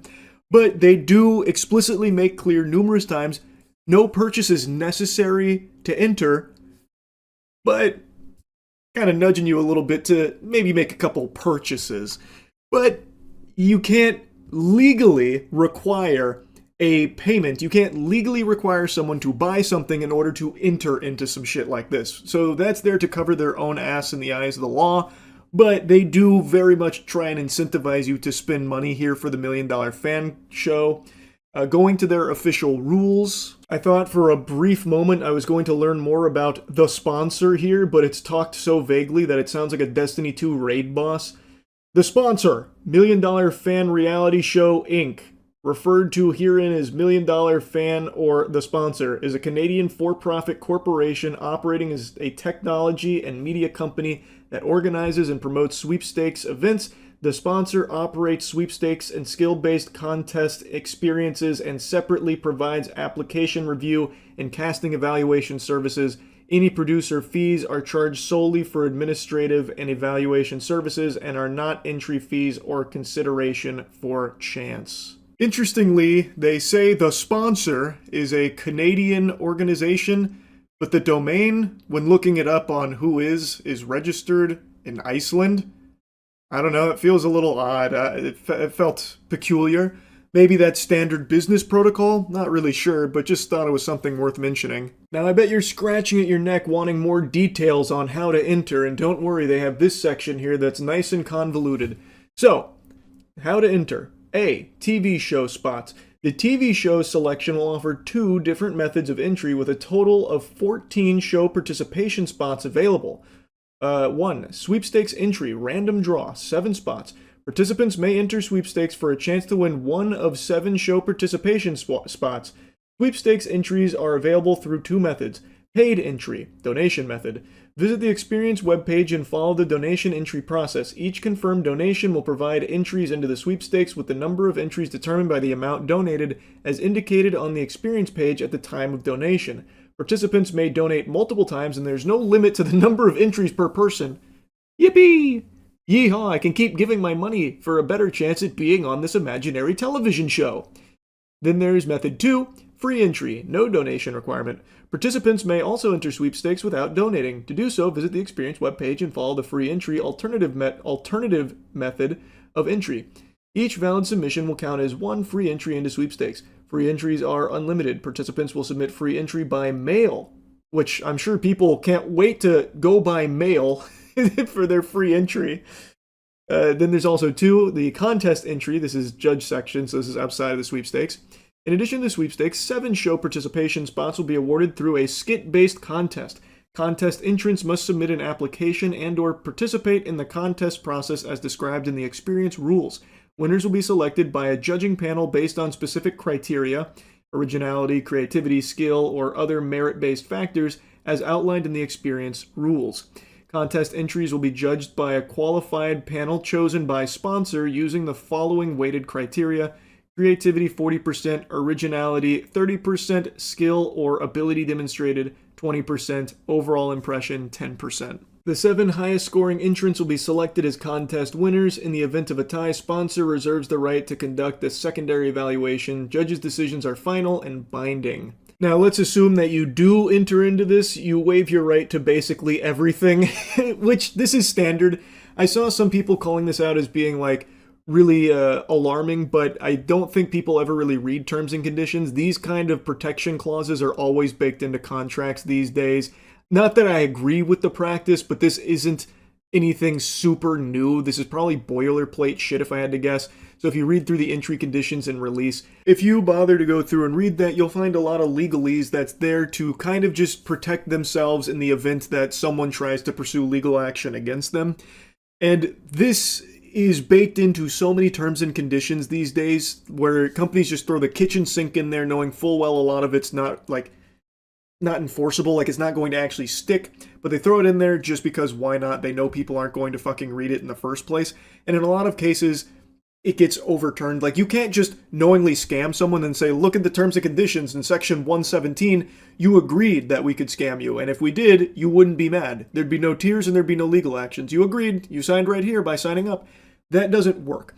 So in this case, they're putting these protections in here that read about like how you can't pursue them for any like punitive damages and stuff like that as a way of just trying to protect themselves if in the event that this does end up being a scam, which I do believe that this event will never actually unfold in the way in which it is presented on this website. This whole thing, I think, is just complete fucking hogwash. But this section in particular here wasn't like super surprising to me like it was for a lot of other people. I kind of expected that that would be somewhere in their website as part of the terms of signing up, especially when you consider that the paid entries are non-refundable based on the available information I can find. It seems like those are non-refundable. So this being in there is trying to stop someone, like discourage them from coming after them in the event that this doesn't actually happen. Which, again, if you do get scammed by this, I don't think these terms protect them. I'm not a fucking lawyer, but I don't think it actually would really even do much in that case. Anyway, though, let's move on to the next component of this, which was Extra Emily's response when people were calling it out. I know it's sus. I know it looks sus, okay? Mythic pitched it to me, and I was like, okay, sounds good, but I just don't want LSF to be part of it. Like, are you kidding me? Like, why is there an LSF person? Like they're like use, and then they're saying like, oh, Emily is backing it up, and I'm like, I just posted it because I had to. Like, I had to be like, okay, I need to tell people about it. Pardon? What do you mean you only posted about it because you had to? You didn't have to. You could have said no to this when they approached you. She makes it sound like it was an obligation she couldn't avoid. You didn't have to accept the deal. And she even talks about how she didn't really look into it or anything, just said sounds good off rip. Why? Why wouldn't you even bother to take a single peep at it? Especially when they're approaching you about a $20 million contest that uses your fans and you as the face of it. That is inconceivable to me. And then she's really surprised that the LSF team or I guess it's just one person maybe on the LSF mod squad that posted that statement, she's surprised that they're saying she's backing it up. She's like, why would they even think I'm backing it up? Because you are! You are! You promoted it. That is you backing it up. You are on their website. What do you, I don't understand why that's not, registering. But then the LSF guy's like, oh yeah, Extra Emily totally, backs it. I'm like, I'm just doing what I'm supposed to do, okay? So I don't know what's happening, but for now, just put this put on the side, okay? So I will get more information on it and then let you guys know. So yeah, but I promise I'm like not trying to scam you guys. I apologize I didn't do more research beforehand, but I'm gonna have them do more research. Then she'll keep them updated on all of that. Again, they are saying you're backing it up because you did promote it. You were on their website as one of the streamers that you can go in and be part of the fan sweepstakes for. The images that I put there of like the emote packages on my Gilman Tookus account, I did that through Extra Emily's portal on $1 Million Fan. So they are saying she's backing it up because she agreed to this promotion. Now, do I believe Extra Emily was intentionally trying to scam her fans for a paycheck here? No. But as she said, she didn't do any research on it, and it doesn't. She's using the word research like this would have been some kind of Herculean undertaking in order to get down into the bare bones of it, the truth of the matter, when it actually would have just taken maybe 4 seconds of just typing in $1million.fan.show and looking at the website. You are literally greeted with an AI generated mansion. Like, it doesn't take much effort to have been pitched this and been like, all right, let me just check it out real quick before I say yes, and be like, oh, yep, this is fucking nonsense. This is barnacles. Again, I don't think she's a bad person who did this maliciously or anything, but this was so easily avoidable. And she's like surprised LSF is involved. LSF is on their website, proudly presented. Again, if she even just went to their website once, she would have seen that. She would have known. It's very clear she didn't even bother to type in the name of what she was about to endorse, which is why I believe this was probably some kind of paid promotion. I'm assuming Mythic approached her with this $1 Million Fan show pitch, as well as like what they're paying for the integration, and she just said yes to it without like a second thought, really. That's my guess. Now, I also want to yap about how surprised I am that her agency, like her management team, Mythic, would even bring this to her in the first place. Like, why they would even serve this up on the plate to the streamers to begin with.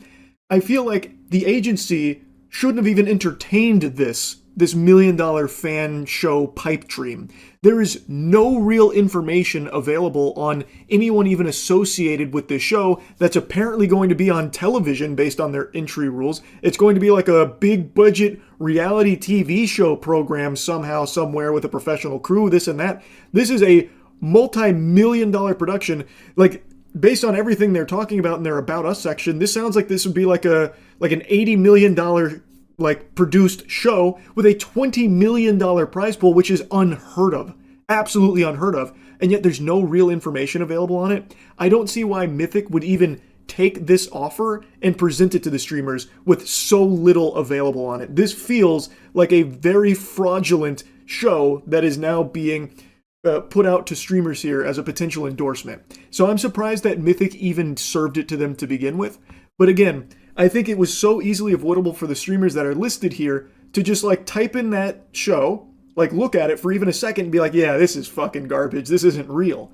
I'm just surprised that it's at this point now where there are potential victims here. There are potential fans of Extra Emily or the Botez sisters or S-Fan or someone that maybe saw this with their name on it and been like, oh, this sounds incredible. $20 million? I'll do a free entry. I'll do a submission here. Well, actually, maybe I'll do a paid entry, get the emote package to support the creators too, and give me some more entries for a better chance of competing in it. And like, it's sad. It's just fucking sad. Because again, I don't think this is real at all. I feel like there's very few people out there that would go to that website and walk away with a positive impression that this is something on the horizon. It doesn't seem feasible at all. Would love to be proven wrong though, I suppose. I guess we'll see. Anyway, I had to yap about this. That's really about it. See ya. Trump Mobile, the golden Trump phone, supposed to come out 2025 of summer. So now the beginning of 2026, still no phone, still no pickles. And you might hear the little Banjo-Kazooie backing track right now to this video. It's because I'm on hold with Trump Mobile support to check on my pre-order to see what's gone so awry that the phone still hasn't arrived. The Trump family's attempt to launch a new smartphone is off to a rough start. You may remember back in June, Eric Trump and Donald Trump Jr. announced the launch of a new American-made mobile phone along with a wireless service they called Trump Mobile. The release was originally slated to happen in August, but now it's November and people are still waiting. I've tried to get a hold of Trump Mobile's customer support for a little while now, a couple days, to no avail. So now I'm just on hold waiting to see what's going on with it. Because, I mean, it's, you know, the Made in America, well, scratch that, they actually got rid of that. It's no longer Made in America. They don't claim that it's an American-made phone anymore. It's just a proudly American phone, according to their website now that they've updated. And for $500, it was a really, like, great deal, which defied all laws of physics and everything we knew about manufacturing to get a phone to that level. Every single human being on the planet with a functioning frontal lobe could have told you there's no way to make a $500 phone in America. So now they've abandoned that marketing mumbo-jumbo entirely. Oh, I thought I was about to get a hold of someone there, but that happens a lot. It starts to like break up because there's only one song that they loop forever and they can't even do that smoothly. But yeah, anyway, I wanted to see what's going on with Trump Mobile because the phone still hasn't been delivered. There's no signs of life. There's no pulse at that company, if the company even exists in the first place. I'm starting to get skeptical now. And yeah, I'll just keep you updated as I continue to stay on hold endlessly in this fucking void, this purgatory that they've locked me in here. Alright, let's try again. Yesterday they were closed, so this is right in business hours and business time. Thank you for calling Trump Mobile. For English, press 1. Para español, oprima el número 2. Press 1 to open a new Trump Mobile account. Otherwise, press 2 for support with an existing Trump Mobile account. Thank you for calling Trump Mobile. Your call is very important to us. To ensure the highest level of customer care, this call may be recorded for quality control and training purposes. Please hold, and our next available representative will be with you shortly. You can also visit our website at www.trumpmobile.com to apply for a new account or access your personal account portal. Hey, I just wanted to check on the status of my pre-order. I'll be more than happy to go ahead and assist you, ma'am. Please have the telephone number your account is under. Now, interestingly enough, I gave them a bunch of phony baloney information. Like, the email and phone number I gave them are not associated with any Trump phone or Trump mobile pre-orders, yet somehow they found my account. I don't understand how, because it's not registered under anything I provided, but just in case that does end up being someone's actual phone number, I'm not going to put that clip in here, but what I gave them is not tied to a pre-order because, shocker, I didn't put $100 down on the Trump phone, but somehow they were able to locate my account. So, due to the government shutdown, there was some delays with the delivery process. Everyone who pre-ordered the T1 phone has secured their order for the phone. So what we're doing is that we are sending out the phones priority shipping. Soon as shipment resumes, everyone who did pre-order the phone will receive a confirmation email once the phones have been shipped out. Okay, wait. I mean, it was supposed to come out in the summer, though. That was before the government shut down. I thought there was just some kind of... I'm sorry, go ahead. I was just saying I was expecting it in the summer of 2025 when the shutdown wasn't till after that. I guess I'm just a little confused on how that affected the manufacturing. Well, the phone was scheduled to come out in December, which is around the time that the government shutdown did happen. And like I said, the reason why it was delays on it was because we needed to get the approval from the FCC, the Federal Communications Commission, before releasing the phones. And so that's why we are doing priority shipping to get the phones out to the customers as soon as possible. Is there a time I should be expecting it? Like, is there an ETA? As of right now, we don't have like an exact time frame. We were just told just to update the customers. Once shipment resumes, we will be communicating with all of our customers via email. Okay, well, but I'm sorry for the skepticism. I'm just getting a little concerned because it's been a while. The phone is real though, right? Have you Like you've held one? Honestly, me myself, I have not actually held one in my hands. But they are real. You can also go to our website at trumpmobile.com. And like I said, it does have all the information about the phone as well. Well, yeah, I see it on the site. It's just me and my family we were kind of expecting it by now. Do you know anyone that has held one? Like, do you know anyone that's using one currently or anything like that? I'm going to be honest with you. No. Because like I said, everyone pre-ordered the phone, has not gotten their phone as of yet. So, from my knowledge that I know of, no one has received their T1 phone as of yet. And we know that, like I said, the customers have been waiting on it, and we do value our customers. And like I said, that's why we are trying to, expedite the process to get the phones out as soon as possible. Okay, well, I appreciate the honesty. I guess I'll just sit tight then until I get that email. I really appreciated how honest this guy was. It would have been super easy to say, oh yeah, I'm actually holding a Trump phone right now. But he didn't do that. He just said, yeah, I've never held one. I don't know anyone that ever has. Like, I appreciate that he was willing to be that open. He seems like a good guy. And I imagine they're probably getting flooded with actual customers being very concerned where their phone is because they've actually put money on it. And it's not like it's an insignificant amount of money. $100 for a phone that was supposed to ship like 5, almost 6 months ago now. And when you go to the website, they still proudly say that it's coming out by the end of the year, which was 2025. That year is now past. That year's in the books now. It's done and dusted. And they still have it on their website that if you're pre-ordering now, you are going to be getting it by the end of the year. 2025 is the assumption because it's been there since 2025. It's pretty absurd. In fact, when you go to their website, you can still put the $100 down to this day, despite there being no evidence of the phone's existence, not even from customer support. You can still put $100 to the idea of the golden Trump phone, despite no planned or expected release date or anything to bring further clarity to the whereabouts of this unicorn they're calling the Trump phone. An American flag on the back, and so we put that pre-order, and they were promising that these phones would be released in August. Here we are in November. I've been trying to get out to the call center every few weeks and say, hey, what's the update? And I've been perpetually told it's going to be released at the end of this month. It's going to come out next month. When I would ask about reasons for the delay, they didn't have much to answer for except for that they were working on this phone. At one point, they even blamed it on the government shutdown, interestingly. But again, his findings are similar to mine. The support did say it's because of the government shutdown. I guess a very convenient excuse if you ignore the fact that it was supposed to come out before the government shutdown.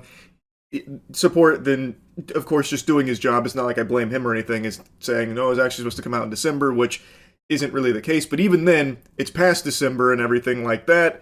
The government shutdown, it's in the past now. Where's the phone? It's January. This segment was from November. Like, it just doesn't seem like it's real. It doesn't seem like it actually exists. And I think a lot of people that put the $100 down have probably forgotten they've done that. They probably forgot that Trump even has this Trump phone that he pitched because he is hawking so many products to enrich himself and his family. He has like actually over 200 fucking pieces of merch, the Trump cologne, the Trump Bible. Like, he has so much garbage that he is putting out there that a lot of things like this just fall through the cracks and people just mindlessly giving him money. They probably forgot about this.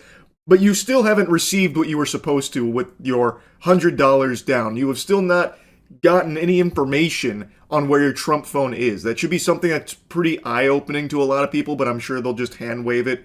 No, it's so highly advanced and such powerful American-made technology here that it's just taking a little extra time, which is why they can't actually explain anything. That's what's going on here.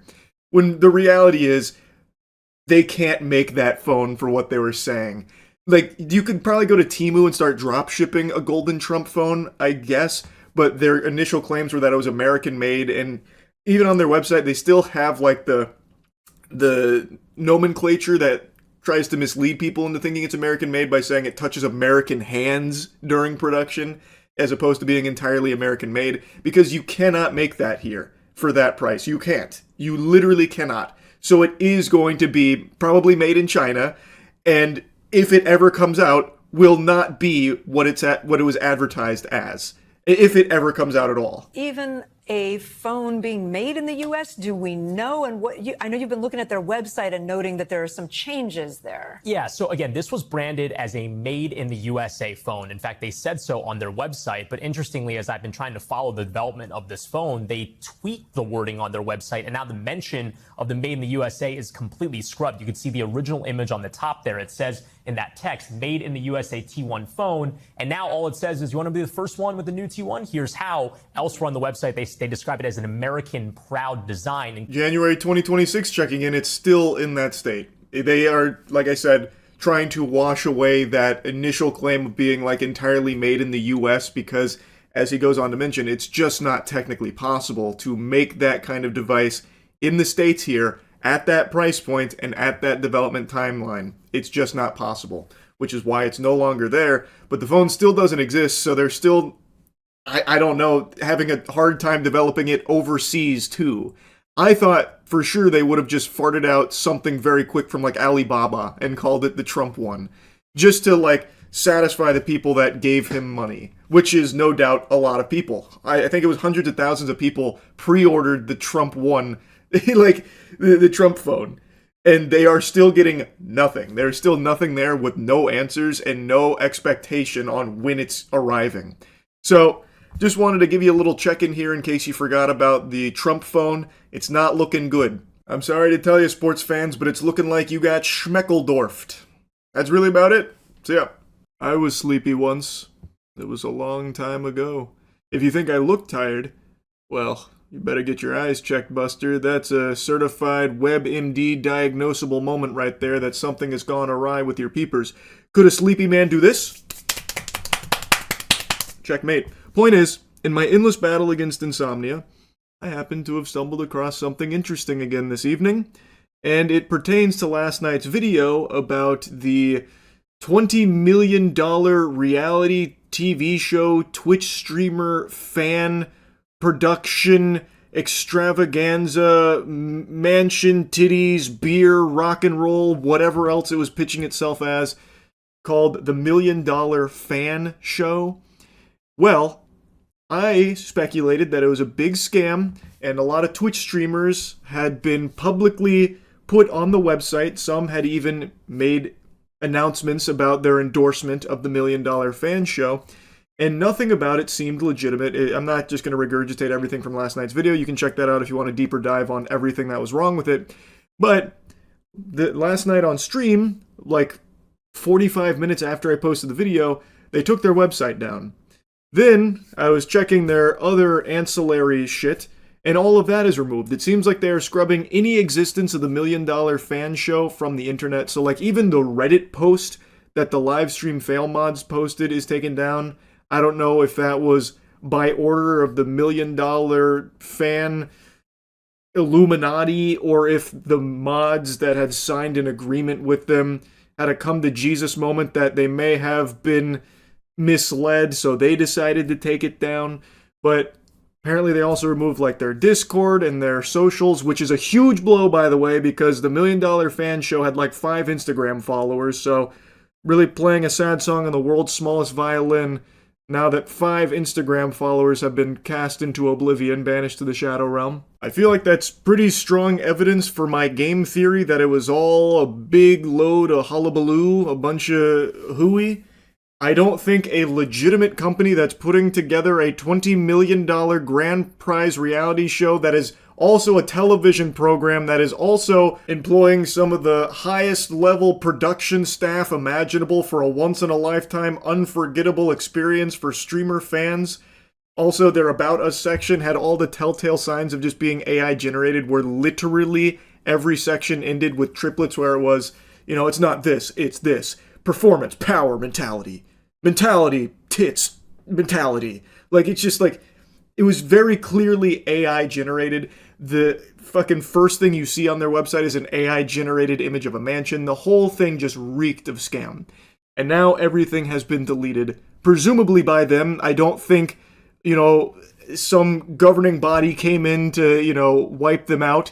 I think this is them trying to cover their own ass, so that way there isn't some kind of legal action taken against them. Because from what I've read, there were actually some members of some streamer communities that put money into the $1 Million fan show. They bought emote packages. I read a report on someone that claims to have spent a couple $100 doing so. So I imagine there was a handful of people that did legitimately lose money on this. Now, of course, you have to take those claims with a grain of salt because there's no real evidence to back it up, especially now that everything is deleted. There's nothing to prove that. But I'm inclined to believe those statements from them because these streamers are, you know, to a lot of people, a trustworthy source. And if they're endorsing something and they say that there's a chance that they can win $20 million or whatever the fuck through like signing up for it, they will do so. And when you go to the website and do their free sign up, they're very heavily pushing you to do the monetized sign up for unlimited entries by giving them money. So I bet a lot of them were baited into doing that. Now, as I said in the last video, I am shocked that Mythic Talent actually even floated this to their creators like Extra Emily. She, in her statement, mentioned Mythic Talent by name, that they had pitched it to her. I was surprised it made it to a streamer because anyone that even had their eyes open and neurons firing for a second would go to that website and know full well immediately, right from the jump, that this is not real, that this is fraudulent. So I did a little digging, and I was able to get in contact with an agent, not at Mythic, but at another agency that did have this exact same thing come across their desk for their streamer clients as something to pitch to them. And according to that agent, I don't know how deep into the nitty-gritty I'm allowed to get, what they sent them, the pitch deck, was extraordinarily different from what ended up making it to that website.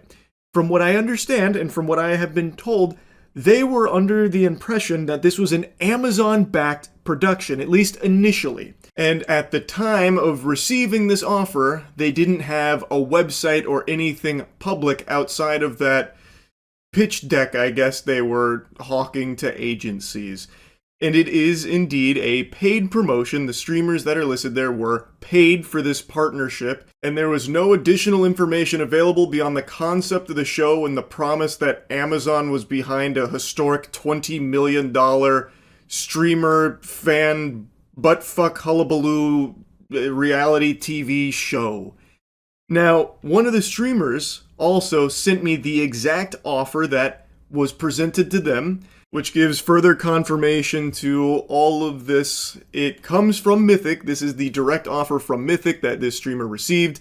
I'm not going to show the actual thing, so that way no one gets into legal hot water here. I don't want to, step on too many Legos, but I will give you the general overview for what the pitch was, the offer. Interestingly enough, the offer came back in June of 2025 from Mythic. And the opening line was about how it's an Amazon series. This is an Amazon series looking to break records, a historic $20 million prize purse reality show.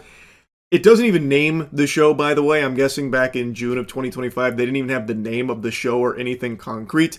There was no website, no mention of like LSF or brand partners or anything like that. It was just a single sentence that said, Amazon reality TV show set to air on Amazon Prime, featuring the soon-to-be-broken Guinness World Record book for biggest prize pool in history, 20 million, winning group splits money in half, 10 million to you and 10 million to the fan.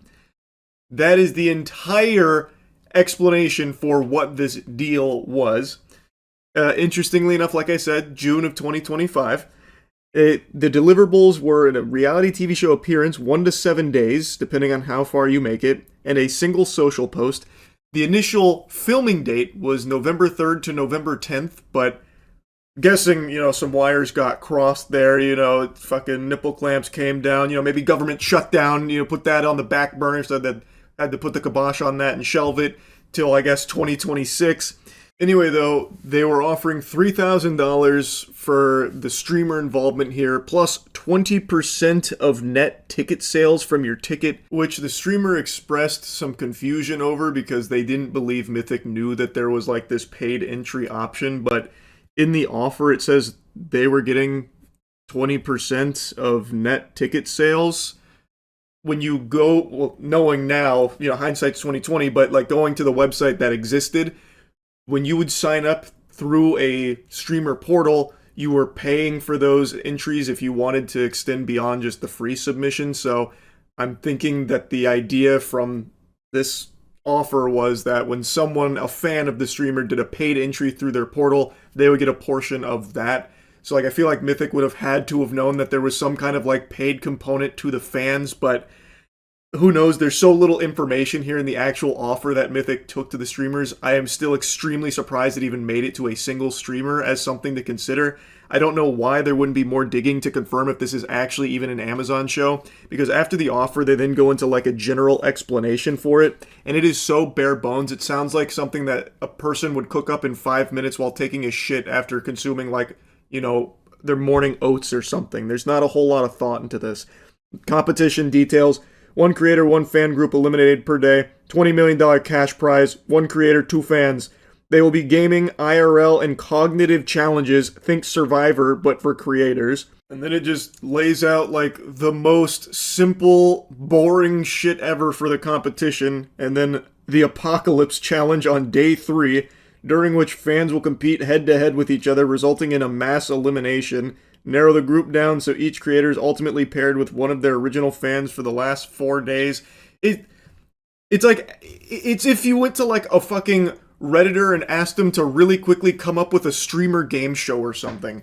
Now, as for the initial start date of November, the streamer was just told that it got pushed back to March. I don't think there was any like real explanation for what went wrong. You know, maybe bad weather, perhaps government shutdown, you know, all kinds of possibilities for why it got moved.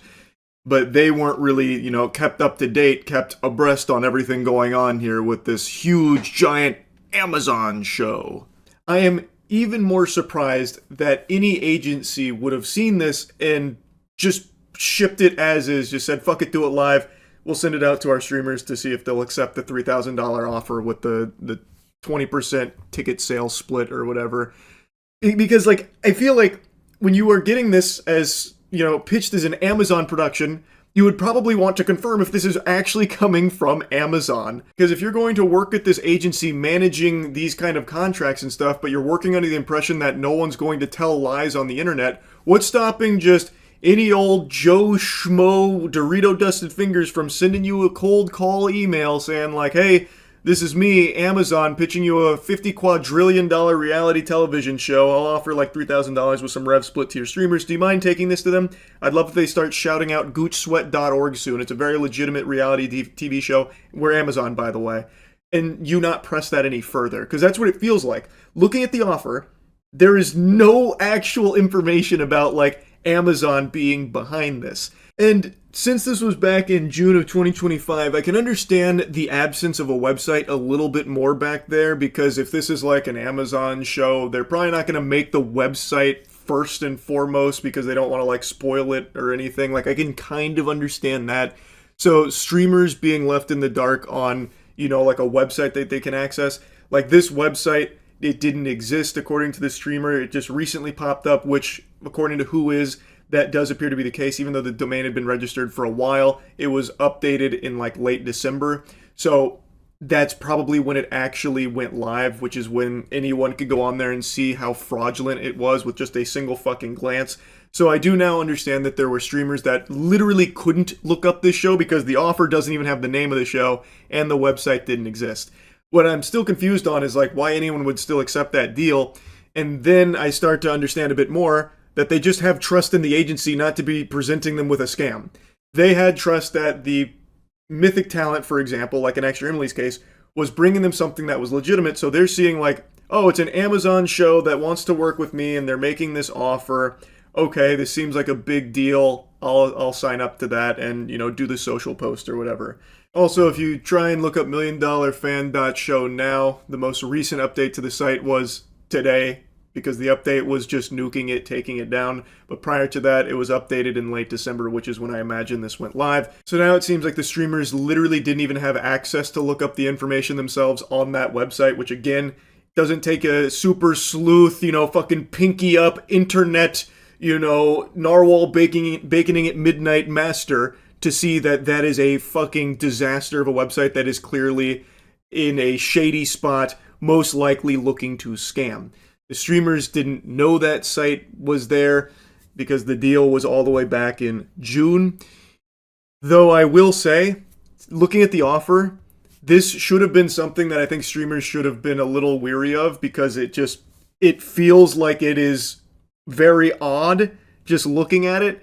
But I think that does fall a bit more on the agency than it does the streamer itself, because there is a level of trust from streamers with the person that is like managing their brand deals, that what they are getting is not just fucking toilet paper that's trying to wipe their ass with their fans. And in this case, I am still just shocked that it even made it to the streamers in the first place. This should have been probably caught far earlier. I imagine they could have confirmed well beyond this, like almost a year later, that this wasn't Amazon behind it. If they had like, maybe set up like calls or something, or looked for any level of proof of this being Amazon, like even just questioning, where is this money coming from? Who else are we working with? What is the actual production timeline and all of that looking like? I feel like there was definitely a way like Mythic Talent could have caught this and then never even had to get to this point where there were real victims, where based on what I've read, there were people that put in like hundreds of dollars, which again, I know you have to take it with a grain of salt because there's no like evidence to support those claims that people lost a ton of money, since now everything is scrubbed, but I'm inclined to believe them because the audience has a level of trust in the streamer that what they are pitching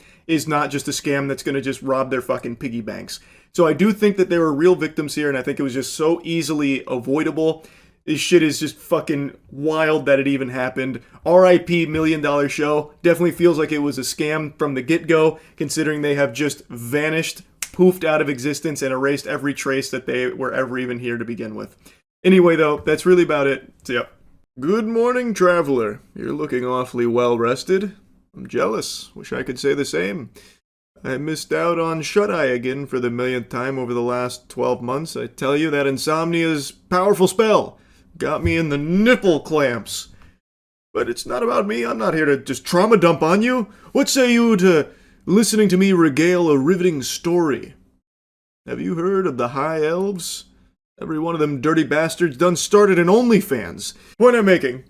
OnlyFans is everywhere now. If you open your mouth to take a breath, the first thing that gets into your lungs is not oxygen, it's fucking OnlyFans being shoved down your throat. It is inescapable. The only thing more popular than OnlyFans is gambling. The two healthiest pillars of a sane society, gambling and OnlyFans. And as you may have guessed, I haven't slept again. And in an effort to make myself sleepy, I started just doom scrolling, which never fucking works. But I did stumble across a very interesting feud in the OnlyFans world where a creator is calling out the queen of OnlyFans, Sophie Rain, the LeBron of lingerie, the Tiger Woods of wood, the Tom Brady of lady, the Wayne Gretzky of latex ski. I'm just fucking pulling this out of my butthole right now. I'm going crazy with it. Sophie Rain is like the most popular creator on OnlyFans. You probably heard her name before because she's often flexing how much money she makes through OnlyFans. Unfathomable wealth, where she's posting screenshots claiming that she's making over $90 million through it and providing like proof to back up her claims and constantly defending that she's making this millions upon millions and millions of dollars there. And there's a creator calling that out as fake. And this creator actually has receipts to prove it. It feels like pretty strong evidence that those might not be accurate. And not only is she calling out Sophie Rain, but some people that are closely associated to Sophie Rain who are allegedly doing similar things with fake screenshots with their earnings being fudged. Hey Piper, I saw you deleted this fake statement since we saw the typo, and you've replaced it with this new fake statement, and you've added another million onto your net. I don't blame you. It's your first day on the job and we all make mistakes. I blame your management, the same management the Bop House uses, that's known for lying and scamming all their fans. I really hope you do better, because the shit that you bitches do is not cool. This is that initial tweet screenshot, allegedly. Big whoops-a-daisy there. You can see that she forgot to get rid of the other money sign there. So that's clearly incorrect. And she deleted it and then posted another one with that error fixed. Piper Raquel's name is one that I've heard pretty recently because it's a pretty controversial story here where she was like a kid star or child influencer, some shit like that. And then very soon after she turned 18, she started an OnlyFans page to do OnlyFans content. And then starts flexing how she made $1 million in 24 hours, and then no, it's actually $2 million, her first couple days on the job, that kind of thing. Which I know has happened before, like with Danielle Bregoli, Bad Baby. I know when she turned 18, she started an OnlyFans, and a bunch of those fucking weirdo freaks were like waiting, salivating on bated breath for her to open that OnlyFans, and they all gave her a bunch of money. I know that happened. It's just so fucking weird. Also, apparently she had paid a visit to the Bop House to collab with them when she was still 17. Bop House is a OnlyFans content creator house. Why are you collabing with a minor? A lot of people are speculating that they were trying to like push her into doing OnlyFans, and like them collabing was them trying to get her like, into the idea of opening OnlyFans when she's 18. Maybe to like lock her into a contract with the Bop House management team or something like that. Who knows? But it's still fucking weird no matter how you spin it. Anyway though, back to the feud itself. Jamie Liz is pointing out the fraudulent screenshot here, talking about how that's not real. Which it clearly isn't. It was photoshopped. Is Camilla. So the next bitch on my hit list is Camilla from the Bop House. The one that used her little minor brother for views, asking him to talk about how pink her pussy is? Yeah, that one. This is her supposedly deleted OnlyFans, active, saying available now. And then when I asked her about it here, are you gonna delete it? Just asking, because that's what you're saying all over your social media, babe. Just confused. She blocked me. That's why it says chat unavailable. And here's yet again another lying, scamming bitch to come out of the Chopped House. But this one's extra weird. She used her family to promote it. I was the one that did the censoring on her OnlyFans banner. Not in the original video, just playing it safe here on YouTube. I don't know what she was claiming about deleting her OnlyFans, but that OnlyFans creator, Camilla, that's someone I made a video on a long time ago, because she used her brother, who is a child, mind you, to help promote her OnlyFans page. She actually did that. So, Jamie Liz is not wrong. That did happen, and that shit is extraordinarily weird. Borderline a crime, by the way, to have children promoting porn, right? Like, you would think that's probably big time frowned upon. How does it feel to have a sister that has an OF? My friends always ask me if it's pink, but I don't really know what they mean by that. Nani? Do you know? Jesus Christ. Click the link in my bio. I can't. Marketing so innovative, Ubisoft is going to take a page out of her playbook pretty soon. So, that shit is indefensible. Now, Jamie Liz mentions that, calling it weird, which it definitely is, and then she's referencing, I guess, Camilla talking about how she's deleting her OnlyFans, but it doesn't seem like she actually is, thus she's scamming viewers. I'm guessing this game would be like, I'm deleting my OnlyFans, so come subscribe now while the content's still up, otherwise you're gonna miss out and it's gone forever. I'm just taking a guess, I'm spitballing because I can't actually find where she was saying that, but I have found a lot of people talking about it, so like a bunch of Reddit posts. In the least surprising news, Camilla has officially left OnlyFans to start selling people AI scam courses. Man, she is really just an absolute winner. Jackpot all around. Awesome. Going from OnlyFans to AI scam guru courses. And then saying also discreetly keeping her OnlyFans active. I don't feel like looking too hard to know if her OnlyFans is actually still active or not, if she followed through on deleting it. I have seen articles also reporting that she is now hawking baloney courses that are AI focused, so that seems to be her new hustle. And Jamie Liz, once again, was calling her out. And now, the big video where she was calling out Sophie Rain. So Sophie Rain just posted a video showing her fake OnlyFans statements once again, and I'm about to poke a lot of holes in this shit.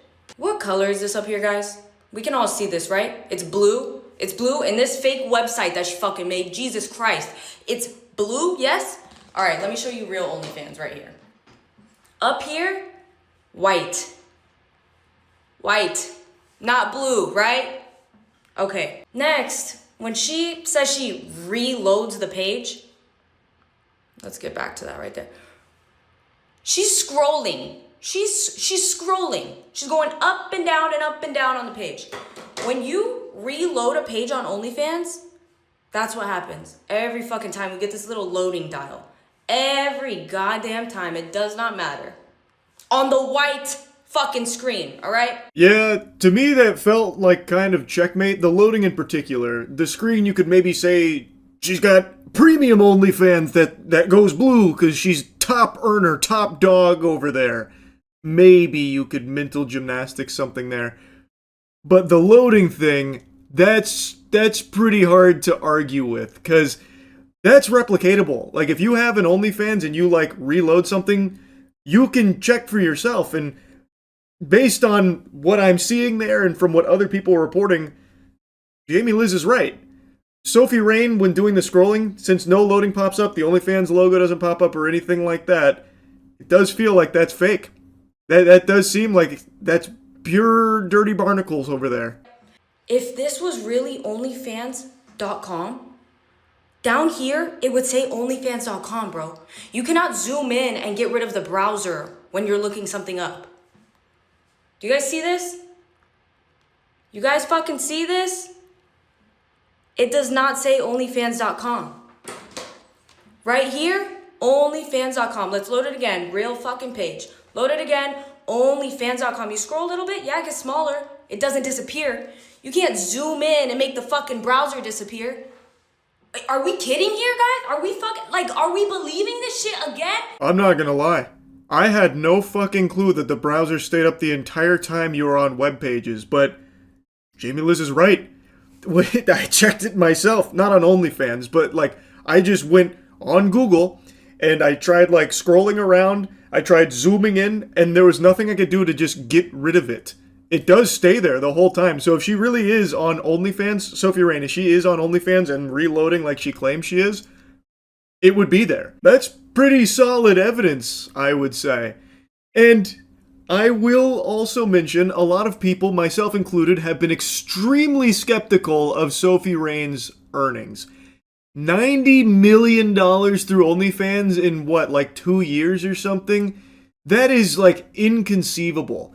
And she blew up because she was like inundating Twitter with her ads. So she was having like rage bait being posted about her from all of like popular meme accounts constantly, daily, just trying to flood people's timeline with her just to keep her name out there. So it feels like it would be par for the course if she is also using these earnings, these crazy high numbers, to keep her name out there, keep it in people's mouths, to make people familiar with Sophie Rain's brand. And it is like eye-opening shit. You hear that an OnlyFans creator is making $90 million. She's making more than NBA player salaries. You start to pay attention to it. So the faking earnings does feel like it could be very in line with her marketing strategy, or if it's not her strategy, her management team's strategy, whoever's responsible for it. I just find this shit incredibly sad and embarrassing that you have lied so much that you have to keep lying and keep lying and keep lying to cover up your lies, bro. Are you that insecure about what you're doing that you gotta fucking fake statements? You gotta tell everyone you make all this fucking money? That's how insecure you are, bro? I'm sure any OnlyFans model could probably look at Sophie Rain's proof here and weigh in if it's legitimate or not, because everyone's OnlyFans earnings page is going to look similar. The only difference is going to be numbers. And since Jamie Liz does show like what the page should look like, and it's vastly different from Sophie Rain's, I'm inclined to believe her that Sophie Rain's is horseradish. Now, to Jamie Liz's statement here at the end that she's lying and faking these earnings coming from a place of like insecurity, I don't think that's what it is. Like I said, I think this is all just part of her marketing strategy. And I also think because she's like the face of the Bop House, I'm assuming she's also like an owner in some capacity of like the management team that's managing people like Piper Raquel. She's also using this as a way to lure more people into an OnlyFans career. By having these numbers constantly flaunted, there are tons and tons of girls that are going to see this and believe that this is like a really viable career option to make a lot of money very quickly. So they'll follow Sophie Rain and Piper Raquel's example. So I think this is also a way for her to try and get potential clients to sign with the Bop House or something like that, so her and her team can make more money off of them and their contracts. I think the whole thing is pretty scummy. It also preys on people that are in a desperate situation, which is a lot of people in the current day and age, where someone might see all this money that Sophie Rain and the Bop House is generating, these huge numbers that may or may not be accurate, and they just say, fuck it, I'm gonna do an OnlyFans too, and it doesn't go the same way it did for them. It is a scummy thing to do. And I think Jamie Liz is right to call it out. 100%. Now, again, I don't know a whole lot about OnlyFans, but what she's provided here seems pretty strong. Anyway, though, that's really about it. So, yep. If you thought I was giving up on the half-sword grind, then I think you need to be institutionalized, because you are unwell. I will not stop the journey until the Baron lay butt naked at my feet, begging for relief. Release. Or, I mean, relief too, I suppose. I don't know. Let's ride! I will do this. And I'm gonna do it in a traditional Charles speedrun fashion, if you would just let go of me. Oh, what the fuck? Ah! He held my hand. Everyone's holding my hand right now in this run. Well, that's bad. Oh boy, this is super not clean. Okay. That's about as not clean as it gets. I did not get the dodge off. Really, man? Give up. Oh, it's you? Didn't I just hear you beg for mercy? Oh man, we're off to a rough start. You're done, right? Whoa! Really? You came up, touched my butt cheek, and then gave up? He didn't realize who he was dealing with.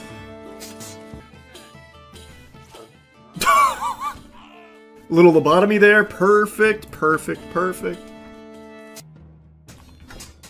Oh, that was almost insta-GG. And that's very bad. What?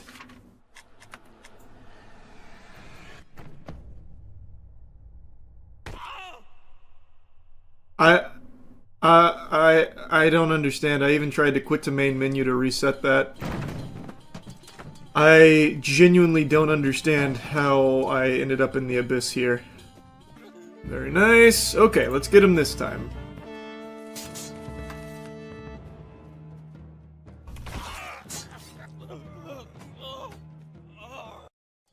Why am I instantly going to the abyss? I can't even give up in time. What the fuck? And I killed him too, by the way. Oh my god. Wow.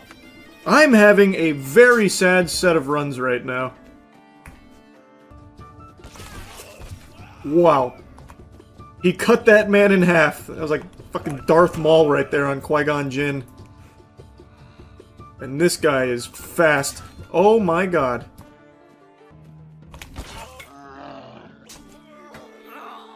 Thank God I won, because we traded again. I feel like they increased his range or something. Like, what the fuck?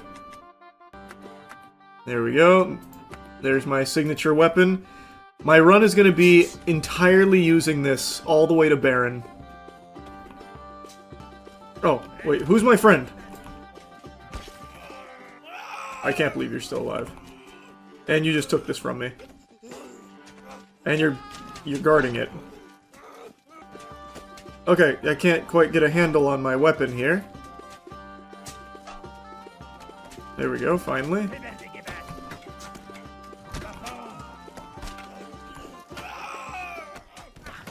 Brrr! He's still up!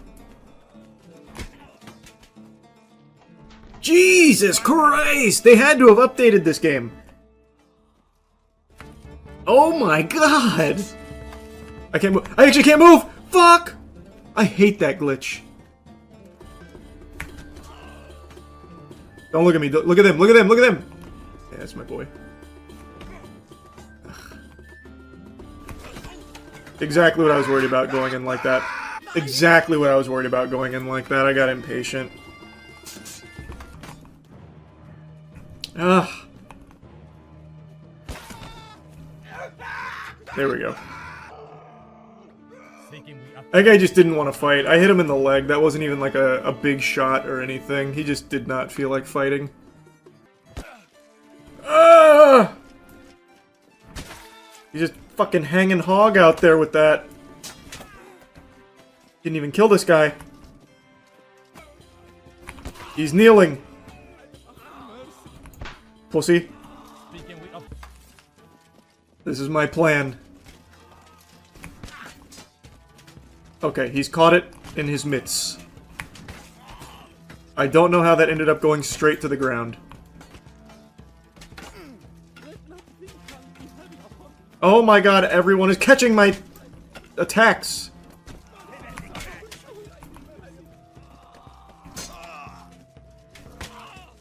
Oh, he's teabagging over there. Holy fuck. Like in the truest sense of the word, he actually put his whole sack in that guy's mouth. That's less than honorable. This is the guy that I scalped in my last run.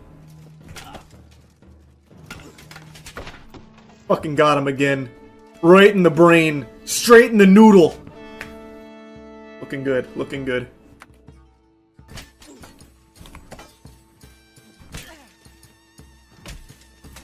Okay.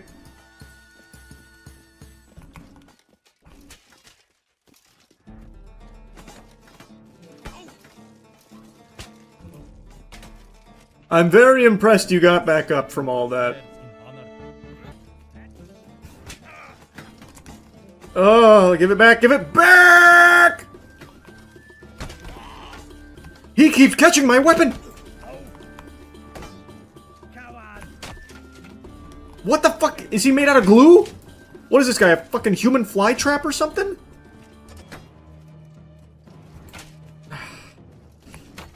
There we go. Finally greased my way in there. We're sticking here. We're staying on this weapon. We're staying on this setup. Oh my god, no way!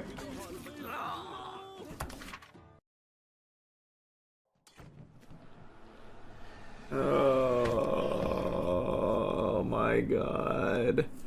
I tried to like cancel it before getting to the abyss. I don't even know if that works, but I'm desperate. I can't fucking believe that just happened. GG. Time I didn't even get to the boss. Fuck, man, that's so annoying. No, I missed the weapon! Oh my god, and then I grabbed his foot! There we go. Need something that can be swung one-handed. Wow, I can't swing this at all. Just let go of your hand! Ugh. I'm so upset. I should have had that, but somehow that guy got in and cut my leg off. And then I couldn't give up in time. Like, does my idea even work if I, like, quit out after, like, a crushing blow? Let me see. Let me just see if that tech even works. Come on! Somebody hurt me! Hurt me! Hurt me! Oh, actually, this is stupid. I wouldn't know here anyway. Because it's round 1 of the lowest level. Oh, and I need to try it at, like, a boss or something. Wow, what a collateral. Took him a while to realize he was already dead. What is the meme? Amoira Shindaru? Fucking nailed that pronunciation. There we go. What? Okay. Awfully impressive. Jesus Christ. Very good. There's something just so incredibly satisfying about doing that. Like, it feels like it shouldn't hit as hard as it does. What are you doing? Was he looking for a handshake? Oh, sorry. Oh, that was actually kind of close. Wow. Oh my god, get off me! Jesus, get off me! Stop dangling that shit on me. Pussy? Oh boy, oh, this is actually really bad. He won't give it back. Okay. He kegeled it. He said that's mine now. Oh, that was unlucky! Okay, give it back, give it back! Oh, he's caught it in his armpit. Oh, that was scary! There we go. Holy! That is the first time I have ever lost there. Alright. Okay. That was good. There's even a little bit of mutiny on the squad. I saw my friend attack my other friend. It was traumatizing. That was super stupid. I don't know why I did that. That was just tilt. That was just full tilt. I ran directly into it. Yeah, I just reset. I just reset. Fuck! This guy's giving me my vegetables right now. Oh boy. Reset. I could already tell that was about to go downhill very quickly. We're falling apart.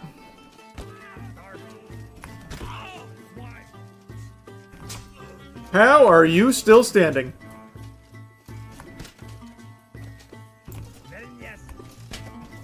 This is crazy.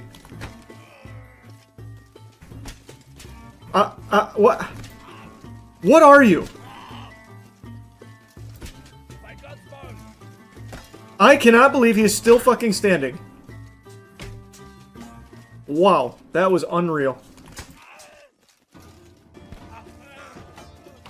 Oh, I must be injured. That's gotta be it. I didn't notice. He's still fighting! If that isn't the most inspirational story I've ever seen. Holy shit! Against all the odds. There we go.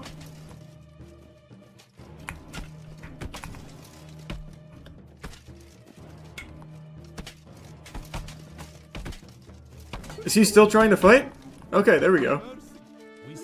Finally, man. Alright. Just keep going up, I need more armor. I'm just going to be playing this at proper tiers, because I just want the armor. I don't want any kind of, like, unforeseen disaster to occur. Okay, that was a bad start. Oh, what the fuck? Okay! No fucking way that just happened. No fucking... What?!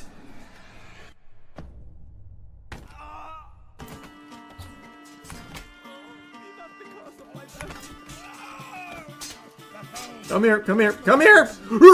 Stop running! There we go. There we go. Okay, I'm going too high.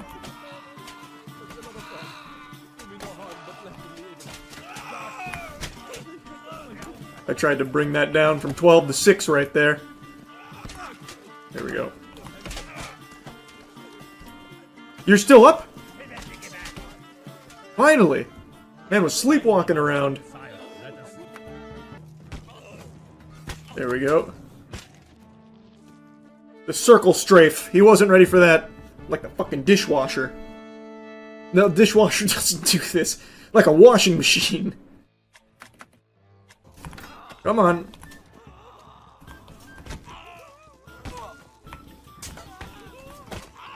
How are you still holding on to that? Jesus Christ, that was inspirational. He would not let that go.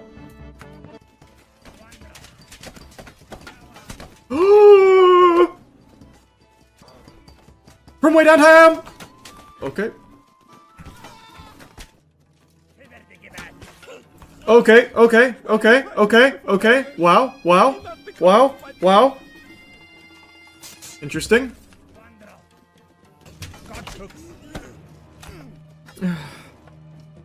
It's just a flesh wound! Oh. Oh my god. Oh my god.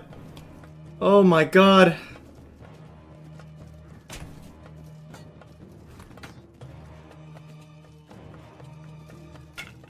What the fuck? Why is it doing that so much? Just reset. I'm too injured now. I'm not getting strong shots. Fuck, man.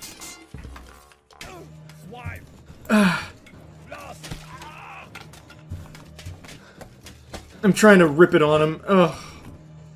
Okay, right side is best. That's so close! Get in his armpit!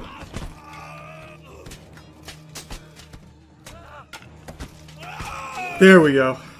Oh, Christ.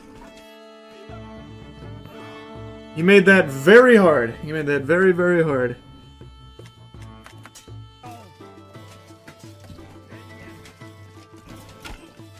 How are you still standing?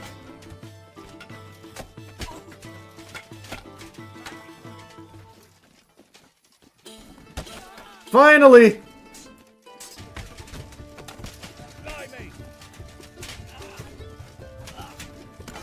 Come on!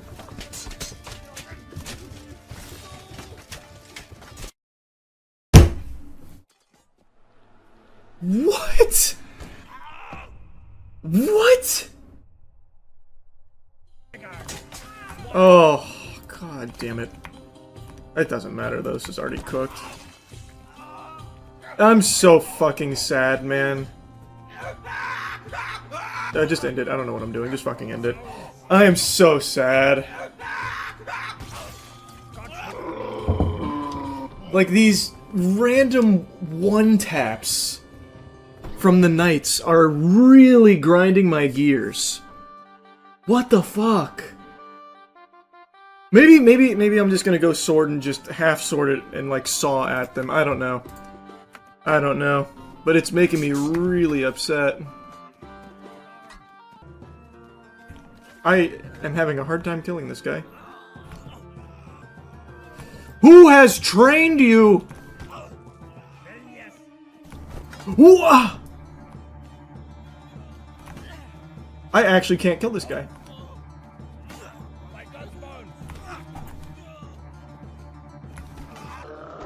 Holy fuck, that guy was unbelievable. Holy. Sometimes the hoe just goes crazy. There we go. The hoe is fucking terrifying, actually. Oh, beautifully targeted strike there. Oh my god. It's like music!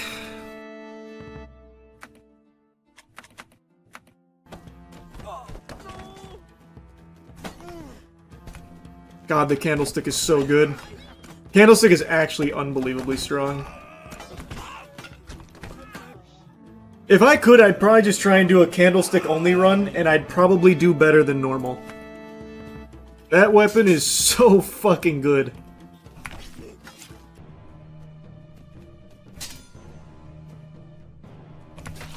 I actually just fucking clutched in the abyss. Very rare at that level. Not that we are that far, but still. Why won't you do- Why? Why won't you die? Thank you. Let it go! Give it back! Give it back! How are you still alive?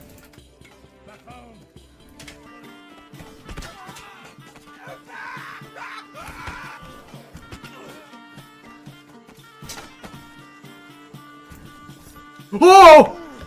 What the fuck? He was still alive? What a crazy sneak attack! Alright, I went fucking hog wild on that guy. I did not let up. Here's where it gets tough. This I know is right side going left. There goes my hand. That was my whole arm, actually. I thought it was just my hand. Good. Good. He got me that time. He got me that time. I need my weapon back. I got him. Oh, yeah. Huge! Just had to get right up in him. Yeah, he wasn't ready for that. Okay. One thing I've learned here is that sometimes you can just get insta-killed when you least expect it. I think what I'm going to do is just take the beefiest sword, the beefiest armor, half-sword that shit, and just start sawing. I'm just gonna start fucking working them like a puppet. Like I'm tossing a pizza with it. I think that's gonna be my strategy here. I've lost too many runs to just getting insta-killed when going for, like, blunt. So I think that's what I'm gonna try. Let's ride.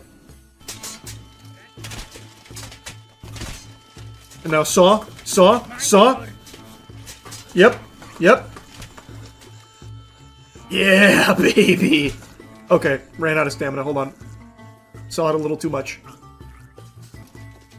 Yeah, I'll take your weapon.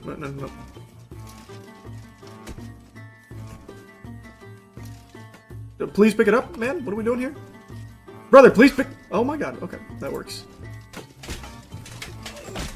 Now saw! There we go. Got his whole head off. See, like, that might just be the strat. The boss isn't that hard. It's just getting to the boss where I can just randomly die doing this is the problem. Brother, just stab him in the back! And that's what I'm talking about right there. Just sometimes, just like that. I gotta stay up in him. That's the exact shit I'm talking about. Luckily, it wasn't a one-shot. Nice! Bisected. Actually bisected him. Holy. What an incredible technique. Are you my friend or my enemy?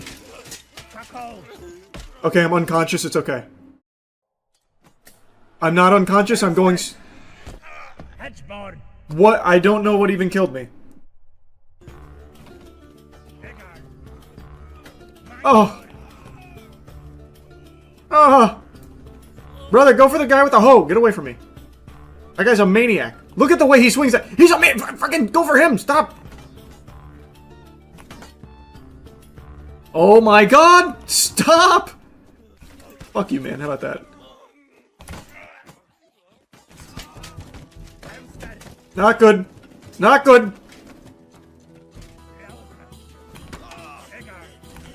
Okay. I need you to go for a teammate. You're scaring me. You're fucking scaring me, bud. And can you shut the fuck up? Huh? You stop whining? How about that, huh?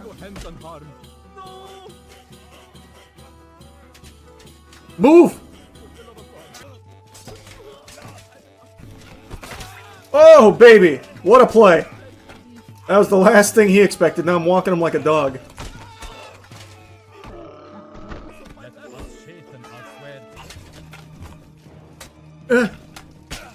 Pick it up!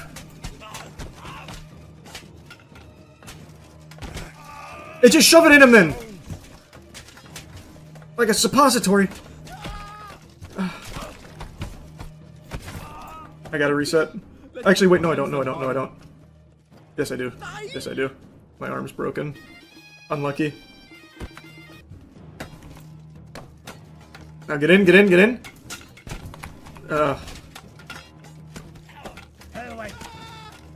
It just... I don't know what is going on. Well, that worked.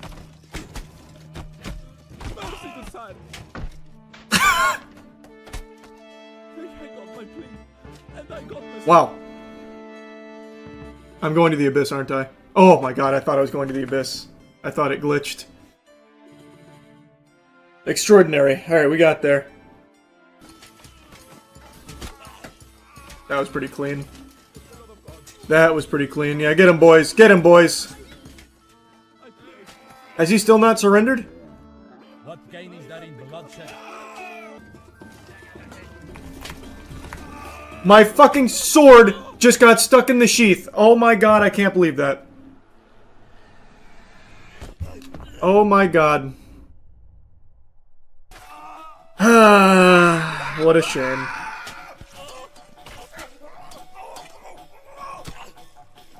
Come on, baby, you can get up. Keep fighting. They haven't beaten us yet. They only win when we give up.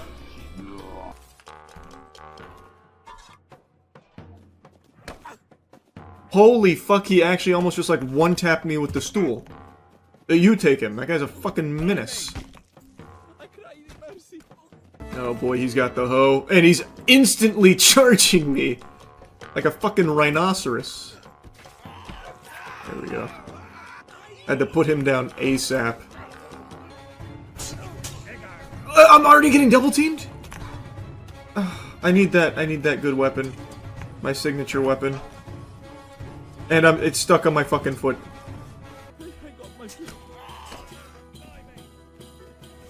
Paddle versus paddle. Oh my god! What the fuck, man?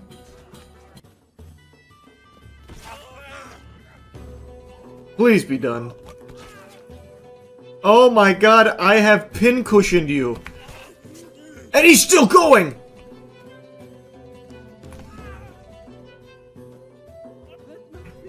Okay, good. Fuck, finally. I was about to give up.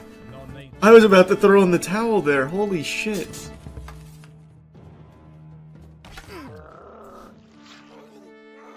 Alright. Now, let's hope that I don't get fucking blasted again up here somehow. From out of nowhere. What the fuck is that? I blew out my ACL. Come on, get in there. Come on.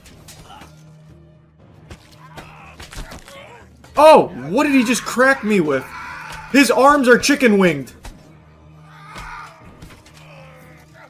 How are you still here? His arms are going in the wrong direction, and he's still not surrendering. What's left? Jesus Christ!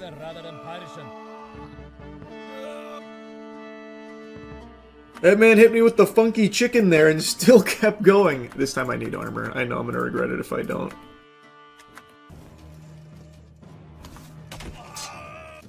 Fuck. Oh my god, I actually cannot believe I just threaded the needle there. That is probably the first time that's ever happened in fucking half-sword history. Holy shit. Oh my god. I need to just take a moment to step away from the keyboard there. What I just did there was a fucking thing of beauty. I just made music. Wow. Wow. Don't worry, I'm back now.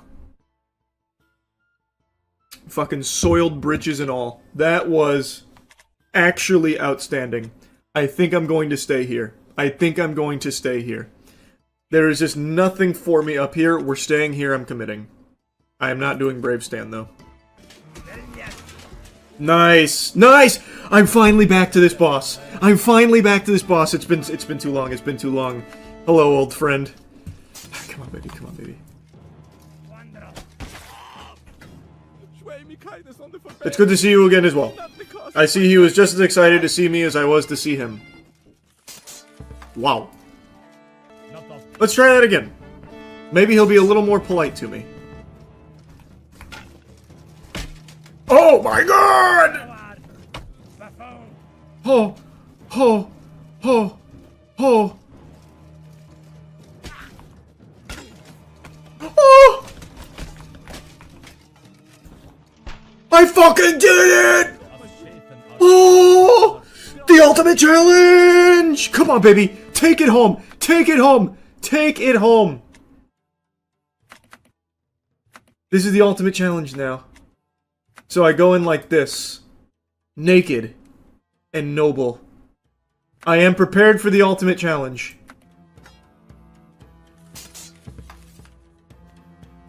Is there... Okay, I think I see a knife there. I can't sprint! I can't sprint! Is that part of the ultimate challenge?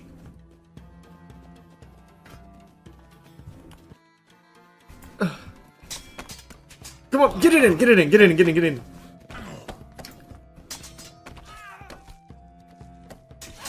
Come on.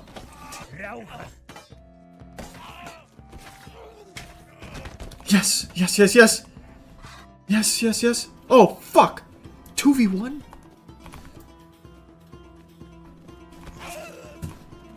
Ow, ow, ow. Well, that's GG. I should have picked up the helmet. I mean, the helmet wouldn't have saved me. That's what I would sound like if I was an Animal Crossing character. But I'm not. I'm a half-sword man. I'm a half-sword man about to embark on the ultimate challenge, the final frontier. Ugh. Ugh. Oh, split him like a watermelon. Fucking idiot. That's the weapon I need. Well, he gave it to me. He said, Charles, I heard you needed this. Why am I not stabbing?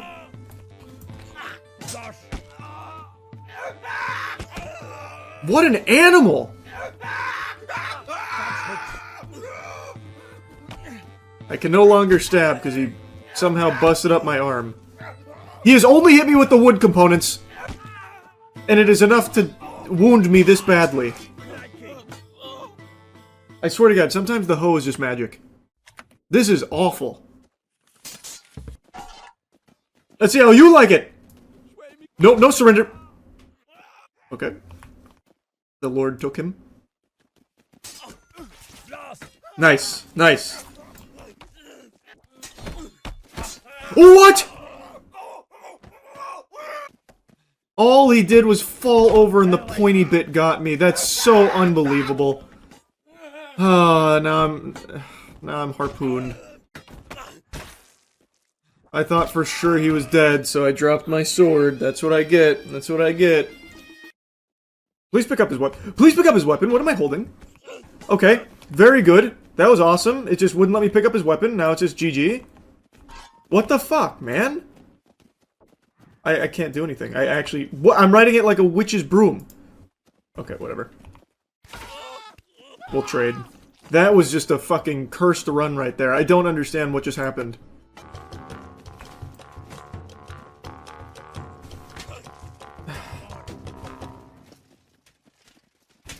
That guy's so excited he is literally skipping. Oh my god. This is brutal. This is unbelievably difficult. It gets to 3 so fast.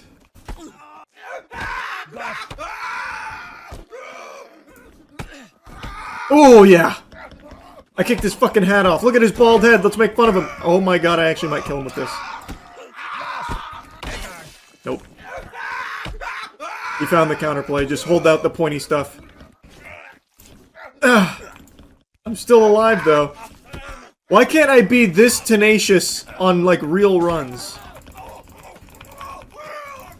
I'm still getting up!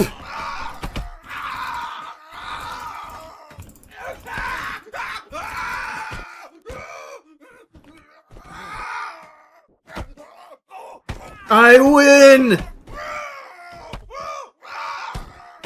Mount him! Get him for the 3 count. I have no hands and very limited use of my legs. Here I come. I'm still tanking it. I'm still... Oh my god. Oh, that's the one that hurt me. A bonk to the head. I'm just climbing over all the sharp stuff. I am still not done! Okay, that one put me to sleep. Didn't kill me, just made me unconscious. Let the record show. Oh, what? What just happened? Did I have, like, hunger pains or something? I was, what? I was just keeled over from exhaustion? What? I mean, I wasn't going to win anyway with that. But what just... Did me running into his buckler knock me out? Brother, I have to be nerfed in this. That's crazy. What is happening to my... Oh! What? What just happened? What was that? Did I step in quicksand? What? Oh my god, man. I didn't try and crouch or anything either. Oh my god. Just I guess, some hands reached up from Hades there to grab me. God damn it, just cut him! Oh, that was another thing I read, that not only is the AI improved, they are tankier. So they don't go down as easy. So I'm more fragile, they're more durable. Ugh, fuck. It really is the ultimate fucking challenge. See, like in the normal gauntlet, that guy's arm would have popped off 3 times like it was with Mr. Potato Head. Unbelievable. We finally got there. It's over. Oh! Nice, nice, nice, nice, nice. No, no, no, no, pick. Ah, fuck. Oh, wait, maybe. Nice, he tripped him. He tripped him. Yes, yes, yes, yes, yes. Where's his chest piece? Where's his chest piece? Oh, fuck. Where'd it go? Where'd it go? Where'd it go? No! If this arm wasn't broken, I actually think I'd have a good chance. I've just got to go for a miraculous stab there. Oh, fuck. I'm sweating. Ah! Sharingan, activate! It's not even cutting them! Ugh. He got around the shield. I dragged it against that guy's neck twice, but he didn't even feel it. Usable weapon. What? That was just the wood part! And it did that much damage?! How weak do they make me? They nerf me so hard! All just from getting touched by the wood. Oh, my arm and my leg are somehow broken. I don't even think he hit my leg. I tried. Oh man, okay. I don't know how you complete this without adjusting the sliders. I really don't want to resort to adjusting the sliders, but I actually just don't see any other way of being able to do this. See, like, just look at that! Like, I win the fight, and I just get touched, and I'm still gonna lose this. Because he hurt me too bad off of nothing.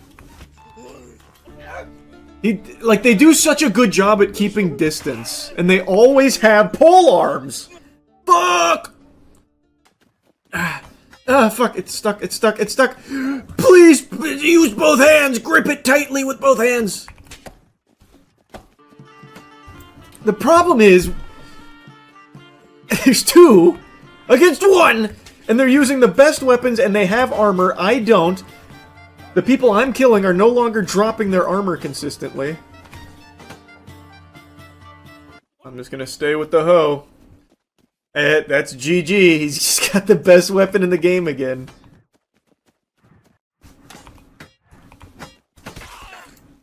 Wait. It's doable. It's actually fucking doable. I just got the best weapon.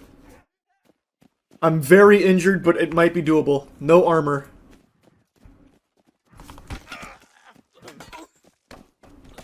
Armor.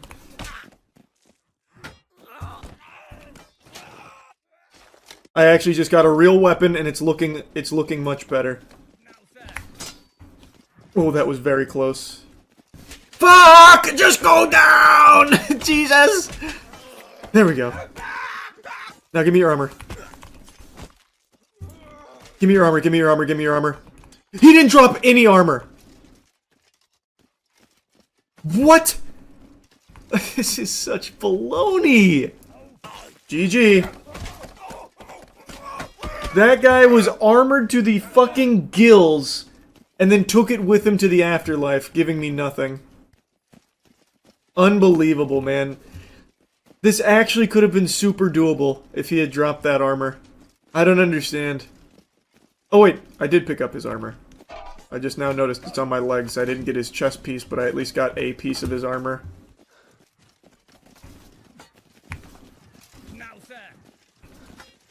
How's my hurricane technique working? Oh, riding it now. Like a wooden pony. I'm hobby horsing.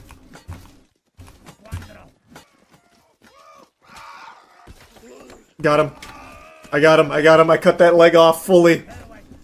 That's one down. One down. Oh, I'm trying to kick it up in the air and hit him with it. Can you imagine, though? I did get it on him. I didn't make the cut, but I got it on him. I'm going for, like, some Jackie Chan kung fu shit here with this.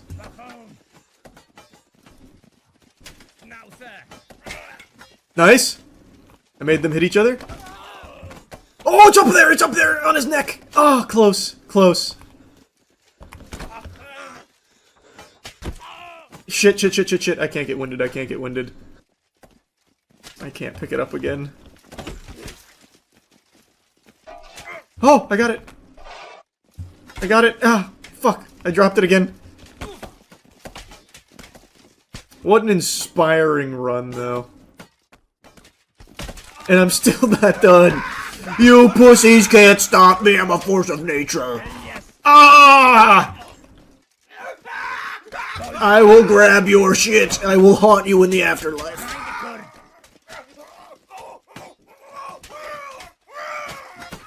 I actually think that could have been a doable run if I didn't just get that really one unlucky hit to land on me that made it impossible to pick up my weapon. I'm not getting a lot of the armor drops, though, it doesn't seem.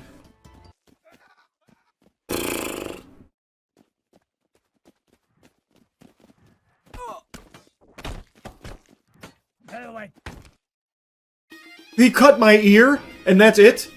I give up off of a little ear wound? Sometimes this guy is unkillable, like my guy is just the spirit of a warrior and a mortal being that cannot go down no matter how much laceration, no matter how many limbs I'm missing, doesn't matter. And then there's runs like that where I just touch the wood and he's like, ah! And I get like a little boo-boo on my ear and he's like, okay, I'm done, I'm fucking going to heaven. This one I actually will knife for. The hoe just hits so hard. What? Like, what? This is what I'm talking about. What happened? Did I smell his armpit and it was so stinky that it knocked me out? Like, I actually don't know, because he didn't hit me with anything. What the fuck?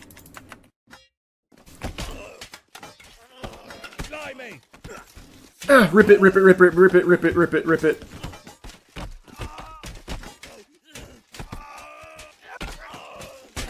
Ah! Nice. Better armor. Better pizza, Papa John's. Alright, come on, baby. Fucking great shot. Another great shot. Another great shot.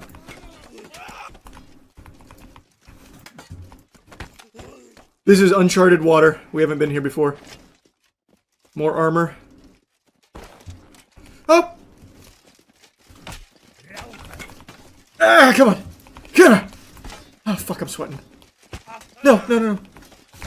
No, no, no, no, no, no, I can't move! It's stuck. Oh my god, why? They ripped it out, they ripped it out. Okay, hold on. I had to wipe my nose. I was actually fucking dribbling snot out there. 4v1, what the fuck? I thought maybe it'd go to final boss there, it did not. Oh, and somehow he just slit my throat through all that. Wow.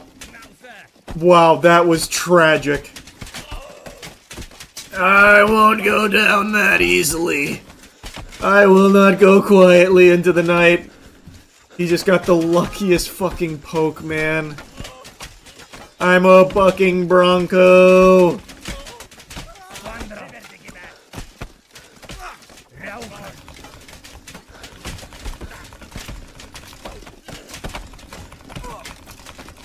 I'm just grabbing everything on my way down, hoping they'll start to kill each other.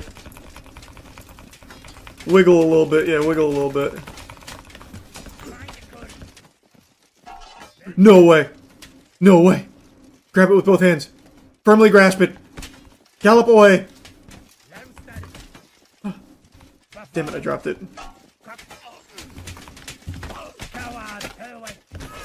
Oh my god, I kicked it airborne. I killed one!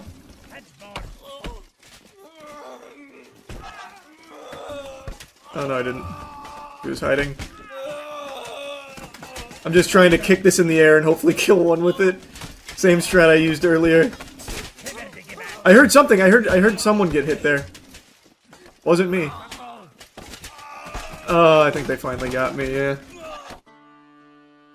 Okay, that was our best run so far. That really could have gone the distance if he didn't somehow poke me in the fucking carotid. No fucking way. Just crashed. It just crashed. Oh, it just That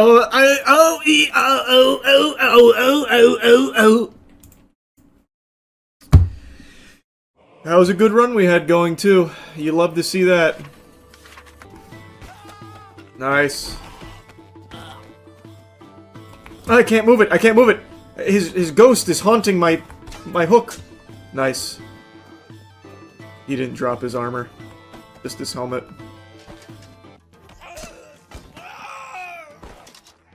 Ooh, boy. Let's just try and get in there. It ran right into it, trying to get around him. Can't help but feel like this isn't hurting you as much as it hurt me.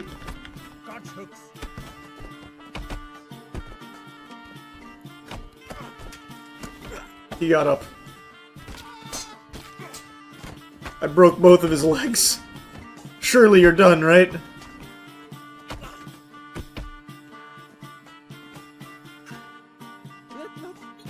Good, thank you. Oh boy, it got stuck, it got stuck. It's okay though.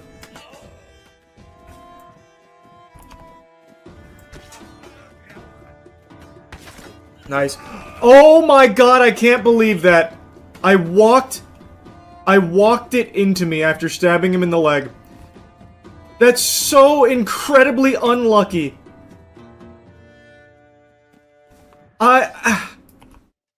How did it even do that much damage with that little force? I slowly ramped it up to me like a fucking Hot Wheels car, and it still did that much damage. No way! No way, no way, no way.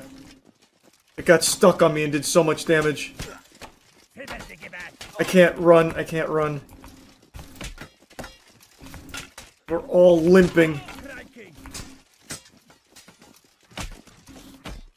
Yes. It's the Baron, it's the Baron, it's the Baron. Come on! Half sword it.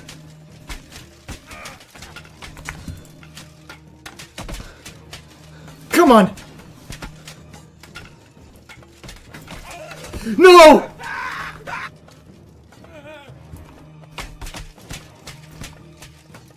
Ah! No, no, no, no, no, no.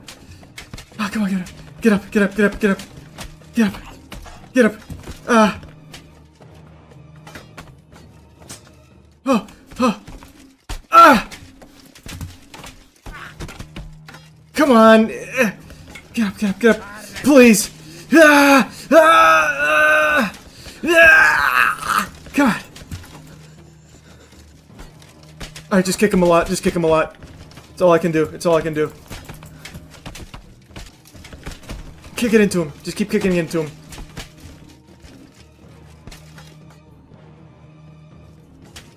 Oh, come on. Come on. Come on.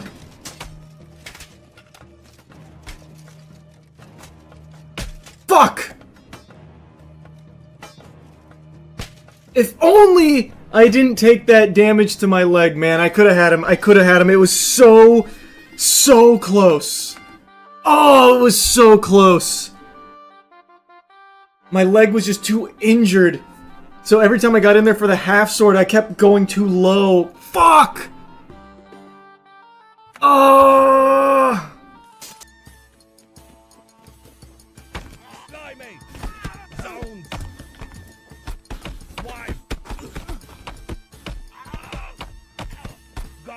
That is absurd. Yep, I mean, it just killed me. He brought the wood down. I got stuck in his nipples there, and he just brought that wood down. Nice! He got tripped. Oh, the play con is helping me! And then it ends just like that, huh? That's the way it ends? Just a random, unfortunate hit? From a weapon that's not even all that spiky? Really, man? What unlucky circumstances?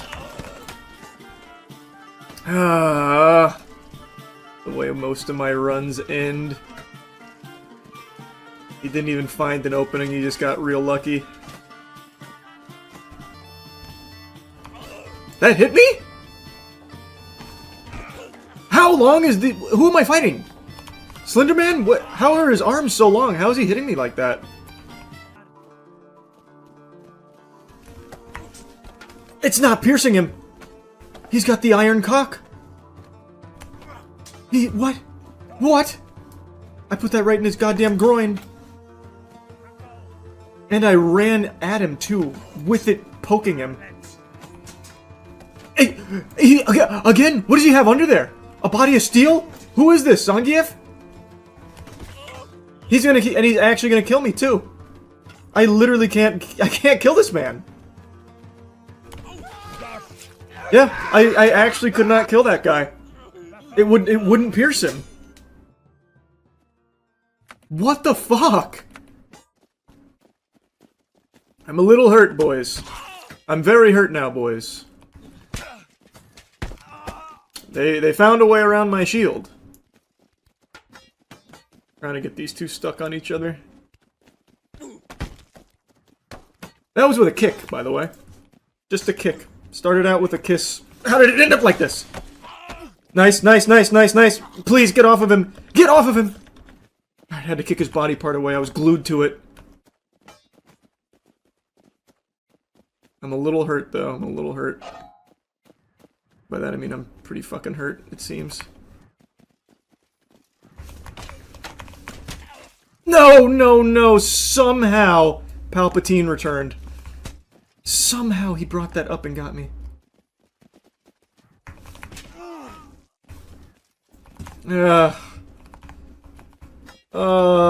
Both my arms hurt. Yeah, I can't really grab this anymore. Man!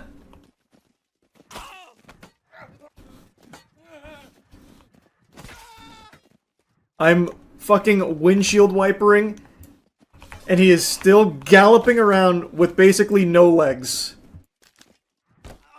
That leg is completely fucked, and he's still hopping. How about that? How about that? How about that? That enough? There's no way.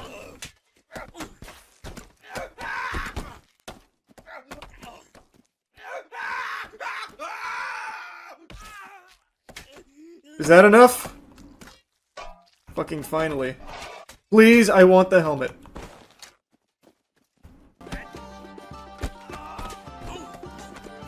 He will not let me go. I cannot get out of that. He actually bear hugged me until he suffocated me. That was unbelievable. Wow. That was really something special. Instantly dead too. That's what a combo. Wow. Okay. Can't move very fast. They give me a big headache.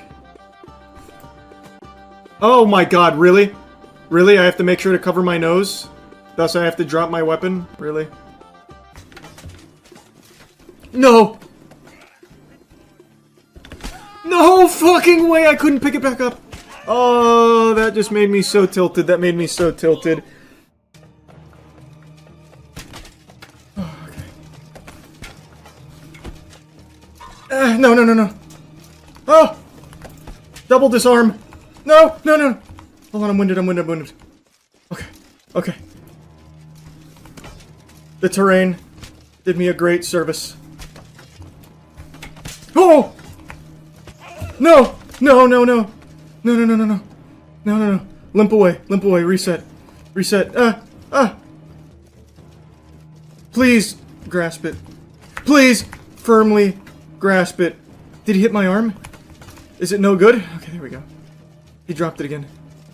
Oh, god damn it. I can't pick it up. I can't pick it up. I can't pick it up.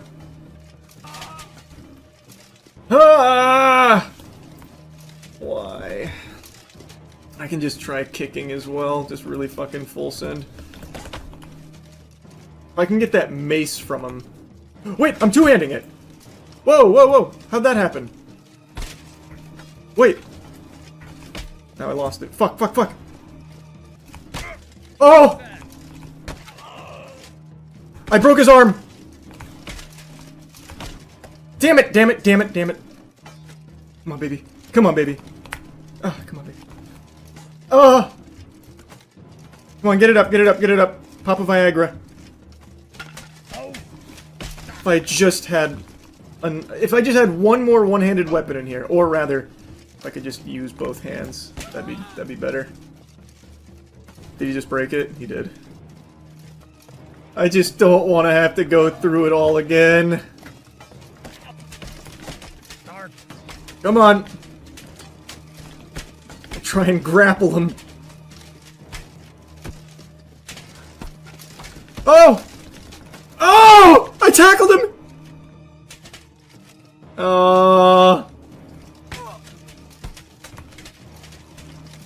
Just stay on his nipples. Just stay on his nipples.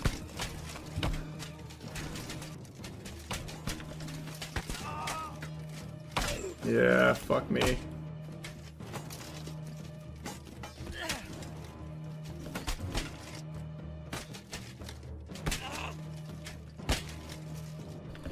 Oh, that's so sad. I really thought I had it there. I really thought I had it there. I should have had it there. I just couldn't find the opening. Unlucky, he's actually holding me for his teammate. And it worked really well. Unbelievable. That was unbelievable teamwork. It's actually inspiring what that guy just did. That's what makes Half Sword magical right there. You're the real wow. You're the real hero, bud. Come on, you fucking cowards. If I can push this guy over. Oh, I kicked that other guy's weapon away, it seems. Just spam kick. There's no reason for me to keep this going. This is just wasting my time more than theirs. I'm gonna go for a grappling takedown. Choke slam.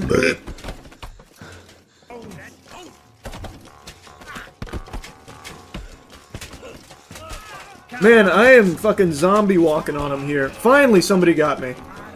Holy. Surely that cut you. I heard it. Okay. Brother, just give up. Why are you just here screaming? Give up! Thank you. I'm gonna try double shield for some fun. Fuck it.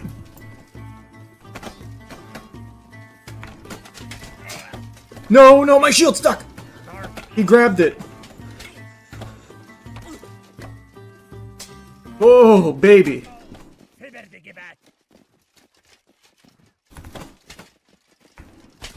Oh my god, what a shot. He caught the dodge. GG, GG. What a miracle. What a fucking miracle, huh? That's how we do it. Any one-handed weapons around here?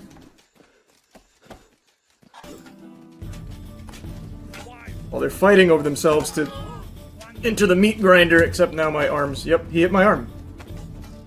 I thought that got my leg. GG. Wait! Nope, GG. It's completely broken. Oh, wait a minute, I killed him with that.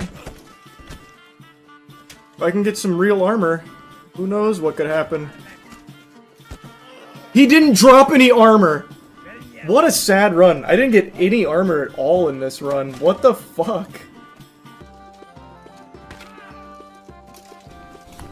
Ugh.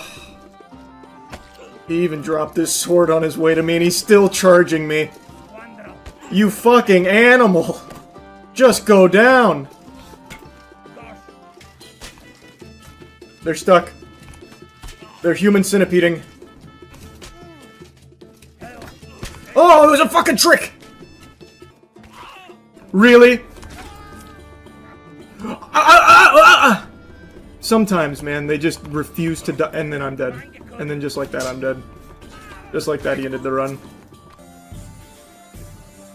What a kick! Instantly dazed me with that. Holy shit, that kick was unbelievable. Wow. Wow. I had a perfect dodge on the thrust, too. Wow.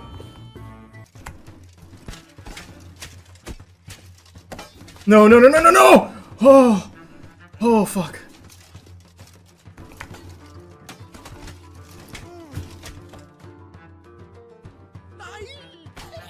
Baron.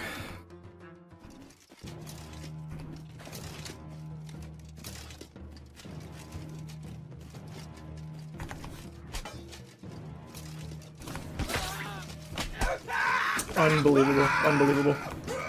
The only spot on my body not covered, he found it. I knew that was gonna happen too. I knew I should have just went for the armor. I thought I was gonna die going for the armor. I should have just done it. I should have just done it. Unfucking believable. Unbelievable. Just let me get the weapon. Let's make it fair, huh? It's so sad. Legitimately the only spot on my body, and he instantly fucking finds it off of me hitting him. Every time. Every fucking time. He didn't drop the good weapon. I'm still using this piece of shit. He dropped armor and no weapon, it looks like. How is that possible? Maybe it went into the wall? Maybe it's in the hay and I can't see it? Well, this is gonna take a fucking miracle. Oh, fuck me. Holy. He's in thrust mode. That's gonna be a direct shot. He's got me. He's got me dead to rights. Oh, unless... Now that was a good move. I don't care who you are, that was a good move. Come on, no way. No way, I haven't cut him. Oh, he... How did he break my... What did he break my arm with? His mind? What? Oh, oh! What the fuck, man? How? Yeah, I'm stuck, I'm stuck, I'm stuck. Well, at least I didn't die to that guy. And I couldn't pick it up. And it just stabbed me. There is nothing worse in this game than not being able to pick up a weapon. No fucking... This is what I'm saying, it's just always the saddest fucking ends to this. How does that even find its way into my armor? It's... What the fuck, man? I'm gonna fucking squeal. That's crazy.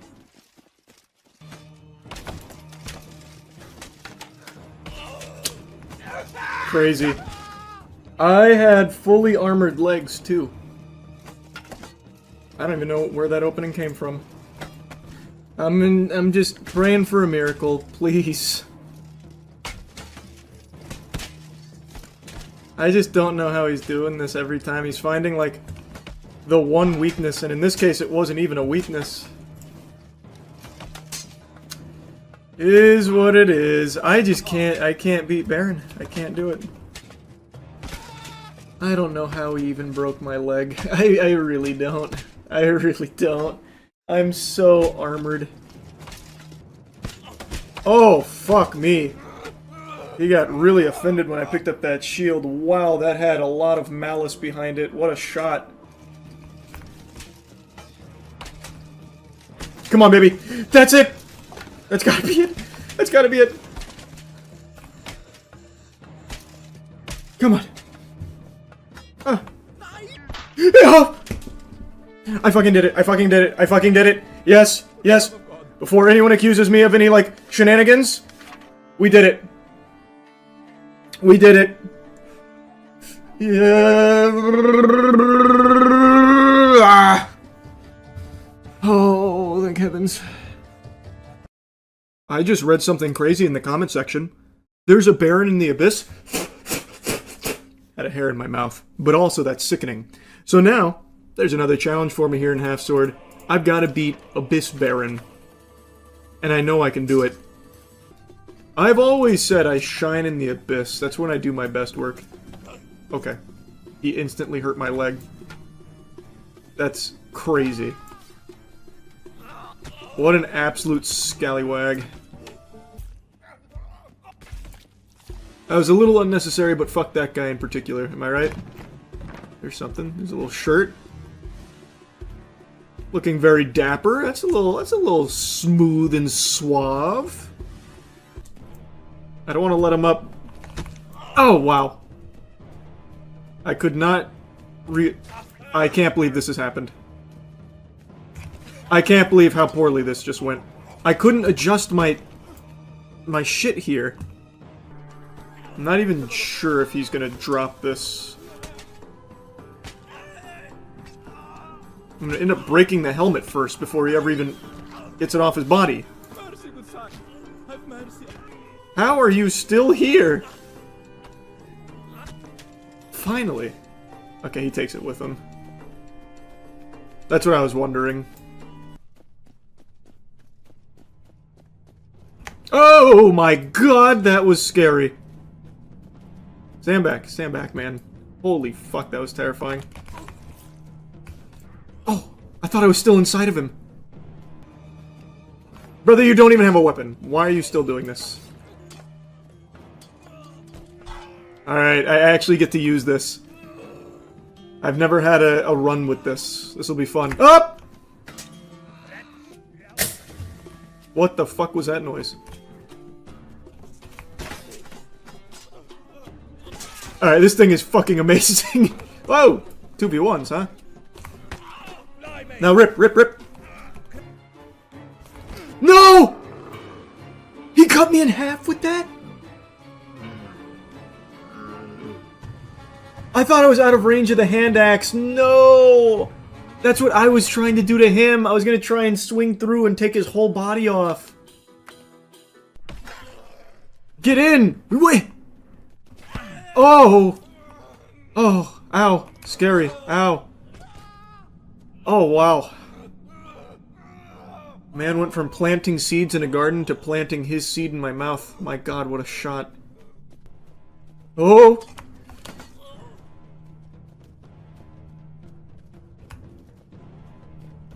Oh, fuck me. I tried to swipe and get out, but it was too big of an arc. I ended up just stepping in before the swing. Damn! Oh! No, no, no, no, no! I ran right into it.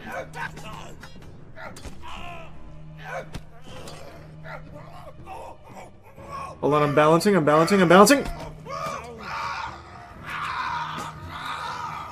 Come on, come on! Use your other hand! Pick up the... Pick it up! Alright, I'll pick up my own leg and sew it on, maybe? Oh, this is cool. That's a good technique. Ah, come on! Come on! Come on! Keep kicking him! Ah! Ah! You haven't won yet. Oh! Okay, let's play around with the Baron. Here I come, pussies. Single combat. Who wants this meat one-on-one? Man, I am tall. Hey! Oh, yeah. You're not built to handle this much man. Huh. Oh, yeah. Oh, boy, that's embarrassing. Ooh! Collateral. Alright, you ready? I'm coming for you. I'm coming for you. Come for those little legs of yours. Did I get him? Oh, nope. Hold on. Picked up a weapon of mine. Brother, stay down. You're not who I want to fight. Okay, thank you. Hey, now pick him up, pick him up. Ah, come on. Oh, shit, shit, shit, shit. I got him, I got him. Oh, no, I got him by the head. That's fine. Oh! Too heavy. He's too heavy. At least by the head he is. Alright, what about you? What do I have? What do I have you by? The arm? I can't tell. What do I have you by? Stop running in circles! Let me pick you up! Let me give you uppies! Oh! Yes! Yes! Yes! Nope, I dropped it. Why can't I grab you with my right hand? Oh my god. I actually can't grab you with my right hand. Let me weaken you a little bit. Maybe it's like a Pokemon and I have to weaken him before I can capture him. Gave him a couple new bruises there. Yes! There we go. Oh my god, he broke free. Man, grappling is hard as fuck. I don't know how that guy on YouTube did it. Got something, got something. Now arm lock? Nope. Surely the Baron's strong enough to pick up one of these mere mortals. This probably can't be this guy. He's too stubborn. Oh, you are light as a feather, I can tell. Here we go, here we go, here's something, here's something! Nope. I think I got him by the leg. Yep. Come on, uppies! Pardon me.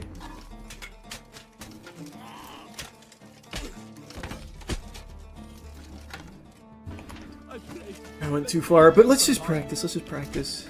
For sure, I am at thy mercy. Let not clean hand be heavy upon me. Stop crawling away! Yeah, I can't grab for very long. Oh, my arm is injured, I guess. Maybe that's why. How many runs have you done to get this far? Huh? You haven't put in the work! Okay, can I only grab with one hand with Baron or something? There we are, there we are. Yes, I've got him off the ground, I've got him off the ground. I'm breaking my own arm for this. Just throw him over my body or something. Hip check. Hip there, hip toss, hip toss. Ah! He's got me scarecrowing.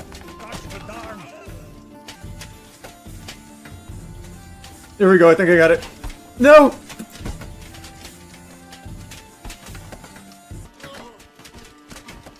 I think I got it, I think I got it. Yes! Yes! Come on! Throw him over me! No, my arm fell out. Alright, that's enough fucking around with the Baron. I gotta get back to the Abyss to kill Baron. Okay, he's already giving up. This is going to be hard to kill the boss with. I'll be the first to admit. I'm just gonna run in like this and hope for the best. It worked out. Oh, he actually almost ripped me in half with that axe there at the end, though. It wrapped around my trap there. That was close. Okay, now give it back. Oh, fuck me. Alright, we're good. Oh, what the... It's haunted! It's a poltergeist event. Oh! Come back! It's slipping away. There we are. Oh, he cut off my hand. Oh, and my other hand is really, really fucked up. You think this hand will heal? Man! What happened to my candlestick? Oh, oh! Oh! What the? Oh, fuck! Oh! What is that? Oh, what is happening to me? Ah! I'm being attacked by an invisible entity. Help! Ah! Oh! Wow, that was a truly haunted experience. So, after I blasted off at Mach speed, which I'm surprised I didn't instantly kill the boss there. I thought that was going to be like the scene out of The Boys when A-Train blows up Huey's girlfriend. But after I blasted through him and got launched into space like Team Rocket blasting off again, my whole computer got titty fucked. It has been like actually about 10 minutes and I have stubbornly refused to just hard restart my computer. I let it run its course. I'm finally back. We go again. That doesn't count. That run was lost due to unexplainable circumstances around the death of this character. Not my fault. I wonder if that's a replicatable glitch, though. Because being able to fly like that fast, I bet I could kill every enemy just by running into them. Oh, not again. This is how it started last time. Oh, Jesus!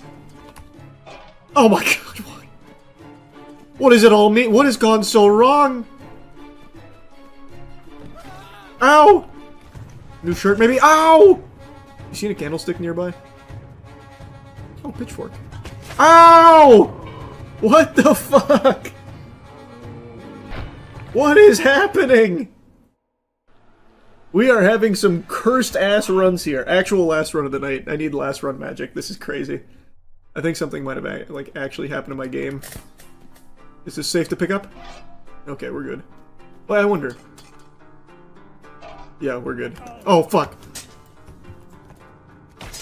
There we go. Don't you ever try that shit with me again. Ah. Ah. There we go. Keep the change, you filthy animal. Ah! Ah! Ah! What is happening? Help!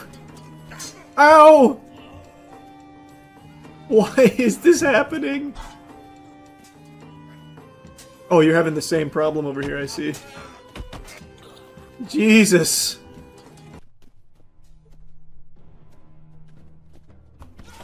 Ugh. No!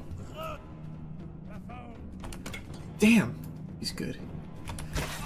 That's so sad. It's... That guy still fucks me in the face so often, it's crazy.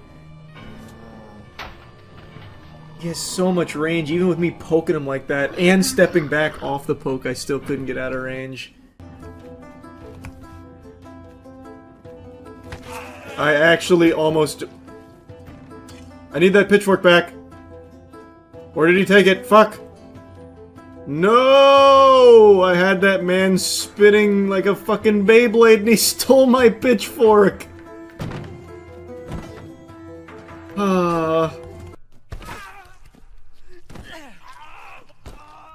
Everyone is stealing my weapons!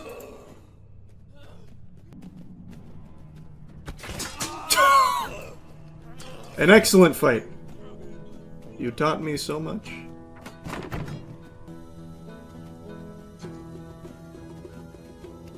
Oh! It was the oh, I didn't even see what weapon he had. Whoops. He had the pitchfork, I see.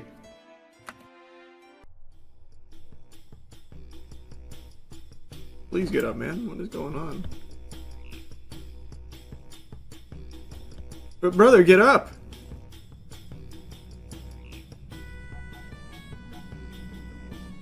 What is happening?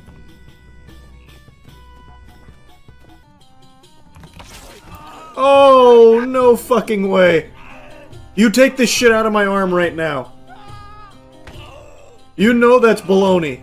Take it out. Take it out here. Oh, nope. Take it out. Take it out. Grab it. God damn it.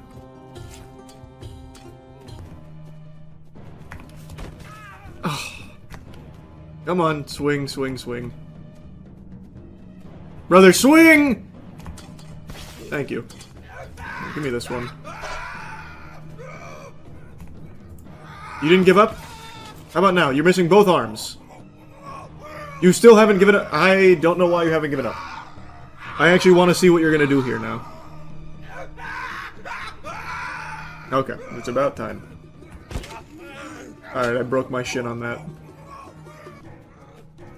Alright, let's get some armor, huh? Let's say you to a little bit of armor. That's a new... Oh! What the fuck, man? Well. Oh, that's bad. Oh, yikes.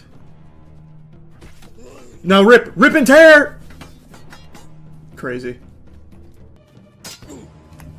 What?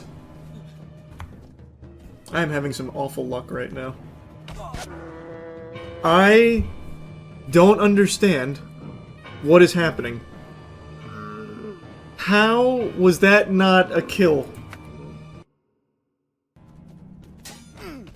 It's not piercing you!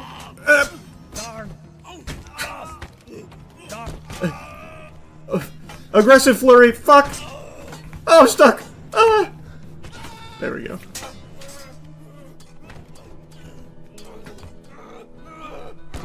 Drop it! Drop it!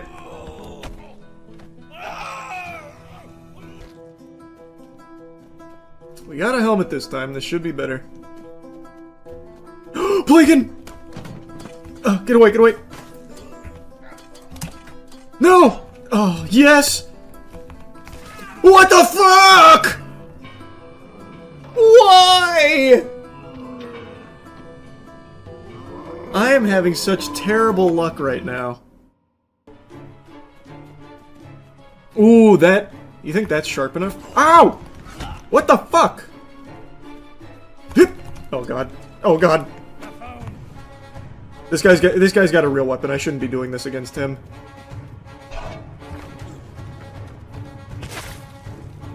I need to do that against a guy who literally has a wooden stool or something. Oh, that would have killed him if that hit for sure. I just need to aim it properly. Let's half sword it. Oh my god, I think I can cut his head off for sure. That's getting a lot of good, like, grease on it. Nice. There's a cut. Ah!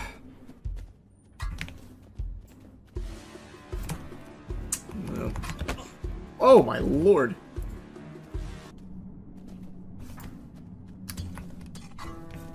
This might not be the ticket. Oh, that was pretty good.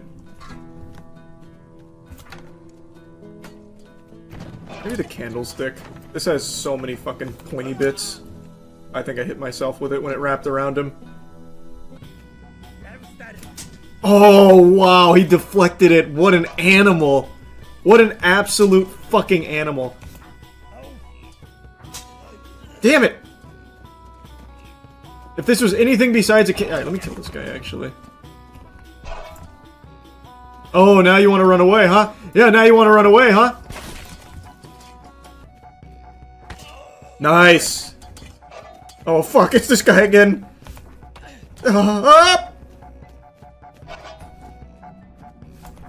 Oh, shit. Nice! I think one more of those and he's dead. From way downtown, yep! Pussy.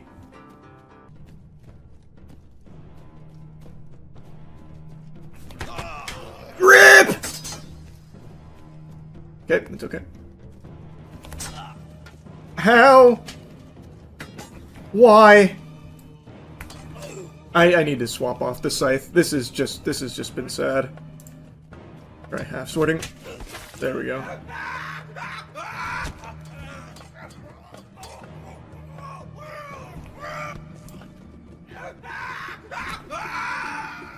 You make me sick. It is just sometimes not wanting to be sharp. There we go. See, that's what I was trying to do to the boss, but I couldn't get it. Armor. Yes! Yes! Rip, rip, rip, rip! Oh, he disarmed me! I don't understand how that just happened. Okay. I had that shit right behind his leg and was pulling. It's okay. We go again! How about you then? Oh god, it's stuck.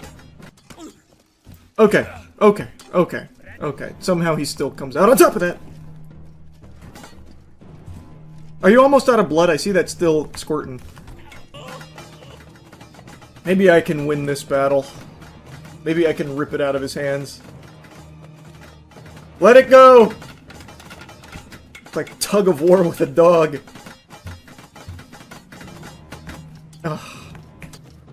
That's... What? What? That didn't kill him. I had that inside of his armor. His skin is stronger than the steel. No! No! Oh.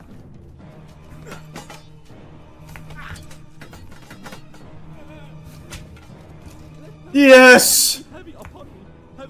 Finally. Oh.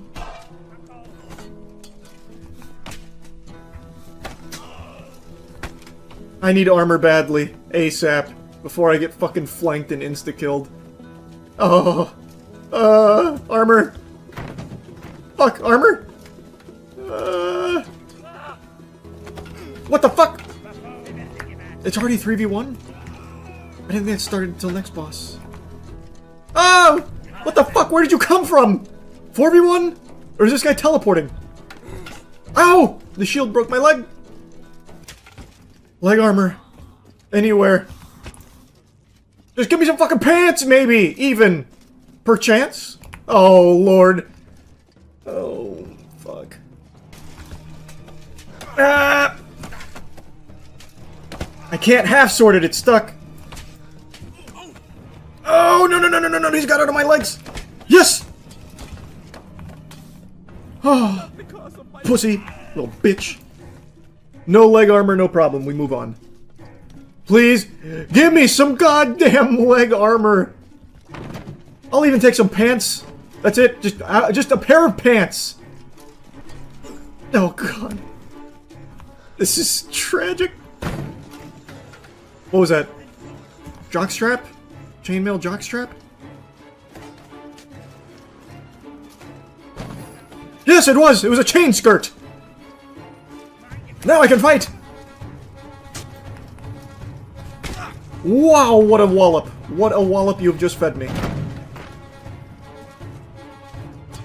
Ah! Oh god, I need that so bad! Get away from it! Get away from it! Get away from it!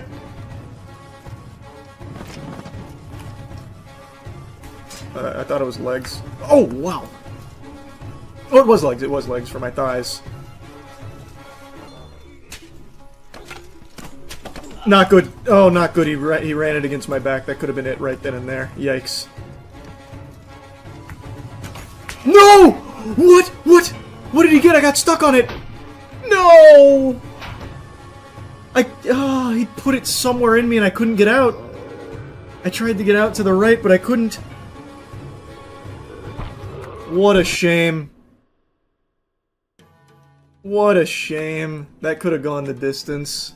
I imagine most of you are familiar with the classic fairy tale of the princess kissing a frog and it turning into a charming prince.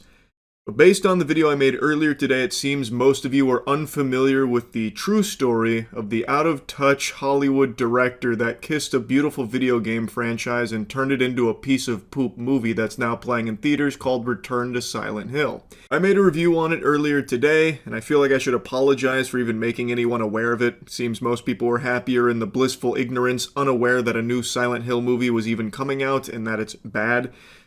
But I thought, instead of just focusing on, something negative, a bad movie that I wouldn't recommend to anyone, why not balance out the videos today here with the opposite of something that I have been recommending to literally everybody for like the last week.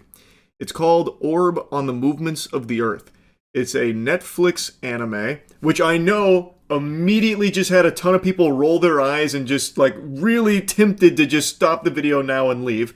But just hear me out for a moment. Orb, I think, is an extraordinary anime that is unlike most shows I think you've probably watched. I'm making a bold assumption here, but I'm pretty confident in that assessment. And I know I did reference Orb in a video not too long ago when I was talking briefly about 100 Meters, which is another anime movie that came out to a lot of glaze, a lot of people gushing grannies over it, which I also thought it was great, and made a mention that it's from the same creator as Orb. And at the time I hadn't finished this show yet, I only just finished it like a week ago, and since then I've been real Orb-brained. This shit has been in my noodle for a while, and it sent me down a rabbit hole of research on my own. It's a show that I really think most people would appreciate. Now, it's really hard to talk about this show without getting into spoilers, and I think it's very important to not be spoiled on anything going into this.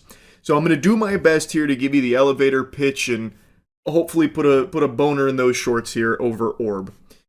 So the show is set in a time where there is an accepted view of our life on this planet as well as our place in the cosmos.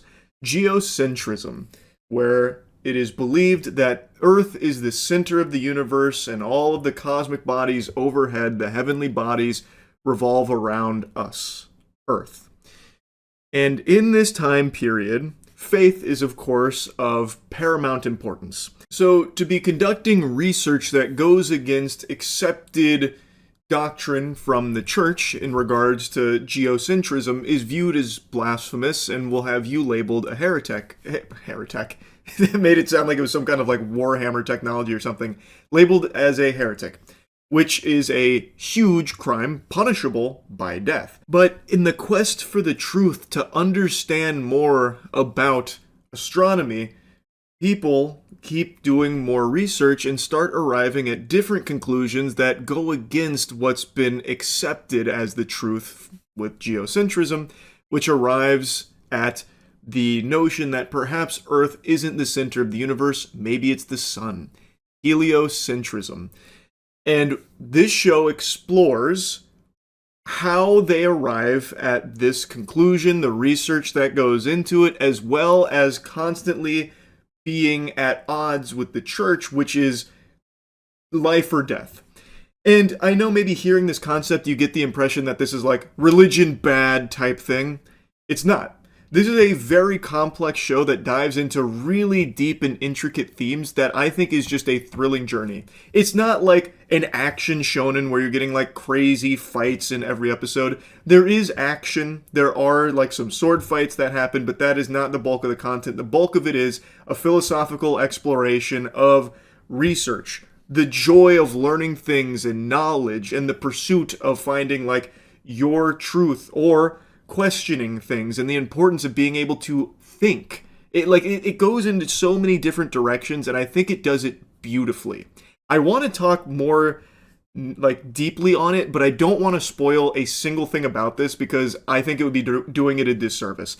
This show went in so many directions I could have never expected. It does not pull punches. I think it carries huge emotional weight, and I think it is just an overall very thought-provoking experience.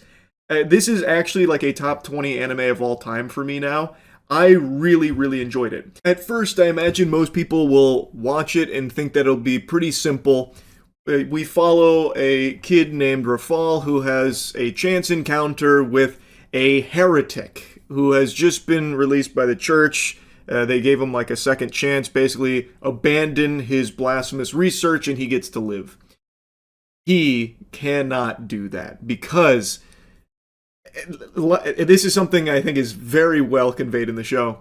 When you have an idea, when you start to question things, you can't put the toothpaste back in the tube. It becomes something that you must pursue. It's part of human nature to like want to find these answers that now start plaguing your mind. So even though he is being tortured, and even though he knows by continuing this research it will lead to him being killed, burned at the stake, he can't help it. And our main character, Rafal, happens to cross his path and unwillingly at first ends up going on a journey with him where a simple idea gets presented. The Earth is what's moving. Geocentrism is wrong. And at first he dismisses this as just fucking lunacy. This is ridiculous. But the idea gets planted. And once that simple idea makes it into his brain, he then starts to question things. And once he starts questioning things, he starts really diving into this research, which now puts his life on the line as well.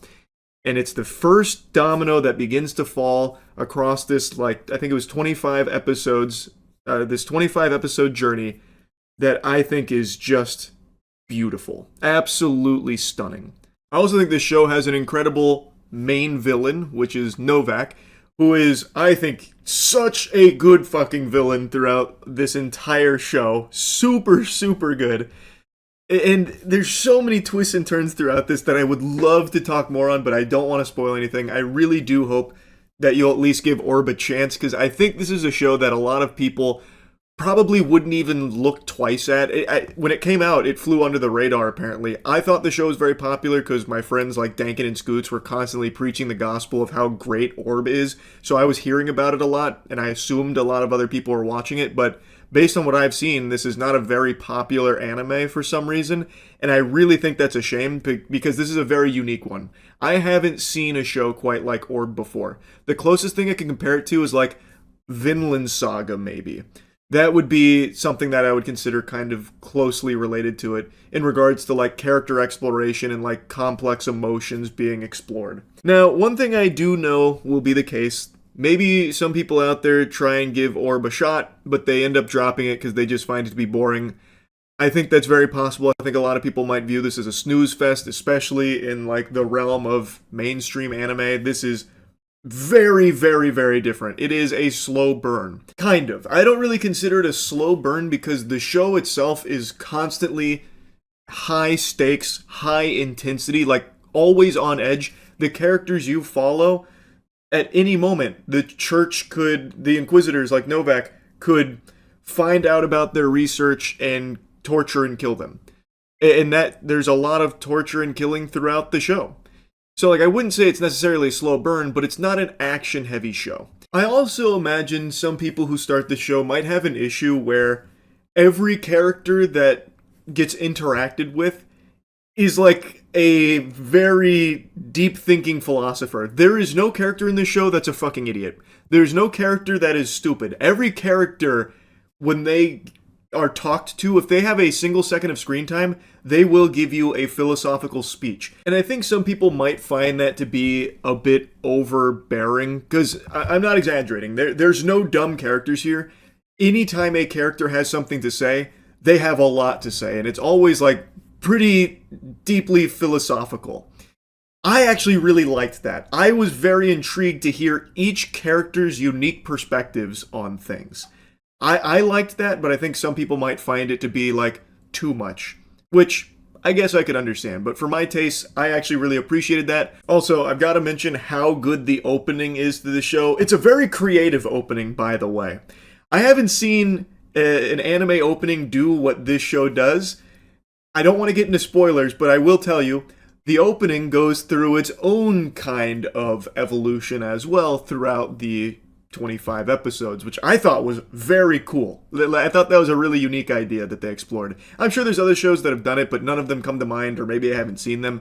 So when Orb was doing it, I thought it was great. I could go on and on glazing Orb on the movements of the Earth, but I think you get the point. I think this is a very special show. I don't think there's a whole lot of anime out there quite like this, and I really think this show will constantly surprise you. It will go places you don't expect, and I honestly think that it may even inspire some to a certain degree. Like I said, after watching Orb, I myself started doing like research because I found it so fascinating.